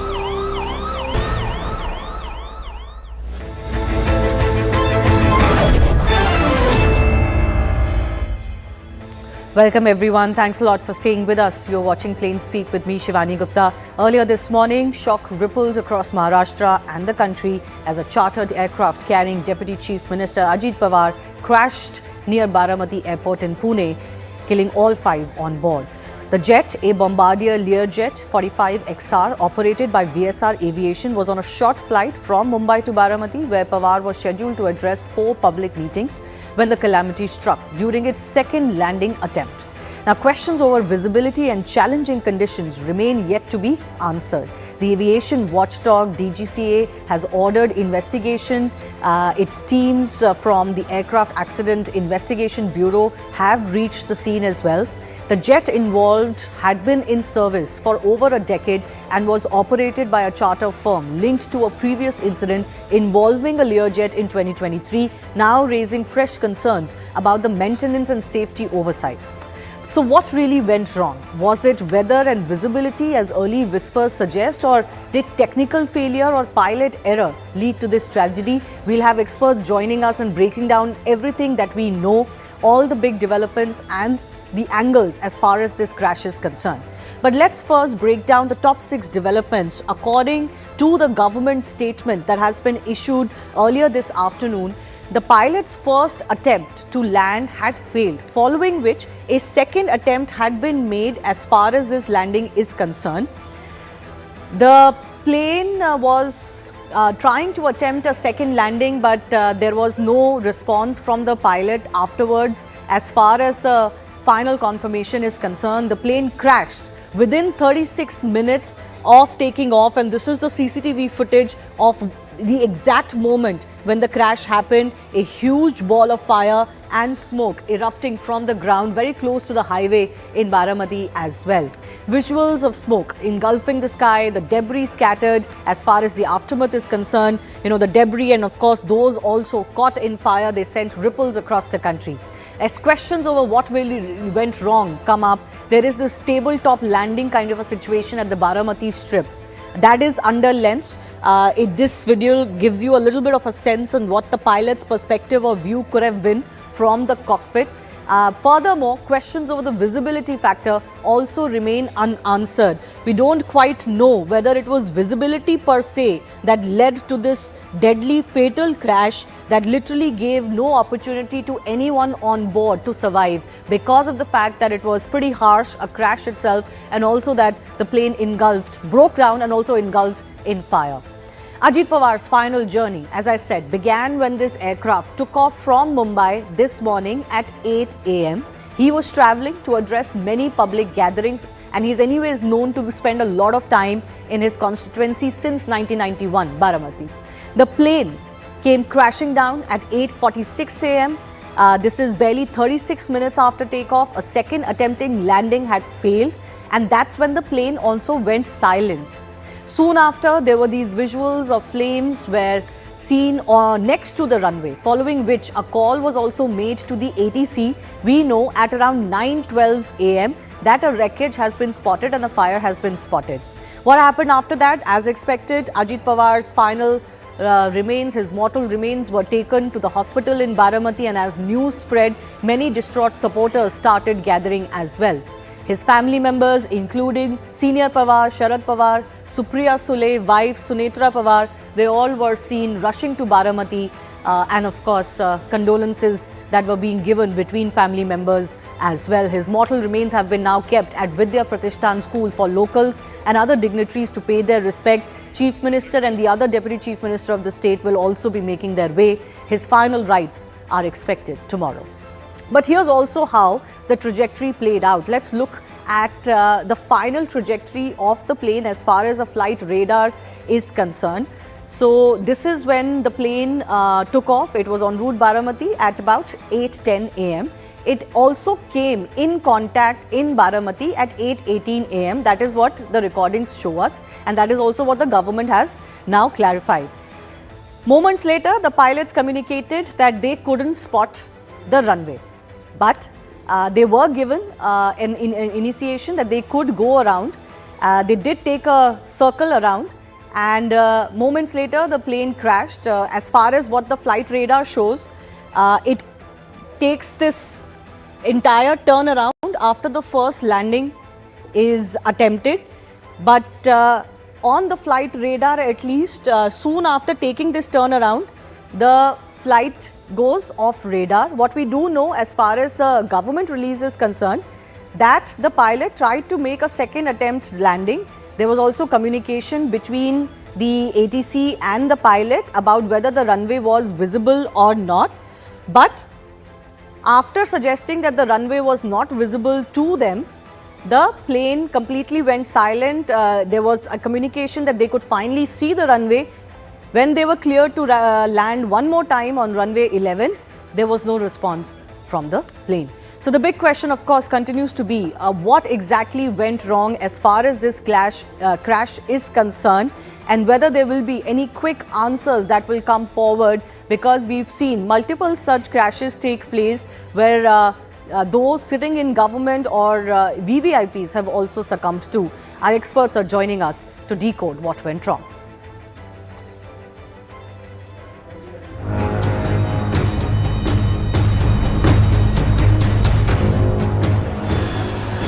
ये हमने देखा कि ये plane जब नीचे आया था ऐसा लग रहा था उसका क्रैश हो जाएगा, तभी क्रैश हो गया।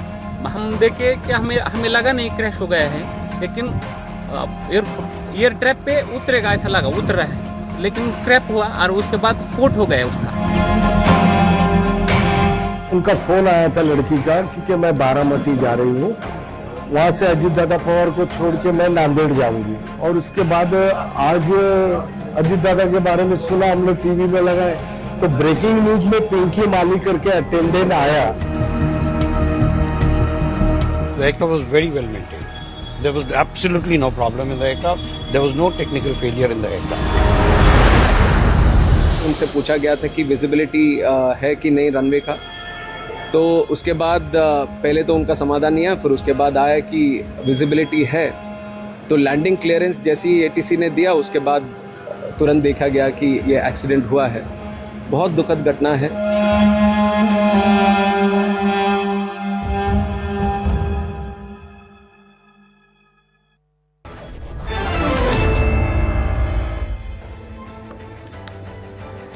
Let's go across to our guest joining us, JS Rawat, former Joint Director General of the DGCA with us, Group Captain UK Devnath, formerly with the Indian Air Force, also joining us. But I first also want to go across to our colleagues joining us from on ground. Yesha Kotak is live from Baramati and Anvit Srivastav tracks the aviation ministry very closely. He is also joining us to tell us a little bit more of what we know right now.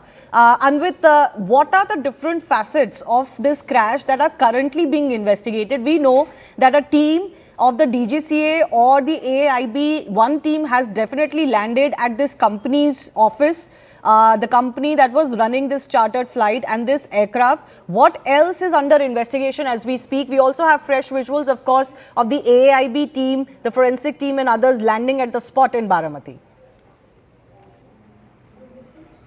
Shivani, AIB has officially taken up the investigation of this crash, and we earlier also spoke to senior officials and DGCA, and they laid down detailed procedure as to how the AIB teams will be going ahead with the investigation. But before that, important to mention that Learjet have been in service for a long time. Earlier, they were first introduced in the 60s, and since then there have been certain incidents. Even last year, a crash in Philadelphia killed 7 on board, and following that, NTSB had also issued an advisory to the FAA, the Federal Aviation Administration, asking them to look into the landing gear problems related to these aircraft. This aircraft had also been in service for more than a decade, and we are being told that prima facie low visibility and having the touchdown point quite ahead, and it crashed into the runway on the tip of the runway. Which of DGCA, this is a tabletop airport, and low visibility could have affected the landing, and that is prima facie the reason. However, mechanical and technical issues have not been ruled out. AIB will look deeply into it, but to detail as to how the investigation will go ahead, starting from the crash site and talking about the wreckage distribution, detailed chart will be prepared as to how the wreckage distribution was, and it will help them understand if there was any external impact and what was the speed and in which direction the aircraft was moving.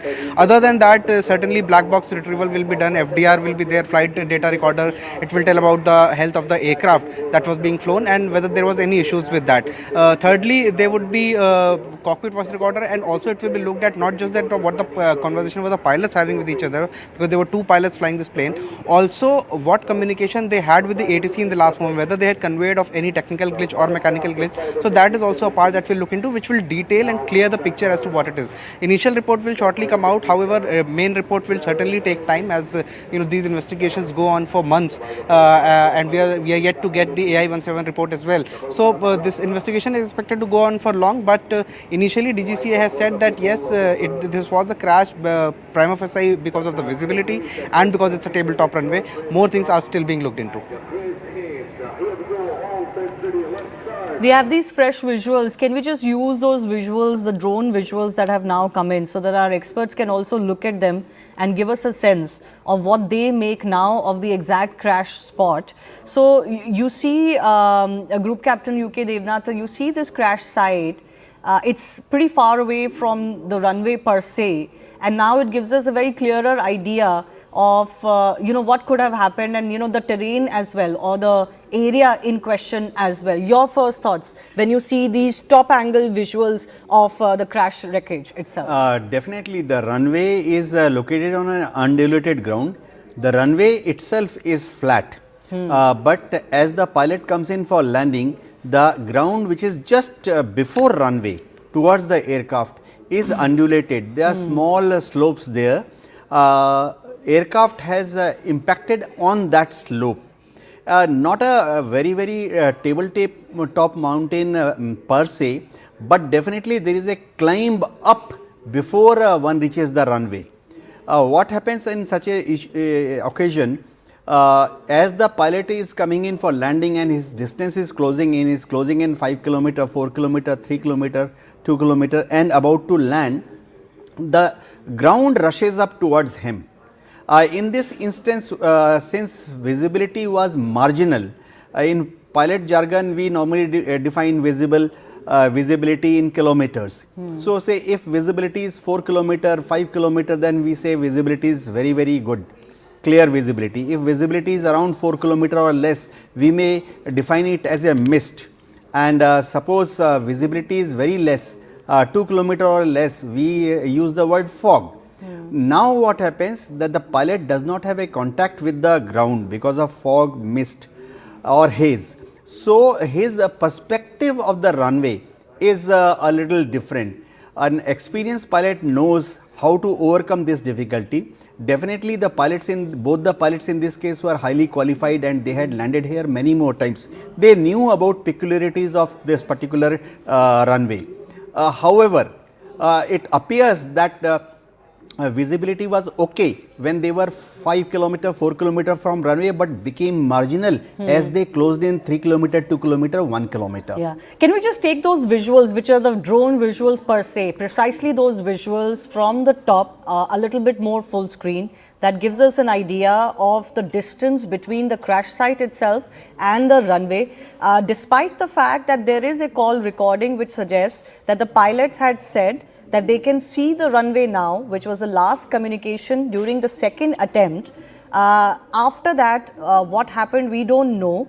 But the distance between the runway and the wreckage site, sir, Mr. Rawat, is pretty substantial. The distance is as appear from this drone shot, it's around the 300 to 400 feet from the runway actually, that much. And basically, this is a flight which is when it started. Can we just take the top angle shots only, please? Yes. Yes, go ahead.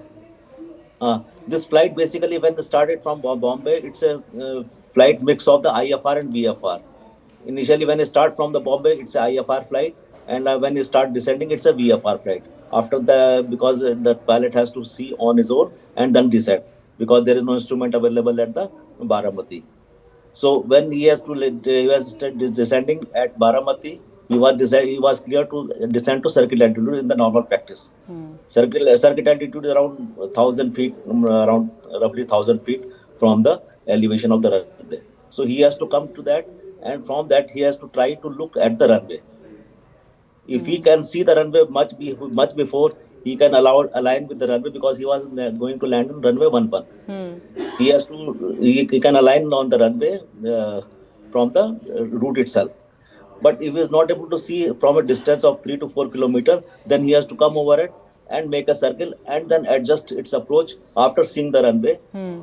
Then make the approach on the for the particular runway. In this case, he was not able to see, as appear that he has not able to see the runway during the first approach, and he has gone around he has initiated to go around. He has tried the second attempt also, but in the second attempt, as the information is available, that at some point of time he has said that he is able to sight the runway. Yes.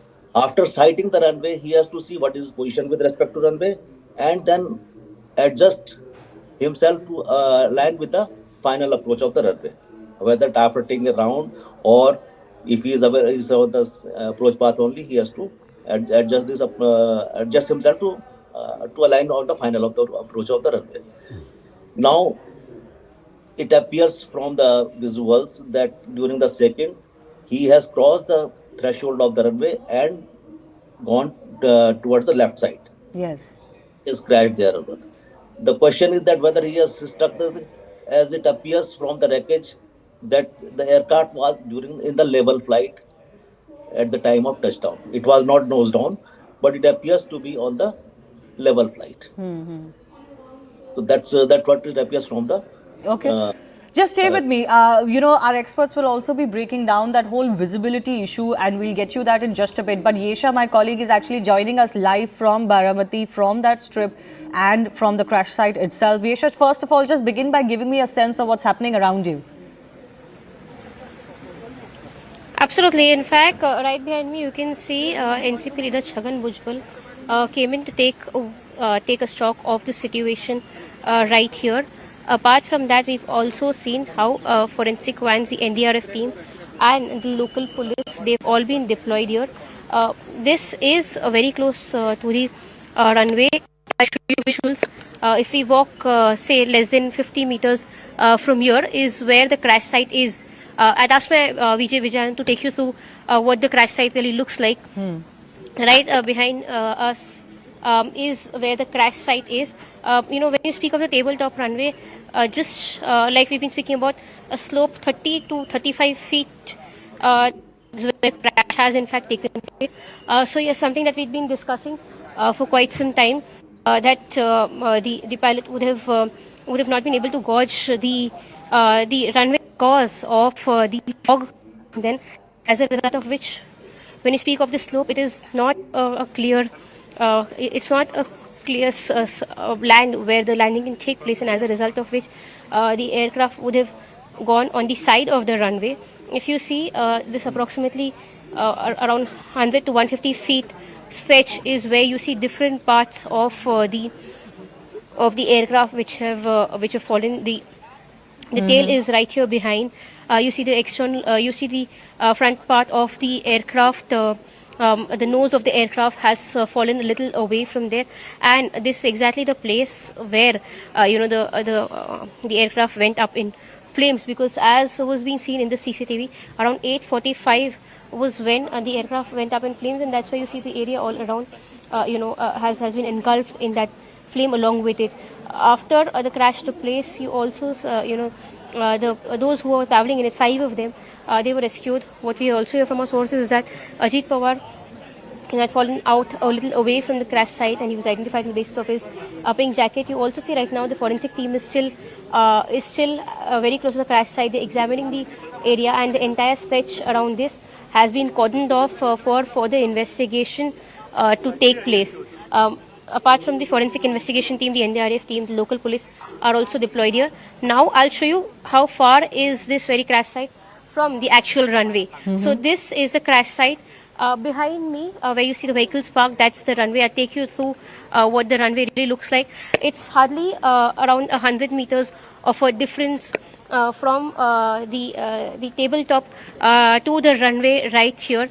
The runway is alongside. The reason we speak about the tabletop runway is because it is at an elevated position as compared to the other parts, other structures in Baramati. And the runway, of course, we speak about ILS system because considering the fact that there was fog which was present, as a result of which the pilot would not have been able to understand the exact structure or the nature of runway, and that we'll led come to the ILS him, issue as well with our that experts. Just Yesha, just stay with us. But the whole thing is about visibility. Was there enough visibility or not?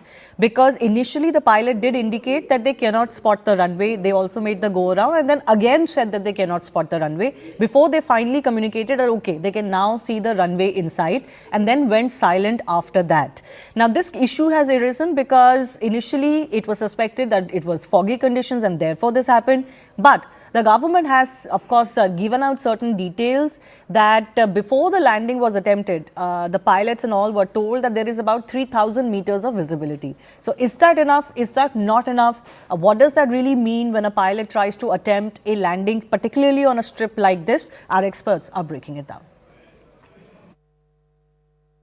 Shivani, what happens whenever an aircraft is approaching for landing in VFR, that is visual met conditions, visual flight conditions, the pilot has to depend upon his eyes. He has to pick up the runway with his eyes and then land. Now what happens, normally it is expected that visibility is good. By this we mean visibility for the runway is visible from a distance of 5 km, 4 km. A runway is visible definitely from a distance of 3 km. Any visibility which is beyond less than 2.5 km is a little challenging issue for the pilot. In this case, it was 3 kilometers, at least as far as the official confirmation is concerned. So do you think that was sufficient in most conditions? Shivani, 3 km VFR landings can be made. An experienced pilot who has been cleared to land at that runway can make it. What happens before any pilot is cleared to land at any airfield? Baramati is classic example. He is also cleared by a senior pilot or by an examiner before that, who sees, explains him the ground features, limitations of that airfield, peculiarities of that runway, and clears him to land. So 3 kilometers is a touch and go figure. When air traffic control reports 3 kilometers, that also we have to understand, it may fluctuate. You know, it improves to 3 kilometers. Next, it may go down a little bit as well. Yeah, another cloud or patch of fog may drift in. It may become 2.5. The first of all, that whatever the visibility is given 3,000 meter, because it is a uncontrolled airfield. Uncontrolled airfield, there is no proper ATC. Where Met report is also not taken from the site. Yeah. Whatever the visibility is, they say 3,000 meter, it may have been taken from some city point where that's Met office. Really an accurate it is not actual on the ground at the site. Okay. So that is one thing. What I understand and what I got the information also, that visibility was not good. Not good. That's why he was not able to sight the runway. But then what happens that the pilot of the plane keeps going even for the second attempt when they couldn't see the runway? They kept waiting to see maybe it will come into sight, right? What are those moments like? You know, Shivani, what happens when a pilot is approaching a runway, we call the beginning of the runway as touchdown zone. So he is aiming for touchdown point. In the center point of that touchdown zone is called touchdown point. Now what happens, suppose there is a smog, then there is a phenomena called inversion layer. What happens, from ground up to a height of 100 feet, 200 feet, it may look clear, but a fog or a smog may be there between height of 200, 300, 400 feet, thin layer. Yeah. So when the pilot is still at a distance of 4 kilometer, 3 kilometer from touchdown point, his height is still 1000 feet, 800 feet. The slant visibility is okay. He feels that I can see the runway. But as he is coming towards the threshold, he may enter this thin zone, which has thin fog layer, which has been cleared for created by a phenomena sometimes takes place called inversion layer. He may continue for 2-3 seconds. You know, the feeling is that okay, I'll pass through in 2-3 seconds and then runway threshold will be visible.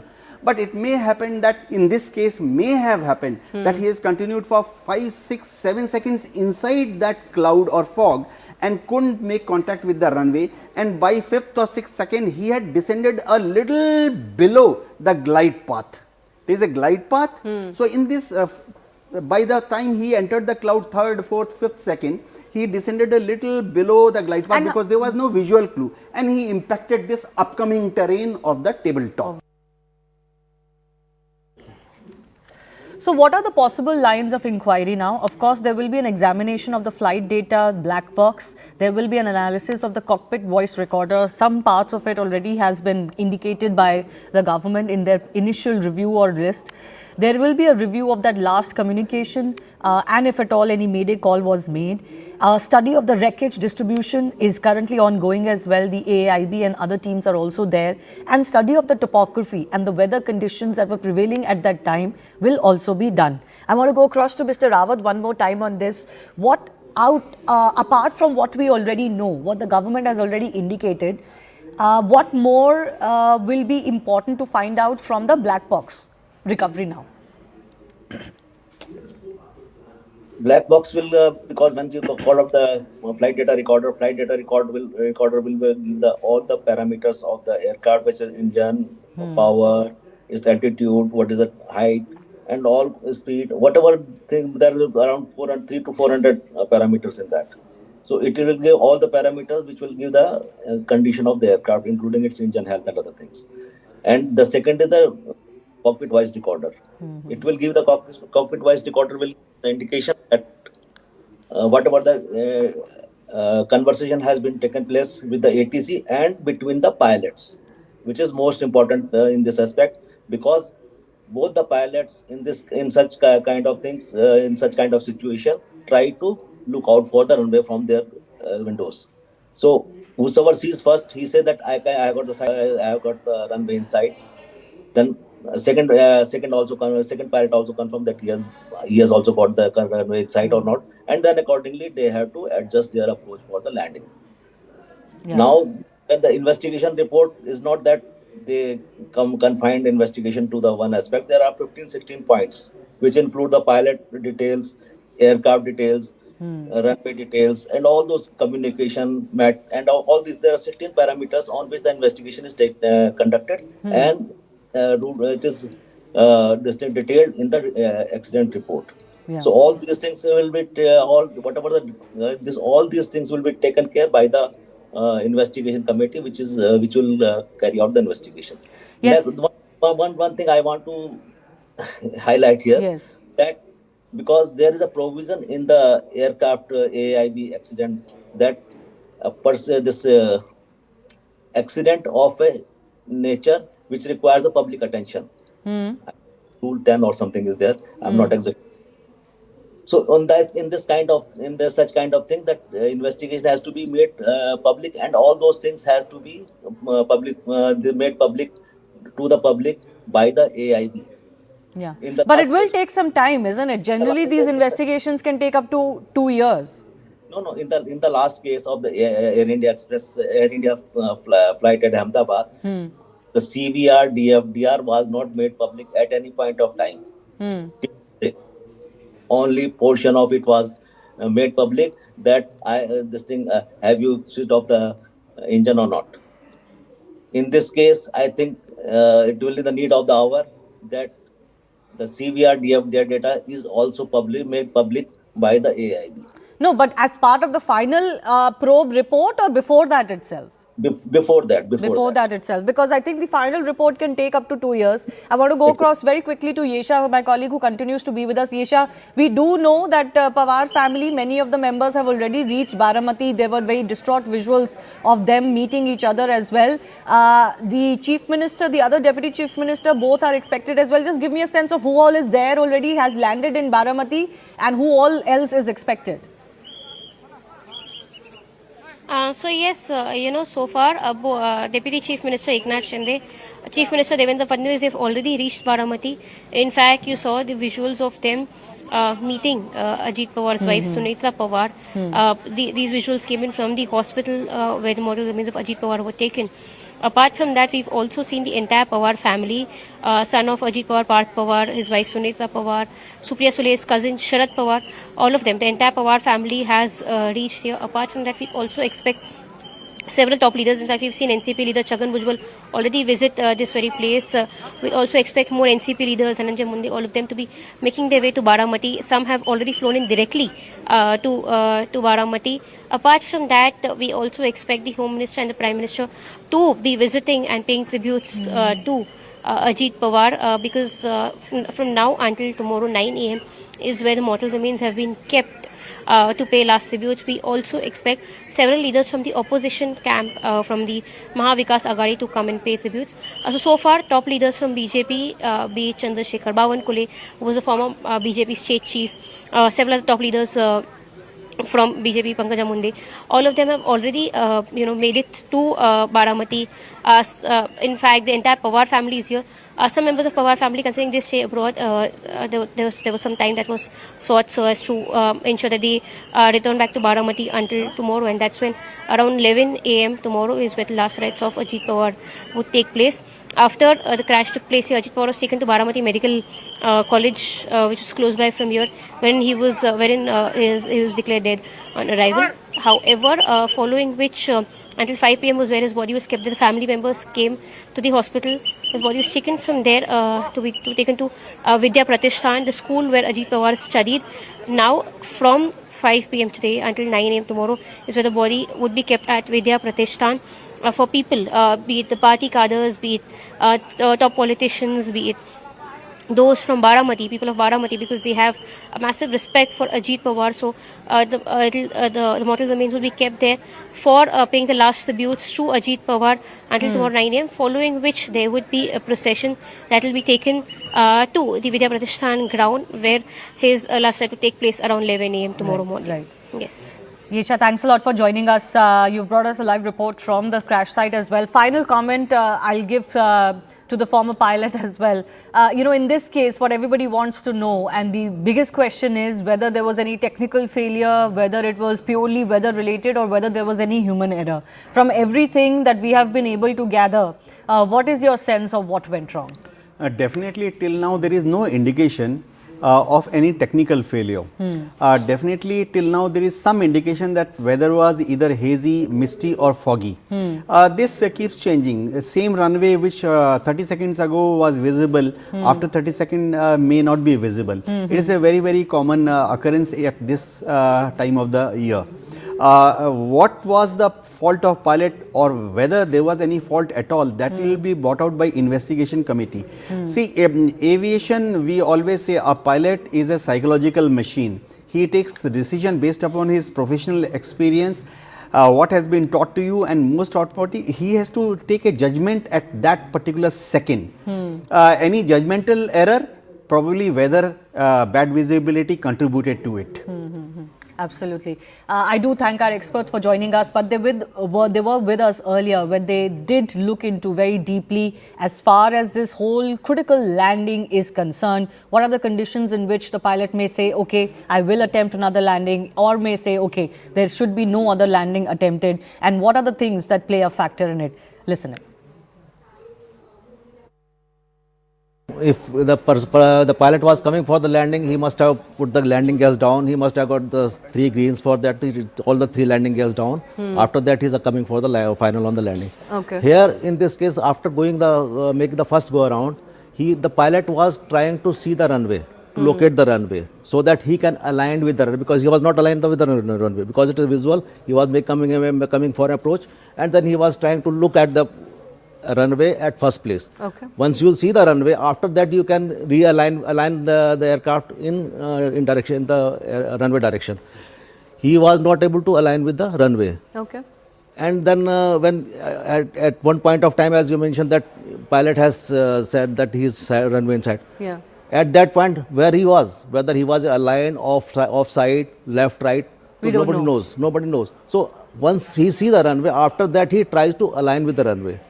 But how far it was and how was the weather there, it was not able to, nobody was to say that. And whether there was enough time to align? We have got 2-3 days to carry out the speculation on this issue, unless the CVR and DFDR are decoded. But such is politics that within minutes of confirmation that Ajit Pawar was no more, there were speculations that were rife of what happens to the two factions of the NCP now, given that the two had fought recent local polls together and there was some buzz that they might merge one more time. Speculation also took an ugly turn when Mamata Banerjee, a chief minister herself, linked the recent political developments and speculations to the crash itself, demanding that there should be a thorough probe. Listen into what she said. Message of Ajit Pawar, Deputy Chief Minister. He died today morning in a plane crash. I'm really shocked to see the news. There is no safety and security of the people of this country. Even the political leaders, I do not know what is the fate of the opposition political parties, but he was very much with the ruling party. But before few days ago, I came to know that from social network that somebody from other party, they gave a statement that Ajit Pawar is willing to leave the BJP. And now what happened today, I need proper investigation under the supervision of Supreme Court. Only we have the trust on Supreme Court, no other agency. All the agencies are being totally purchased. And really it's a great loss for the country. Now, the BJP, of course, hit back at Bengal Chief Minister, alleging that this was disgusting opportunism by Mamata Banerjee, adding that such vulture-like behavior is avoidable in the hour of tragedy. But suspense does indeed grow over what will be the fate of the NCPs and what will happen next. Possible scenario one is that there is that merger with Sharad Pawar's faction as well. While Thor was visible during the recent civic elections, Ajit Pawar too had hinted that a merger like this earlier this month, his untimely death, might just speed up the scenario. Another option is, of course, that there will be somebody from his family who could be chosen for succession, because that is also very important. Sunetra Pawar could be pitched as the custodian of his legacy, with Parth Pawar as the continuity option. This option would keep the faction intact. But there is another possibility that if there is too much time that elapses, there could be fragmentation and defections. Absence of a central authority could split the party forward, and MLAs may drift to the other faction or even to the other parties that are in play in Maharashtra. But this is why there has been such strong speculations of a reunion between the two factions of the NCPs. Following the state assembly elections, the Ajit Pawar-led NCP faction emerged stronger. And in the aftermath of the results, several MLAs and MPs from the Sharad Pawar camp reportedly conveyed their willingness to join his faction. Ajit Pawar himself was not inclined to deepen the split and suggested a former merger proposal. Sharad Pawar, for his part, is learned to have proposed a power-sharing arrangement under a reunified NCP. Sources said the two leaders have continued informal discussions on the sidelines of public engagements, and there were, in fact, very many frequent public appearances and joint family photographs that had also triggered these speculations. What further cemented these speculations was the comment by Ajit Pawar lately that there are no permanent enemies in politics. And to add on to the speculation, NCP Maharashtra chief also had said that merger discussions are a possibility if arise. So what could be the future of the two factions of the NCP? Certainly the faction that was led by Ajit Pawar, is there any danger as far as current government is concerned, or could allegiances shift? That's the big question on everybody's mind. I spoke with former Maharashtra Chief Minister Prithviraj Chavan. Here is what he had to say on this issue.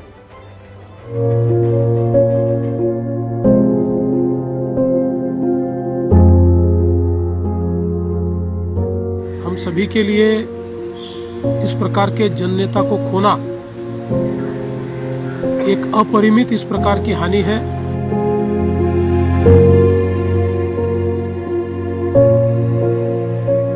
आज महाराष्ट्र के लिए एक काला दिन कहूँ, एक दुर्भाग्यपूर्ण घटना कहूँ, एक दुखद घटना कहूँ, ऐसी घटना जो हर एक के एक दिल को दुखाने वाली घटना आज महाराष्ट्र में घटी है।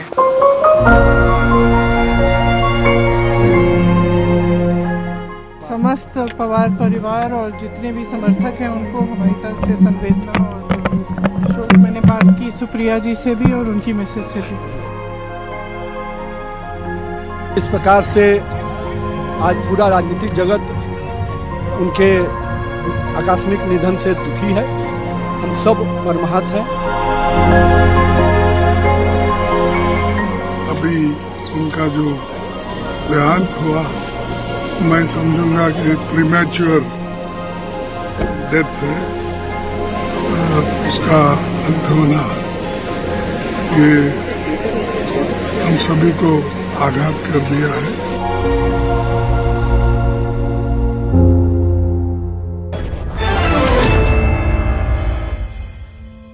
Sir, thanks a lot for your time.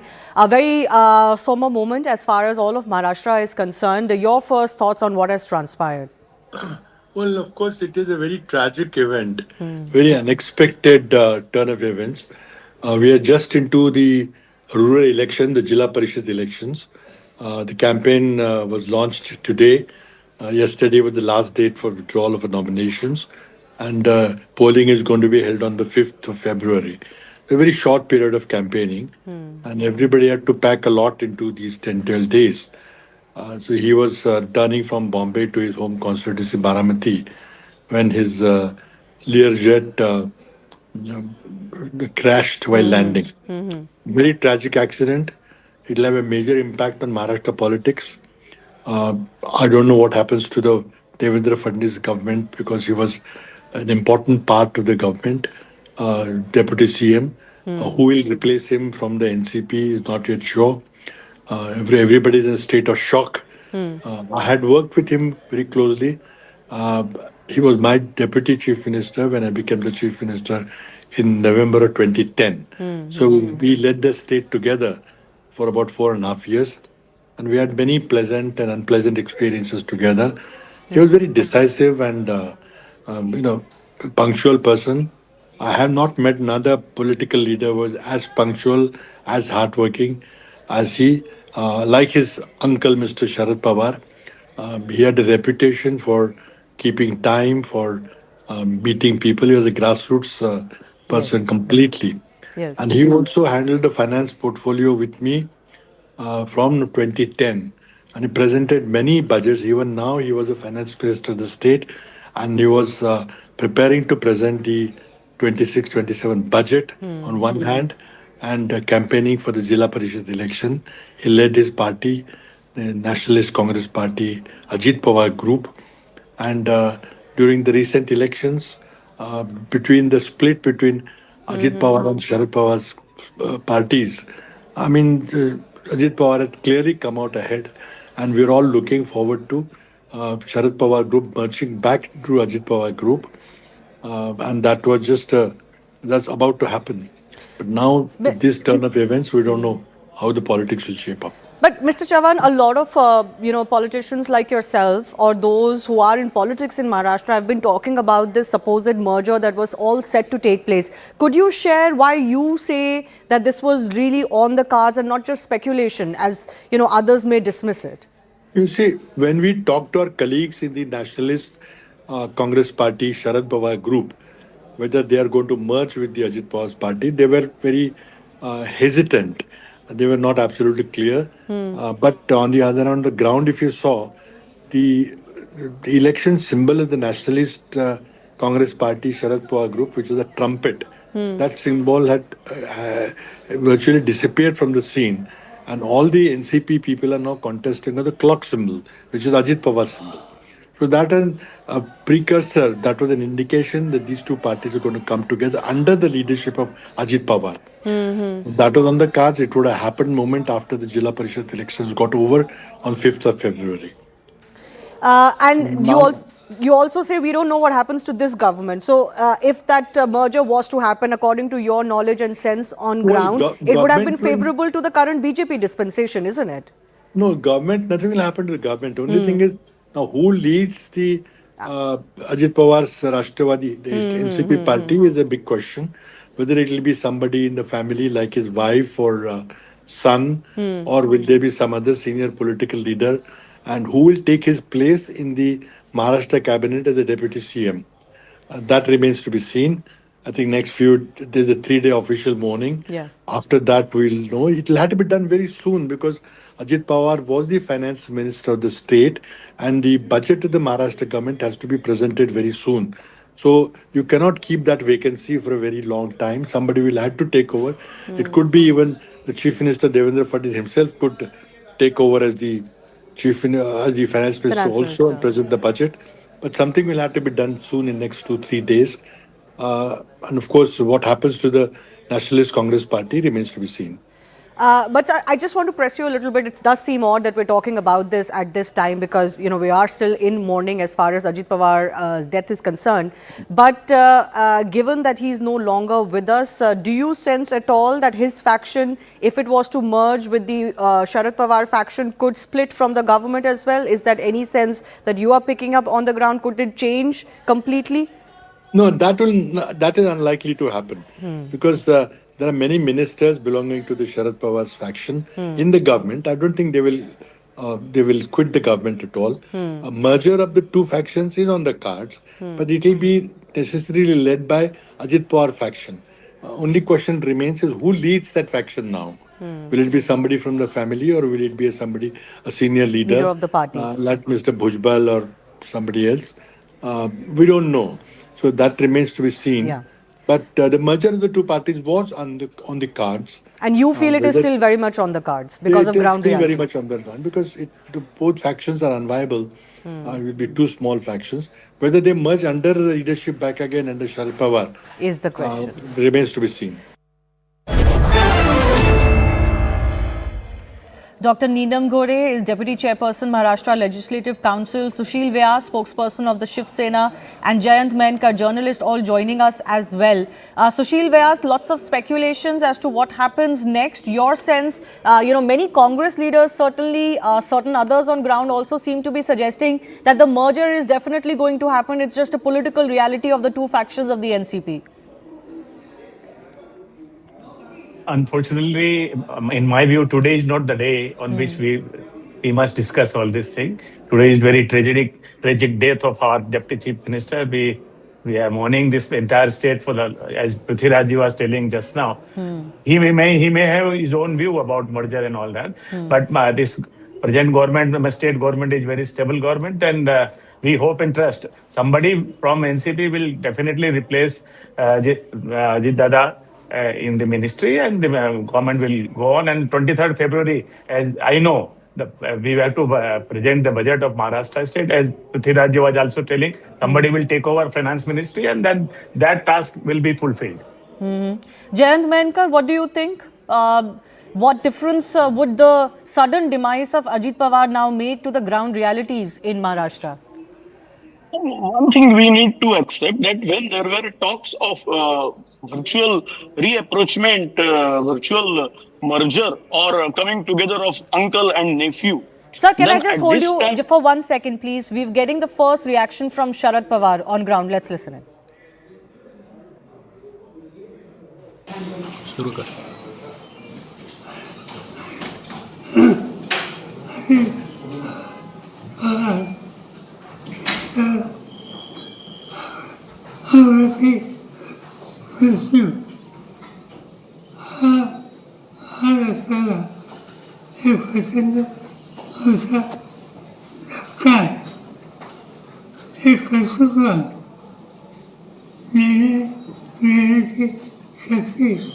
निर्यात आहे अशा व्यक्तीला महाराष्ट्र मोकळा हे काही नुकसान झालं ते भरून निघणार नाही, पण सगळ्याच गोष्टी आपल्या हातात नसतात. मी आज मीडियासमोर येणार नसतो, परंतु काही विरोध करतात हा अनुराग याच्यामध्ये काहीतरी राजकारण आहे अशा प्रकारची भूमिका कलकत्त्यावरून मांडली गेली. याच्यात राजकारण नाही, हा निवड अपघात आहे. त्याच्या यातना महाराष्ट्राला आम्हा सर्वांना सतत असतात उभा करून इथं राजकारण आणू नये एवढंच सांगायचं. Sharad Pawar's first reaction there, clearly saying that don't bring politics into this. This is an accident. This is possibly a reflection of what has been said by Mamata Banerjee as well, as I just played out. I will go to Ms. Gore on that as well, on Dr. Gore. But yes, Jayanji, you were finishing your point. Please do finish very quickly, then I'll give a word to Dr. as well. So it's quite possible that the two parties could come together. This is one thing, or one of the Pawar's scion may be at the helm of affairs, or someone maybe like Chhagan Bhujbal. But I think there are only two possibilities. That is either, I mean, it seems just unlikely that Ajit Pawar faction now will continue to run without Ajit Pawar being there, or without under Sharad Pawar's umbrella. So they will have to either go under Sharad Pawar, or whosoever wants, they can join, as what even Mr. Prithviraj Chavan also said, that they may go here, there, that there are chances that even BJP may take a section and it can become, now it has got 132. The party can boast of having absolute majority. It can reach to 145. Okay. But now in the present situation, Ajit Pawar faction's continuation, I think chances are bleak. They will have to go under Sharad Pawar's umbrella. That's the thing that I feel right now. Okay.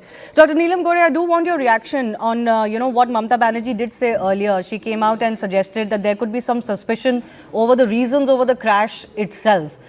Your comment on, some elements of politicization of what has transpired. Mamata Banerjee is a great leader.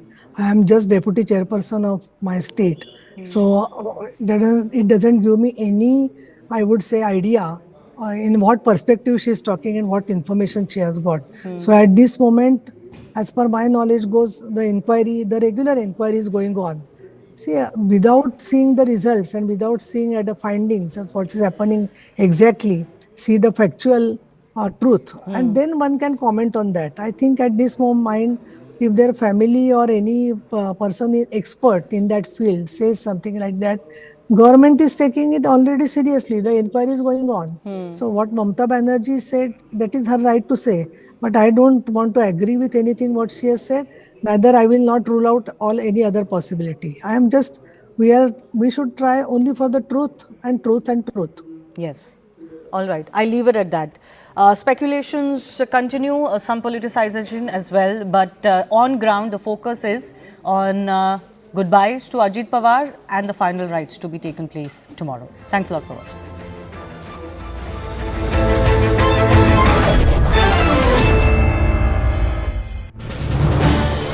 This is News 18 Network.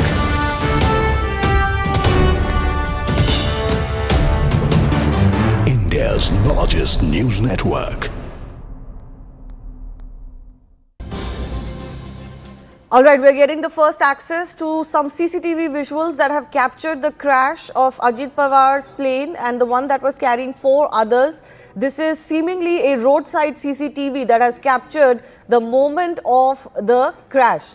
Of course, this happened in Baramati. The circumstances in which this aircraft crashed are now a subject of investigation. But you can see that large plume of fire and smoke that is the moment of the crash that has been caught on a nearby roadside CCTV. It has happened close to what looks like a highway. There are there is not just traffic on that highway, but also seemingly certain other establishments, possibly a petrol pump or something like that. Some shops that are also visible, but clearly this is one of the first CCTV visuals that have come to light after this crash has taken place. A large fire engulfing that area and a cloud of smoke from the ground as well. Let's just play this for our viewers on our big wall here as well. As you can see, the time captured on the CCTV is around 8:46 in the morning. Exact time, at least as far as this CCTV footage is concerned, 8:46. I don't know how accurate that is otherwise.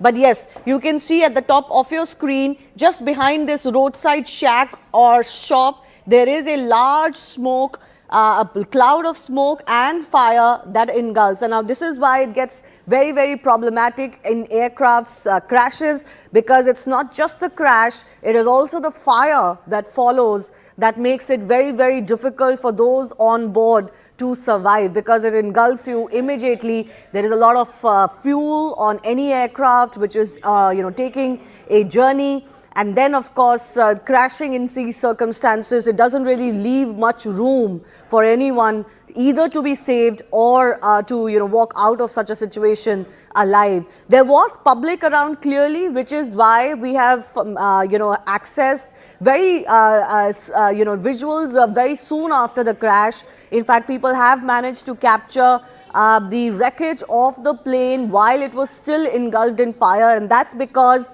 it wasn't too far from a major road, a highway of some sort, and also a lot of people nearby, which is why the moments right after the crash have also been captured. But this CCTV captures very prominently the moment of the crash, with the large fire engulfing the crashed aircraft and the plume of smoke as well.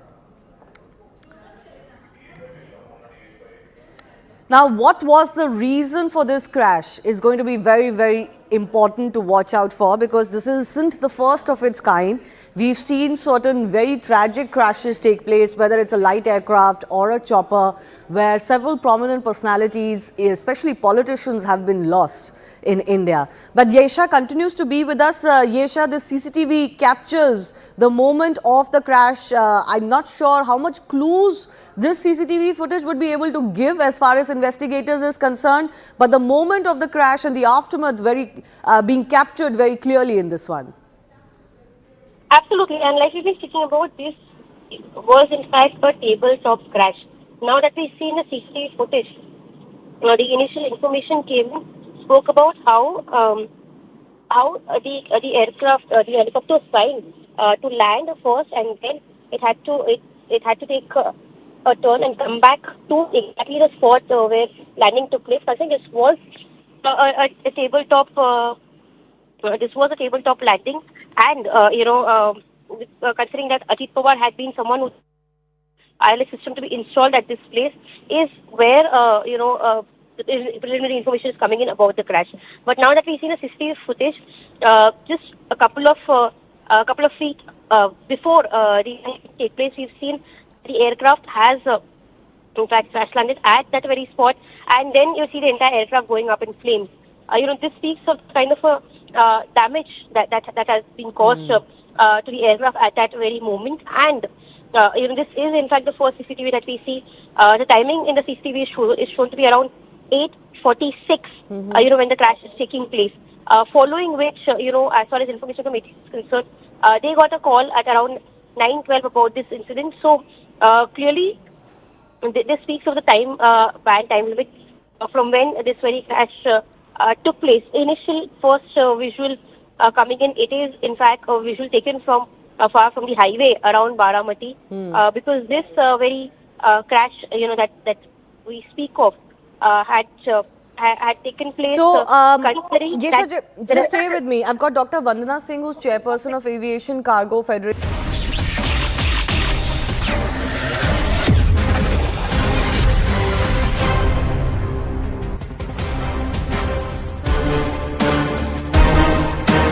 Namaste, Jai Hind, and welcome to this edition of the Right Stand. It's a sad turn of events. Maharashtra Deputy Chief Minister Ajit Pawar dying in a tragic plane crash near Baramati, actually, as he was trying to go ahead to campaign for the civic polls. The chartered Learjet 45 aircraft that he was traveling in went down and burst into flames while attempting to land in the dense fog.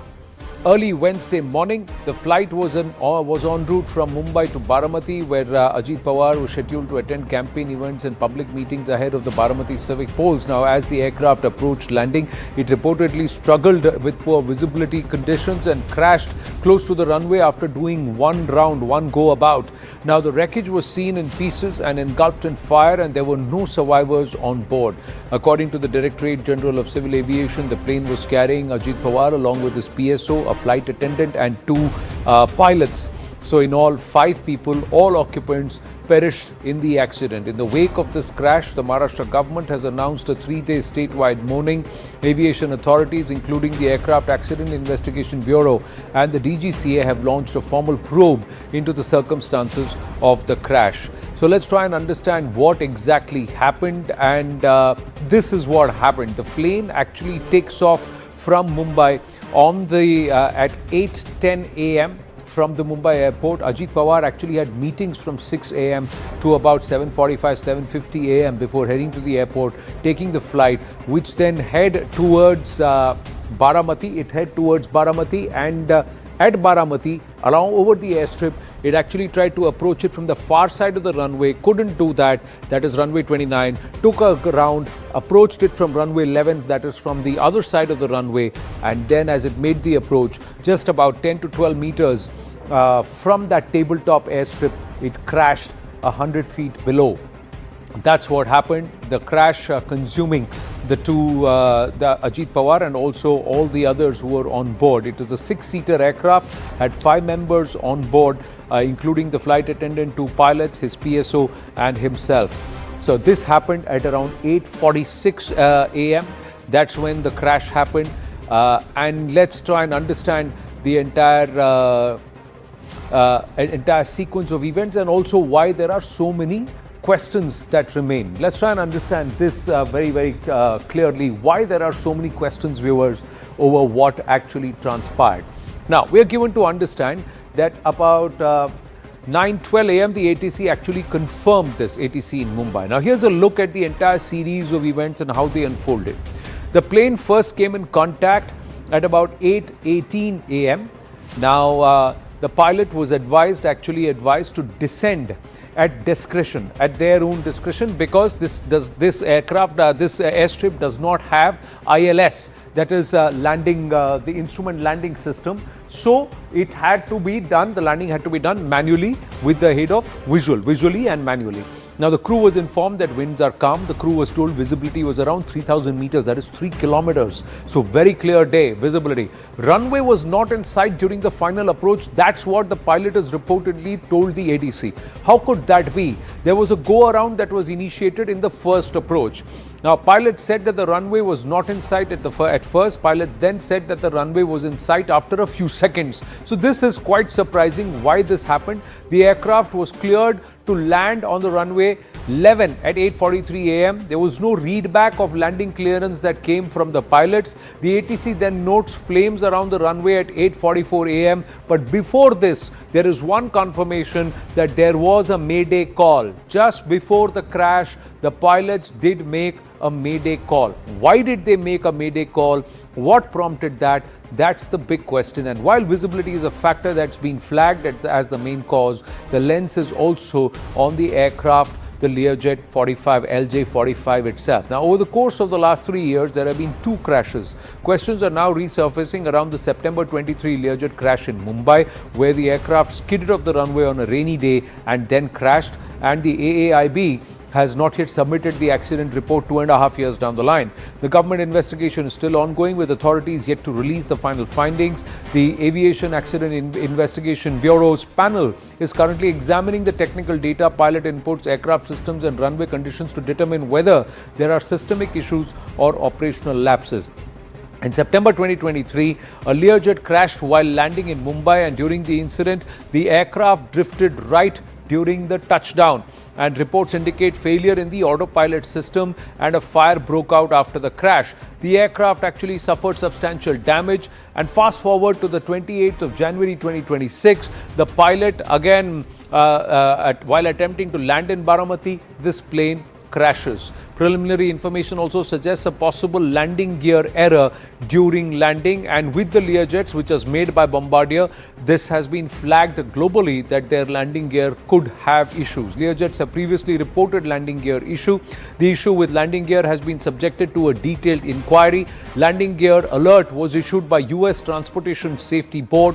The alert recommended landing gear inspections on many models. But here's one more confirmation, viewers, that the aircraft was fully checked and technically cleared to fly. It had flight readiness. All the mandatory checks had been completed. There is a confirmation on that end. So what actually transpired in those seconds, and why the mayday call happened? Why is it on a clear day that the airstrip was not visible and then suddenly visible when visibility was 3,000 meters? How could there be fog? These are all questions. And as more and more questions emerge, listen into the aviation minister and also the owner of VSR Aviation, which actually owns these aircraft, as charges of negligence swirl around this tragedy.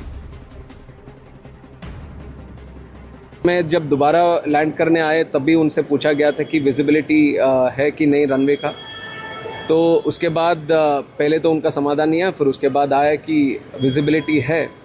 तो landing clearance जैसी ATC ने दिया, उसके बाद तुरंत देखा गया कि ये एक्सीडेंट हुआ है।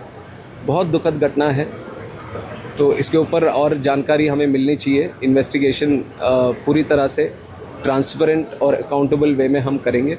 The aircraft was very well maintained. There was absolutely no problem in the aircraft. There was no technical failure in the aircraft. You know, the DGCA is doing the work. So please give us some time to handle first the families who have lost their lives, handle the DGCA, and then we'll get back. Now, all in all, the tragedy raises several questions. One, at 8:30 a.m., the crew was informed that the winds were calm and visibility was around 3,000 meters. So the question arises, does this establish the fact that visibility was well within the range for a safe landing? The other part, after 8:30 a.m., the aircraft reported on the final approach that the runway was not in sight to them when it was approaching from the far side of the runway, or runway 29 as it is labeled or numbered. The question now, with air traffic team reporting visibility of 3,000 meters, how couldn't the pilot actually spot the runway? Then after 8:30 a.m., there is another aspect. They were asked to report the runway was in sight. They replied, runway is currently not in sight. But then after a few seconds, they reported, oh, now the runway is in sight. What changed in a matter of a few seconds that the pilot could spot the runway? They did a big go around, and then the same strip, rather than approaching from this side, they approached it from runway 11 or from the other side. At 8:43 a.m., the aircraft was cleared to land on runway 11. That is the same strip, but the other approach. However, they did not give a fair readback of the landing clearance, and the question is, why didn't the flying crew provide a readback on the landing clearance? At 8:44 a.m., the ATC saw flames around the threshold of runway 11. The emergency services were then rushed to the crash site, and the question is, what happened in that matter of few seconds that led to the fatal crash? And if there was a mayday call, why was that mayday call made by the pilot? Now, the two pilots, one had about 1,500 hours, that's the co-pilot of flying, and the senior pilot has more than 16,000 hours of flying. So they were really experienced. And why is it that such a thing transpired? Yesha Kotak is now joining us from the crash site. It's late in the evening, but we see that there is still security and we can see ambulances and police vans behind you. Yesha, what is happening? Absolutely, Anand. I'll show you what it looks like right here. Really, it's 7 a.m., so the sun has gone down. It's all dark here. The forensic team is right here. You also see the police teams have been deployed to keep visitors away from this, because ever since this morning, there have been thousands of Baramatikars who visited this very spot. Apart from that, the NDRF team was rushed to the spot. I'd ask my Vijayanand to show you the kind of visuals. Of course, it's a little dark. So it will be difficult to show you the visuals, but as we walk down a little away from the place where we are standing, we walk and show you visuals of what the crash site in fact looks like. Right here, if you see, the FSL is still working to gather some pieces of evidence from the crash site.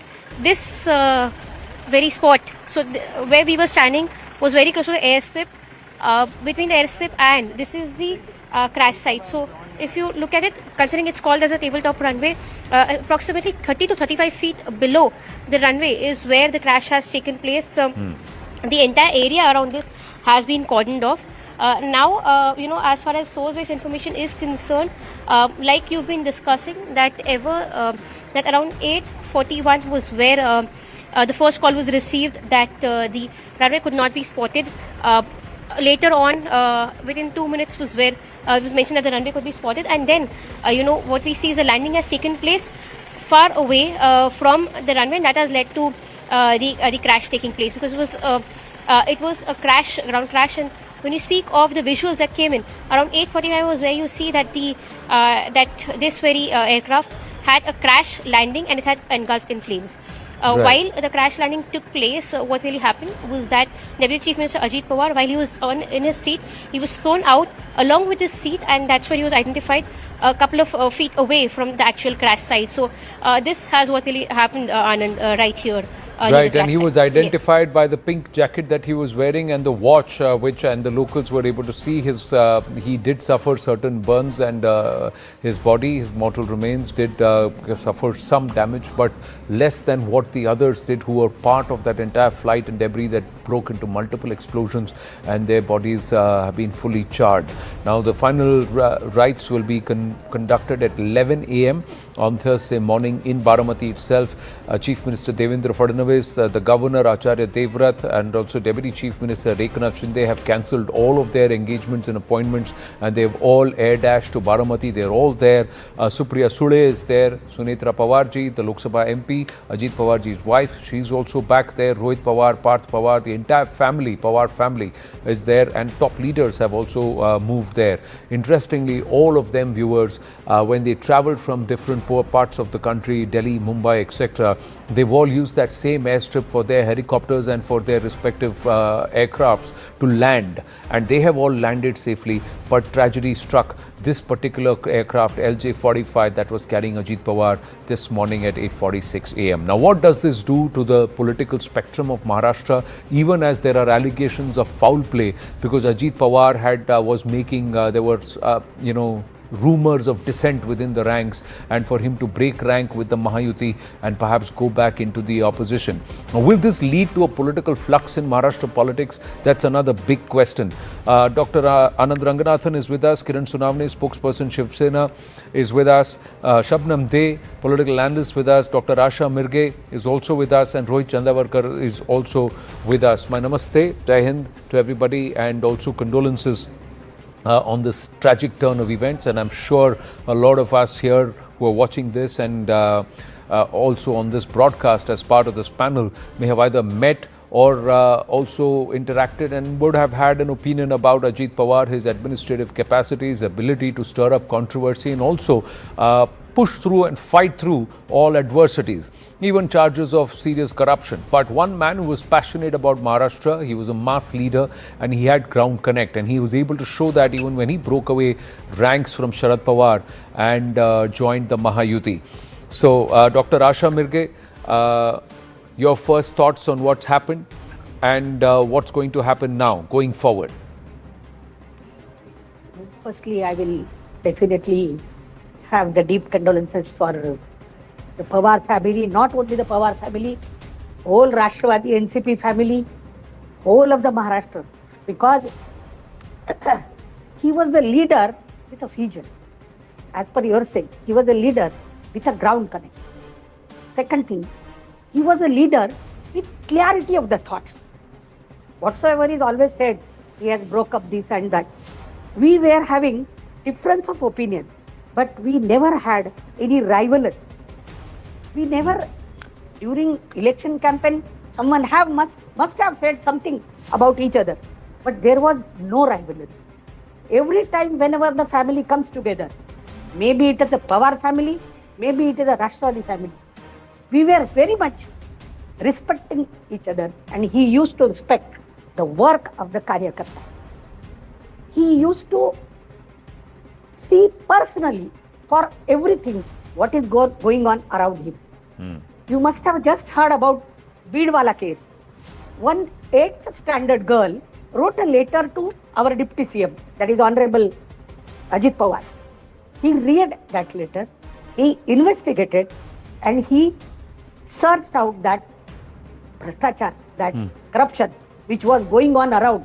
Means you can see how he was giving the respect to each and everything coming to him, and how passionately he was good administrator, how good administrator he was. Second thing, he never stopped working till the end. Now also, yes, you must have seen everything, you said everything. I have seen all the files around him, which was still, it means still he was working, reading something in the plane. And second thing, the second question you said, now what will happen? Now what will happen, it will be decided by my senior leaders, but definitely it was decided that we two will be together. Whether it is in Mahayuti or whether it is in Mahagadi or whether it was separate, it was not discriminated, but definitely we were together and we were going to travel now together.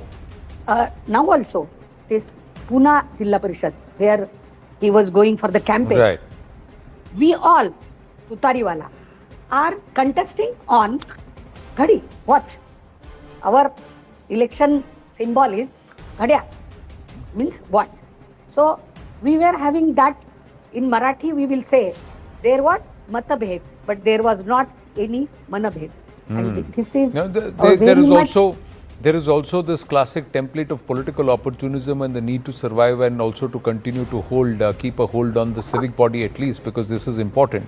So, but that's real politics. On the other hand, Rohit Chandavarkar, when Devendra Fadnavis says, I have lost a Dildar and Damdar Mitra, then do you think that these kind of allegations of sabotage, as hinted by Mamata Banerjee, they hold any water?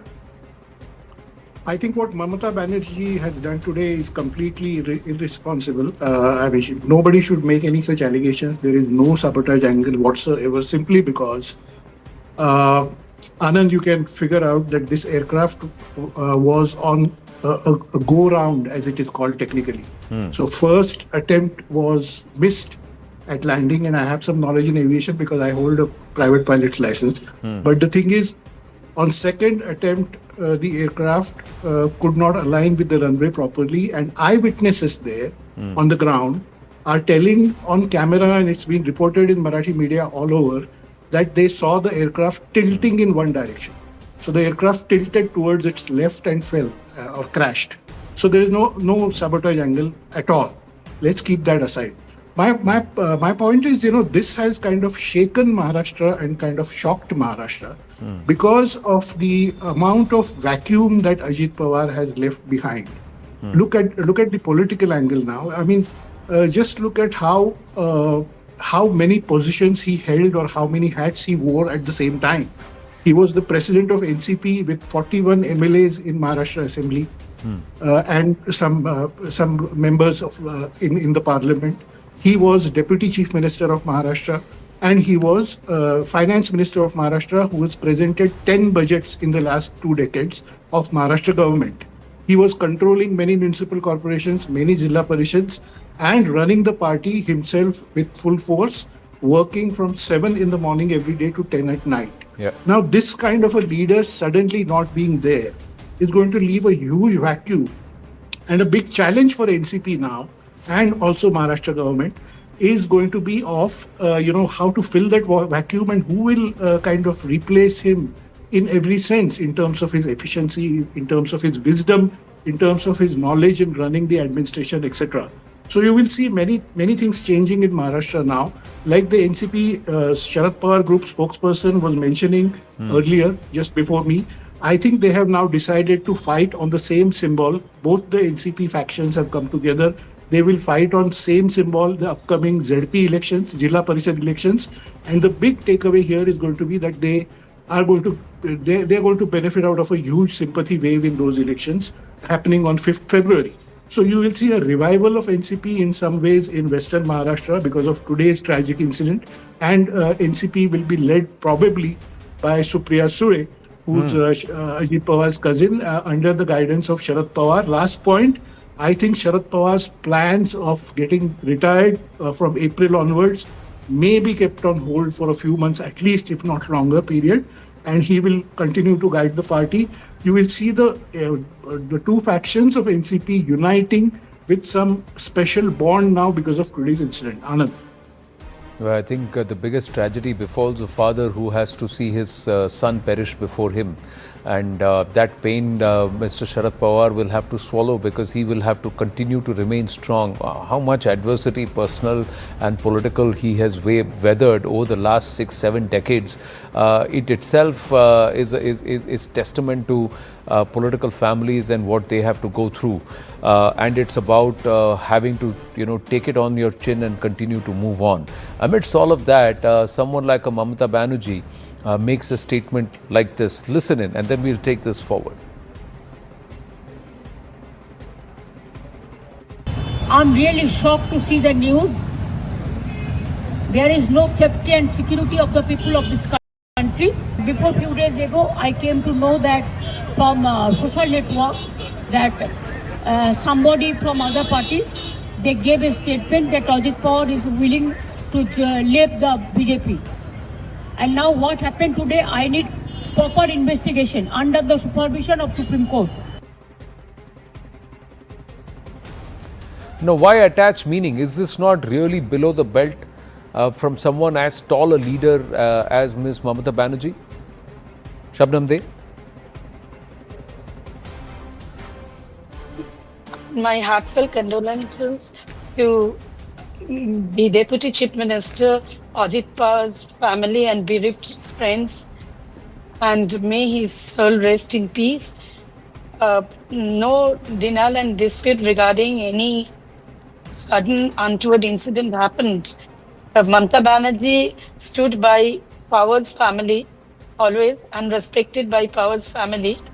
Mamata Banerjee was shocked and saddened by seeing the news been played by your channels, that there was, because she apprehended that when these VVIPs having communication and conversation with Mamata Banerjee, that regarding the safety and security of the travel due to scarcity of time and to shorten the journey, these private jet plane which are under aviation of civil minister, they are not being maintained properly.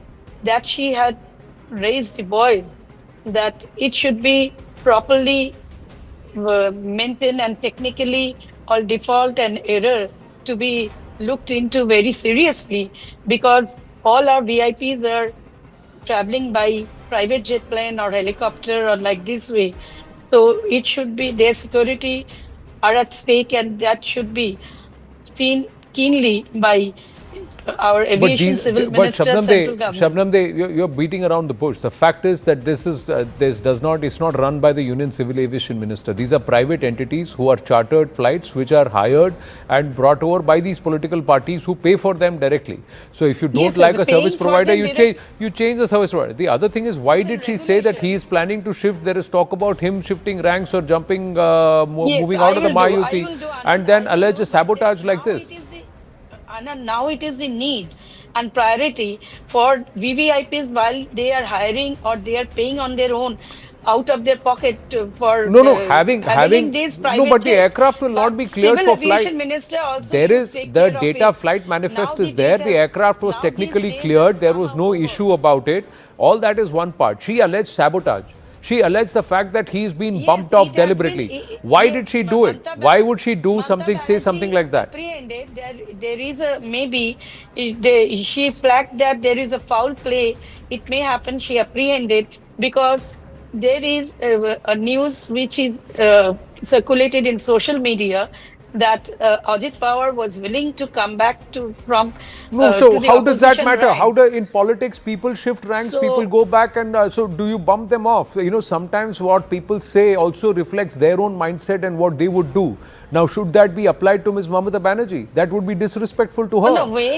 So then why would she say something like that? Kiran Sonavne, does that actually change anything within the Mahayuti? If Ajit Pawar were to break ranks and say, I'm going away, is that going to topple the government? And when a chief minister comes out and says he's my damdar and dildar mitra, clearly Ajit Pawar was firmly in the ranks, irrespective of who was fighting with who and how the civic body polls were unfolding. It was all evident that it was all being done.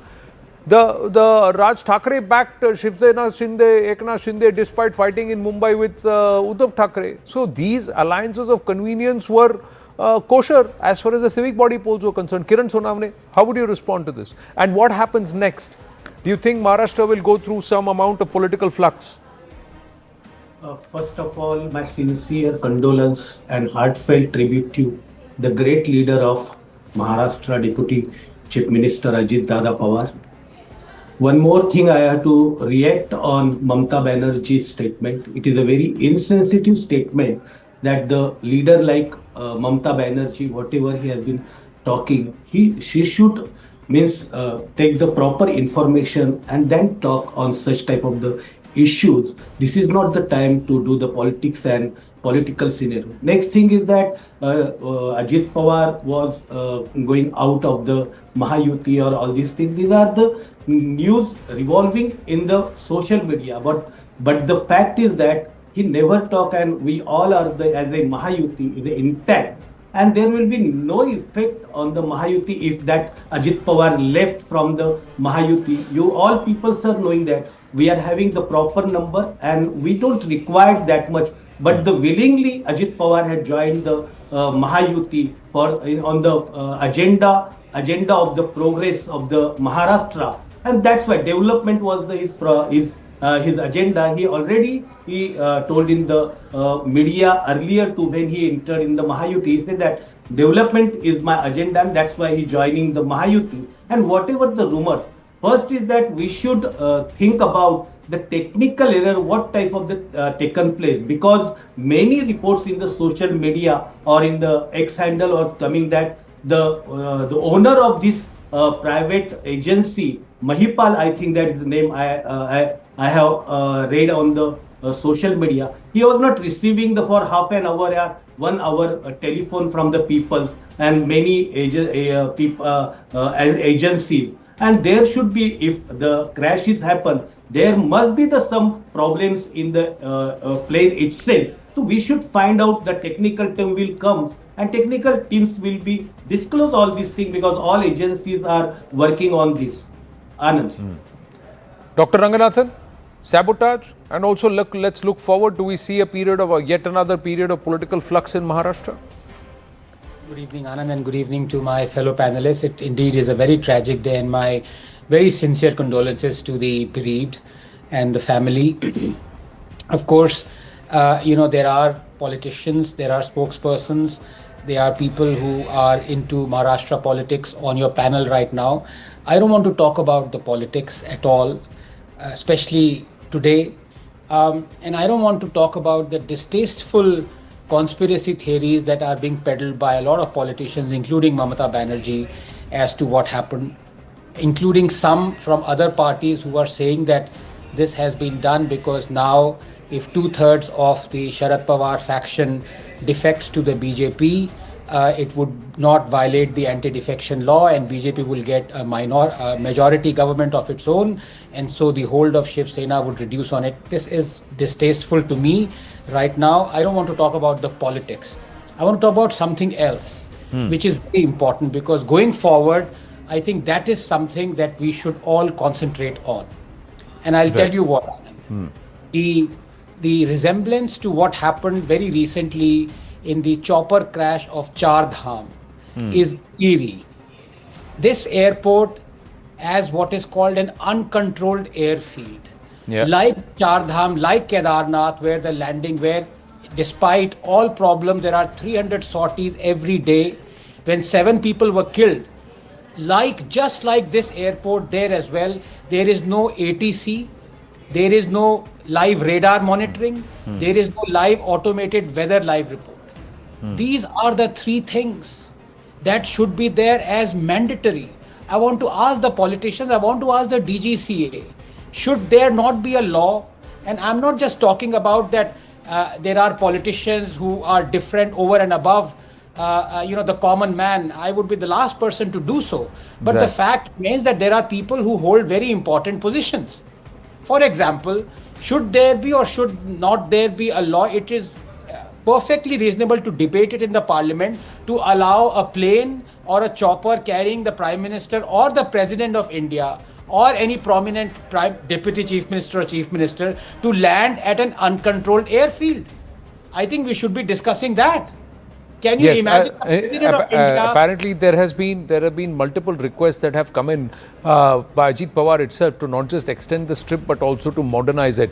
We're just getting live pictures, viewers, from Baramati, where the mortal remains of Ajit Pawar have been moved from the hospital and brought to the Pawar residence, or where all his supporters will have the chance till about 10:30 a.m. tomorrow morning to pay their respects. There has been a huge crowd that's come, and we could see top police officials and Praful Patel and Supriya Sule all standing there, and all of them requesting the crowds that have come in droves, thousands. All of Baramati seems to have turned up there to bid farewell to Ajit Pawar.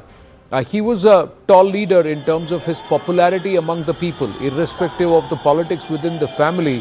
He had a certain currency with the people, and that's because he connected with them. Oftentimes his comments stirred controversy, and on national media alike he was lampooned for his utterances, but he spoke in the language that he believed will connect him to the common janta in Maharashtra. And they knew that if there is one person who would listen to them and act accordingly and act immediately, it was Ajit Dada Pawar. This is cutting across party lines, and we've spoken to a lot of politicians today who have echoed the same. Rohit Chandavarkar, you wanted to say something, and then I'll also bring in Ashaji. Yeah, very good point made by you, Anand. I mean, that's where you talk about who Ajit Pawar was, I would say. Many people, especially the media in Mumbai and Delhi, let's say, could not understand, why this person used to speak in such a manner, sometimes from the stage, in rallies in front of lakhs of people or whatever. The point is, he remained very rooted in his rural politics. And remember, he always believed that his connect with his people from Baramati, people from Western Maharashtra's villages, was more important to him than his connect to the media, especially the English and Hindi media in Mumbai or Delhi. So he was reticent with the media. I keep saying this again and again. He was not a media-friendly person, but he was a mass-friendly person. He was always available to the activists of his party, Karyakartas, Janta, public, rural public, especially farmers and others. He would go out of the way and meet them or give them access, but he would not be so comfortable with the English-speaking media or the national media and would not give them access. So that's how you saw him using some utterances, rural utterances, getting into controversies sometimes, etc. But it appealed to the masses. It's a different kind of culture that he brought in Maharashtra's politics and survived and thrived and succeeded in connecting with people. That's what Ajit Pawar was, and it's very interesting to note that and understand that and throw light on that on this tragic day, at least last day of his life when we are remembering him. Anand. But how do things change now? Asha ji, you wanted to say something, please complete, and then we'll take this forward. Anand, just a second. Anand, just sorry, Asha ji. Anand, just a second. I have to leave and join another channel. Please allow me to go. Yeah. Okay. Thank you, Rohit. Thank you for joining us. Yes, Asha ji. Thank you, sir. Thank you very much. I must be thankful to Ranganathan, who said that we should talk about this because to save the another VVIPs. And I am thankful to sir who is going. He said the perfect thing. Mr. Ajit Pawar was connected to the rural people and he was committed to. Why he was not friendly with the polished people? Because he used to take the stand for those people, rural people, farmers, Ladki Bahini Yojana, everything, for everything he was committed. And now I will talk about Ranganathan sir. These DGCA rules are there, but they are not followed. In this case also, the plane was 16 years old. Ideally, the plane for VVIP people should be and must be at the most 10 years to at the most 15 years old. 10 to 15. This is 16 years old plane. Whether it was maintained or not, we are not knowing. Second thing, for normal pilot, the 200 hours is enough for commercial pilot. Yeah. But for VVIP, it should be 3,000 hours. And this Shambhavi was only 1,500 hours experience. Yeah, but she was the co-pilot. The main pilot had 16,000 hours. The senior pilot had 16,000 hours. Now, we can keep nitpicking and you would say rules have to be followed. But my point is, it's a tragedy and this tragedy can befall anyone. That's how life is. It's not permanent. Death is the truth and we all have to embrace it. And I agree. Yes, you may want to say that the DGCA norms have to be looked at, how these private operators ply their wares and what is happening has to be looked at. But most of these private operators get their patronage from political parties. It is these political parties who want them to be rushed off, who will come at the last moment, will want express service, and they will want to use these services, etc. It's not that Learjet, 16-year-old Learjets are not used across the world, ma'am. Learjets are one of the most trusted, short passenger or small passenger aircraft across the world, and they have a fantastic record compared to some of the other aircrafts. So, yes. And even now, air safety, air travel is the most safest route. That same landing strip today has been used by all the other leaders who arrived there. They all landed there today on that same airstrip on multiple other aircraft. Similar Learjets or helicopters. They have all landed in Baramati. But this tragedy struck Ajit Pawar. Actually, what has happened would be seen after FDR and CVR, means flight data recorder and cockpit data voice recorder, because maybe who will land will be decided by one of the, two pilots will talk in between and say, maybe she must have said, I will. We don't know what has happened. This should be our demand. I have limited time. Let me ask you this operative question, Asha ji. Ajit Dada Pawar was with the Mahayuti.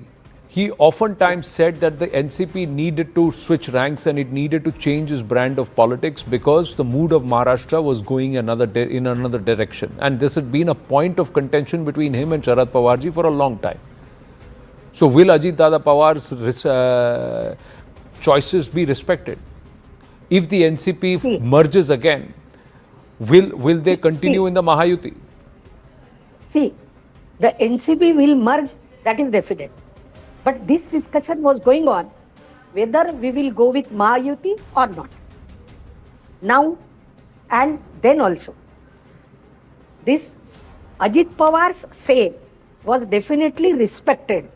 But the thing is, our secularism is not seen or respected in Mahayuti is said by our Sharad Pawar. Now what his tilt will be or which decision he will take, now I don't know. No. But see, his that political lexicon got erased the moment Sharad Pawar ji's party merged ranks or combined with Shiv Sena Uddhav Thackeray. So at that time, who was secular and who was not is the larger question. But that's a political lexicon. I am asking from a strategic point of view, the NCP is going forward. Will it want to ply its wares on its own, or under Supriya Sule, will it take a different direction? Kiran Sonavane, what do you think will happen? Dr. Ranganathan, coming to you after this for a final comment before we move on. Yeah. Anandji, see that whatever the political scenario in the Maharashtra, it will get something change after the exit of Ajit Pawar ji.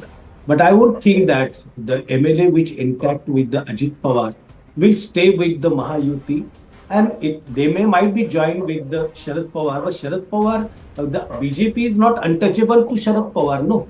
He already many times told the people. You think they will merge ranks, or will someone like a Praful Patel or somebody else within the Ajit Pawar faction take the leadership of that faction? This will going to happen, but they will not go out of the Mahayuti, because you know that the people, those knowing the Pawar family or Sharad Pawar politics, they always done the politics with the pro-power politics. And pro-power politics, the Ajit Pawar has taken the same route. And earlier also the Ajit Pawar clear in the media that when he earlier joined the BJP in morning oath programs, he told in the media that he has taken the permission, and Sharad Pawar himself has sent him to the BJP. But again, that the Pawar sir has taken the U-turn, that the fact... Well, now who takes a U-turn or who takes not, but you agree that there will be a certain period of flux or uncertainty on what happens next. Dr. Ranganathan, 30 seconds and then we'll move on. Ji. To talk politics today, but I just want to say one thing. Here's a solution. They happen, but I don't think that the Mahayuti will affect it. Well, let Dr. Ranganathan speak, please. Yeah, Hanji. Yeah, I just wanted to say there ought to be a rule whereby only helicopters should be allowed instead of planes, small or big, to land on uncontrolled airfields. Fair point made. Thank you very much for joining us, and we'll continue to track the developments in Baramati. Lots of pictures coming through, outpouring of support, lots of remorse in Baramati, and deepest condolences to the Pawar family and to all those who were looking up to Ajit Pawar of leading them and taking Maharashtra forward in his role as Deputy Chief Minister as part of the current government. Moving on, viewers. The Khalistani nexus continues its campaign of provocation. And once again, Republic Day was chosen to send a message to Bharat from the sacred Golden Temple in Amritsar. Now, as per top intelligence sources, the K-flag incident on January 26 was not an isolated act, but part of a repeatable playbook designed for symbolic provocation. Manoj Kumar Gupta getting us these details that such acts are carefully planned around locations and dates that carry high emotional value, making them low-risk yet high-visibility operations. Following sustained crackdowns by the National Investigation Agency on gangsters and Khalistani networks, Khalistani groups are reportedly struggling to sustain their movement within Bharat. Intel inputs suggest that most mid-level facilitators in Punjab have either been arrested, placed under surveillance or rendered inactive. Facing mounting pressure, these kind of K groups, gang networks and the ISI have shifted tactics. Instead of running organized rackets, they are now recruiting first-time actors for isolated operations. Intel agencies believe that the ISI's role has evolved from long-term strategic investment to one-time utilization. These individuals are used for a single act and then discarded, with no financial support provided for legal defense if they are arrested or punished. And meanwhile, fundraising activities continue in the diaspora hubs such as Brampton in Canada. However, Intel assessments indicate that collections have dropped significantly. These places collect small amounts under the guise of human rights and legal advocacy, and portions of these funds are then diverted through informal transfer systems routed via contacts in Lahore before being pushed into Punjab and in even smaller sums. At the same time, gangs and overseas activists amplify even minor incidents abroad, projecting them as evidence of systemic unrest and minority persecution in Bharat. Diaspora activists tag foreign lawmakers, human rights bodies and international media outlets, enabling such incidents to gain diplomatic and media traction aggression overseas, despite having minimal local impact. A major challenge for Khalistani groups operating abroad is their very survival. Diplomatic pressure and scrutiny over their alleged terror-linked activities have begun affecting host countries such as Canada and the UK. Bharatiya investigative agencies and government have repeatedly alerted foreign missions and counterparts about the misuse of charitable platforms, and Bharat has consistently urged Canada and the UK to closely monitor NGO funding, long-duration campaigns and memorial-related fundraising, warning that such channels are being exploited for unlawful activities. Dr. Ranganathan stays on. Ramnik Singh Maan with us. We are counting down about 6 months from now, if my memory serves me right, for Punjab elections, and lo and behold, this has started again. Ramnik Maan. Yeah. Good evening, Anand. Both Anands, good evening. So, the Punjab elections are due in sometimes March next year, and let's say ballpark 1 year or so. And this has been the frustration of the Khalistanis, is because the government of India and the government of Canada, after Trudeau had gone, have engaged very well. And the Prime Minister is again supposed to travel to Canada in March. So this is all a build-up. They're trying to keep that moment alive. As a matter of fact, within Punjab, there has never been a popular support for Khalistan movement. There have been isolated people. There have been politicians who have been interested in their own careers or in their own money-making machineries. Also, you are right that when you say that the Khalistanis' funding has gone down, that is correct. Also, it's because a lot of Hindus have not been going in that numbers in the Gurdwaras. Secondly, is that the popular support that they enjoyed from the government, Trudeau government, is now missing. As a matter of fact, all mandirs and gurdwaras in Canada are registered as cultural organizations, not as religious organizations. Therefore, the government also used them. There was no audit. These money that they used to receive from the government were, since there was no audit, they were siphoned off. Now, so far as the Pakistani angle is concerned, I would firmly believe that Pakistan would never abandon till such time, the Pakistan exists. They will try all measures and means to divide India and to keep this separatism alive. So there are three angles to it, actually, Anand. Angle number one is separatism or terrorism. Angle number two, here is gangsters and extortions. Angle three is drugs and narcotics. So they will try and push drugs and narcotics in India. They will try and keep the separatism and terrorism alive, and they will also use gangsters in Canada to their advantage. So this has been the case that the Pakistani ISI has been following along. So far as the Sikh diaspora is concerned, the Sikh diaspora in Canada or in the West, there are a handful of people who've been in this, but by and large, if you look at the Sikh diaspora, they have been now keeping distance, keeping away from this. That is purely because of the crackdown by the Indian agencies and the government of India. Within India, the NIA and the IB and the other agencies have tied their noose around the known Khalistanis. So the idea of use and throw, abandon, use and abandon has been there. So you remember Gurpatwant Pannu announced $100,000, $1 lakh for somebody who would raise a Khalistani flag. There are still over 40 boys who are languishing in jails. They've not even got their bails done. They've not even supported them. Forget about providing them with the $100,000. So this use and throw and use and abandon has been their policy all along. Right. Dr. Ranganathan? Yeah, Anand, and good evening to Ramnik Baji as well. Look, a couple of points out here. Number one, as has been our tradition that has been set out by both of us, whenever we mention Khalistan, we must mention the two axioms. Number one, that the flag of Maharaja Ranjit Singh had Goddess Durga and Lord Hanuman. And number two, that all these Khalistanis who've demarcated their Khalistan map and territory does not include half of Punjab, the Pakistan Punjab. So that itself lays bare what their, not just tradition, but intentions are. That it is completely Pakistan and ISI sponsored. But coming back to this event, I mean, while I completely agree with you, the assessment, and thank you for tracking this for years, and with Ramneek Paji, I want to say something. I'm afraid we are missing the woods for the trees. Because I ask a simple question. Would ISI-backed terror outfit not want the ISIS flag to be unfurled on Republic Day on the Red Fort? Of course they would. So that's what I mean. They would want it. The question is, how on earth did we allow it? How on earth, why are we not talking about that? How many heads have rolled to allow Khalistanis and terrorists to unfurl their flag at the most sacred sanctum sanctorum for Hindus and Sikhs, the Golden Temple? Where is the SGPC? Where is the Punjab Police? Where are the Central Security Forces?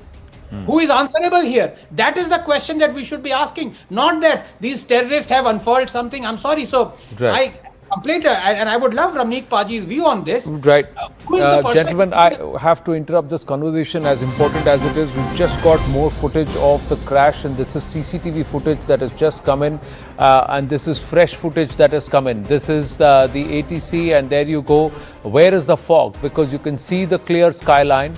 There is sun which is there, and this is the footage that has come in on Wednesday morning, and we can see the time code which is coming, which is appearing there, and that time code very clearly shows at 8:44, and it is counting the time.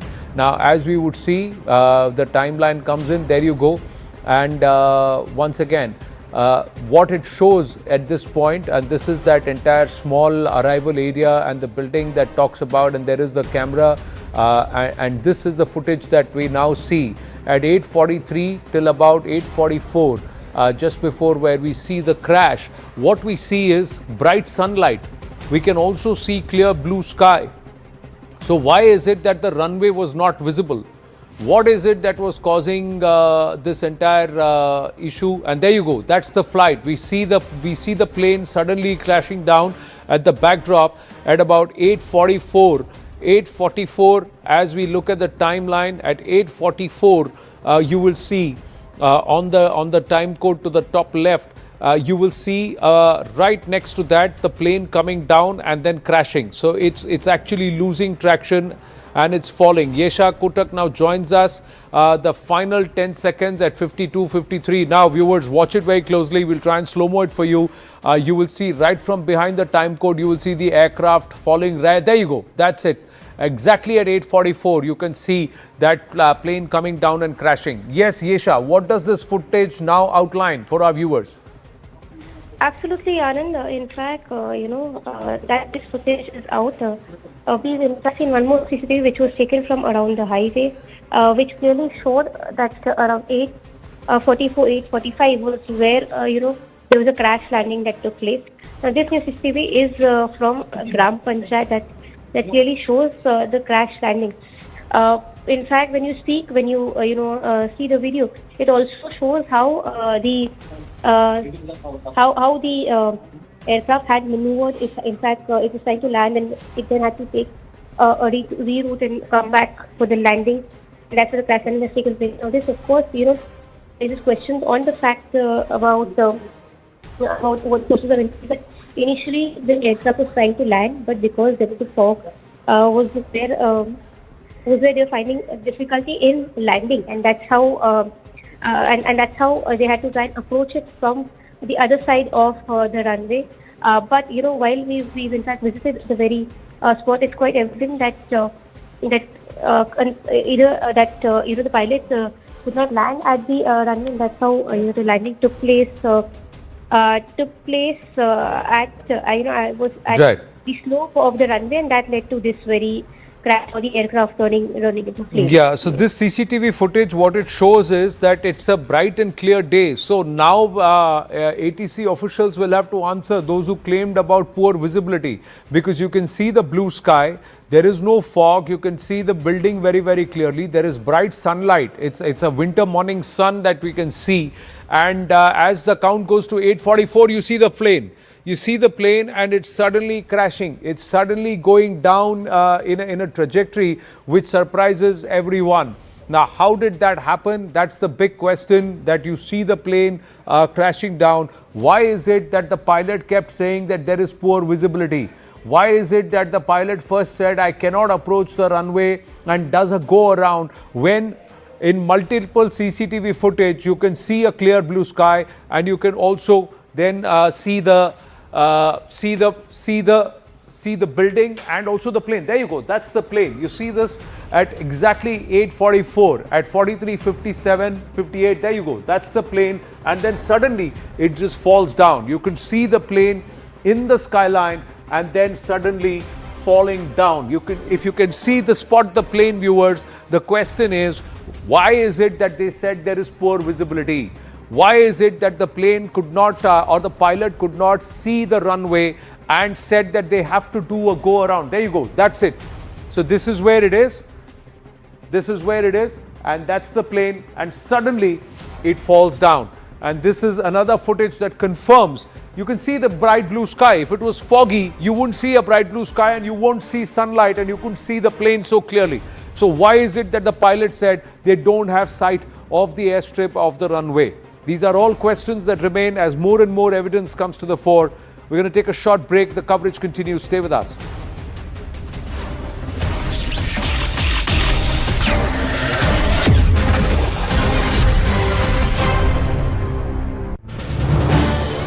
This is News 18 Network.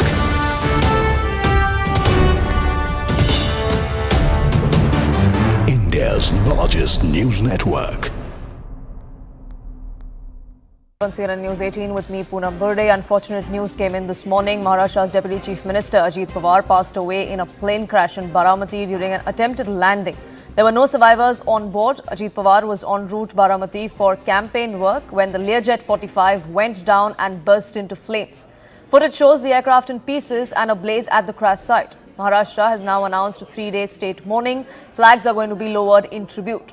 Aviation authorities and DGCA have launched a formal investigation into the crash as well. Aviation Minister has gone on to say that preliminary probes suggest that visibility was the cause of the crash, but thorough investigation will be done to find out what exactly transpired. Chief Minister of Maharashtra, Devendra Fadnavis, Deputy Chief Minister Eknath Shinde are also in Baramati. They've met with Ajit Pawar's family there, offering their condolences. The same as Prime Minister Modi too did just a short while ago. Prime Minister Modi too offering condolences. In fact, dialing Sharad Pawar earlier this morning as well to speak with him and sharing his grief at this time.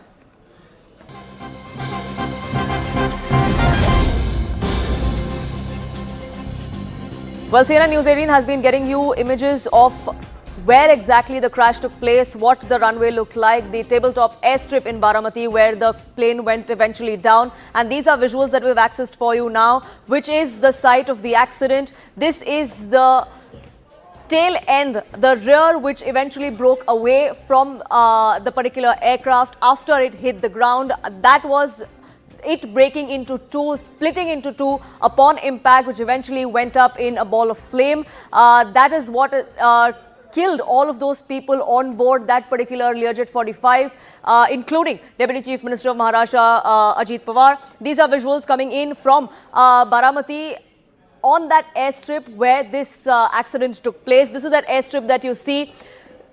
This is the part where you can see the plane had actually gone down. There are several locals, eyewitnesses who eventually came to the rescue. They were first responders when the plane actually went down and split into two. That is the runway, and this is where the plane went down, right on the side of it. It is a tabletop runway. We're given to understand that the pilot could not see where the runway was, eventually veered off. There was no contact after a point with the ATC as to what exactly transpired. But these visuals go on to show how far away really the aircraft landed from the airstrip where it was supposed to actually land. You can see the people there around that particular airstrip, around the runway, also gathering, looking at what exactly transpired, trying to help those who probably would have been trapped under the debris. Unfortunately, it was too late to save anyone. Mahresh, my colleague, now joins us, getting us more details on this. Mahresh, even as we are getting more details of what exactly transpired, getting a sense of what went down at that tabletop airstrip in Baramati, the family, they're still coming to terms with what exactly happened. Devendra Fadnavis, the Chief Minister, his Deputy Eknath Shinde, all in Baramati now? and we saw the visuals also that they met the family, and they also basically expressed their grief with the family. But it's a very shocking thing, and what we have been given to understand, even in the visuals also, we can see that a lot of people have gathered outside that Vidya Pratishthan ground where his mortal remains will be kept till 10 p.m. today. Then the mortal remains will be shifted to the Katewadi, which is the native place of Ajit Pawar, where exactly his mother and his family stay. So from 10 p.m. till morning 6 a.m. His mortal remains will be kept at Katewadi, and then again his mortal remains will be brought to the Vidya Pratishthan ground for the final rite. So it's a very emotional moment for the entire family. It's a very emotional thing for the entire family because no one had expected that such kind of a accident or such kind of an incident will take place with Ajit Pawar, because it was unimaginable. And whenever I did try to speak with a lot of close associates of Ajit Pawar who have worked with him, who had basically, Ajit Pawar basically gave them strength and showed them that this is the way that they should work. All of them are not in a basically situation or a condition to speak. Whenever I have called throughout the day, they are still crying and they are saying that it's unbelievable that it has happened. We cannot believe it. Absolutely. There is no coming to terms to what exactly transpired this morning. It was going to be a routine flight that Ajit Pawar must have taken many a times going from Mumbai to Baramati. Unfortunately, this ended in his tragic death along with 4 others who were on board that particular aircraft. And these visuals coming in from Baramati show where exactly the impact happened, where exactly upon impact the aircraft broke into 2. The debris there strewn across right next to a few meters away, in fact, from the airstrip where it was supposed to land. In fact, my colleague Vivek has been reporting from on ground, getting us a sense of what exactly transpired there, what the situation looked like hours later as investigation teams eventually came in to figure out and piece together the mystery of what exactly led to this cause. Take a look at the special ground report. सबसे पहले मैं आपको ये तस्वीर दिखाना चाहूंगा जिस जगह पे हम मौजूद हैं वो है बारामती एयरपोर्ट का रनवे। ये देखिए ये एयरपोर्ट का ये एयर स्ट्रिप है। जो भी फ्लाइट और जो भी सब इसी जगह पे लैंड होती हैं और लैंड होने के बाद यहाँ पे ये रनवे खत्म हो जाता है। अब देखिए ये जो पूरा इलाका है वो ओपन इलाका है और जहाँ पर आप सामने जो एम्बुलेंस देख रहे हैं वहां पर ये प्लेन जो है वो अजीत पवार का क्रैश हुआ है। जो टीम है वो मौके पर पहुंच चुकी है। तमाम जो लोग हैं, जो फायर ब्रिगेड की टीम है और एफएसएल की टीम है वो मौके पर हैं और लगातार जैसे जैसे सूचना मिलती जा रही है कि ये स्पॉट है वहां पे एनसीपी के कार्यकर्ता बड़ी तादाद में जो लोग हैं वो यहाँ पे धीरे धीरे इकट्ठे हो रहे हैं। जो क्रैश साइट है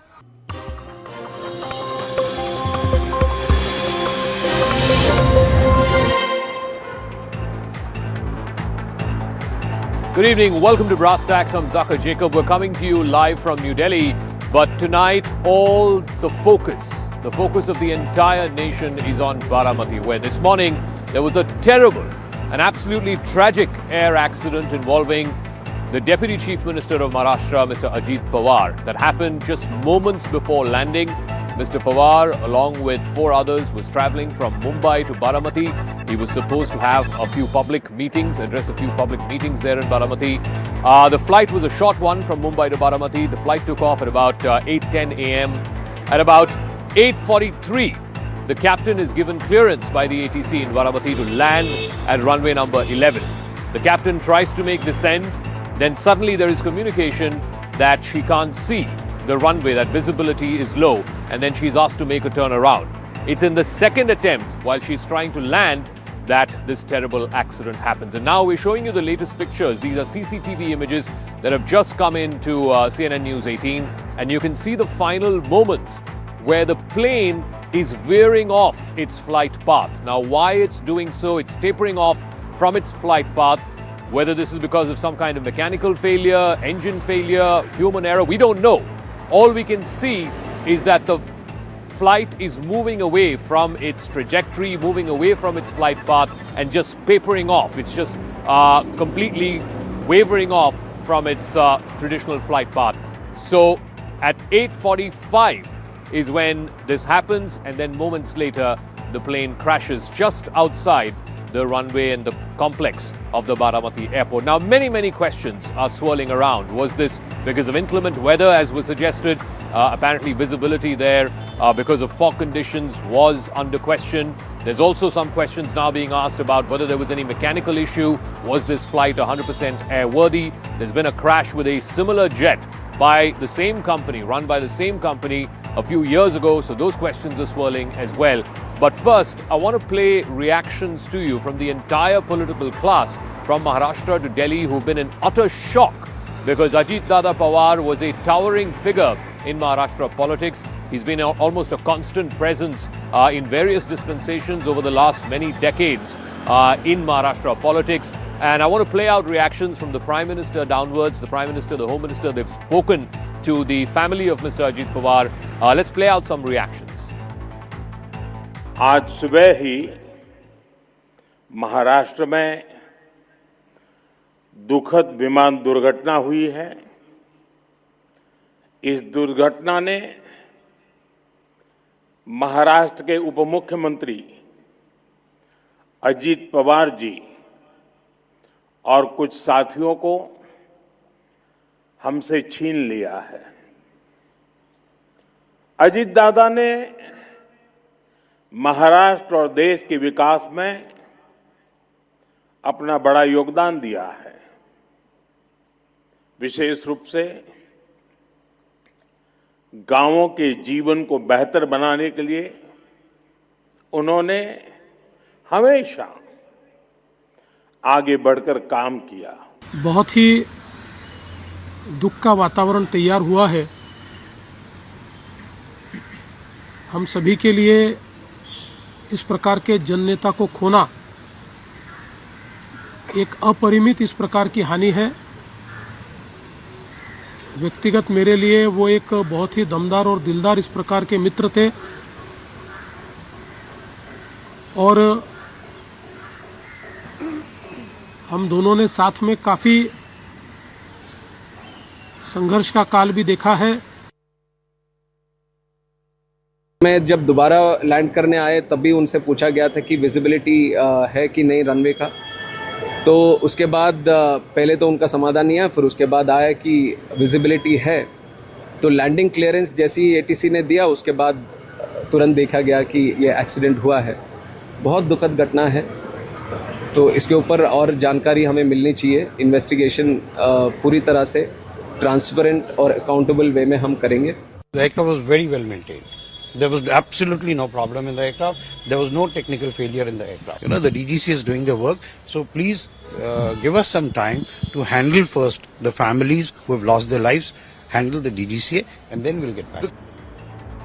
So the DGCA has ordered an inquiry. The Aircraft Accidents Investigation Board team has also reached the crash site in Baramati. Lots of questions as to what could have possibly caused this crash. We have seen crashes. Just recently we saw the Air India crash back in June of last year. But I want to go across to our guests who are now joining us. Shaina NC is spokesperson of the Shiv Sena, Chandrasekhar Jha, Sena UBT leader. Dr. Sumit Sushilan is an aviation expert, and Captain Sam Thomas is the former pilot and president of the Airline Pilots Association of India. Thank you very much for joining us. Shaina NC, I don't want to get into the politics. Mr. Sharad Pawar has also said this is an accident. Let's not politicize it. But many questions are swirling around, ma'am. Why did this accident happen? Was it some kind of mechanical or engine failure? Was it a pilot error? Questions also being asked about weather and visibility. After the ATC had given landing clearance and the captain had confirmed, yes, that she's trying to land, she was then asked to do a go around because suddenly visibility dropped and she couldn't see the runway. Many questions that, folks who are watching this program across the country are wanting answers to. Well, Zaka, first family, the extended family of the Pawars, which means Sharad Pawarji as the senior most and all the cousins and all the brothers. When we pay condolences to a family, the reference to context is obviously our leader, Eknathji Shinde and Devendra Fadnavis were present in Baramati. And I think that if we have to really view Ajit Pawar's contribution of 50 years in public life and 50 years to the city of Mumbai and the state of Maharashtra, it's amply evident that 50 years is not some small innings. Now, Zaka, if I can tell you, he's my neighbor, my immediate neighbor. And as a neighbor, I can only give you one anecdote that every morning from 6 a.m. to 7:30 p.m. a.m., there would be people outside, and he would meet all of them as he did today also before leaving for Baramati. And as a deputy chief minister, as a finance minister, as an irrigation minister, 50 years is an incredible, incredible innings. And that innings shows you the kind of dedication of this mass leader. And as far as the dynamics of the internal politics is concerned, I only want to say that there is none. A lot of people have speculated about our leadership, but do understand Devendra Fadnavis and Eknath Shinde and Ajit Pawar were triple engine sarkar, and one engine less is a big void for Maharashtra. And if there are three, wheels of an auto rickshaw, one collapsing is a big loss to the state. So when Mamata Banerjee makes these kind of statements, it's very down market, because lots of leaders, just one last point, Zaka, lots of leaders have lost lives, whether it's a Gopinath Munde, whether it's a Rajesh Pai,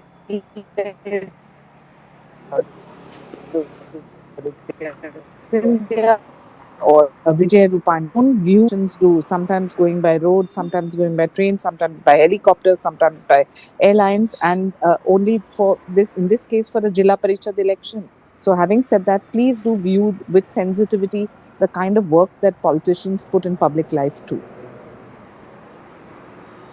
Yeah, no, so I don't want to get into the politics of it. Clearly, Mamata Banerjee has her own politics to play around this. But I want to get Captain Sam Thomas in this. And if we can play the latest pictures that we're getting, the CCTV footage, I don't know if you can see it, Captain. But in the last few seconds, as the flight, descends and is about to make a landing, you can see it sort of veer off path. Is there anything you can tell us from those pictures, or what you've seen and heard and read all day today, as to what could have possibly led to this? Because, the owner of the company, we spoke to him, he says the aircraft was in perfect condition. The pilot was very well qualified. She had, loads of flying hours under her. This whole question of visibility, the ATC had given clearance saying it's visible, 3,000 meter visibility, and then suddenly the pilot is asked to make a turnaround. It makes sense of this for our viewers. Now, firstly, Zaka, it's very distressing for us to keep coming on air when the tragedies happen, and our heartfelt condolences to the family of the Honorable Minister. And our heart goes out to that little girl, Shambhavi Pathak, who was the co-pilot, and the captain was Sumit Kapoor, who was a few years senior to me. We worked as colleagues in Jet Airways, and he was predominantly in Sahara. So he's very well experienced. Now, as far as the data that we see through television or CCTV, it's not sufficient to even hazard a guess. So it would be a very, very wrong thing on my part to say that this could have happened. However, I understand that there is an element of curiosity with the viewers, and they would like to know, they would like answers quickly. Now, this is an uncontrolled airfield. When I say uncontrolled airfield, it's not like a Mumbai or a Delhi or say Chennai or Bangalore. It's an airfield that has a bare basic facilities that does not have any navigational aids like the instrument landing system. And at this part of the year, this time of the year, the visibility drops drastically. And here, the first attempt, it's pretty evident, given the limited resources. That's the reason why we came on the channel only in the evening after collecting whatever evidence we could. It's very evident that the visibility was not sufficient to spot the runway in time. That's why he has carried out a go-around, or a missed approach, what it's called. On a second attempt, I believe there was another go-around, and this has happened on the third attempt as far as we've gathered so far.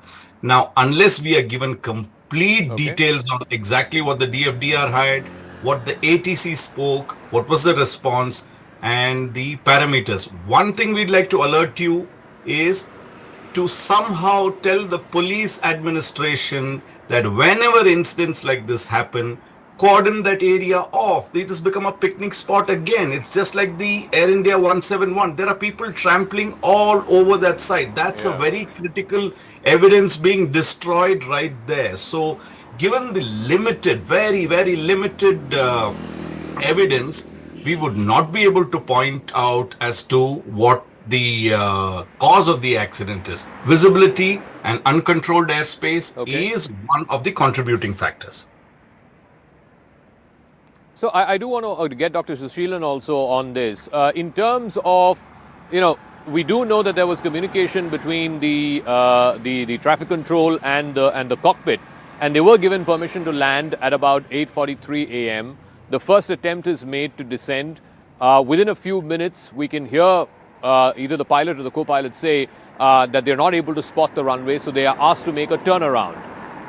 What is curious is that from whatever we have seen through either IMD weather reports or even reports emanating from local people there, the weather seemed to have been clear.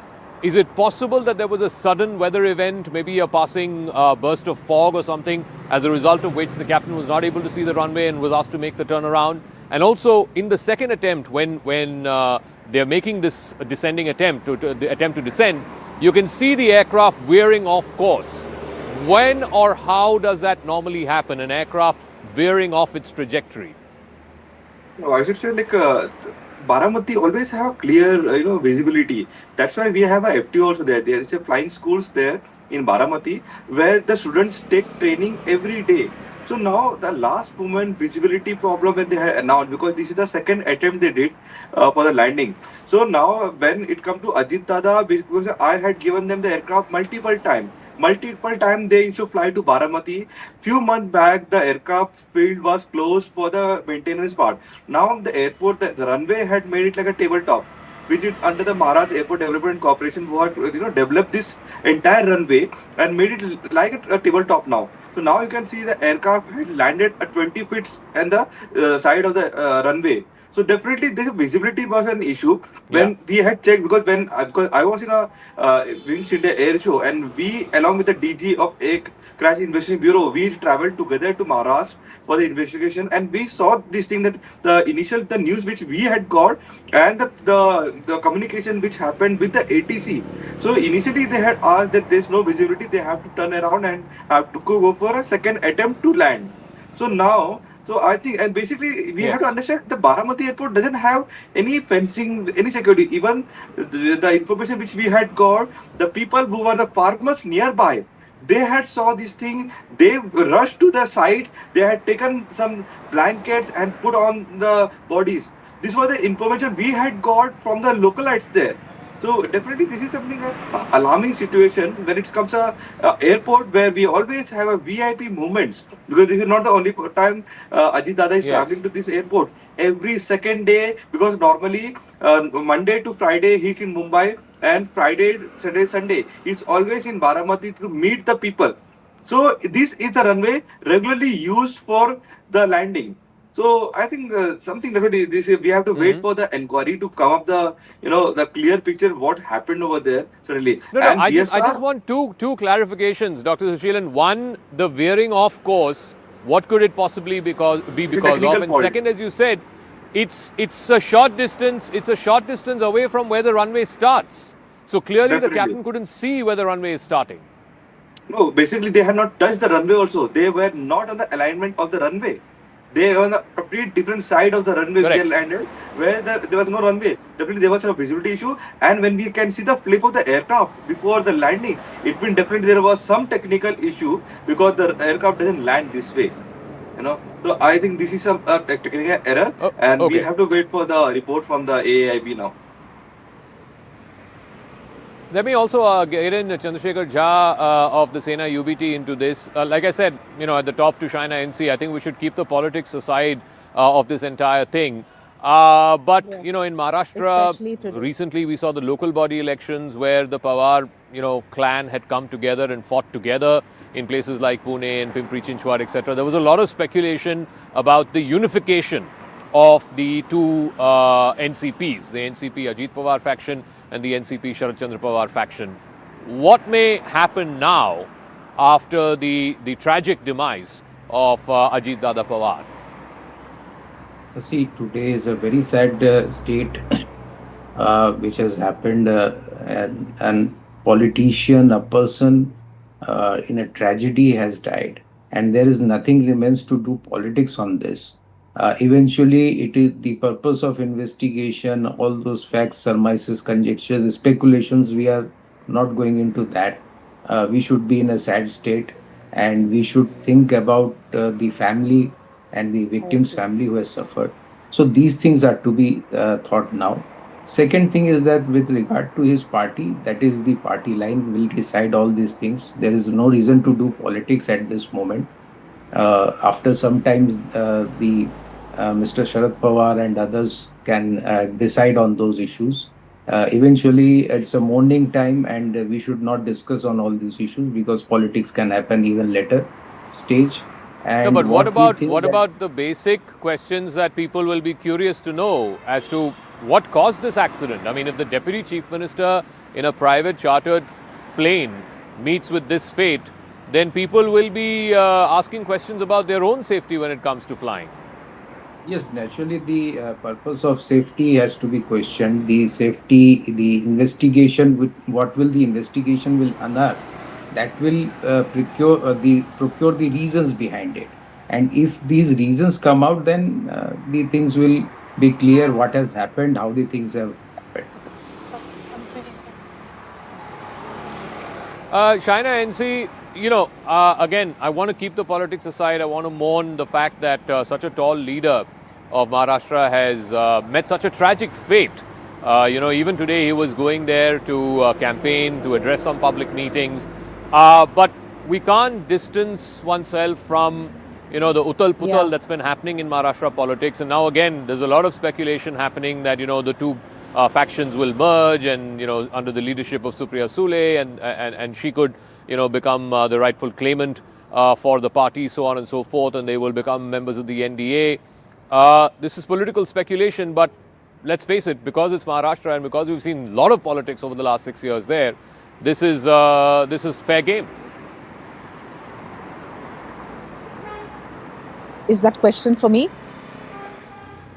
Zaka, is that question Shaina, for me? Yes. Well, I don't think we should get into that's for you. politics Correct. today. Today, let's just mourn the tragedy. It has shocked Maharashtra. Whether NCP, they come together or don't, please let's not get into that. Let me please assure you all is well in the Mahayuti. Our leader, Eknathji Shinde, has been in Baramati all day, as has Devendra Fadnavis. And contrary to what media speculations people play out and all their own strategies of stories of succession, I don't think this is the day we can really even address that. This is the day to just go out and express your solidarity towards the family. Sunetra Vaini, Jai Pawar, Parth Pawar, the extended Pawar family, which is, and contrary to what people say, and I know this for a fact, Zaka, Sharad Pawar ji was very, very committed to every member of his family, irrespective of what happened, and likewise with Ajit Dada and with Supriya Sule. So condolences to all of them. I think that politics will happen when it needs to. People do understand the kind of schedules that lead has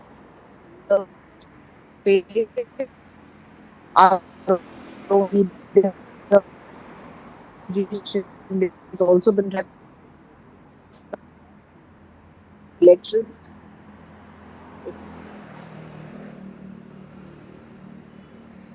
Okay, Shaina, we're losing your audio. We'll just come back to you in a second. Let me ask Captain Sam Thomas this. I think one of the previous guests said that Baramati was a VVIP constituency. I mean, there were tons of private chartered aircraft and choppers that would, land and take off from there every single day. Yes, it may not have your modern instrument landing systems, etc., and other devices of modern aviation. But the fact that this was a VVIP aircraft with the Deputy Chief Minister in it, help us make sense of, what we've seen in these pictures of A, it veering off course, and B, this whole turnaround that the captain was asked to take. Because again, the previous speaker, one of the previous speakers also mentioned that Baramati has clear weather most times of the year. And that's why there are, these multiple flight training schools there. in Baramati. Very true. Baramati is one of the best places where you can have year-round good weather for flying. But in January and February, early February, you have this low-level fog up to about 8:30-ish. And with the rising sun, the fog tends to, get a little bit more accentuated. And you must know that the aircraft was landing on runway 09, which is facing the east. And there is a rising sun from the east. So this time there is a problem actually spotting the runway. A person on ground may think that there is good visibility. And indeed, for a person not flying an airplane, that's great visibility. However, when you're approaching the runway with a rising sun and fog present, it can be very, very tricky. And when you're showing these images over and over again, as we are sitting and analyzing these images, one of the possibilities is that this is a clear-cut indication of late spotting of the runway. The moment you spot the runway late, you bank excessively to get to that. And Zaka, I should tell you that there is extra pressure on pilots when we carry VVIPs. Because some sort of, if you recollect, the CDS Bipin Rawat was being flown in a very modern helicopter by the CEO of the squadron. There was a Lok Sabha speaker, Mr. Bali Yogi. There was YSR in Andhra. Correct. All these people have had tragic deaths due to what we came to know later, that pressure on the pilots to accomplish that mission, not explicitly telling that go and land here. But when we take a VVIP, there is always a secretary or somebody coming and telling us that, hey, look, it's very important that this person reaches there at this time. So there are pressures on pilots to go above and beyond their capabilities. Zaka. So that's one pressure, definitely, no doubt about it. This is something that pilots have been flagging concerns about for a number of years, and this needs to be addressed. But Dr. Sushrilan, there's also the other side, which is, viewers who are watching this program, constant flyers, people who, fly commercial. We still haven't got answers for what happened 6 months ago with AI 171. How do we expect to know what exactly happened to this particular aircraft? The owner of the company, for example, the VSR Aviation, Mr. Singh, he has spoken to reporters today and he said it's perfectly well maintained. In fact, he said that just a few days ago, Ajit Pawar had apparently flown the exact same aircraft. So he is standing by the airworthiness of his aircraft. And because of this environment where we haven't really got to the root cause of what previous accidents were as a result of, there is a trust deficit that a lot of people think is happening when it comes to getting to the bottom of aviation crashes in India. Dr. Sushrilan. I should say that he was flying this aircraft for very long. Even last Maharashtra election, I was flying with Ajit Dada personally in all the sectors for his campaigning. I know how much depth information he always keep about the aircraft. Whenever anyone used to give them the aircraft to fly anywhere, he always used to check that how old is the aircraft. If the aircrafts are very old, he always has to check if the refurbish of the aircraft was done or not. Even the 6th of December was his son's wedding in Bahrain. And I was there, was handling his charters. I was handling his aircraft. And he was said, I don't want any aircraft which is more than 4 years old. And he was technically very sound person. And definitely, if he's boarding some aircraft, he always used to check this thing. So definitely, and regarding the VSR statement, yes, that was correctly. I also checked with the entire DGCA report. The aircraft was completely under the, regular checks. Everything was fine with this aircraft. But there is one more question. September 2023, there was the same Legacy 45 who got skid in the aircraft in Mumbai. So this is the second this similar type of accident happened where the same company. So definitely, I think the DGCA will have to act on this, and we have to get some report. And regarding the so I'll give Shaina the final word. You look at the high-profile air crashes that involve politicians or otherwise. Y.S. Rajshekhar Reddy, Mr. Balayogi. Somehow the feeling is that we don't get to know the exact cause of what led to it. Was it mechanical failure? Was it engine failure? Was it pilot error? Even the latest example of the AI-171, we still don't know what caused that air crash. So I think sometimes it's destiny too, right, Zaka? Because birth and death you leave to the whatever the gods choose. Having said that, that can only be a rationale for the family.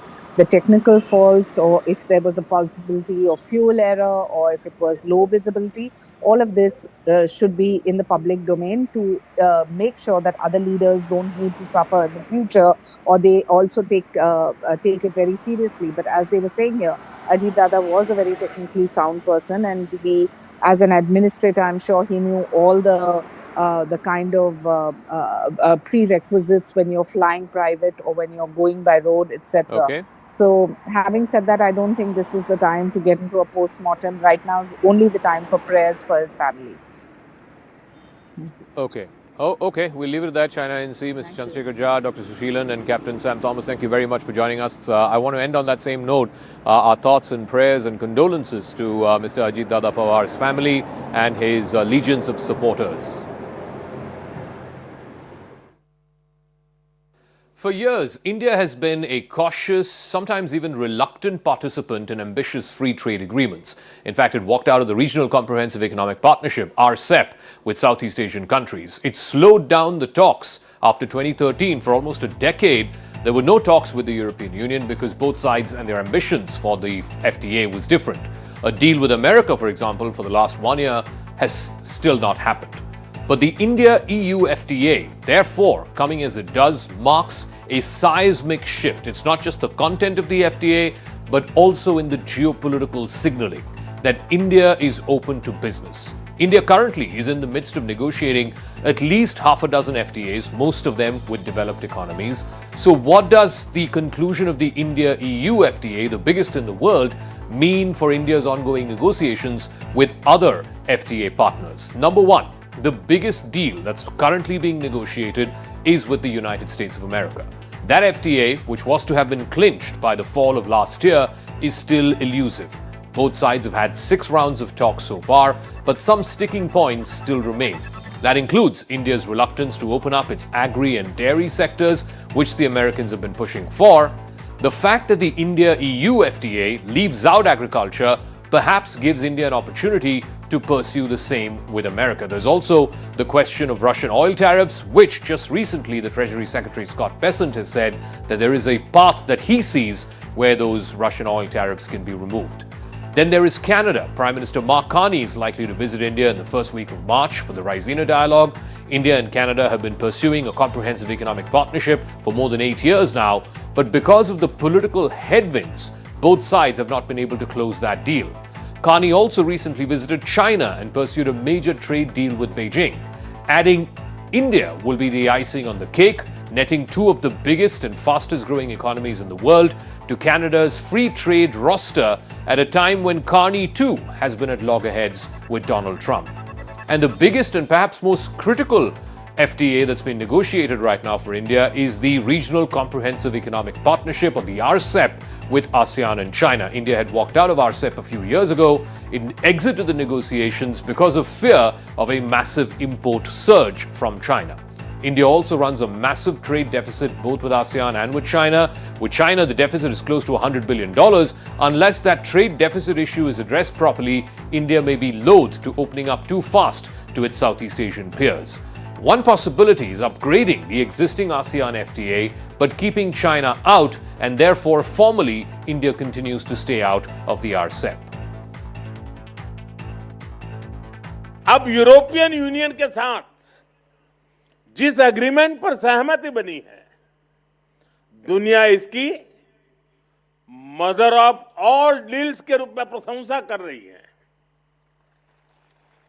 इसको दुनिया के लिए एक game changer deal बताया जा रहा है। यह एग्रीमेंट दुनिया की 1/4 जीडीपी और 1/3 ग्लोबल ट्रेड को रिप्रेजेंट करता है।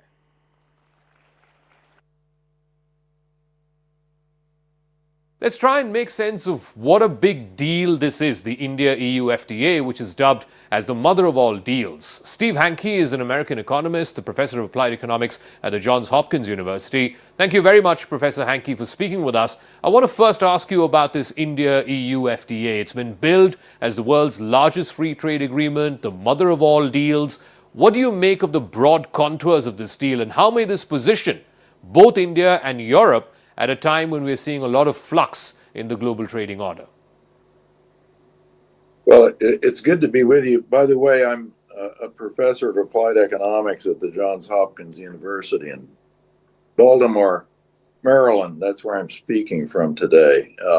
I view the developments not only with Canada and India and the EU and India as positive developments. What's going on? There's a pivot, and the pivot is moving away from the United States and all the tariff threats that have been put up almost daily, and they're moving towards China and India, as well as other countries in Southeast Asia, by the way. So I view it as a positive, because what it's going to do, it's going to loosen up and encourage free trade in India, which India has had problems with forever. I mean, the trade blockage and protectionist measures in India have always been an Achilles heel, really, for India. And I think this pivoting away from the U.S. by these other countries towards India and loosening up is a positive. And I think what's happened, basically, the international diplomacy, the foreign minister of India, Jaishankar, is, I think, one of the top 3 foreign ministers in the world. The other 2 is Lavrov in Russia and Wang Yi in China. And they played their cards pretty well. So you just mentioned that the Trump tariffs, they clearly have roiled global trading relationships, the global trading order itself. Of course, Mr. Trump and his administration officials, the key economic officials, are painting this as the best thing that's happened to America. They claim America's got somewhere like $300 billion in revenues because of these tariffs. But do you reckon, as you said, this is making other countries, whether it is India or Canada or Europe, now to pivot away from the United States because the tariffs are being weaponized? And B, what businesses want the most is predictability. Just this week, we've seen Trump announced an additional 10% tariffs on South Korea over and above the 15% that South Korea and America had agreed to last year. So this whole thing, I mean, a deal with Trump is not necessarily a deal in permanency. So that lack of predictability too is, do you reckon, forcing countries to look at other options? Well, that's true. And just to clarify, what's happening is that there's a new configuration forming, and people are pivoting away from the weaponized tariff and protectionist stance of the United States, and they're forming other, shall we say, more liberal or free market or free trade areas and zones in other parts of the world. So I think that the tariffs are of course, a disaster for the United States, because you mentioned, yes, the Trump administration is bragging about all the revenues they're collecting in tariffs, but those are sales taxes on Americans. Americans pay those. Foreigners don't pay them. So it's a new sales tax that's being imposed on Americans, and it's driving business away from the United States and into the arms of what? China in particular is a huge winner. And now it looks to me like India is going to get on that bandwagon and be a winner too. And I think fundamentally the reason for this is that you had the foreign policy directed in China by Wang Yi, the foreign minister, and John Hanker and India, they tended to take a position with all these threats coming from the United States that they'd play hardball with the United States. They dug in and they said, you know, we're not going to accept this. This is unacceptable, and it's evolving and turning out to be a case in which China and India are winning. They're winning, in my view. So at what point, Professor Hankey, does this sort of start blowing back politically on the Trump administration? You said effectively these tariffs are a sales tax, which American consumers are paying. So far, we're not seeing evidence of a political backlash. Trump came into office and his big promise was on affordability. I'm not sure he's fixed that problem yet. But when do American voters sort of begin to translate this anger, as you say it, for having to pay extra for all of these goods that America is importing as a sales tax? When does that become politically costly for Trump? That will happen in the midterm elections this year. But the polling data, Trump's polling is going down, down, down. So the polling, the public is opposed to the tariffs, and that's coming through in the polling data that we get. And I think it will come into the affordability issue in two ways. Number one, when people are buying imported products, they end up paying us extra sales tax. So that increases the price of imports coming into the United States, and people don't like that. Now, there's another factor going on, and that is the monetary policy in the United States is loosening up. And I don't think the inflation genie has been put back in the bottle in the United States. I think inflation, if anything, will get a little bit worse this year. So that's another affordability issue. So you have generalized inflation that's still significant in the United States. The inflation target is 2%, and the inflation is 2.7%. And I think it will be going up. So that's a problem. And then you get the specific import sales tax tariff thing going on. That's another problem. Now, when you look, by the way, when you look at India and the inflation rate, you're below your inflation target. It's 4%. The inflation's 1.3% in India. So inflation picture looks pretty good in India. The Reserve Bank has been, in the last few years, in my view, operating very well.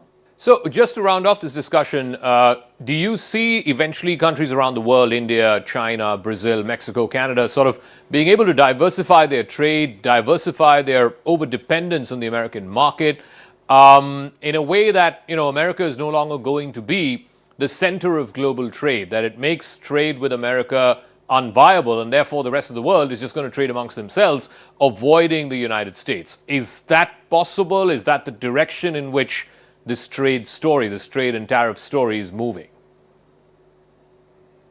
That's a direction, that's a pivot in the direction. In economics, everything happens at the margin. So you have to look at the edge, what's going on the edge. And it's really rather ironic. You have China, a communist country, that's becoming the leader in free trade. Point number one. And you have India, which has a long history of terrible protectionist measures of one sort or another, and it's moving towards free trade. And the United States, which is the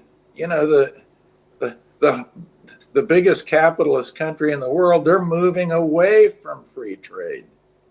So this is how to be thinking about it. So the U.S. is going backwards, and you've got a communist country and an old protectionist country, the subcontinent. They're moving in the direction of free trade and free markets. They're liberalizing, and the U.S. is going the other way. That's it. That's what's happening at the margin right now. And by the way, we know that free trade is good and protectionism is bad. That's another way to summarize my message. I'm a free trader, and the reason I'm a free trader is it leads to prosperity, because if you have free trade, the buyer and the seller both benefit. Otherwise, they wouldn't be trading with each other. All right, Professor Steve Hankey from the Johns Hopkins University, many thanks for joining us here on News 18. So shifting focus to some more international news now, and an armada of American warships and fighter jets led by the USS Abraham Lincoln are now officially in the Indian Ocean region, headed towards the Persian Gulf. Donald Trump, the US president, says he hopes that he doesn't have to use force against the Ayatollah regime. The regime there has also hit back, saying that if any kind of forced action is taken against the Iranian leadership, then they will be held to pay for the United States. It is said that American military bases in the region would be open targets if America were to target the Ayatollah regime. But one thing that's been very clear in the protests that started in late December all through January, and the response from the Ayatollah regime, the Iranian state, the absolute brutal repression of those protests, clearly shows one thing, that perhaps this regime is on its last legs. It is comparable in many ways to the Soviet Union just after the Berlin Wall fell and just before the USSR crumbled. So is Iran going the USSR way? I explore.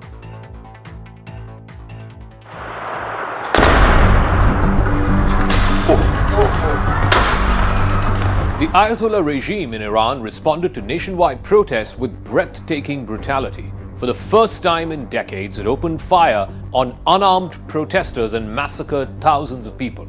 At least one Iranian human rights group said that it confirmed over 5,000 deaths, including 200 members of the security forces, when the protests were raging from the 28th of December to the middle of January. In their first official toll released this past week, the Iranian authorities said that more than 3,100 people had died. On the surface, the bloody crackdown has affirmed the unity of Iran's ruling system. That system, which is centered on the Ayatollah, the supreme leader, and the Revolutionary Guards, who are estimated to be about 150,000. It showed the brutal willingness of the regime to take ruthless action to ensure the survival. But Iran experts say that this bloody response is also a sign of the regime's growing weakness, exposing the limits of Ayatollah Khamenei's 37-year-old rule. In recent days, the supreme leader has been forced to wrestle with surging domestic unrest and intense foreign pressure, both at the same time. Last week, US President Donald Trump said that an American armada was headed towards Iran, but that he was hoping that he would not have to use it. That armada, which includes the American Carrier Strike Group led by the USS Abraham Lincoln and dozens of fighter jets and military transport aircraft, have now officially entered the Indian Ocean this week. It is clear that Trump is ramping up the pressure in the hope that the Ayatollah caves in. There's another beautiful armada floating beautifully toward Iran right now. So we'll see.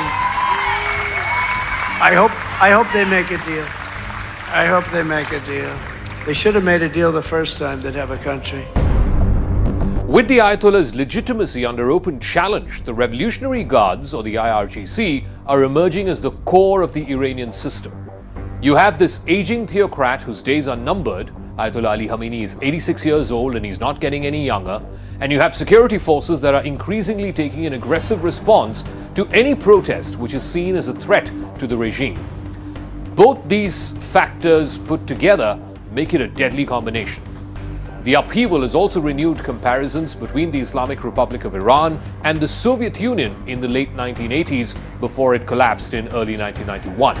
The USSR fell a few years after the fall of the Berlin Wall. Today's events in Iran are being compared to the fall of the Iron Curtain. Iran has seldom faced a greater array of challenges than it does now. Its network of regional proxy terror outfits, whether it's Hezbollah or Hamas, are in tatters.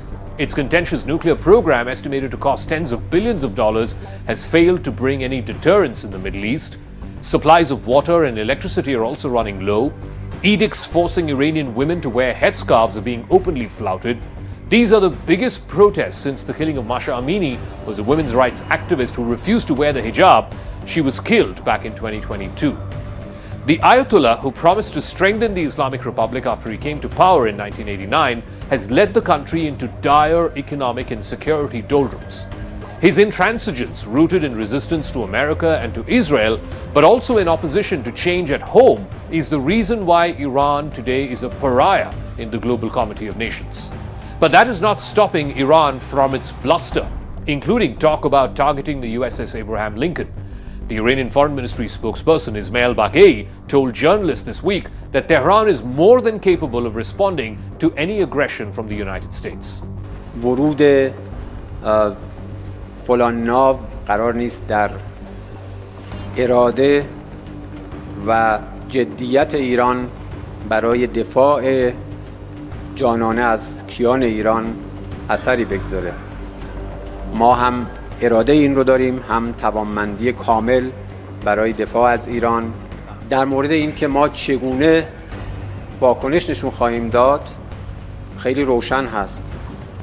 ما همونطور که قبلا هم نشون دادیم در برابر هر تعرضی، در برابر هر تهدیدی به صورت قاطع و با تمام توان و فراگیر حتما پاسخ خواهیم داد. در مورد جزئیاتش قاعدتاً نه اینجا جاش هست و نه وظیفه تخصص بنده است که صحبت کنم. نیروهای مسلح ما به خوبی یاد گرفتند که چگونه از حریم ایران دفاع بکنند. The American and Israeli airstrikes in June had provoked a nationalist surge inside Iran initially, as people across the political spectrum united against foreign aggression. But defiance soon gave way to economic reality.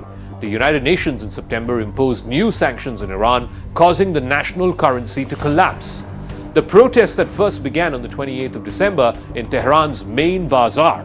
In fact, the merchants in this bazaar had played a central role in the 1979 revolution, but this latest set of protests quickly spread across the country through Tier 2 and 3 cities as well. Women, students, working professionals, all of them joined in, the merchants at the various bazaars. Even the son of the last Shah, Reza Pahlavi, also got in on the protests.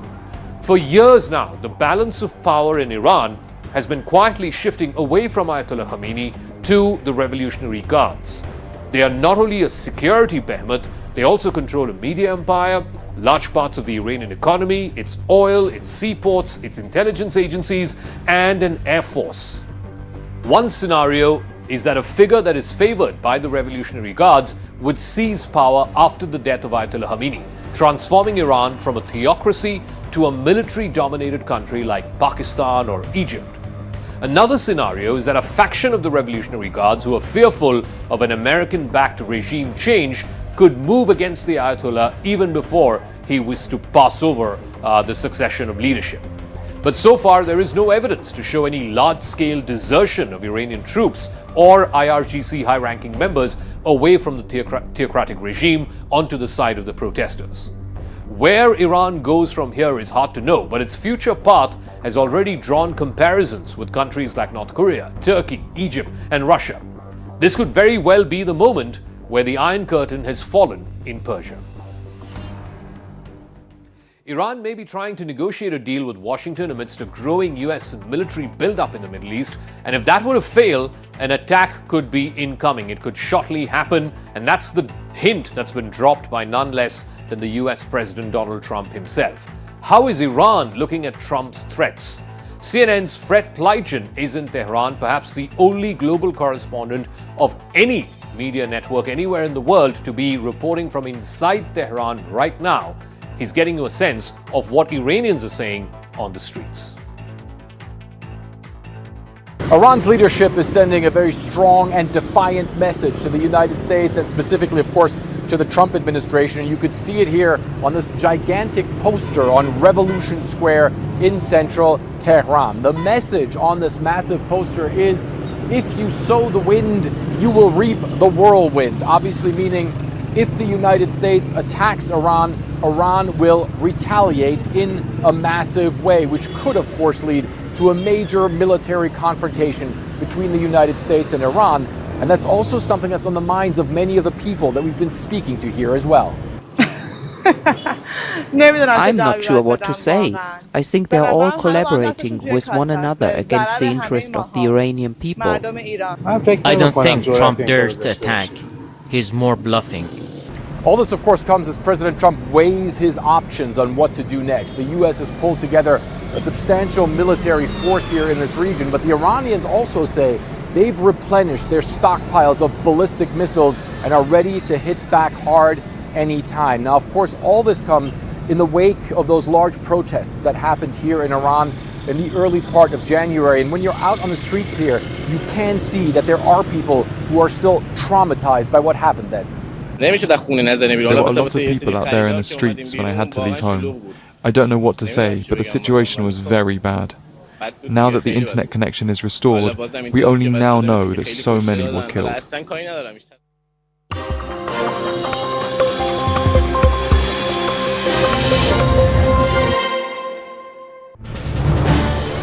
This is News 18 Network.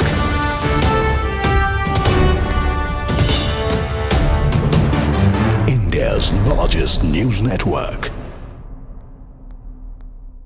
Once again on News 18 with me, Poonam Burde. Unfortunate news came in this morning. Maharashtra's Deputy Chief Minister Ajit Pawar passed away in a plane crash in Baramati during an attempted landing. There were no survivors on board. Ajit Pawar was en route Baramati for campaign work when the Learjet 45 went down and burst into flames. Footage shows the aircraft in pieces and a blaze at the crash site. Maharashtra has now announced a 3-day state mourning. Flags are going to be lowered in tribute.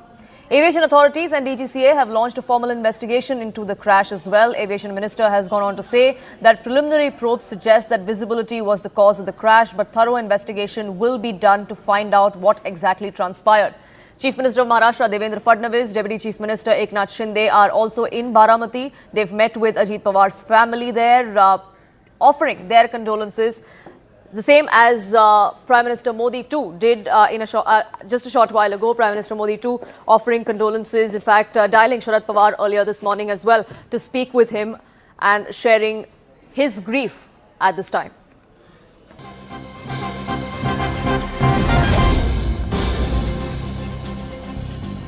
Well, CNN News 18 has been getting you images of where exactly the crash took place, what the runway looked like, the tabletop airstrip in Baramati where the plane went eventually down. And these are visuals that we've accessed for you now, which is the site of the accident. This is the tail end, the rear, which eventually broke away from the particular aircraft after it hit the ground.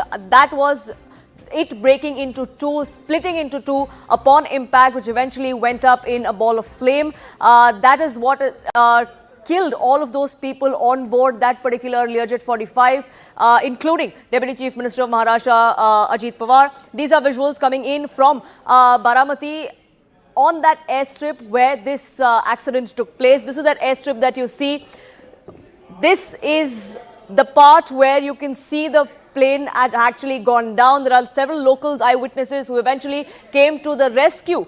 They were first responders when the plane actually went down and split into two. That is the runway, and this is where the plane went down, right on the side of it. It is a tabletop runway. We're given to understand that the pilot could not see where the runway was, eventually veered off. There was no contact after a point with the ATC as to what exactly transpired. But these visuals go on to show how far away really the aircraft landed from the airstrip where it was supposed to actually land. You can see the people there around that particular airstrip, around the runway, also gathering, looking at what exactly transpired, trying to help those who probably would have been trapped under the debris. Unfortunately, it was too late to save anyone. Mahresh, my colleague, now joins us, getting us more details on this. Mahresh, even as we're getting more details of what exactly transpired, getting a sense of what went down at that tabletop airstrip in Baramati, the family, they're still coming to terms with what exactly happened. Devendra Fadnavis, the Chief Minister, his deputy Eknath Shinde, all in Baramati now? We saw the visuals also that they met the family, and they also basically expressed their grief with the family. But it's a very shocking thing, and what we have been given to understand, even in the visuals also, we can see that a lot of people have gathered outside that Vidya Pratishthan ground where his mortal remains will be kept till 10 p.m. today. Then the mortal remains will be shifted to the Katewadi, which is the native place of Ajit Pawar, where exactly his mother and his family stay. So from 10 p.m. till morning 6 a.m., his mortal remains will be kept at Katewadi, and then again his mortal remains will be brought to the Vidya Pratishthan ground for the final rite. So it's a very emotional moment for the entire family. It's a very emotional thing for the entire family because no one had expected that such kind of a accident or such kind of an incident will take place with Ajit Pawar, because it was unimaginable. And whenever I did try to speak with a lot of close associates of Ajit Pawar who have worked with him, who had basically, Ajit Pawar basically gave them strength and showed them that this is the way that they should work. All of them are not in a basically situation or a condition to speak. Whenever I have called throughout the day, they are still crying and they are saying that it's unbelievable that it has happened. We cannot believe it. Absolutely. There is no coming to terms to what exactly transpired this morning. It was going to be a routine flight that Ajit Pawar must have taken many a times going from Mumbai to Baramati. Unfortunately, this ended in his tragic death along with 4 others who were on board that particular aircraft. And these visuals coming in from Baramati show where exactly the impact happened.